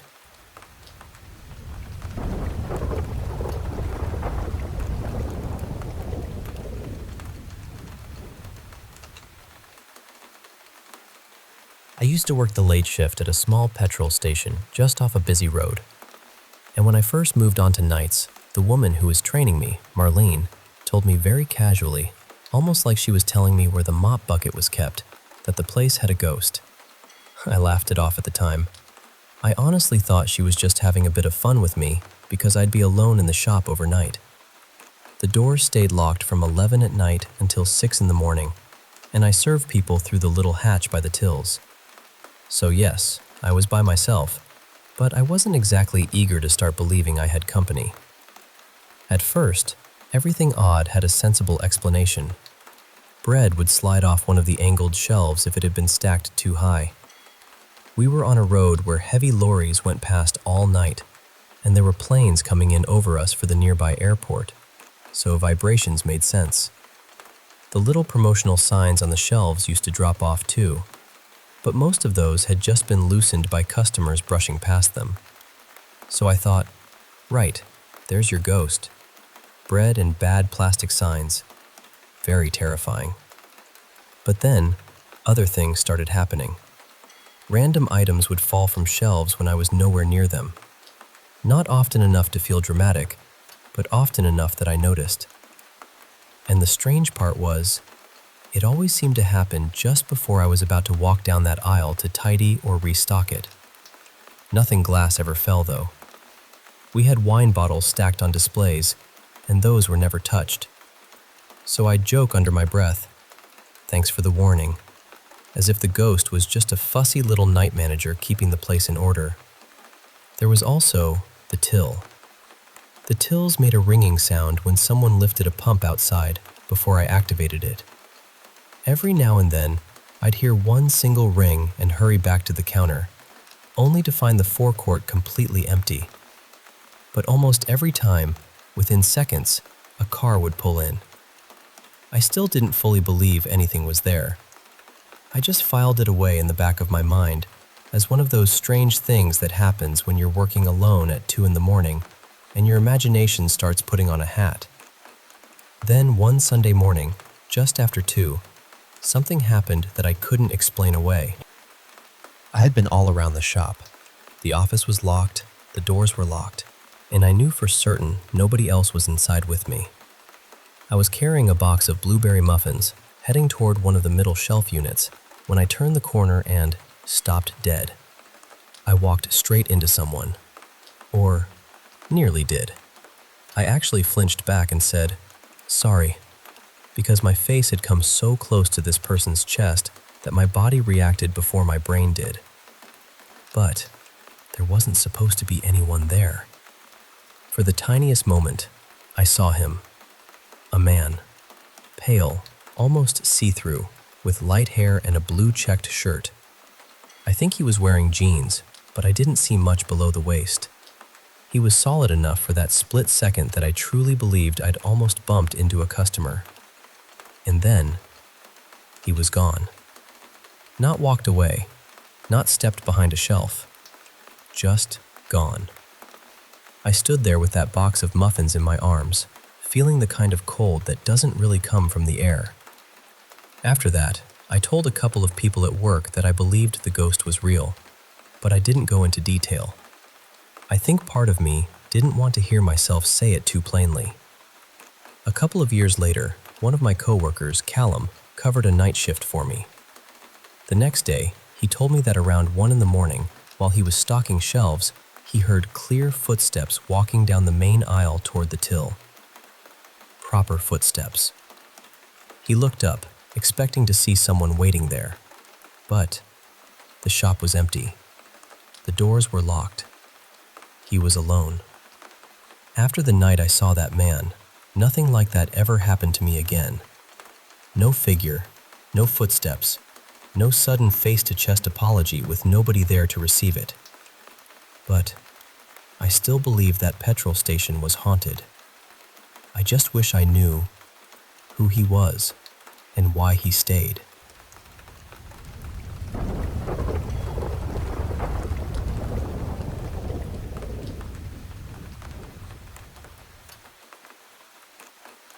I was a retail store manager, and this happened about 10 years ago when I was working in a store in a small town in Bedfordshire in the UK. Now, I should probably say up front, I've had a few strange experiences before. Nothing constant, nothing dramatic every other week, but a handful of things over the years that I've never been able to explain properly. You could count the memorable ones on one hand, but I'd never had anything happen at work before, so this really wasn't something I was expecting. The store had a warehouse area with a mezzanine floor above it, where we kept a lot of extra stock. Part of my job was to go up there now and again and straighten everything out, make sure the shelves weren't turning into chaos. I'd been doing that regularly for months, so there was nothing unusual about the task itself. There was only one normal staircase up and down, right near the front. At the far end there was a fire escape, but that was alarmed, and it led to an outside staircase down the side of the building. So when you were up there, you were very aware of where the exits were. One afternoon, I went upstairs to sort through some stock, just like I'd done plenty of times before. But the second I got up there, something felt wrong. And I don't mean I was just a bit uneasy. I mean the whole place felt heavy, oppressive really. It's hard to explain without sounding dramatic, but it was as though the air had weight to it. Like the atmosphere was charged, almost waiting for something. I remember standing there and thinking, this doesn't feel right. I tried to ignore it at first. I had work to do, boxes to move, shelves to tidy. But the longer I stayed up there, the worse it felt. I kept expecting someone, or something, to appear around the end of one of the aisles. I had this horrible feeling that if I turned my head too quickly, I'd catch something watching me from between the stock. The strange thing is, I'd been up there dozens of times before. Same space, same shelves, same old warehouse smell, and I'd never felt anything like that. After about 10 minutes, I just couldn't do it anymore. I stopped what I was doing, went back downstairs, and found another job to get on with. I didn't make a scene. I didn't tell anyone. I just left. It sounds ridiculous when I say it out loud, but I had this very clear feeling that if I stayed up there, something was going to happen. A few weeks later, I was covering the evening replenishment shift as duty manager. It was summer, probably around 9 at night, and I was standing out in the warehouse yard with a couple of the replenishment staff. From where we were, you could see the mezzanine inside the warehouse. One of the staff members, a middle-aged woman named Marilyn, was chatting with us. Then, completely out of nowhere, she turned to me and said, "Did you have a sister, or maybe a young girl in your family who passed away when she was little?" I told her no. Not that I knew of, anyway. There was nothing like that in my family history as far as I was aware. Then she looked toward the mezzanine and said, "I don't want to frighten you, but I've seen her standing next to you when you've been working upstairs." Honestly, that knocked the wind out of me a bit. I wouldn't say I was terrified exactly, but it properly shook me. I hadn't told anyone at work about the horrible feeling I'd had up there. Not one person. So for her to suddenly say she'd seen a young girl standing beside me on that same mezzanine, completely unprompted, really caught me off guard. And the part I still think about is this. Who was she seeing? I'd never felt like anyone was standing with me up there. I only had that one strange day where the whole place felt oppressive and wrong. After that, I did go back up there again before I eventually moved to another store, and I never felt the same thing.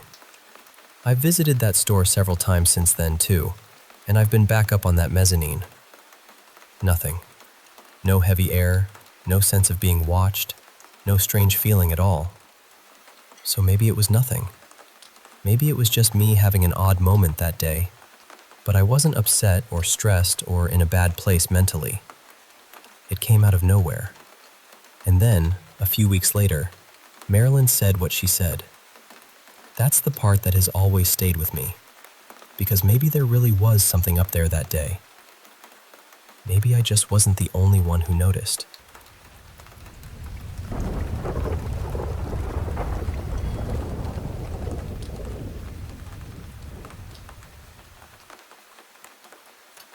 I've got so many stories from that old strip mall, but this one still sits with me. I used to work in a little shop in the suburbs. We had two entrances, one door that opened straight outside into the parking lot, and another door at the back that led into the mall's interior hallway. It wasn't a big mall, just one long corridor with maybe 20 small businesses tucked along it. A dentist, a hair salon, a private gym, a few offices, that kind of thing. Our store was the only one that had both an outside public entrance and a public door into the inside hallway. This happened on Christmas Eve. The mall had been doing renovations that month, and we'd been told ahead of time to keep our interior mall door locked. Nobody else was supposed to be there that day. The two main entrances at either end of the corridor were locked, and the alarm was supposed to be set. It was just me and my assistant Laura working the shift, and it was painfully slow. Not slow like we had a couple customers. I mean, nobody came in for more than 3 hours. Corporate still had us there, of course, so we were just sitting around, talking, watching the store cameras, trying to make the time move a little faster. It was around 3 in the afternoon. We only had about an hour and a half left before closing. Then we heard it. This scream came from inside the mall. Not a startled scream. Not someone joking around. It was the kind of scream that makes your whole body go cold before your brain even understands what's happening. Laura and I both jumped up. Then we heard footsteps, fast ones, and doors rattling hard down the corridor, like someone was throwing their full weight against them, trying desperately to get out.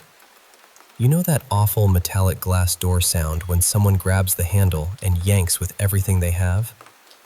It was that. Over and over. I grabbed a box cutter from behind the counter because it was the closest thing I had, and I went toward the staff door that led to our interior mall entrance. That door was one of those full glass doors with metal trim. It sat back in a little recessed area, so from inside our store you couldn't see much, just the business directly across the hall. But the sounds were definitely coming from the left side of the corridor, toward the dentist and the hair salon. Both were supposed to be closed. Someone was crying and screaming. No words, just screaming. It sounded like a man. And then we heard what seemed like more than one person running around. At least 2 sets of footsteps. They weren't running toward the exits, though. That's what made it feel so wrong. It sounded like they were running from storefront to storefront, grabbing doors, slamming hands against glass, rattling handles, going back and forth in a panic. We got close to our mall door, and then it stopped. Just stopped. Right in the middle of a scream. No fading away, no footsteps trailing off, no final door slam. Nothing. The whole mall went silent. I had the box cutter in my hand, and I unlocked the door. I told Laura to lock it behind me. She was crying by then, and honestly, I wanted to cry too. Because whatever we had just heard sounded like someone running for their life. I opened the door as quietly as I could and peeked out. There was nobody there. The corridor was empty. All the lights were off, so the only light came from the long skylight running down the ceiling. It gave the whole place this pale, grayish glow. No movement, no people, no shadows ducking into corners, nothing. I went right back into the store. At that point, I was completely shaken. When you hear someone scream like that, You expect to see something. Blood, a broken door, someone hiding, some sign that a real person had been there. I told Laura to lock our outside door and put up a sign saying we'd be back in 10 minutes. I had her grab the phone and something to defend herself with, and then I went back into the mall through our interior door. I walked the whole corridor. I checked the store doors. Locked. I checked the main doors leading outside. Locked. I looked in the maintenance area. I checked the public bathroom. Nothing. No people, no unlocked doors, no signs of anyone hiding, no explanation. When I got back, Laura checked the parking lot through the cameras and the front windows. No cars. After that, we just sat there in silence until the shift ended. We didn't call the police because there was nobody to call about. No person, no damage, no evidence. Just what we heard. The next week, maintenance came by and asked me why I had gone into the mall and tried all the doors. I explained what happened. They got quiet. Then they told me sound travels strangely in that building because of the vaulted glass roof, and sometimes the mall makes weird noises when it's empty. But then they said something I'll never forget. They checked the mall cameras. I was the only person on them. I know what we heard. Laura knows what we heard. And whatever happened in that corridor on Christmas Eve, I don't think it was normal.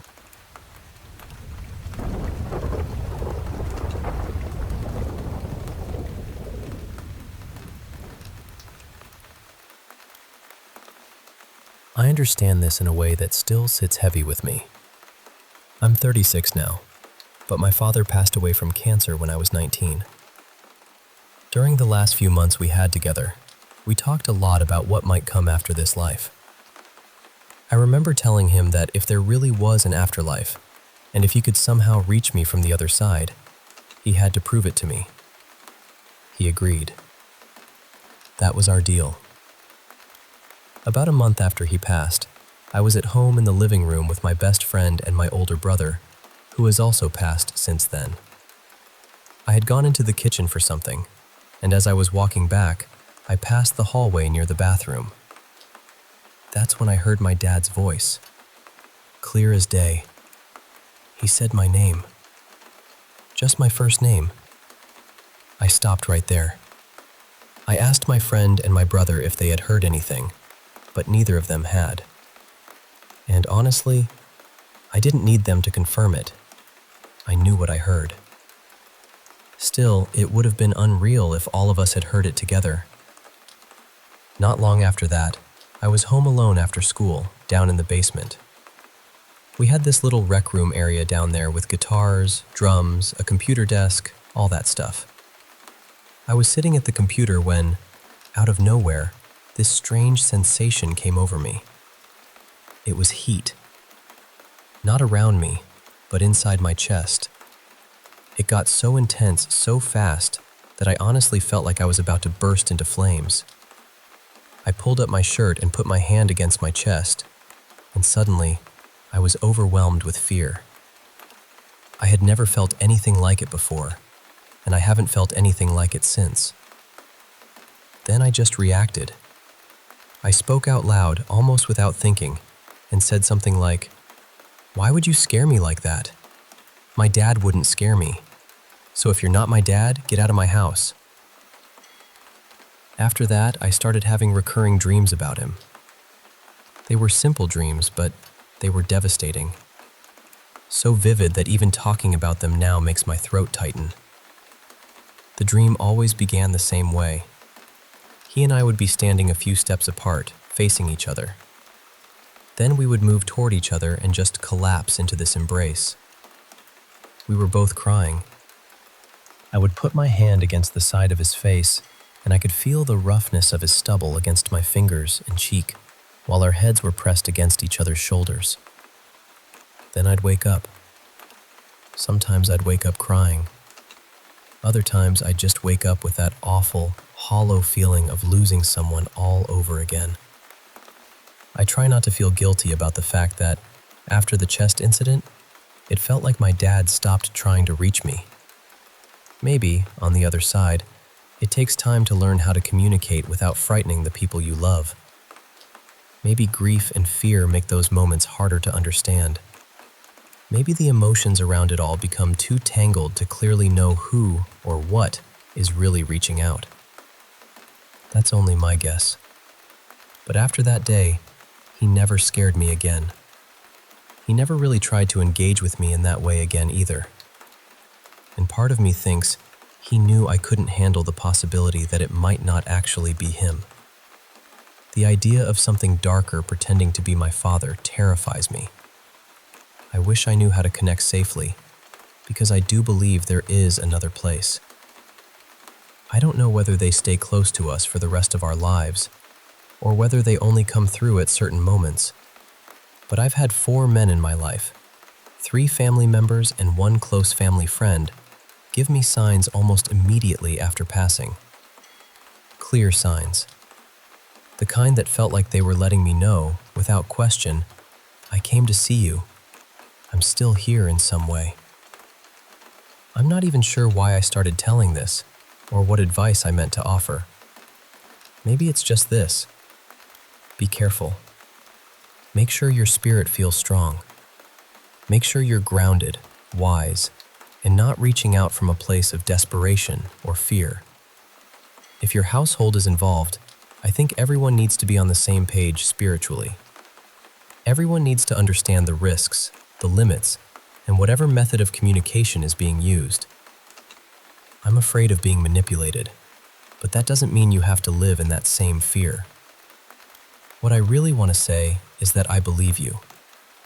The strange coincidences, the little signs, the things that don't feel random anymore, they can start adding up into something that feels very real. Be safe with it. Pay attention.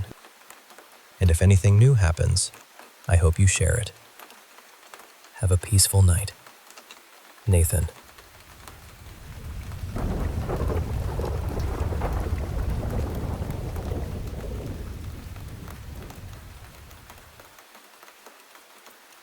I moved in with a friend not long after my divorce, and honestly, I was just trying to get back on my feet. Money was tight. My life felt like it had been shaken out of a box and scattered everywhere, and I needed somewhere to land. But that house was strange from the beginning. It was laid out in this odd, almost stitched together way. There were rooms tucked behind other rooms, little spaces that didn't make sense, doors that opened into closets, and closets that opened into bedrooms. My room had 3 doors in it, which never felt normal. One of them led into a closet, and past that closet was this tiny side bedroom, almost hidden away. The place was full of built-ins too. Shelves, cabinets, strange little storage areas everywhere. And the basement was just as weird. You could look through one basement window and see another basement window beyond it, like the house had been added onto by a couple of feet, and nobody bothered to make it feel natural. It was the kind of house that made you pause and think, who built this, and what were they trying to hide? Not long after I moved in, I started feeling something there. And the odd part was, I only felt it when my friend wasn't home. At first, it was just this heaviness, a pressure in the room, the feeling that something was nearby and paying attention to me. I know that sounds vague, but I don't really know how else to explain it. My family has always been sensitive to things like that. We pick up on emotions, moods, energy, whatever you want to call it. One time, years ago, I was really upset about something, and before I even told anyone, my mom called me. She didn't say hello. She didn't ask how I was. She just said, "What happened?" So when I say I felt something in that house, I mean I felt it in my bones. It got bad enough that sometimes I would have to run outside. The second I stepped out of the house, it would stop, just vanish, like I had crossed some invisible line it couldn't follow. My friend's father had lived there before him, and he had been a serious hoarder. There were boxes everywhere, old papers, random junk, piles of things nobody needed. It was overwhelming. A friend of mine came over and helped me clean. We threw out bag after bag of stuff. While we were going through it all, we found some notes and paperwork that made us both go quiet. I won't get into every detail, but there were things written down that made us believe his dad may have done some really awful things. We threw those papers out too. After that, things seemed to get worse. One day, I felt that presence come up behind me. It didn't just feel like something was in the room anymore. It felt like it wrapped itself around me. Not physically exactly, but close enough that my whole body panicked. I ran outside again, terrified. I yelled at it to leave me alone. I tried to tell myself I was imagining things. I tried to be rational, but it kept escalating, like the more I noticed it, the bolder it got. Then came the mirror. I was getting ready for work one morning. There was a mirror in front of me, and behind me there was another mirror hanging above a shelf. I'm short, so I was standing on a little stool because the mirror had clearly been hung for my much taller roommate, Caleb. And in the reflection, I saw something standing in the next room. It looked like a black figure, almost like one of those award statues, only shaped like a man. Just a solid, dark silhouette. No face, no eyes, no features at all. It was standing there, angled toward me. I jumped down from the stool and looked into the room. Nothing. I climbed back up and tried to recreate what I had seen. I wanted there to be some explanation. A coat, a shadow, furniture, anything. But nothing in that room looked even remotely like the figure I had seen. And then my cat started acting completely out of character. He had only ever sprayed once before, years earlier, when there was a female cat in heat staying with us. He'd been neutered after that, and he had never had any issues. But in that house, he peed on everything. The washing machine, pots and pans, luggage, my shoes, boxes of old belongings in that little room off my closet. He even clawed up a pair of Caleb's boots. At one point, my cat ended up with a gash on his tail, and I still don't know how it happened. That was the part that really got to me. Animals know. They don't sit around trying to talk themselves out of what they sense. They don't make excuses. If something is wrong, they react. Eventually, my boyfriend at the time, who later became my husband, moved in briefly while he was between places. He felt it too. He didn't want me talking about it anymore. He said he was afraid giving it attention would give it more power. And honestly, I understood what he meant, because the house felt hungry for fear. We took the first rental we could find and got out. I never went back inside that house again. I've had strange things happen in other places too, but nothing like that. There was another house I lived in alone with my cat, and it had a Jack and Jill setup, with my bedroom connected to a bathroom, and then another bedroom on the other side. One night, I locked my bedroom door, left the bathroom doors open, and locked the far bedroom door. I woke up to a noise. My cat was staring into the back bedroom. When I looked, that door was wide open. I grabbed my gun and checked the house. Later, I tested the door from the kitchen side. I pulled it closed and hit it hard with my hand, and it only opened halfway. So I still don't know how it ended up standing wide open that night. Another time, I was watching TV and felt what I thought was my cat's tail brushing against me, swishing back and forth like he was irritated. I finally said, "Will you stop it?" But when I turned around, my cat was asleep on the other end of the couch. The difference was, that house never felt evil. Strange, yes. Unsettling sometimes, but not malicious. It felt more like a lingering spirit, maybe something that was just getting used to me being there. I still loved that house, and my cat was never scared there. But the house I shared with Caleb was different. Whatever was in that place felt dark. It felt wrong. It felt like it wanted us out, or maybe worse, wanted us afraid. And the second we left, my cat went back to normal. He has never behaved like that again. So when people ask me whether animals can sense things we can't, I don't even hesitate. Yes, they absolutely can.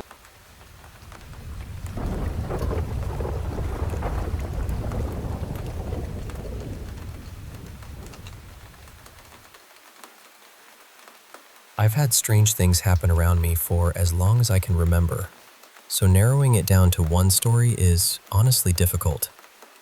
But this one still sits with me in a way the others don't, because I wasn't the only person who saw it. My older child saw it too, and that makes it almost impossible for me to talk myself out of what happened. At the time, my youngest was about 8, and my oldest was around 12.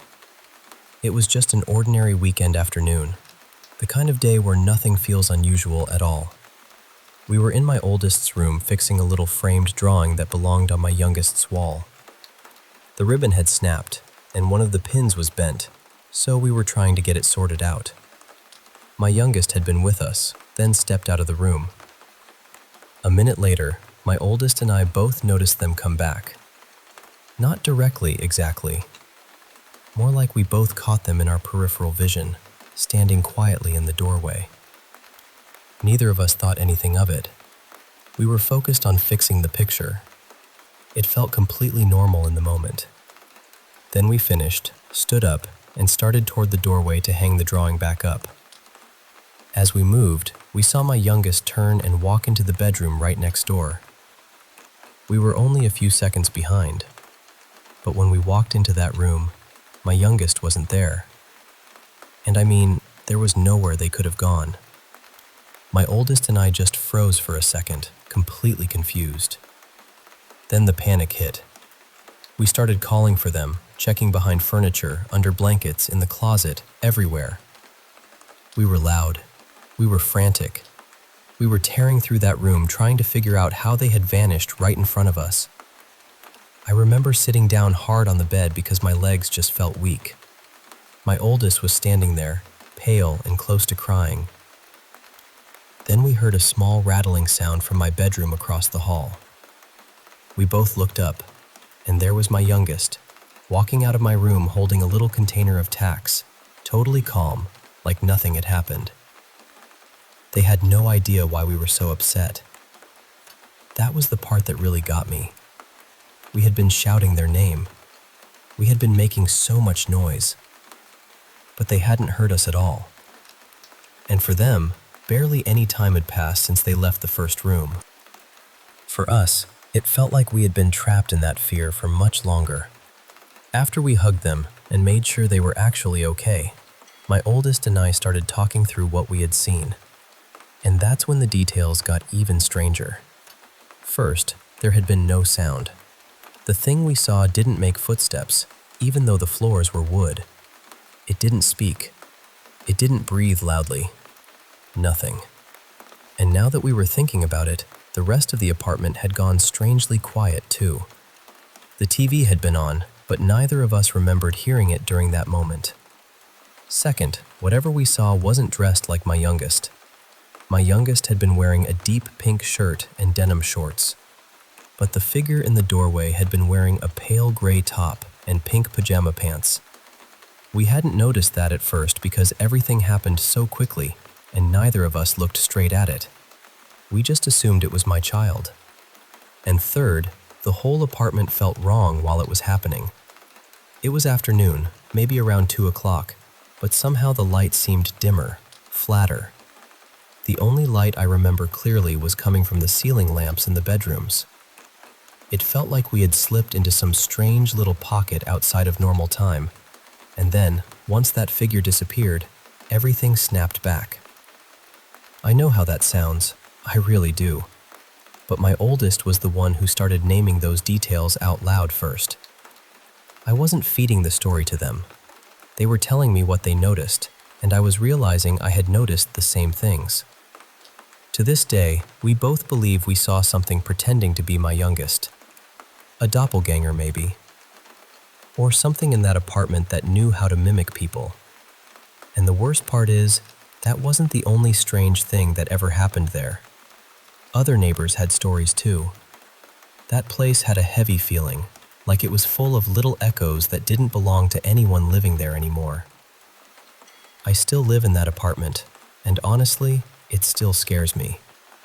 The reason I'm talking about it now is because something similar happened again recently. I was walking downstairs, talking to one of our cats, when I heard both of my kids answer me from different directions.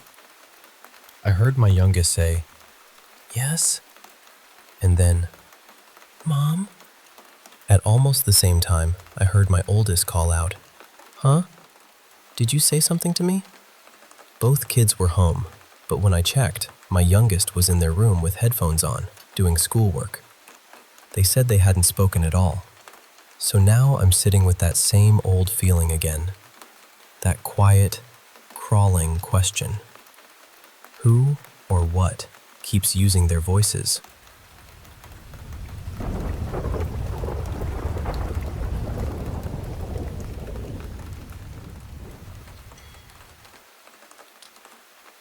I have a few stories, but before I tell them, I should say this clearly. I've never really been someone who believes in ghosts. I'm more of a show me something real and then we'll talk kind of person. Which is a little strange, honestly, because I grew up in Luxembourg in a very old family house. It was built sometime in the 1600s, and for as long as I can remember, people in the surrounding villages said it was haunted. The house had been in my grandfather's family for generations.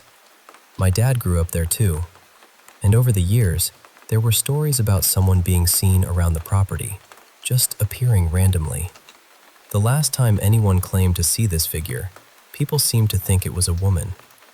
The first story is about that last known sighting.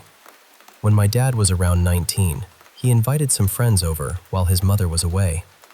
My grandfather had already passed by then, so it was just my dad and his friends in this huge old house. At some point that night, one of his friends, Grant, suddenly needed the bathroom. Badly. For whatever reason, he decided to use the bathroom upstairs, so he ran up this long wooden spiral staircase that goes through the house.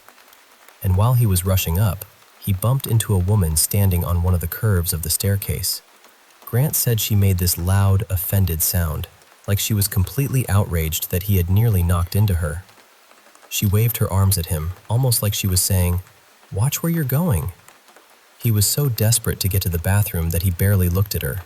He just said, "Sorry," and kept going. Afterward, once he had calmed down, he realized he might have been rude. He assumed the woman must have been my dad's mother, because he knew my dad didn't have a sister.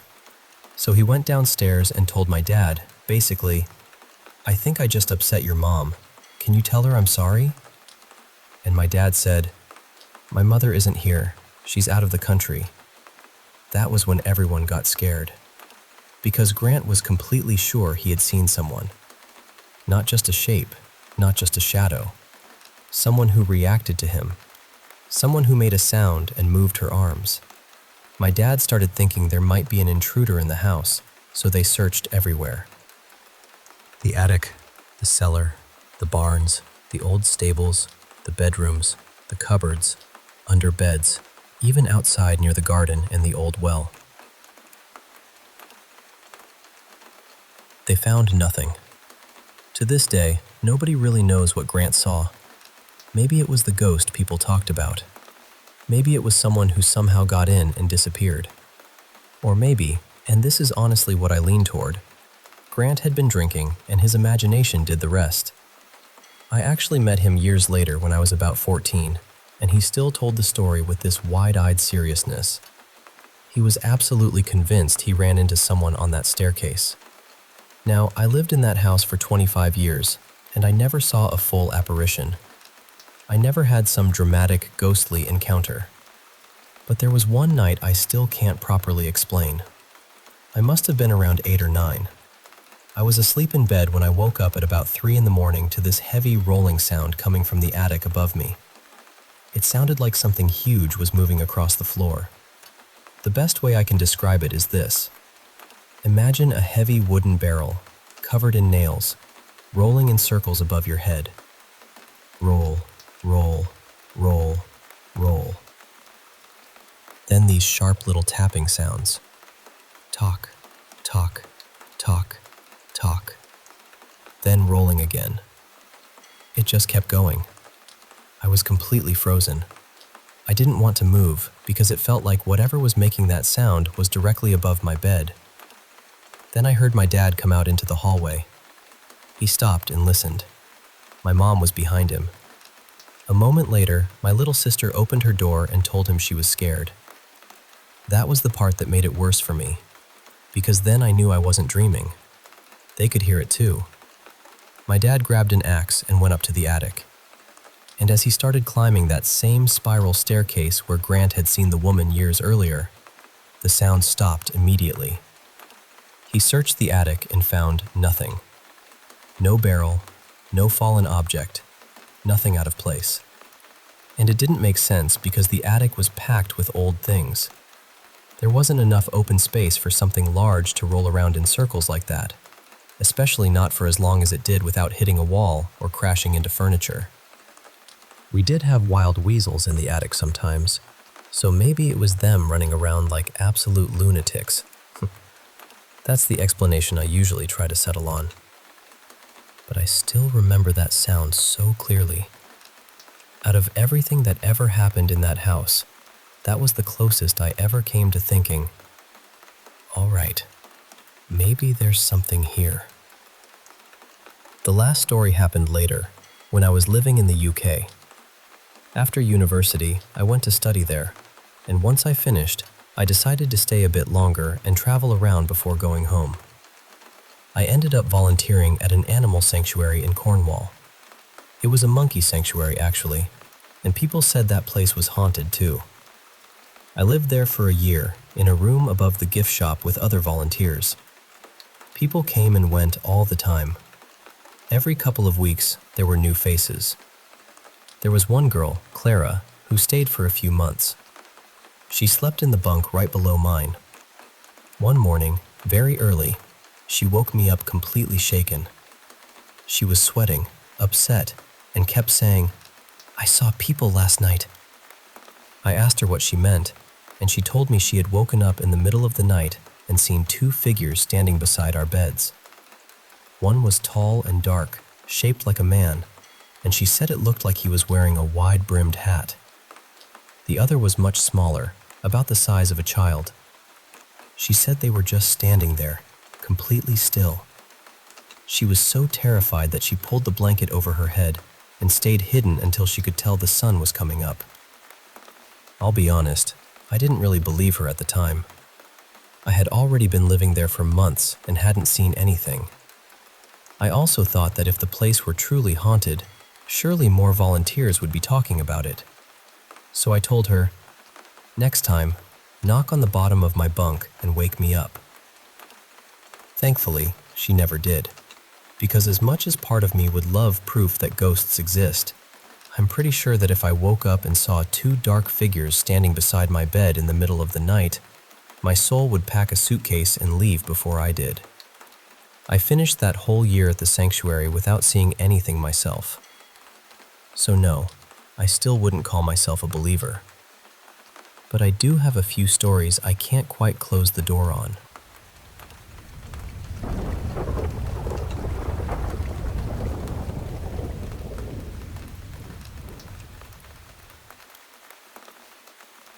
I was around 14 when all of this started, and back then, I had this close friend, Lila, who was just as fascinated by spooky things as I was. Ghost stories, haunted houses, strange coincidences, all of it. We loved that stuff. One afternoon, Lila's boyfriend asked us if we had ever tried using a spirit board. We hadn't, so he said he'd show us how it worked. Now, I remember feeling pretty skeptical at first. I wanted to believe in things like that, but I also didn't want to be fooled. But the planchette started moving almost right away, and that honestly made me suspicious. I thought one of them had to be pushing it. Then it started spelling out things it really shouldn't have known. Names of grandparents, little family details, things neither Lila nor her boyfriend could have known about me. That was enough for us. We got scared and stopped. We went into the kitchen afterward, trying to laugh it off, but both of us were still rattled. Lila and I were sitting on the counter, and across the room there was this old radio plugged into the wall. We were both looking in that direction when the switch on the outlet slowly pressed down by itself. And then the radio came on. We left his house pretty much immediately. I don't think we even talked much on the way out. We just knew we didn't want to be there anymore. To this day, I don't know whether that was some kind of spirit or whether we were so worked up emotionally that something around us reacted. I know that sounds strange, but what happened later made me wonder about that more and more. Not long after that, my mom and her new partner bought a house so we could all live together. It was my mom, her partner, his son, and me. I was 16 by then, and honestly, I was not happy about any of it. I didn't want to move. I didn't want a stepdad. I definitely didn't want a stepbrother. I was moody, closed off, and probably not very pleasant to live with. I mention that because whatever was going on seemed to be tied to me somehow, or maybe to the emotions I was carrying around at the time. On our first night in the new house, we were all sitting around the dinner table. My stepdad was sitting beside me, and my mom and stepbrother were across from us. They were deep in conversation, and I was just sitting there quietly, sulking. Then, my stepdad's glass started sliding across the table. Not tipping, not vibrating, sliding. He noticed it at the same time I did, and we just stared at each other. Over the next half minute or so, it moved nearly a foot across the table before stopping. Afterward, we tried everything to explain it. We checked if the table was uneven. We tried placing the glass in the same spot again. We pushed the table. We tested for condensation. Nothing worked. We couldn't recreate it. Over the next few months, little things kept happening. Things would go missing and then turn up in odd places. There were strange noises too, but it was an old house, and there were 2 teenagers living there, plus friends coming and going all the time. So I tried not to jump straight to ghosts. But one afternoon, something happened that really shook me. The house was built into a hill, so the front door was at street level, but if you went downstairs, you could exit into the garden. My stepbrother and I had our rooms downstairs, along with a bathroom and a small kitchen area. I came home from school one cold day and went down the stairs.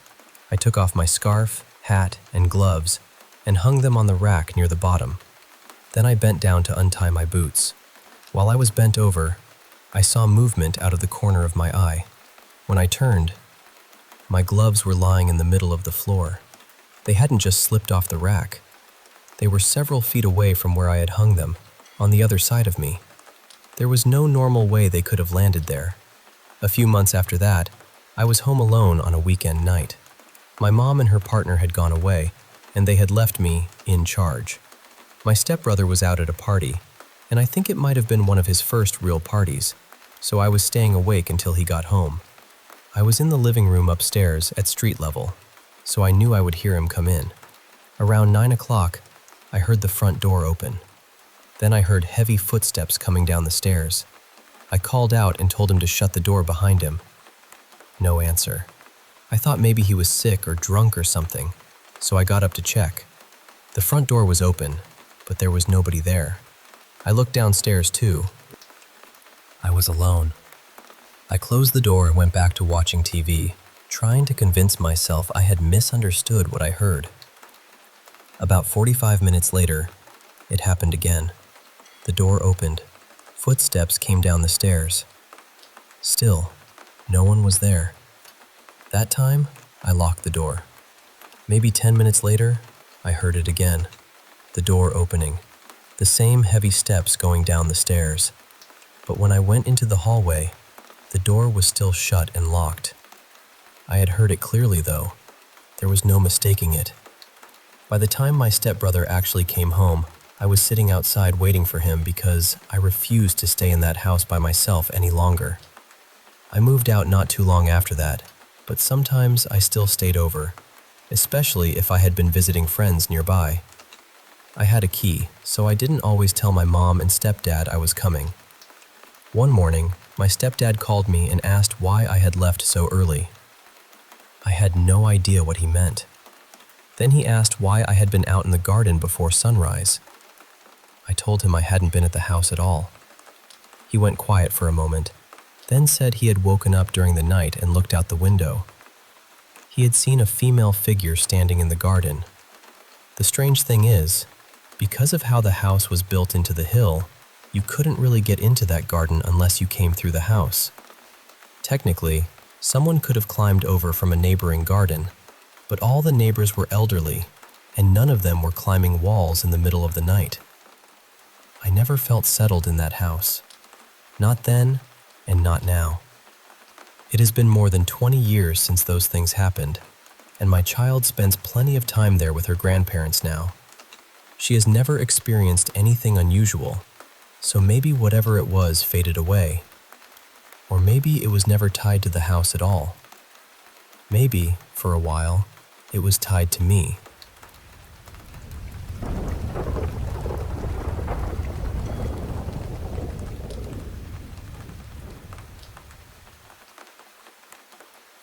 I still remember this like it happened last week. It was the summer of 2001, and I was upstairs in my bedroom playing Diablo 2 on the family computer. Back then, I didn't have some fancy gaming chair. It was just a regular old office chair, the kind that squeaked if you leaned too far back. While I was waiting for the game to load, I kept rocking in that chair, leaning back and letting it creak a little. And when I rocked back one time, I saw a woman walking down the stairs. My room was positioned in a way where I had a clear view of the top of the staircase. I could see her standing there for a second, looking down like she was about to descend, and then I watched her go down step by step between the bars of the banister. She looked completely normal. She wasn't glowing, she wasn't see-through, she didn't float. The room didn't turn cold. Nothing dramatic happened. She was dressed like a typical suburban mom from the 80s or 90s. Nothing flashy. Maybe a sweatshirt, maybe mom jeans or sweatpants. Just modest, everyday clothes. And I could hear her footsteps on the stairs. That's probably why I didn't panic right away. People stopped by our house now and then. Friends of my mom's, church people, PTA parents, neighbors dropping things off. It wasn't unusual for someone to be there. Our house only had one bathroom, and it was at the bottom of the stairs. Some houses in our neighborhood had the bathroom upstairs, but ours was downstairs, close to the staircase. So I just assumed this woman was someone my mom knew, and maybe she was looking for the bathroom.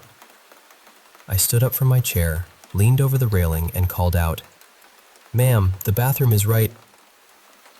But nobody was there. I went downstairs. The bathroom door was open. Nobody was inside.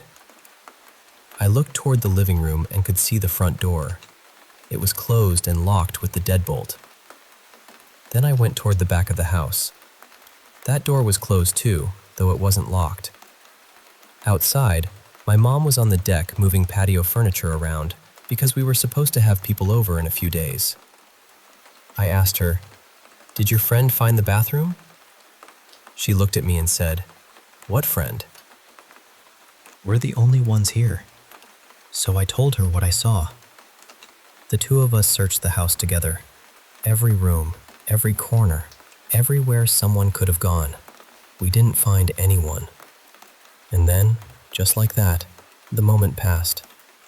My mom asked me to help her outside with the yard, and we never really talked about it again. I was in my late teens at the time, so part of me wonders if she thought I had just scared myself playing a creepy game alone upstairs. Or maybe she'd had some kind of strange experience in that house too, and she simply didn't want to discuss it. I honestly don't know. Years later, I told that story at a college party when everyone was swapping ghost stories. Some people laughed it off. Some were interested. Some just enjoyed the weirdness of it. But one girl, named Kara, got really quiet. She seemed more disturbed than anyone else. I tried to reassure her. I told her I never felt threatened. I never saw that woman again. Nothing else happened in that house before or after. And then Kara said something I've never forgotten. She said, "I really hope it was a ghost." Then she told us about an older man in her family, maybe her grandfather or great uncle, who had started mentally slipping when she was younger. He would wander away from home and walk into other people's houses without realizing what he was doing. Sometimes they were houses he used to know. Sometimes they belonged to old friends or relatives.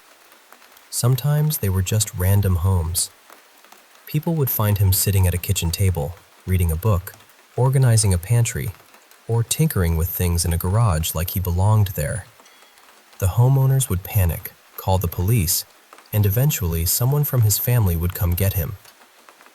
But one time, a woman found him hiding in a closet. She thought he had broken in and was waiting there to hurt her after she went to sleep. But he said he thought the house was being robbed and that he was hiding from the burglar. In his mind, he was a child again, hiding in the house he grew up in. That's when the whole situation became much more serious. And after Kara told that story, my own experience felt different. Because a ghost is scary, sure. It's strange and unsettling. But the idea that some real woman might have been walking through my house, maybe noticing my mom was outside and distracted, and then slipping away quietly when she heard my game or the squeak of my chair upstairs, that possibility bothers me a lot more.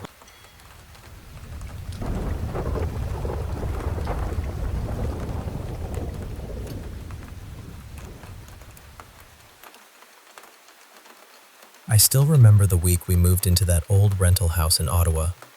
The kids were tiny then, so my parents kept them for a few days while my husband and I tried to clean the place, unpack boxes, and make it feel like home. At first, nothing seemed especially strange. The house was a little worn down, sure, but not unusual. Except for the kitchen. Every time I went in there, I felt this awful heaviness. Not just discomfort, but dread. Like the air had gone thick around me. I kept brushing it off because we had too much to do, and honestly, I didn't want to scare myself before we'd even finished unpacking. While I was sorting through clothes in the bedroom, I found this ridiculous navy coverall my husband had gotten years earlier as a joke gift. I didn't know what else to do with it, so I tossed it up onto the top shelf at the back of the closet. It fell right back down. I thought I'd thrown it badly, so I picked it up and tossed it again. It came back out. At that point, I rolled it tightly into a ball and shoved it as far back as I could. Then I walked down the hall to tell my husband, who was in the kitchen, that apparently the house was already rejecting our belongings. When I came back into the bedroom, I stopped cold. That coverall was lying flat across the bed, fully spread out, sleeves straight, legs straight, like someone had carefully arranged it there. The bed was several feet away from the closet. I can still remember the way my stomach dropped. Every hair on my body stood up. I felt sick. My husband tried to talk me down and said maybe I'd put it there without realizing, or maybe it had somehow fallen and opened up on the bed. I wanted to believe that, so I did. I went back to work, unpacking bathroom boxes and fixing the messy caulking around the tub. By the time I finished, I was exhausted. My husband and I sat down in the living room for a break. The moment I sat on the couch, the cushion under me shifted. Not a little settling movement. It felt like something moved beneath me. I jumped up, and my husband told me gently that I was probably tired, and maybe the smell from the caulk was getting to me. That made enough sense, so I tried to laugh it off and sat down again. This time, something jabbed me hard from underneath. It felt exactly like a hand pushing up into me. I yelped and shot off the couch. We actually started wondering if a mouse or rat had somehow gotten in during the move. We left the house, bought traps, checked everywhere, and found nothing. 2 days later, we brought the kids home. That was when things got worse. Our 5-year-old son suddenly couldn't sleep. He kept telling us that every time he closed his eyes, he saw fire. Not a small fire, He said it was everywhere, endless flames, and there was a man standing inside them. That scared me more than I wanted to admit, but we tried to keep life normal. Then my husband and I started experiencing something strange too. When we were falling asleep or just waking up, we'd see these horrible flashes in our minds, violent images, death, pain, things neither of us had ever experienced before. It always happened in that strange in-between place, right before sleep or right after waking. It got to the point where I dreaded closing my eyes. But the worst night was with our daughter. She was 2, and I woke up to her crying in a way I knew wasn't normal. It wasn't a fussy cry or a tired cry. It was the kind of cry that means something is very wrong. I ran into her room. Above her crib, near the little paper bird mobile, there was a dark shape blocking the glow from the nightlight. It wasn't just a shadow in the corner. It was hanging there, dense and still, like a patch of darkness had gathered itself over her bed. I grabbed my daughter out of the crib immediately. The mobile was usually turning slightly because the room always had a faint draft. But that night, it was perfectly still. I blew a strong breath toward it, expecting the paper birds to move. They didn't. The shadow didn't move either. It was like my breath hit a wall. I was terrified, but more than that, I was furious. Whatever was happening, it was bothering my children, and something in me just snapped. I stood there holding my daughter and said, very firmly, "No, that's enough." Then I took her back to our room and put her in our bed. After that, I went and got my son too. I didn't sleep for the rest of the night. My husband didn't see the shadow himself, but he saw me afterward, and I think that frightened him almost as much. Oddly, things calmed down after we adopted a rescue cat. The strange incidents became less frequent, almost like the house pulled back a little, but that heavy feeling in the kitchen never really went away. We left when the lease ended. And the strangest part is this: neither my husband nor I have experienced anything like that before or since.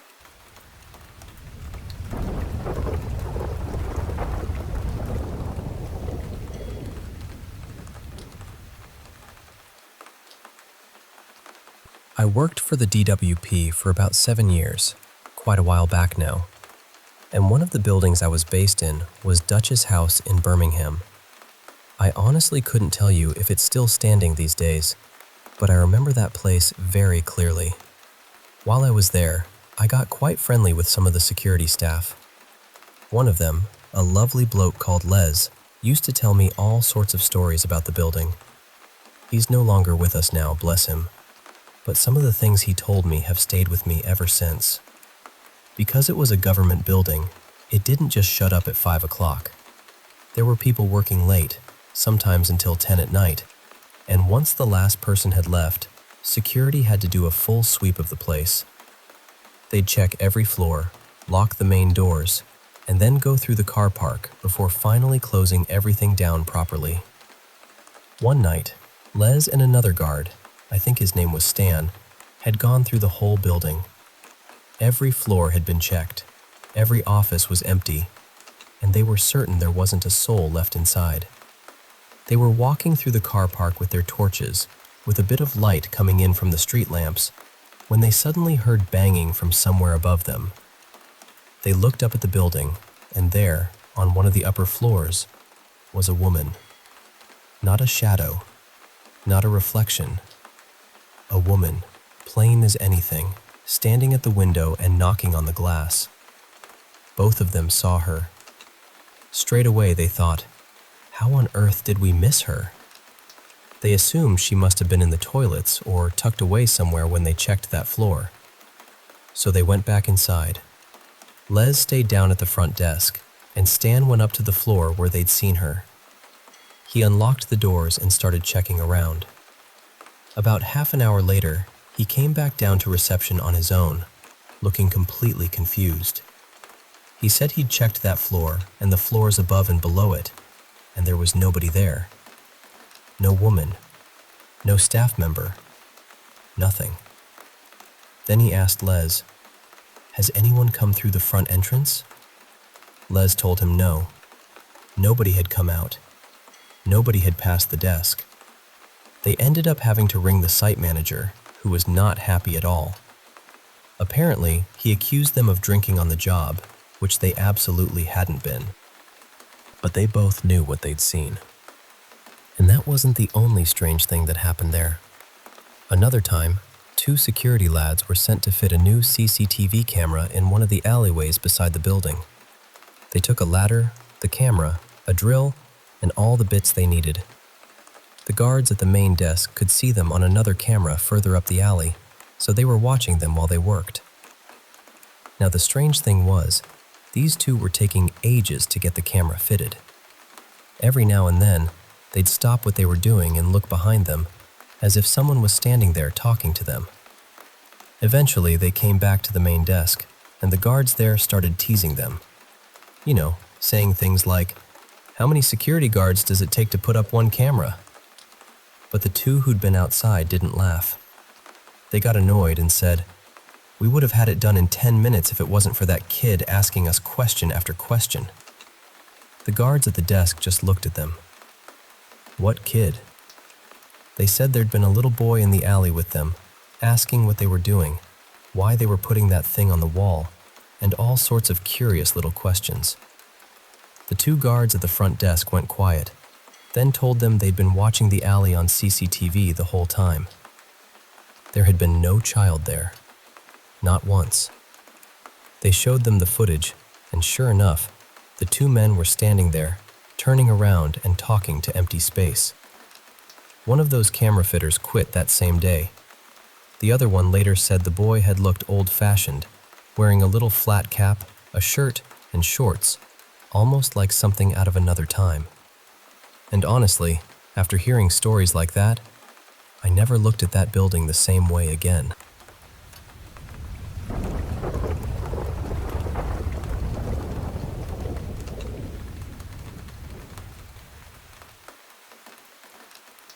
I'd been offered a place for a small business, and the rent was honestly too good to ignore. The catch was the upstairs area.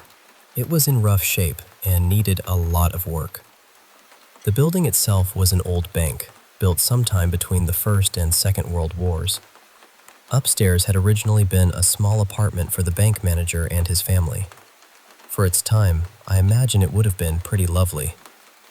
By the time I got there, though, it was tired, dusty, and badly in need of being brought back to life. Downstairs was a wellness salon, so I couldn't do any noisy renovation during the day. That meant I'd finish my regular job, head over there in the evening, and work from around 7 at night until midnight. I was so determined to get it finished that I didn't really think about how eerie the place was. I was sourcing old timber, copying the original skirting boards in trim, trying to make everything look like it belonged to the building again. I was completely absorbed in it.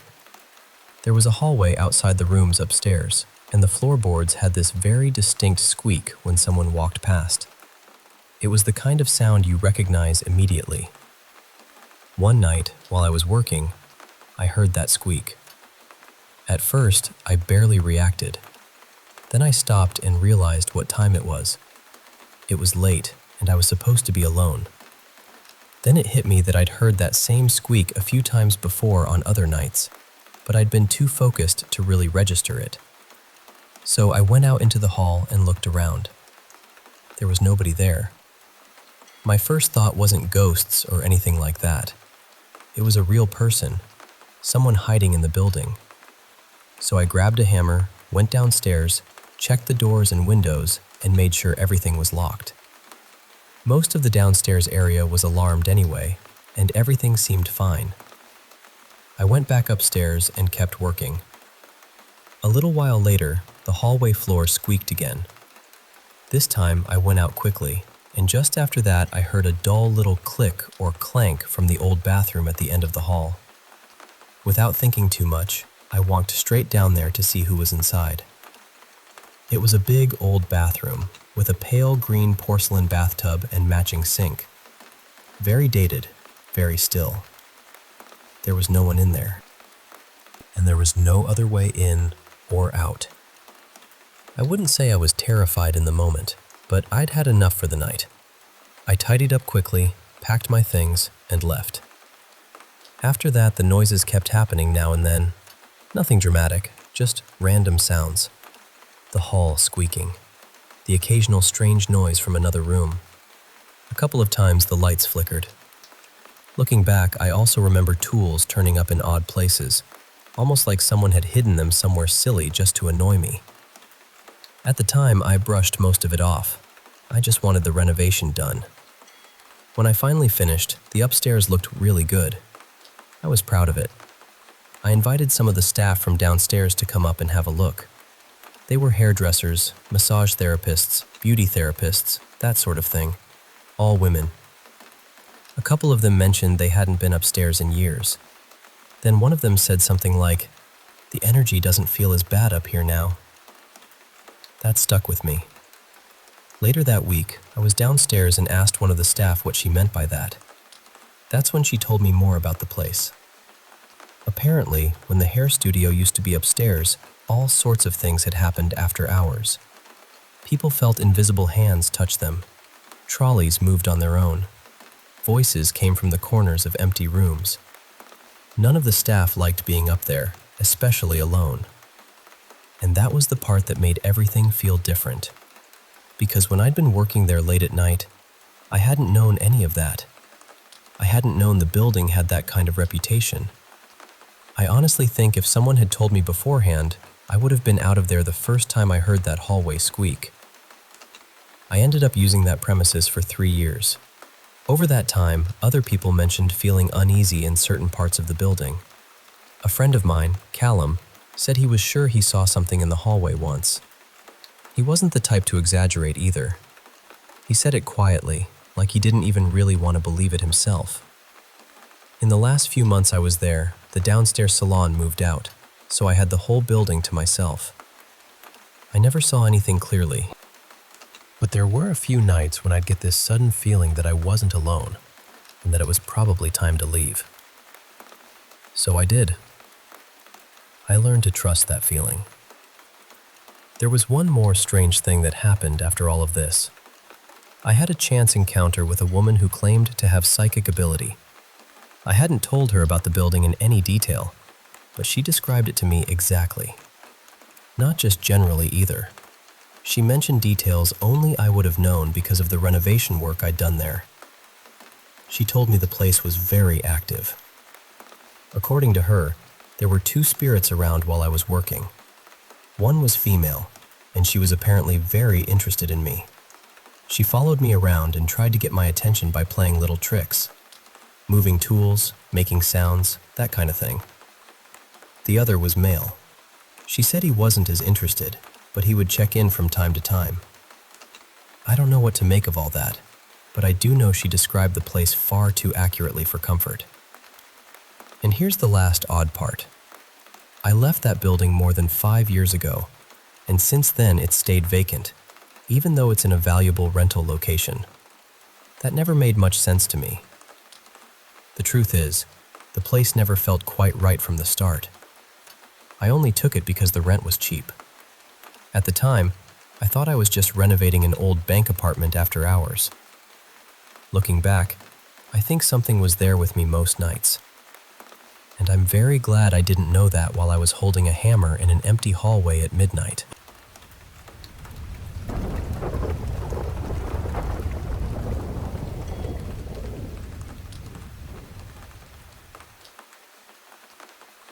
I still think about this sometimes, and honestly, it still gives me that strange little chill.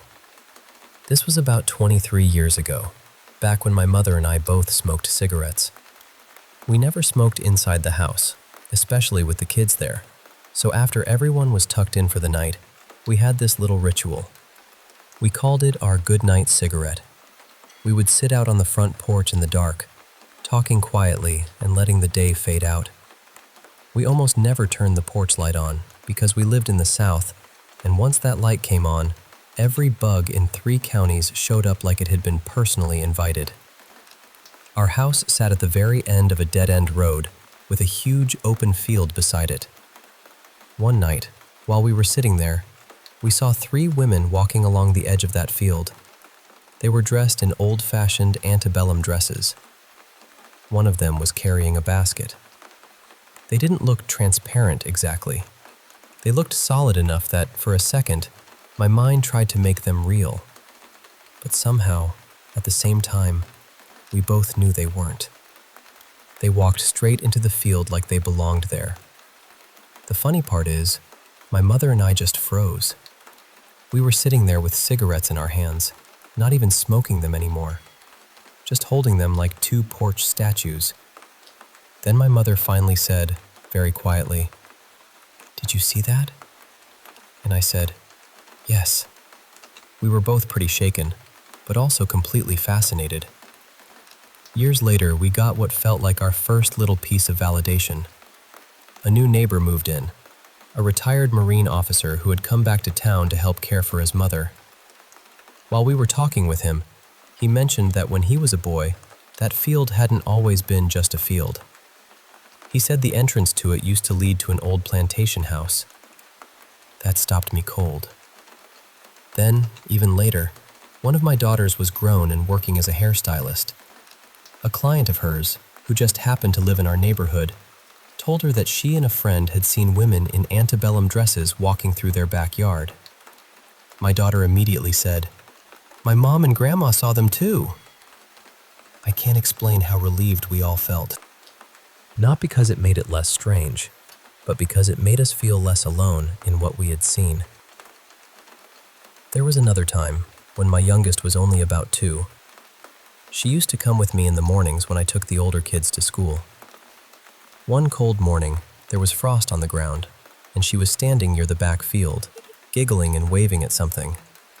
I told her to come on, but she just kept waving. Then she said, "Mama, look, they don't have shirts on."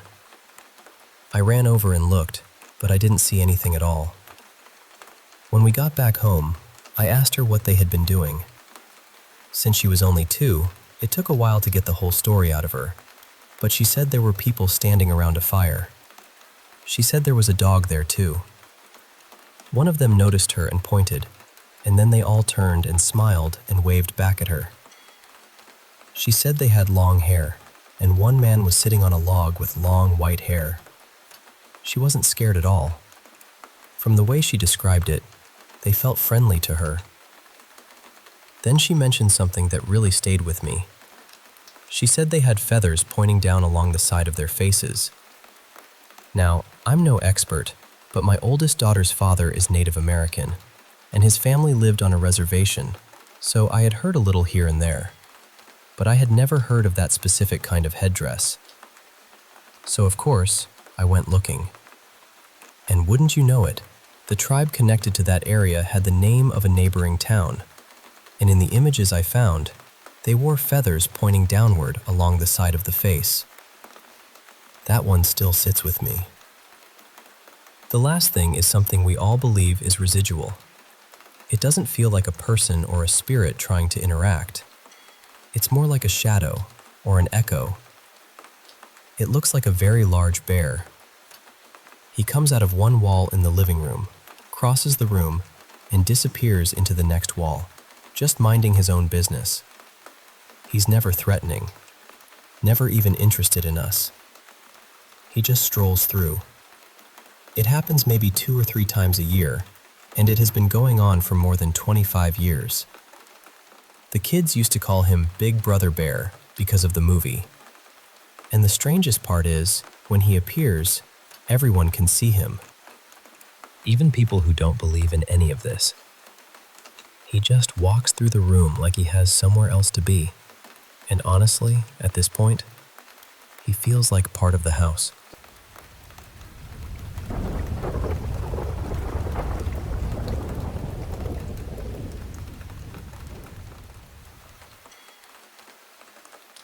I was 15 when I ran away from home, and later that same year, I ended up in a group home for runaway girls. Most of us were teenagers, somewhere between 13 and 17. Every now and then, younger kids would stay with us for a short time, maybe a week or two, depending on their situation. When this happened, there were 4 of us girls there, me, another girl who was 16, and 2 girls who were 17. There were also 2 adult staff members on duty. Then one day, they brought in a little girl. She was only 11. She'd been removed from her family, and I'll call her Susie. She was quiet, sweet, really. The kind of kid who didn't take up much space, and because she was so young, all of us felt protective of her in our own rough teenage way. So whenever we did something, we tried to include her. She'd been there about a week when, one night, we were all bored and decided to mess around with a Ouija board. At first, it was silly, just teenage nonsense. Questions like, does so-and-so have a crush on this person? Or, is my dead grandmother here? And then somebody would say, okay, prove it. Say something only she would know. Then one of us asked if there were any spirits or ghosts in the room. The board said yes. So we asked who the spirit wanted to talk to. It spelled out the first couple letters of Susie's name, and then it stopped. We tried asking more questions, but after that, it didn't feel like anything was moving anymore, so we quit using the board. Then one of the girls told Susie to lie down on the floor so we could try something else. Susie did it. She laid flat on her back, and we turned off the lights, lit a candle, and started chanting. Light as a feather, stiff as a board. Nothing happened. Then another girl said something like, Spirit, come through this candle and speak to us. And I swear, the candle flickered.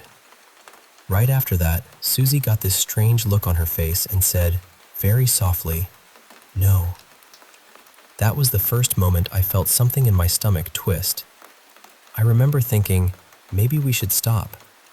But the older girls were kind of leading everything, and I didn't want to be the one to ruin it, so I stayed quiet. Then someone asked, Spirit, what do you want to tell us?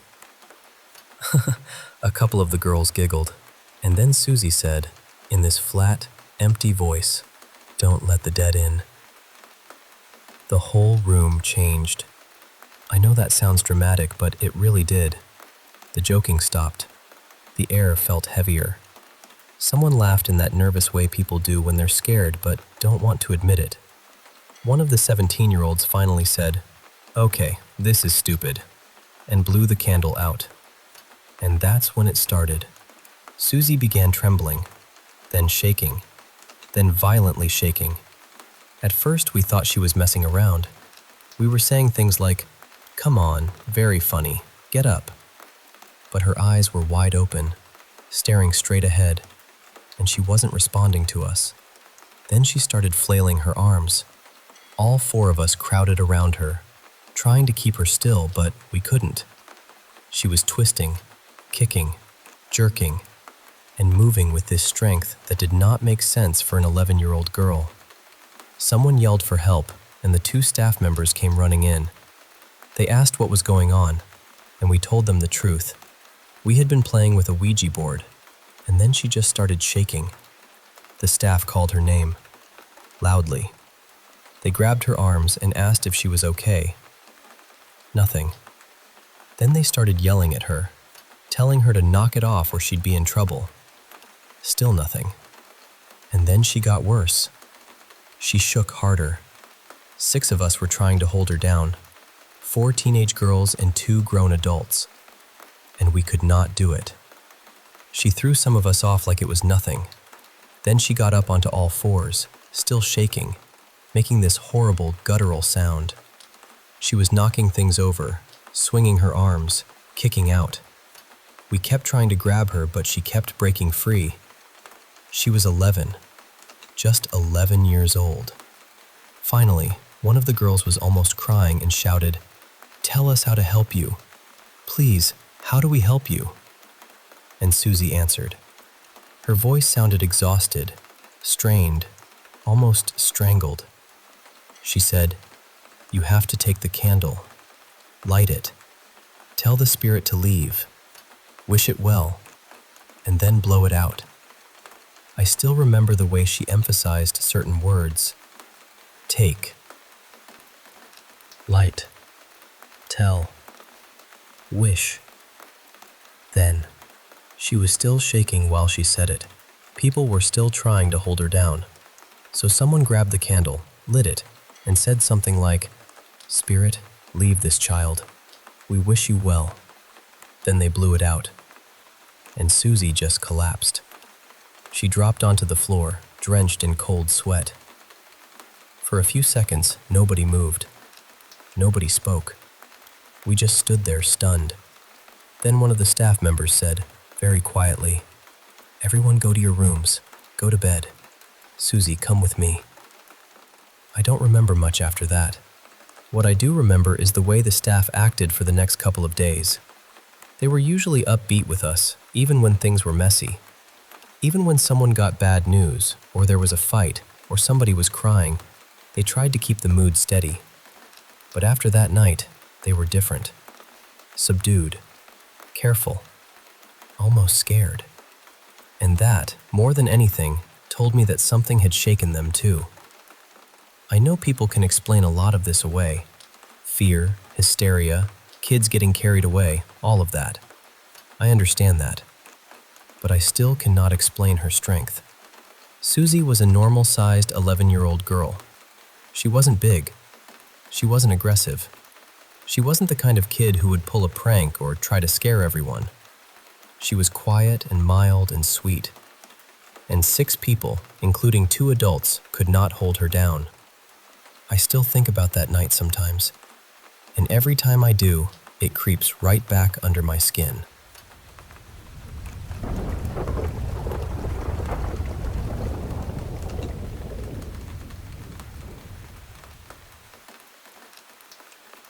I want to tell you about a few experiences that have stayed with me because they never really felt random.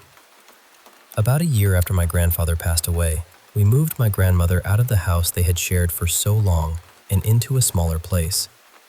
That old house had been the center of everything for our family. Birthdays, holidays, Sunday dinners, all of it lived there, in the walls. One night, I woke up out of nowhere. My eyes just snapped open. The room was dark and quiet, and when I looked to my right, my grandfather was standing there. It scared me, of course. How could it not? But at the same time, I didn't want to blink.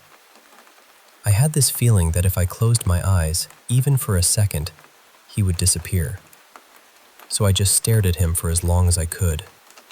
I wasn't planning to tell anyone. I figured people would think I had dreamed it or imagined it. But the next morning, I was in the kitchen making coffee when my mom came downstairs. We were having a normal morning conversation, nothing unusual. And then she suddenly said, "I think my dad came to see me last night." That stopped me cold. To me, that felt like confirmation. I really believed my grandfather was coming to say goodbye, especially because we weren't going to be going back to that old family house anymore. I've only seen him one other time since then, and that was almost 10 years ago. My grandmother passed this year, and part of me feels like maybe I won't see him again. But honestly, who knows? Another time, I went on a trip with some friends to a cabin none of us had ever stayed in before. It belonged to a family friend of one of my friends. The cabin itself seemed peaceful enough. Nothing felt especially creepy, other than the usual, "we're deep in the woods in Michigan" kind of feeling. We had a good day, hung out, laughed, ate, and eventually went to bed. Then, once again, I woke up in the middle of the night. But this time, it was different. It felt like I was sitting on top of the tall dresser across from the bed, looking down at myself sleeping. My friend was asleep on the top bunk above me. To my left, there was this darkness. Not just a shadow, but a deep, heavy blackness. Slowly, it started forming into what I would now call the Shadow Man. I've heard other people describe the same thing since then. He was tall, completely blacked out, but I could make out a tall hat, broad shoulders, and then the shape just dropped straight down. It was awful. I kept telling myself, do not turn around. With my grandfather, I wanted to look. I wanted to see him. With this thing, I absolutely did not. The next morning, our friends were asking how everyone slept. The friend who shared my room said she slept fine. But then my other friend, Dawn, started talking about what happened in her room. Her room was down the hall, and the closet in her room shared a wall with another friend's room. That matters. Dawn said she had been reading with the side table lamp on, and everything felt normal at first. Then the corner of the room near the closet got extremely dark. She said it was pitch black and felt heavy, almost threatening.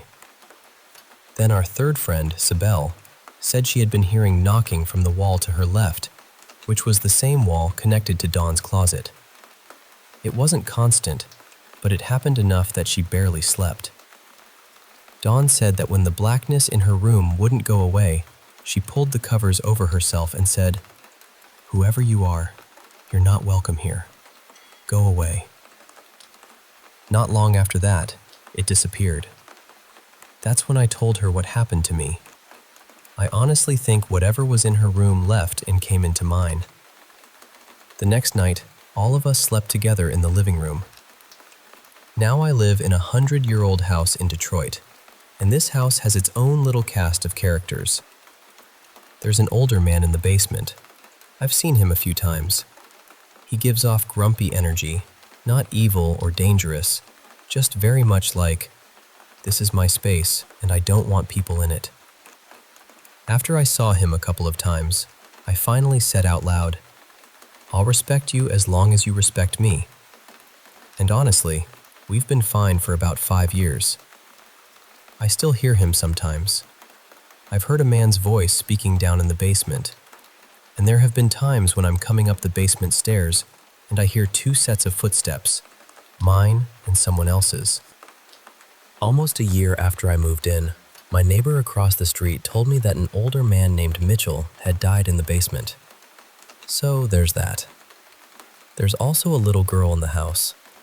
I've seen her twice. She has that restless kid energy. She moves things, hides things, and I've heard her running down the hallway. I think she likes my bedroom because I get the feeling she spends time in there.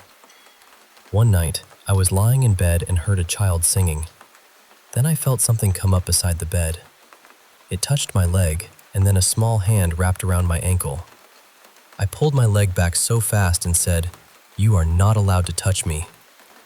She hasn't touched me since, but she still tests my patience with noises, missing objects, and little tricks around the house. The third presence feels different. I think it's residual.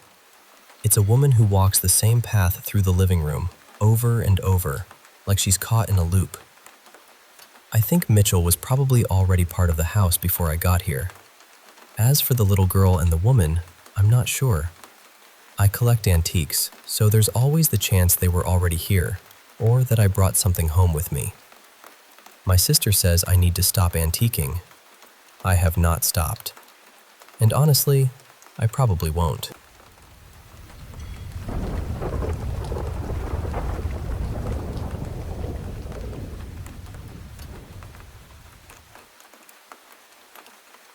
I ended up with a haunted bed.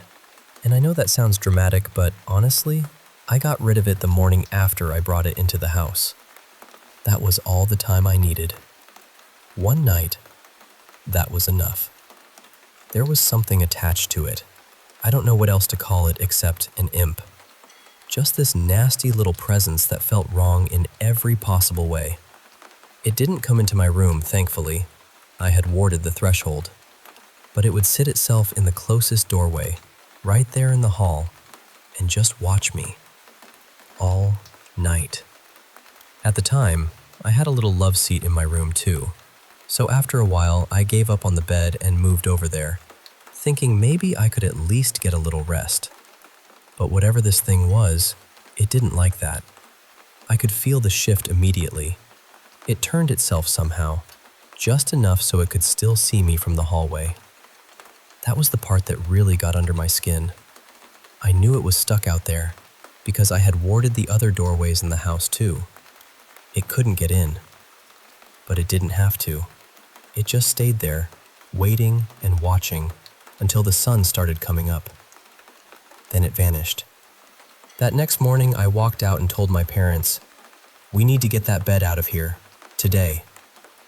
Normally, they would have brushed me off, rolled their eyes, maybe told me I was being ridiculous. But they didn't. Their room was directly across from mine, and they told me they'd both felt uneasy all night, even with their doors shut. Like someone was standing outside in the hallway, just waiting. I told them that's because something was. They didn't argue after that.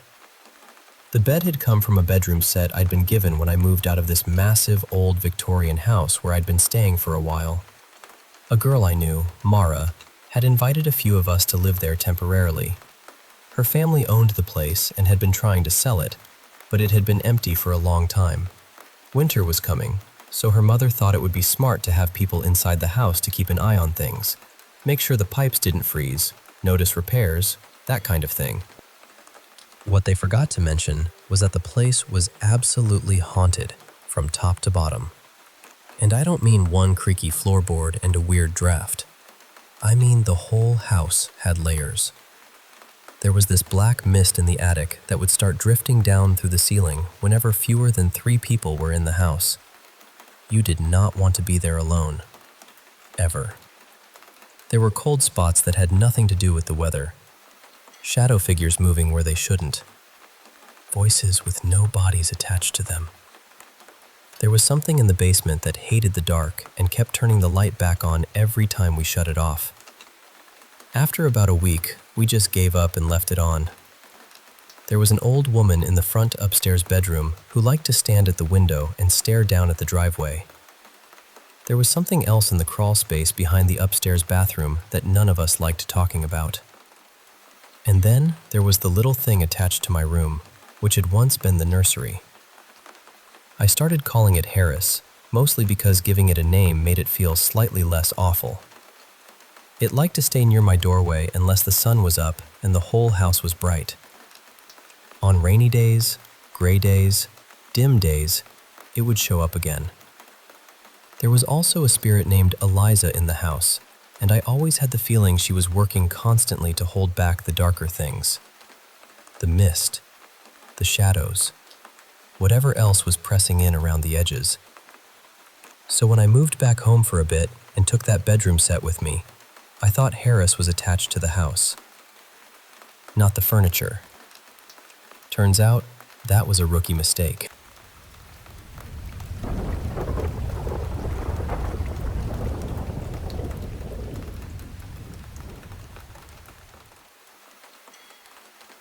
I can only imagine how unsettling that must have been. Jarring is probably putting it gently. Part of me wonders whether they were trying to help you, in their own strange way, by getting you back to your bed as quickly as possible. But then there's the way they moved, so fast, almost like they were trying not to be seen. Like they knew their presence would frighten anyone who caught a proper look at them. I've had experiences of my own since I was around 12 or 13. One night I was sitting up in bed reading. It wasn't even very late. Then I saw the shape of a very tall man standing beside my wardrobe. Just a dark silhouette, completely still. I remember pulling the duvet right over my head and staying like that until I finally worked up the courage to peek out again. By then, he was gone. Years later, I started looking into the area where we lived and found out other people had seen similar things nearby. Our estate had been built over old coal mining seams, and the more I learned, the more it seemed connected. There was another day when my sister and I were playing, and we both heard a man laughing at us. Clear as anything. Not distant, not faint. Right there. But the strangest thing happened one night when we were playing hide and seek with Dad. It wasn't a large house, so there weren't many places to hide. From the stairs, we saw what looked like a man lying on his side under my cabin bed, propped up on one arm. It looked solid, real. We thought it was Dad, so we shouted that we'd found him, but the figure didn't move. I called out, "Dad?" And Dad answered from downstairs. He said he was watching telly because he was tired out. My sister and I ran straight down. When Dad went to check under the bed, there was nothing there. Whoever or whatever we had seen had vanished. There were other things too, smaller moments that stayed with me. Now I'm in my 40s, and the place I live in has its own atmosphere. I've seen shadow figures here several times. 3 of them looked completely solid in black, but only for a few seconds before disappearing the moment I turned to look properly. Sometimes I've even called out to them, telling them to come forward or speak if they want something. I've felt my hair move when no one was near me. I felt the bed dip, like someone had sat down beside me. In the kitchen, I've seen empty bottles wobbling and settling back into place, as if they'd just been spun like coins. There have been sudden freezing patches of air, flickering lights, and orbs that honestly were beautiful in a strange way. But still, nothing quite like what you described. I did some digging into this house and the land around it, around the same time I was researching my childhood home. That's when I found out this place sits directly above an old double coal mining seam. It even explains the slight lean in the house and the subsidence.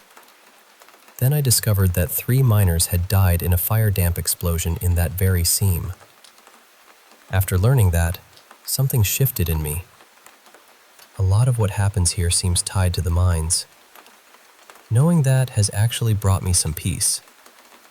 Now, when something happens, I usually just greet them. It might be worth looking into what stood where your house is now.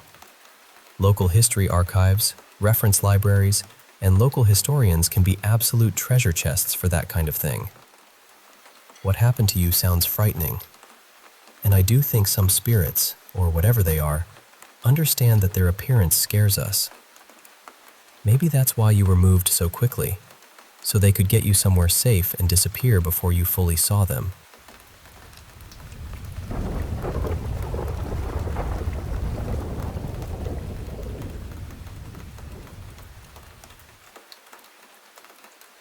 I'll tell you honestly, that is exactly what I've seen in this house. It's usually around the doorways. I'll catch something peering in just for a second, and then it disappears so quickly that I'm left wondering whether I really saw it at all. But I always get the same feeling from it. Not threatening, exactly. More like they're checking on me. At first, though, I was frightened. Properly frightened. There was one evening when I was lying in bed with my cat, and I saw one in the hallway. My cat definitely sees more than I do, by the way. She was already staring before I even looked. This thing was so dark that it covered the white frame of the door behind it. It stayed there for maybe 6 or 7 seconds, which doesn't sound long, but it felt much longer than usual. Most of them vanish almost instantly. I honestly think it thought I was asleep. Then it realized I wasn't, and it was just gone. My cat and I stayed tucked up in bed that night, like 2 nervous little hedgehogs. After that, I knew I had to start saying something. Whenever I saw something out of the corner of my eye, or felt that strange little shift in the room, I'd say, "I know you're here. Are you going to come and talk to me, or are you just going to keep hovering about?" They never answered. Not in words, anyway.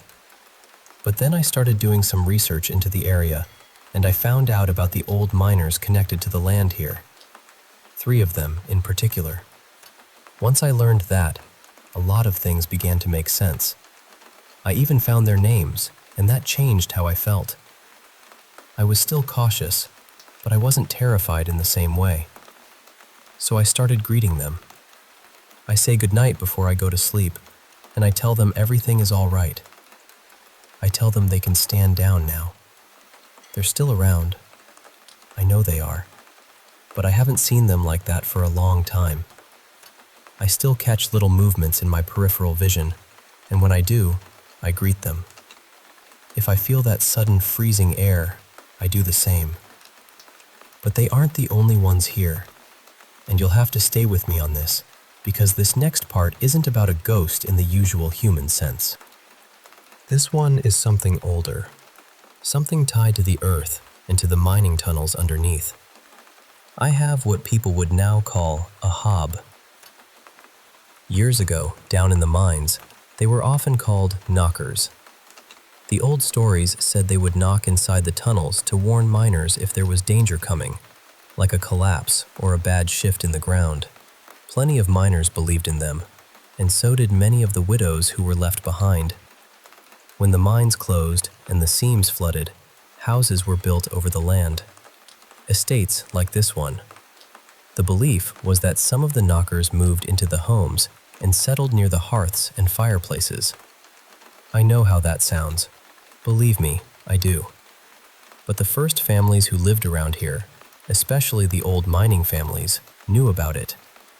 Some would leave a little glass of milk out once a week, on the windowsill or by the hearth, and they'd say something like, "Your milk is there for you." So those smaller shadows I used to see, the ones I sometimes mistook for the cat, I believe that was him. I called him Ben. Every Friday, I leave a little milk for him on the windowsill, and I say, "Good health to you." He still has his habits. He stops the clocks in the sitting room sometimes, and now and again he'll do it in the kitchen too. He's even turned off my electric fan before. From what I understand, beings like him don't care for our human obsession with time. They don't live by it, and they never have. They belong to something older and slower, something rooted deep under our feet. And after I began to understand him, something lovely happened. My back garden became strangely healthy. Things started growing stronger than they had before. Then one day, I noticed a little plant coming up near the window, beside a bush. I didn't know what it was until it flowered. Bluebells. A small patch of them, right there by the house. So now I call him Bluebell Ben. I know there are things in this world that we'll never fully explain. Some are old, much older than us. Some people seem more likely to sense them than others, and maybe I'm one of those people. But I do believe that once you understand who or what might be sharing your space, it helps. It takes some of the fear away. At the same time, I think it's important to set boundaries. You can be respectful and still be firm. You can say what is not allowed. You can tell them when something frightens you or when you need peace. And in my experience, being calm, respectful, and clear makes all the difference.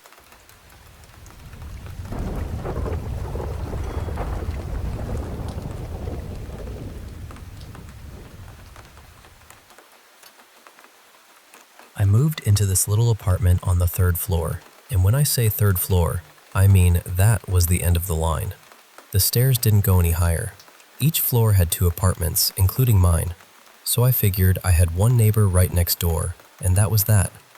From inside my place, if I stood near the entryway, I could see the bottom of the stairs by the door next to mine. And pretty quickly after moving in, I started noticing that whoever lived there kept strange hours. Late at night, I'd hear movement. Sometimes it sounded like someone walking around. Other times, it was loud enough that I'd pause whatever I was doing and just listen. I kept running into the other people in the building, but never the person next door. Not once.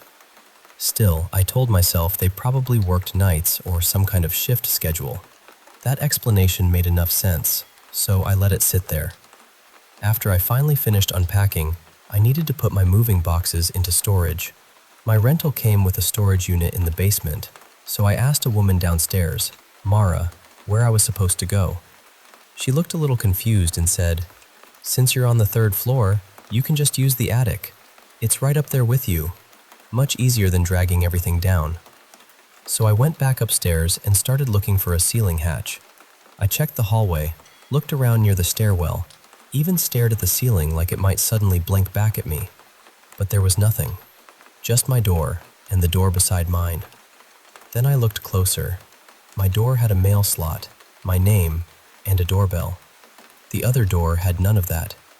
No nameplate, no bell, no mail slot. And the handle didn't even look like an apartment lock. It looked like an ordinary indoor door handle. That was the first moment my stomach sank. I stood there for a second, feeling ridiculous, then reached out and tried the handle. It opened. The door was heavier than it looked, old wood, and it made this dry, groaning sound as it swung inward. Behind it was not an apartment at all. There was a narrow set of dusty wooden stairs curving upward into the dark. And I realized those were the stairs I had been seeing from inside my apartment all along. It was daytime, and curiosity got the better of me, so I went up. At the top was this huge unfinished attic. Big wooden beams, round windows like something from an old townhouse. Enough light coming in that I could see everything clearly. The space was enormous. At the far end, there were wooden frames where rooms might have been built someday. But there were no walls, no furniture, nothing. Just dust, beams, and silence. It could have been an incredible apartment if someone had renovated it. But no one lived there, which meant the neighbor I'd been hearing every night did not live there either. I went back down pretty fast and told a few friends. They all made jokes, of course. Everyone's brave when the haunted attic isn't above their own head. But the sounds kept happening. Evenings, late nights, footsteps, shifting, little crashes here and there. Then one night, I had friends over, and they heard it too. The moment they did, the jokes dried up. They grabbed flashlights and went upstairs, determined to solve it. They found exactly what I'd found, an empty attic. But they did notice something strange. My kitchen light was bleeding up through small cracks in my ceiling, cracks I had never noticed from below. In the dim attic, though, they were obvious. That meant the space above me was closer, thinner, more connected than I wanted it to be. After that, being alone there felt different. So I got a dog. I thought a puppy would calm me down, give me company, make the place feel less empty. And he did, in some ways. But he also made it harder to pretend nothing was happening. Whenever the noises started upstairs, he reacted. He'd race around the apartment, barking at the ceiling, ears up, completely locked onto whatever he heard. Sometimes I'd be watching TV and suddenly hear what sounded like someone running down those attic stairs. The attic door in the hall wouldn't open or close, but my dog would sprint to my front door, tail wagging, waiting to greet whoever he seemed absolutely sure was coming. That was somehow worse than fear. He was excited. Over time, the sounds got more frequent.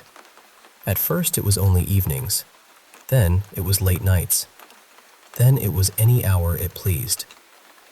The final straw was New Year's. I had 3 people staying over, including my boyfriend. They all knew the stories. We had talked about the attic, laughed nervously, tried to explain things away. Eventually, we all went to sleep. Sometime during the night, I woke up to noises above the hallway.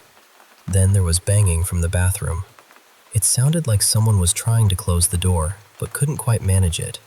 At first I was annoyed, because I thought one of my friends was messing around.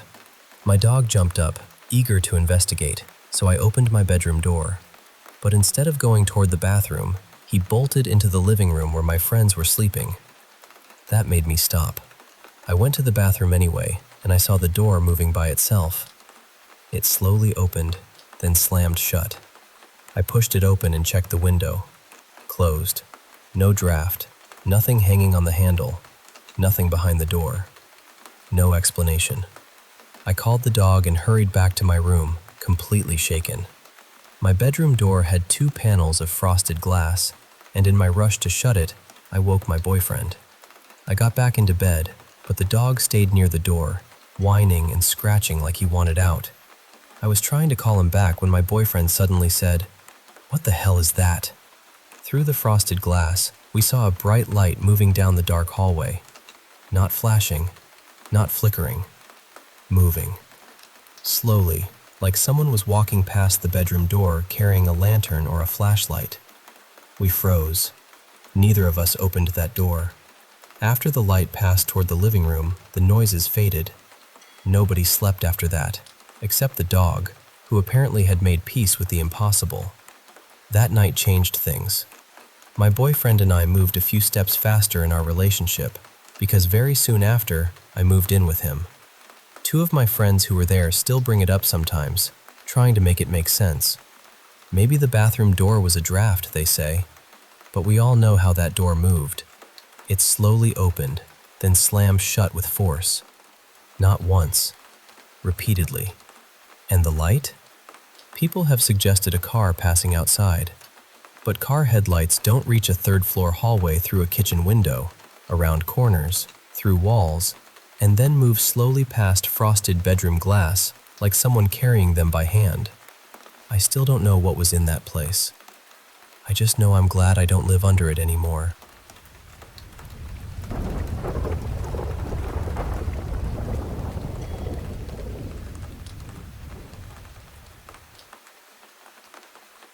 I'm going through something very similar to what you're describing. My daughter is almost 4 now, but this started when she was about a year old. At first, it was little things. We would hear her through the baby monitor, just babbling away like she was having a full conversation with someone in the room.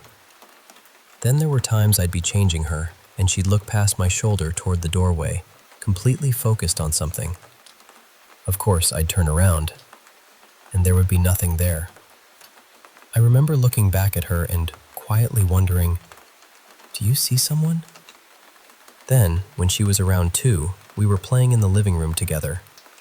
Out of nowhere, she stopped, turned her head, and asked, "Where did Poppy go?" That hit me hard, because my dad passed away about 5 months before she was born. And the thing is, I didn't really talk about him. I didn't have pictures of him hanging around the house. Losing him had been really painful for me, so I kept a lot of that tucked away. But when she said that, it got my attention. A little while later, she said something about him leaving in an old car. That confused me because my dad mostly rode motorcycles and drove a pickup truck. So I thought, what is she talking about?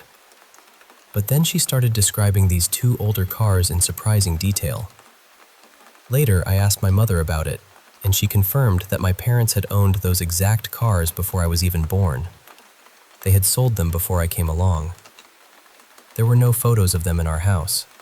I had never heard stories about them, but my daughter was able to pick them out from a lineup of maybe 30 or 40 cars. The color, the make, the model, everything. It was honestly unsettling. After that, for several days, she would randomly point to a chair or a spot on the couch and say, "Poppy's there." And we'd look, and of course, there was nothing we could see. About a week later, we were at a hardware store.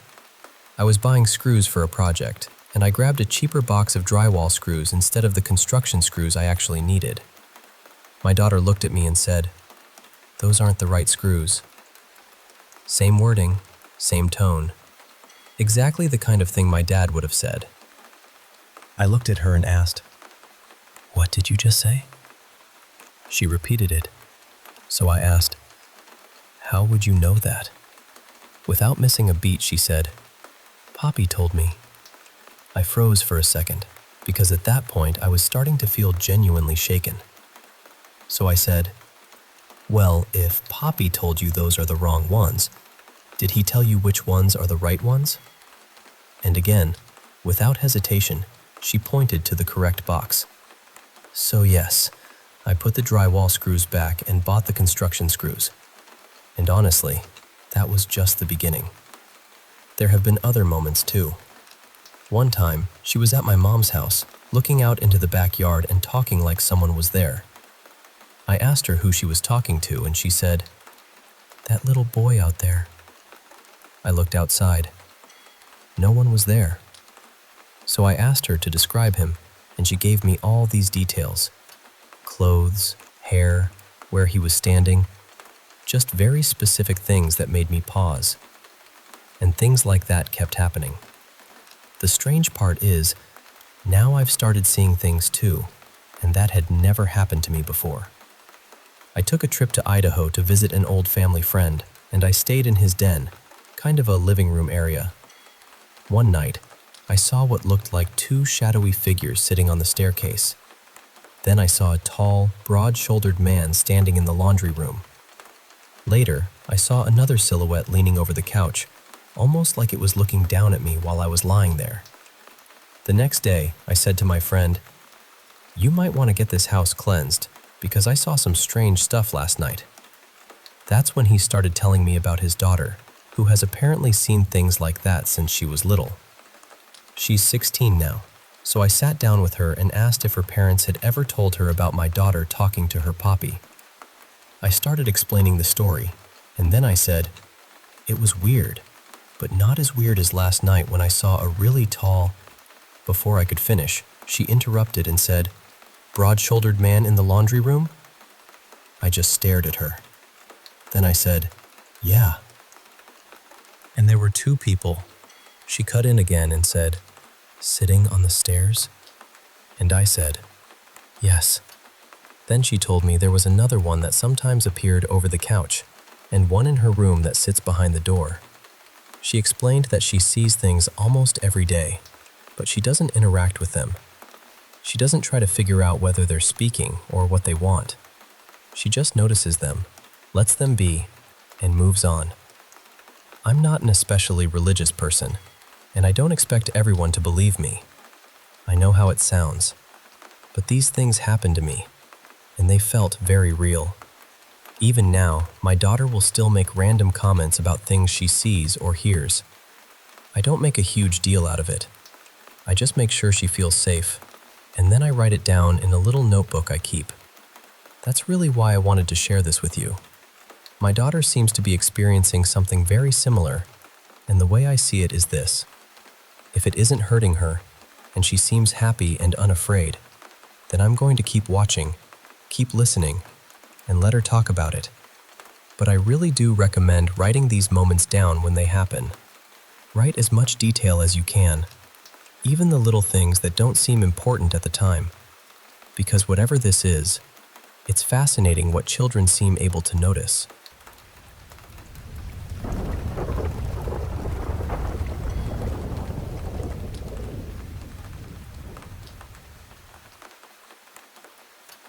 So, this all started one night when my girlfriend Lila and I smoked some weed that honestly felt different from the start.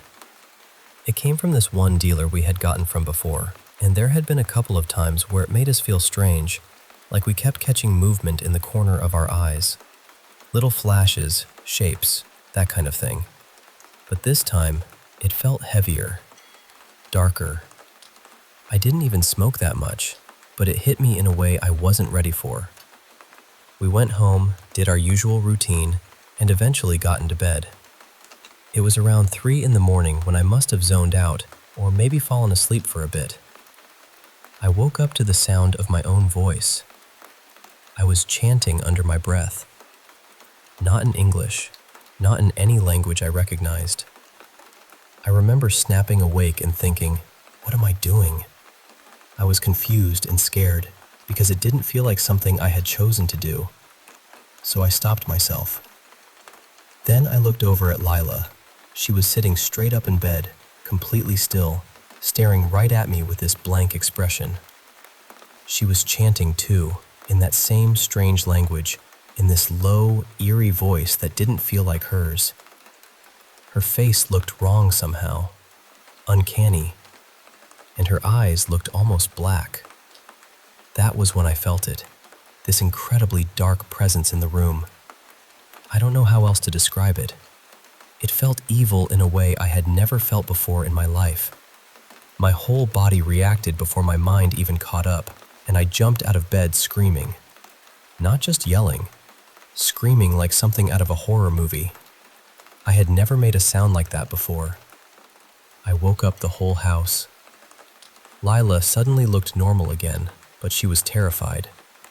Her parents came running in, asking asking what happened, and I couldn't explain it.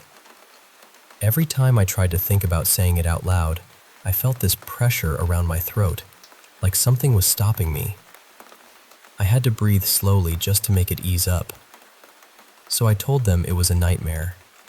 But I told Lila the truth, or as much as I could. I said, "I can't talk about it. My body won't let me." The rest of that night was awful. Her face kept seeming like it was changing, almost morphing in tiny ways. She didn't feel real to me. Sometimes she didn't even feel like herself. A few times, when her face shifted in my mind, I had these sudden bursts of fear and anger, like I was terrified I might lose control or hurt her. That scared me more than anything. She broke down crying. She was scared for me, and honestly, I was scared of myself. We ended up lying on the couch, but I didn't sleep at all. Since then, I've had trouble sleeping. I usually stay awake until the sun comes up before I can relax enough to close my eyes. By morning, I felt a little more grounded, and I finally told her what I saw. Even then, talking about it gave me chills. I still felt that pressure in my throat. Even remembering it now makes my skin crawl. The next day, people's faces still seemed a little off to me. Not as intense, but enough that they felt fake sometimes. Even my own mother looked strange for a moment, and that really shook me. What scares me most is that I don't know what I was chanting. Part of me keeps worrying that maybe I said something I shouldn't have. Like maybe I gave something permission without realizing it. I know that sounds strange, but that's where my mind keeps going. I had sleep paralysis about a week before this happened too. And then, another night, a shoebox fell from the top of Lila's wardrobe right around midnight, which scared both of us. During the day, I mostly feel fine. But at night, the thoughts come back. The chills come back. That feeling comes back. Then, on Sunday around 1 in the afternoon, I woke up into sleep paralysis again. This time, I saw a dark figure hovering near my legs.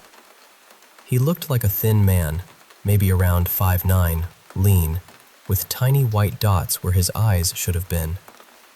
It wasn't as terrifying as the first experience, but it still felt wrong. And honestly, I just need it to stop.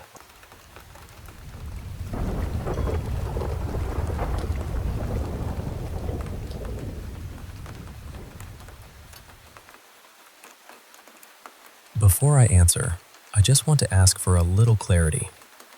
When you talk about people refusing to acknowledge certain things, are you referring to me specifically? Or are you talking about your own experiences, or maybe a mindset you've noticed in other people? I'd answer a little differently depending on what you mean. But based on what you've shared, I'm going to respond as though you're speaking from your own experience. I've had paranormal experiences since I was about 6 years old. And honestly, it runs through my family in different ways. Some people accept it openly, some brush it off, and some act like it's nothing, even when you can tell deep down they know something happened. But whether someone believes in this stuff or not, sending harassment or death threats over it is never okay. That says far more about the person doing it than it does about anyone who is simply trying to talk openly about what they've experienced. And part of me thinks that kind of extreme reaction comes from fear. Not just ordinary fear either. More like the kind of fear people don't want to admit they have. Maybe they're terrified by the possibility that the world isn't as neat, simple, and explainable as they want it to be. I can't pretend I know exactly what's behind every strange thing people experience. A lot of it can be the mind playing tricks, stress, grief, shadows, bad lighting, camera glitches, sleep issues. All of that can create things that feel very real. But at the same time, I've had things happen in my life, and I've heard stories from people I trust that don't fit neatly into "your brain made it up." Some moments just sit there, quietly refusing to be explained away. So when people react with cruelty or rage, I usually see it as fear that hasn't been dealt with. Fear of the unknown. Fear of being wrong. Fear of losing control over what they think reality is supposed to be. That still doesn't make it acceptable.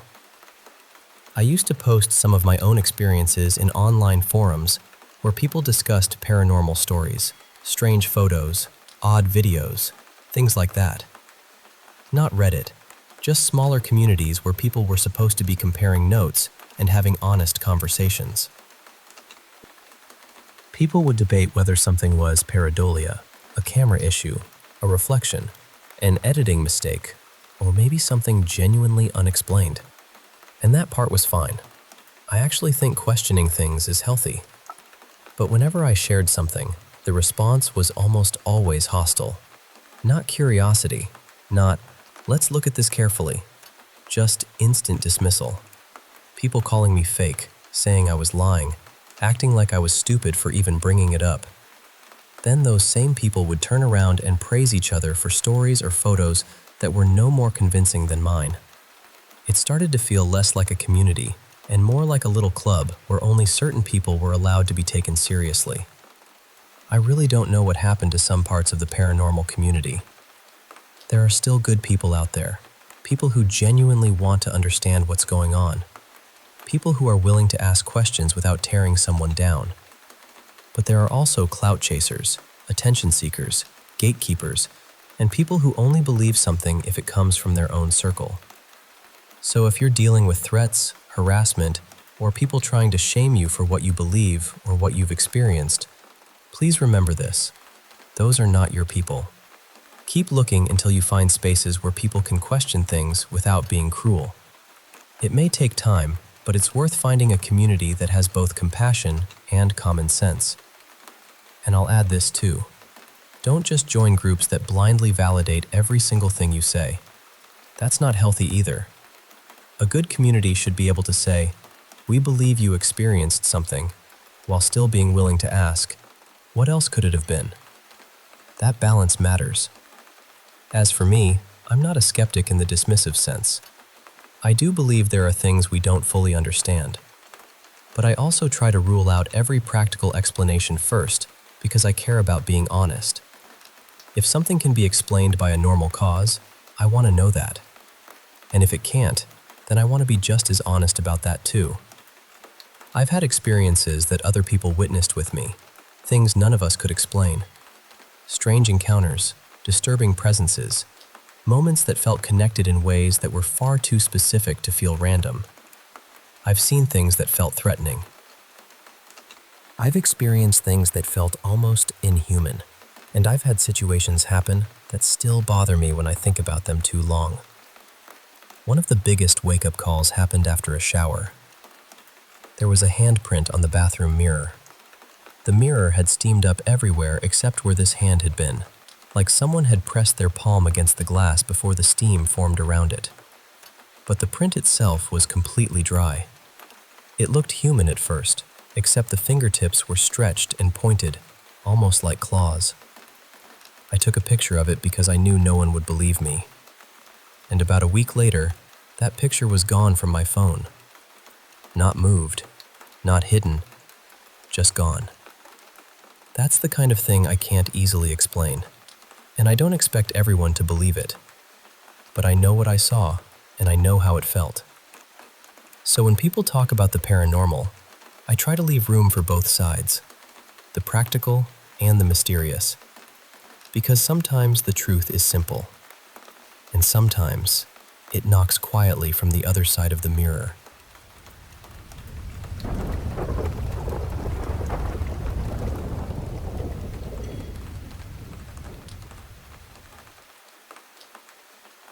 I remember we made the board ourselves, just out of some scrap wood that was lying around.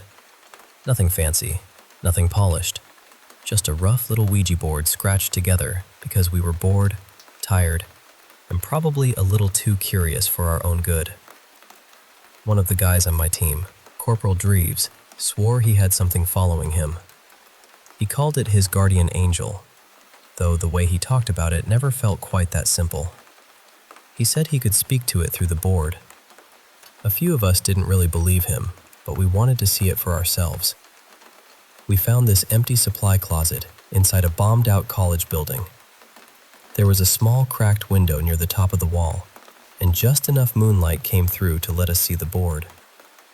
It was Dreves, Doc, Corporal Vale, and me. Dreves didn't do any ceremony. No candles, no chanting, nothing dramatic like in the movies. He just looked down at the board and called out to it. He called it Elias. And then the planchette started moving. None of us had our hands on it. That was the first thing that made the room feel different. Dreves said it was Elias. He said Elias could do strange things, including answering questions you only thought about. So of course, I tested it. There was a girl back home I had feelings for. Nobody knew about her. I had never mentioned her name. Not to Dreves, not to Doc, not to anyone there. I took my hands away completely and asked the question silently in my head. The planchette moved. Letter by letter, it gave me her initials. I just stared at it. That was the moment my doubts started to crack. We asked a few more questions after that, and eventually Vale got uncomfortable and left. The room had gotten darker by then, so I pulled out my Zippo and used it for light. There wasn't any wind in that closet. There couldn't have been. And then I had this stupid idea. I asked Dreves if I could try something. Not a real question exactly, more like a challenge. He said go ahead. So I held the lighter in my hand and thought, knock on the door. The planchette slid to no. I asked again, silently. No. That annoyed me. Or maybe I was trying to act braver than I felt. I started mocking Elias in my head, thinking it was weak, thinking it needed to prove it was real. Then I thought, blow out the flame. The planchette moved hard across the board, fast, angry almost. No. I pushed again in my mind. No.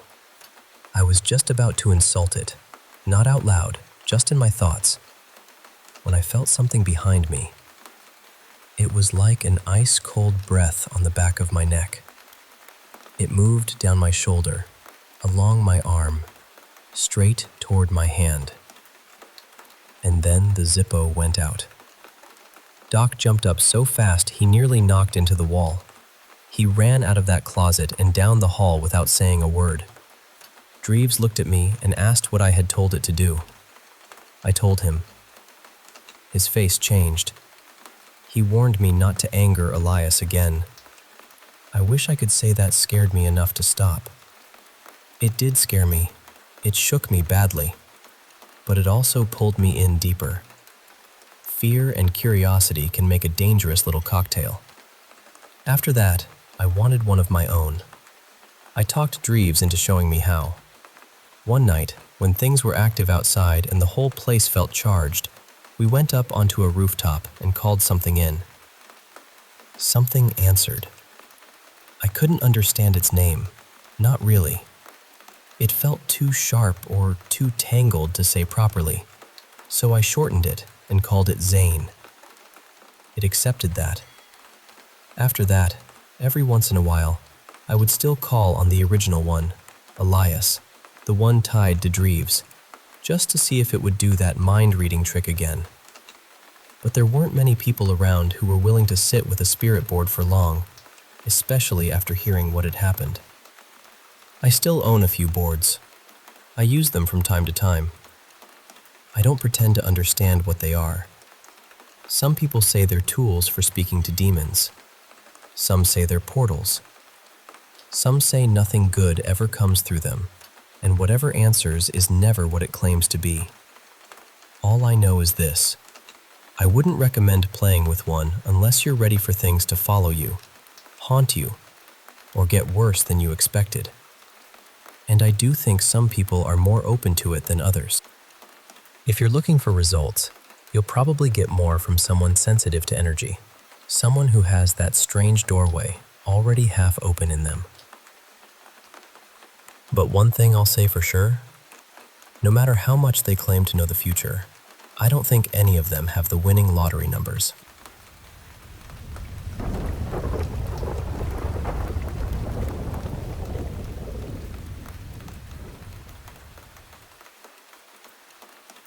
Honestly, I've always been a bit skeptical about this kind of thing.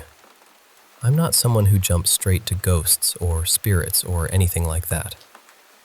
But there are a couple of things I've been through that I still think about because I was there. I saw it. And even now, I don't really know how to explain it. One night, I was at a friend's house. There were 4 of us there.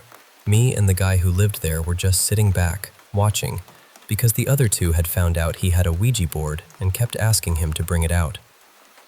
Eventually, he gave in. They set it up on the floor in the front room and lit a few candles around it. I turned the main light off, so the room had that dim, flickering glow. But the thing is, they weren't really taking it seriously. They were laughing, messing around, joking with each other while they got ready. Then they said this little prayer, something about protecting themselves while they played the game. After that, they asked if anyone was there. And almost straight after they asked, the light bulb from the ceiling socket dropped out and hit Toby on the shoulder. Then it rolled off him and landed on the rug beside him. We all just froze for a second and looked at each other. The timing was just too perfect. The bulb was out, obviously, and they decided to carry on anyway. Then, a little while later, the kitchen light came on by itself. Now, there were 4 of us. 2 were sitting on the floor in the middle of the front room, and me and my friend were on the sofa. I was the closest one to the switches. There was one behind me by the door and another one in the kitchen. Nobody was near either of them. I got up and turned it off. Not long after that, they stopped playing. My friend put the bulb back in, but it had blown, probably from falling and hitting the floor.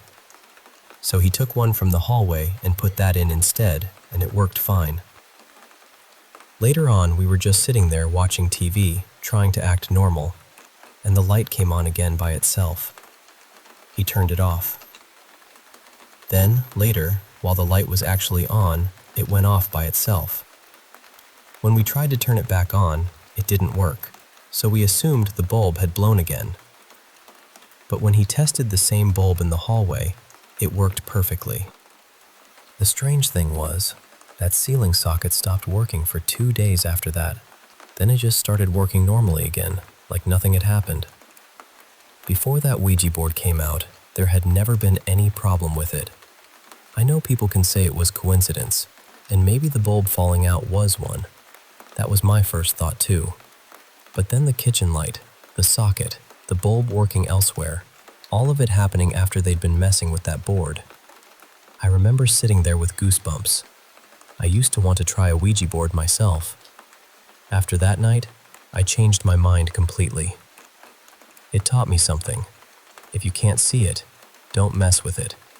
Respect it, because you really don't know what you're opening the door to.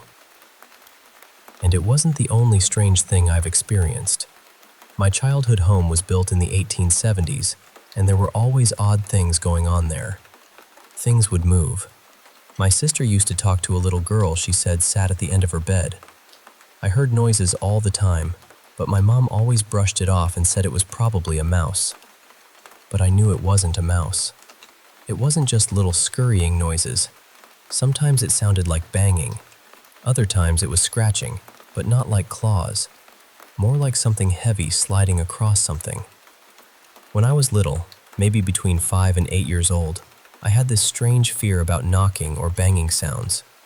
If I knocked my bed twice, I had to knock 2 more times, because for some reason I believed that if I knocked 3 times, whatever was there would come and get me. I don't even know where that thought came from. I was just a kid.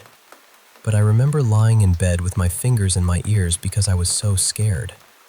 I also used to have the same dream over and over. Wolves were running through the house, and I'd escape by jumping out of my bedroom window onto the flat roof below. Funny enough, wolves are my favorite animal now. As I got older, I sort of got used to the house. Things seemed to calm down, or maybe I just stopped reacting as much. Years later, when I told my mom about the things I remembered, she told me something I hadn't known before. One night, she thought my dad had come into the room and sat down on the edge of the bed. She felt the mattress dip. But my dad was still downstairs. And the same thing happened to him another time. He thought my mom had sat on the bed, but she was in the bath. Then, when I was 22, my parents went away on holiday and I was home alone. I was downstairs watching TV when I heard drawers upstairs opening and closing. 3 times. At first, I thought maybe my sister had come in without me hearing.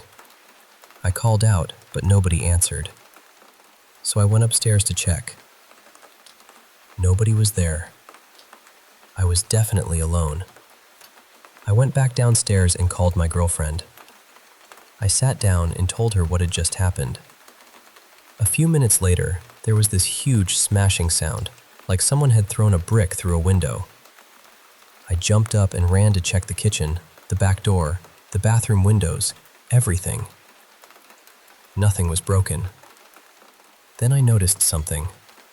Just before my parents went away, the front of the cutlery drawer had fallen off, so the cutlery tray was sitting on the kitchen counter. I thought about the sound I'd just heard, and it did sound a bit like cutlery crashing around. So I lifted the tray slightly and let it drop. It made the exact same sound. That was the most unsettled I'd felt in that house since I was a child. It didn't feel like a random noise. It felt like something was trying to get my attention. Like something was playing with me. I still don't claim to know what any of it was, but I know how it felt. And I know I never forgot it.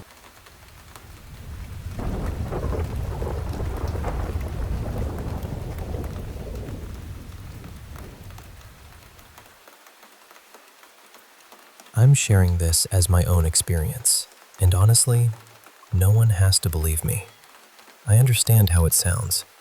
If someone told me the same thing years ago, I might have said, maybe your mind was just playing tricks on you. And maybe that is what some people will think. I can accept that. But what happened to me felt real.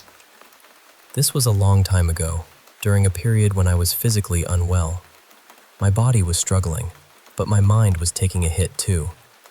I was exhausted, emotional, and worn down in a way I had never felt before.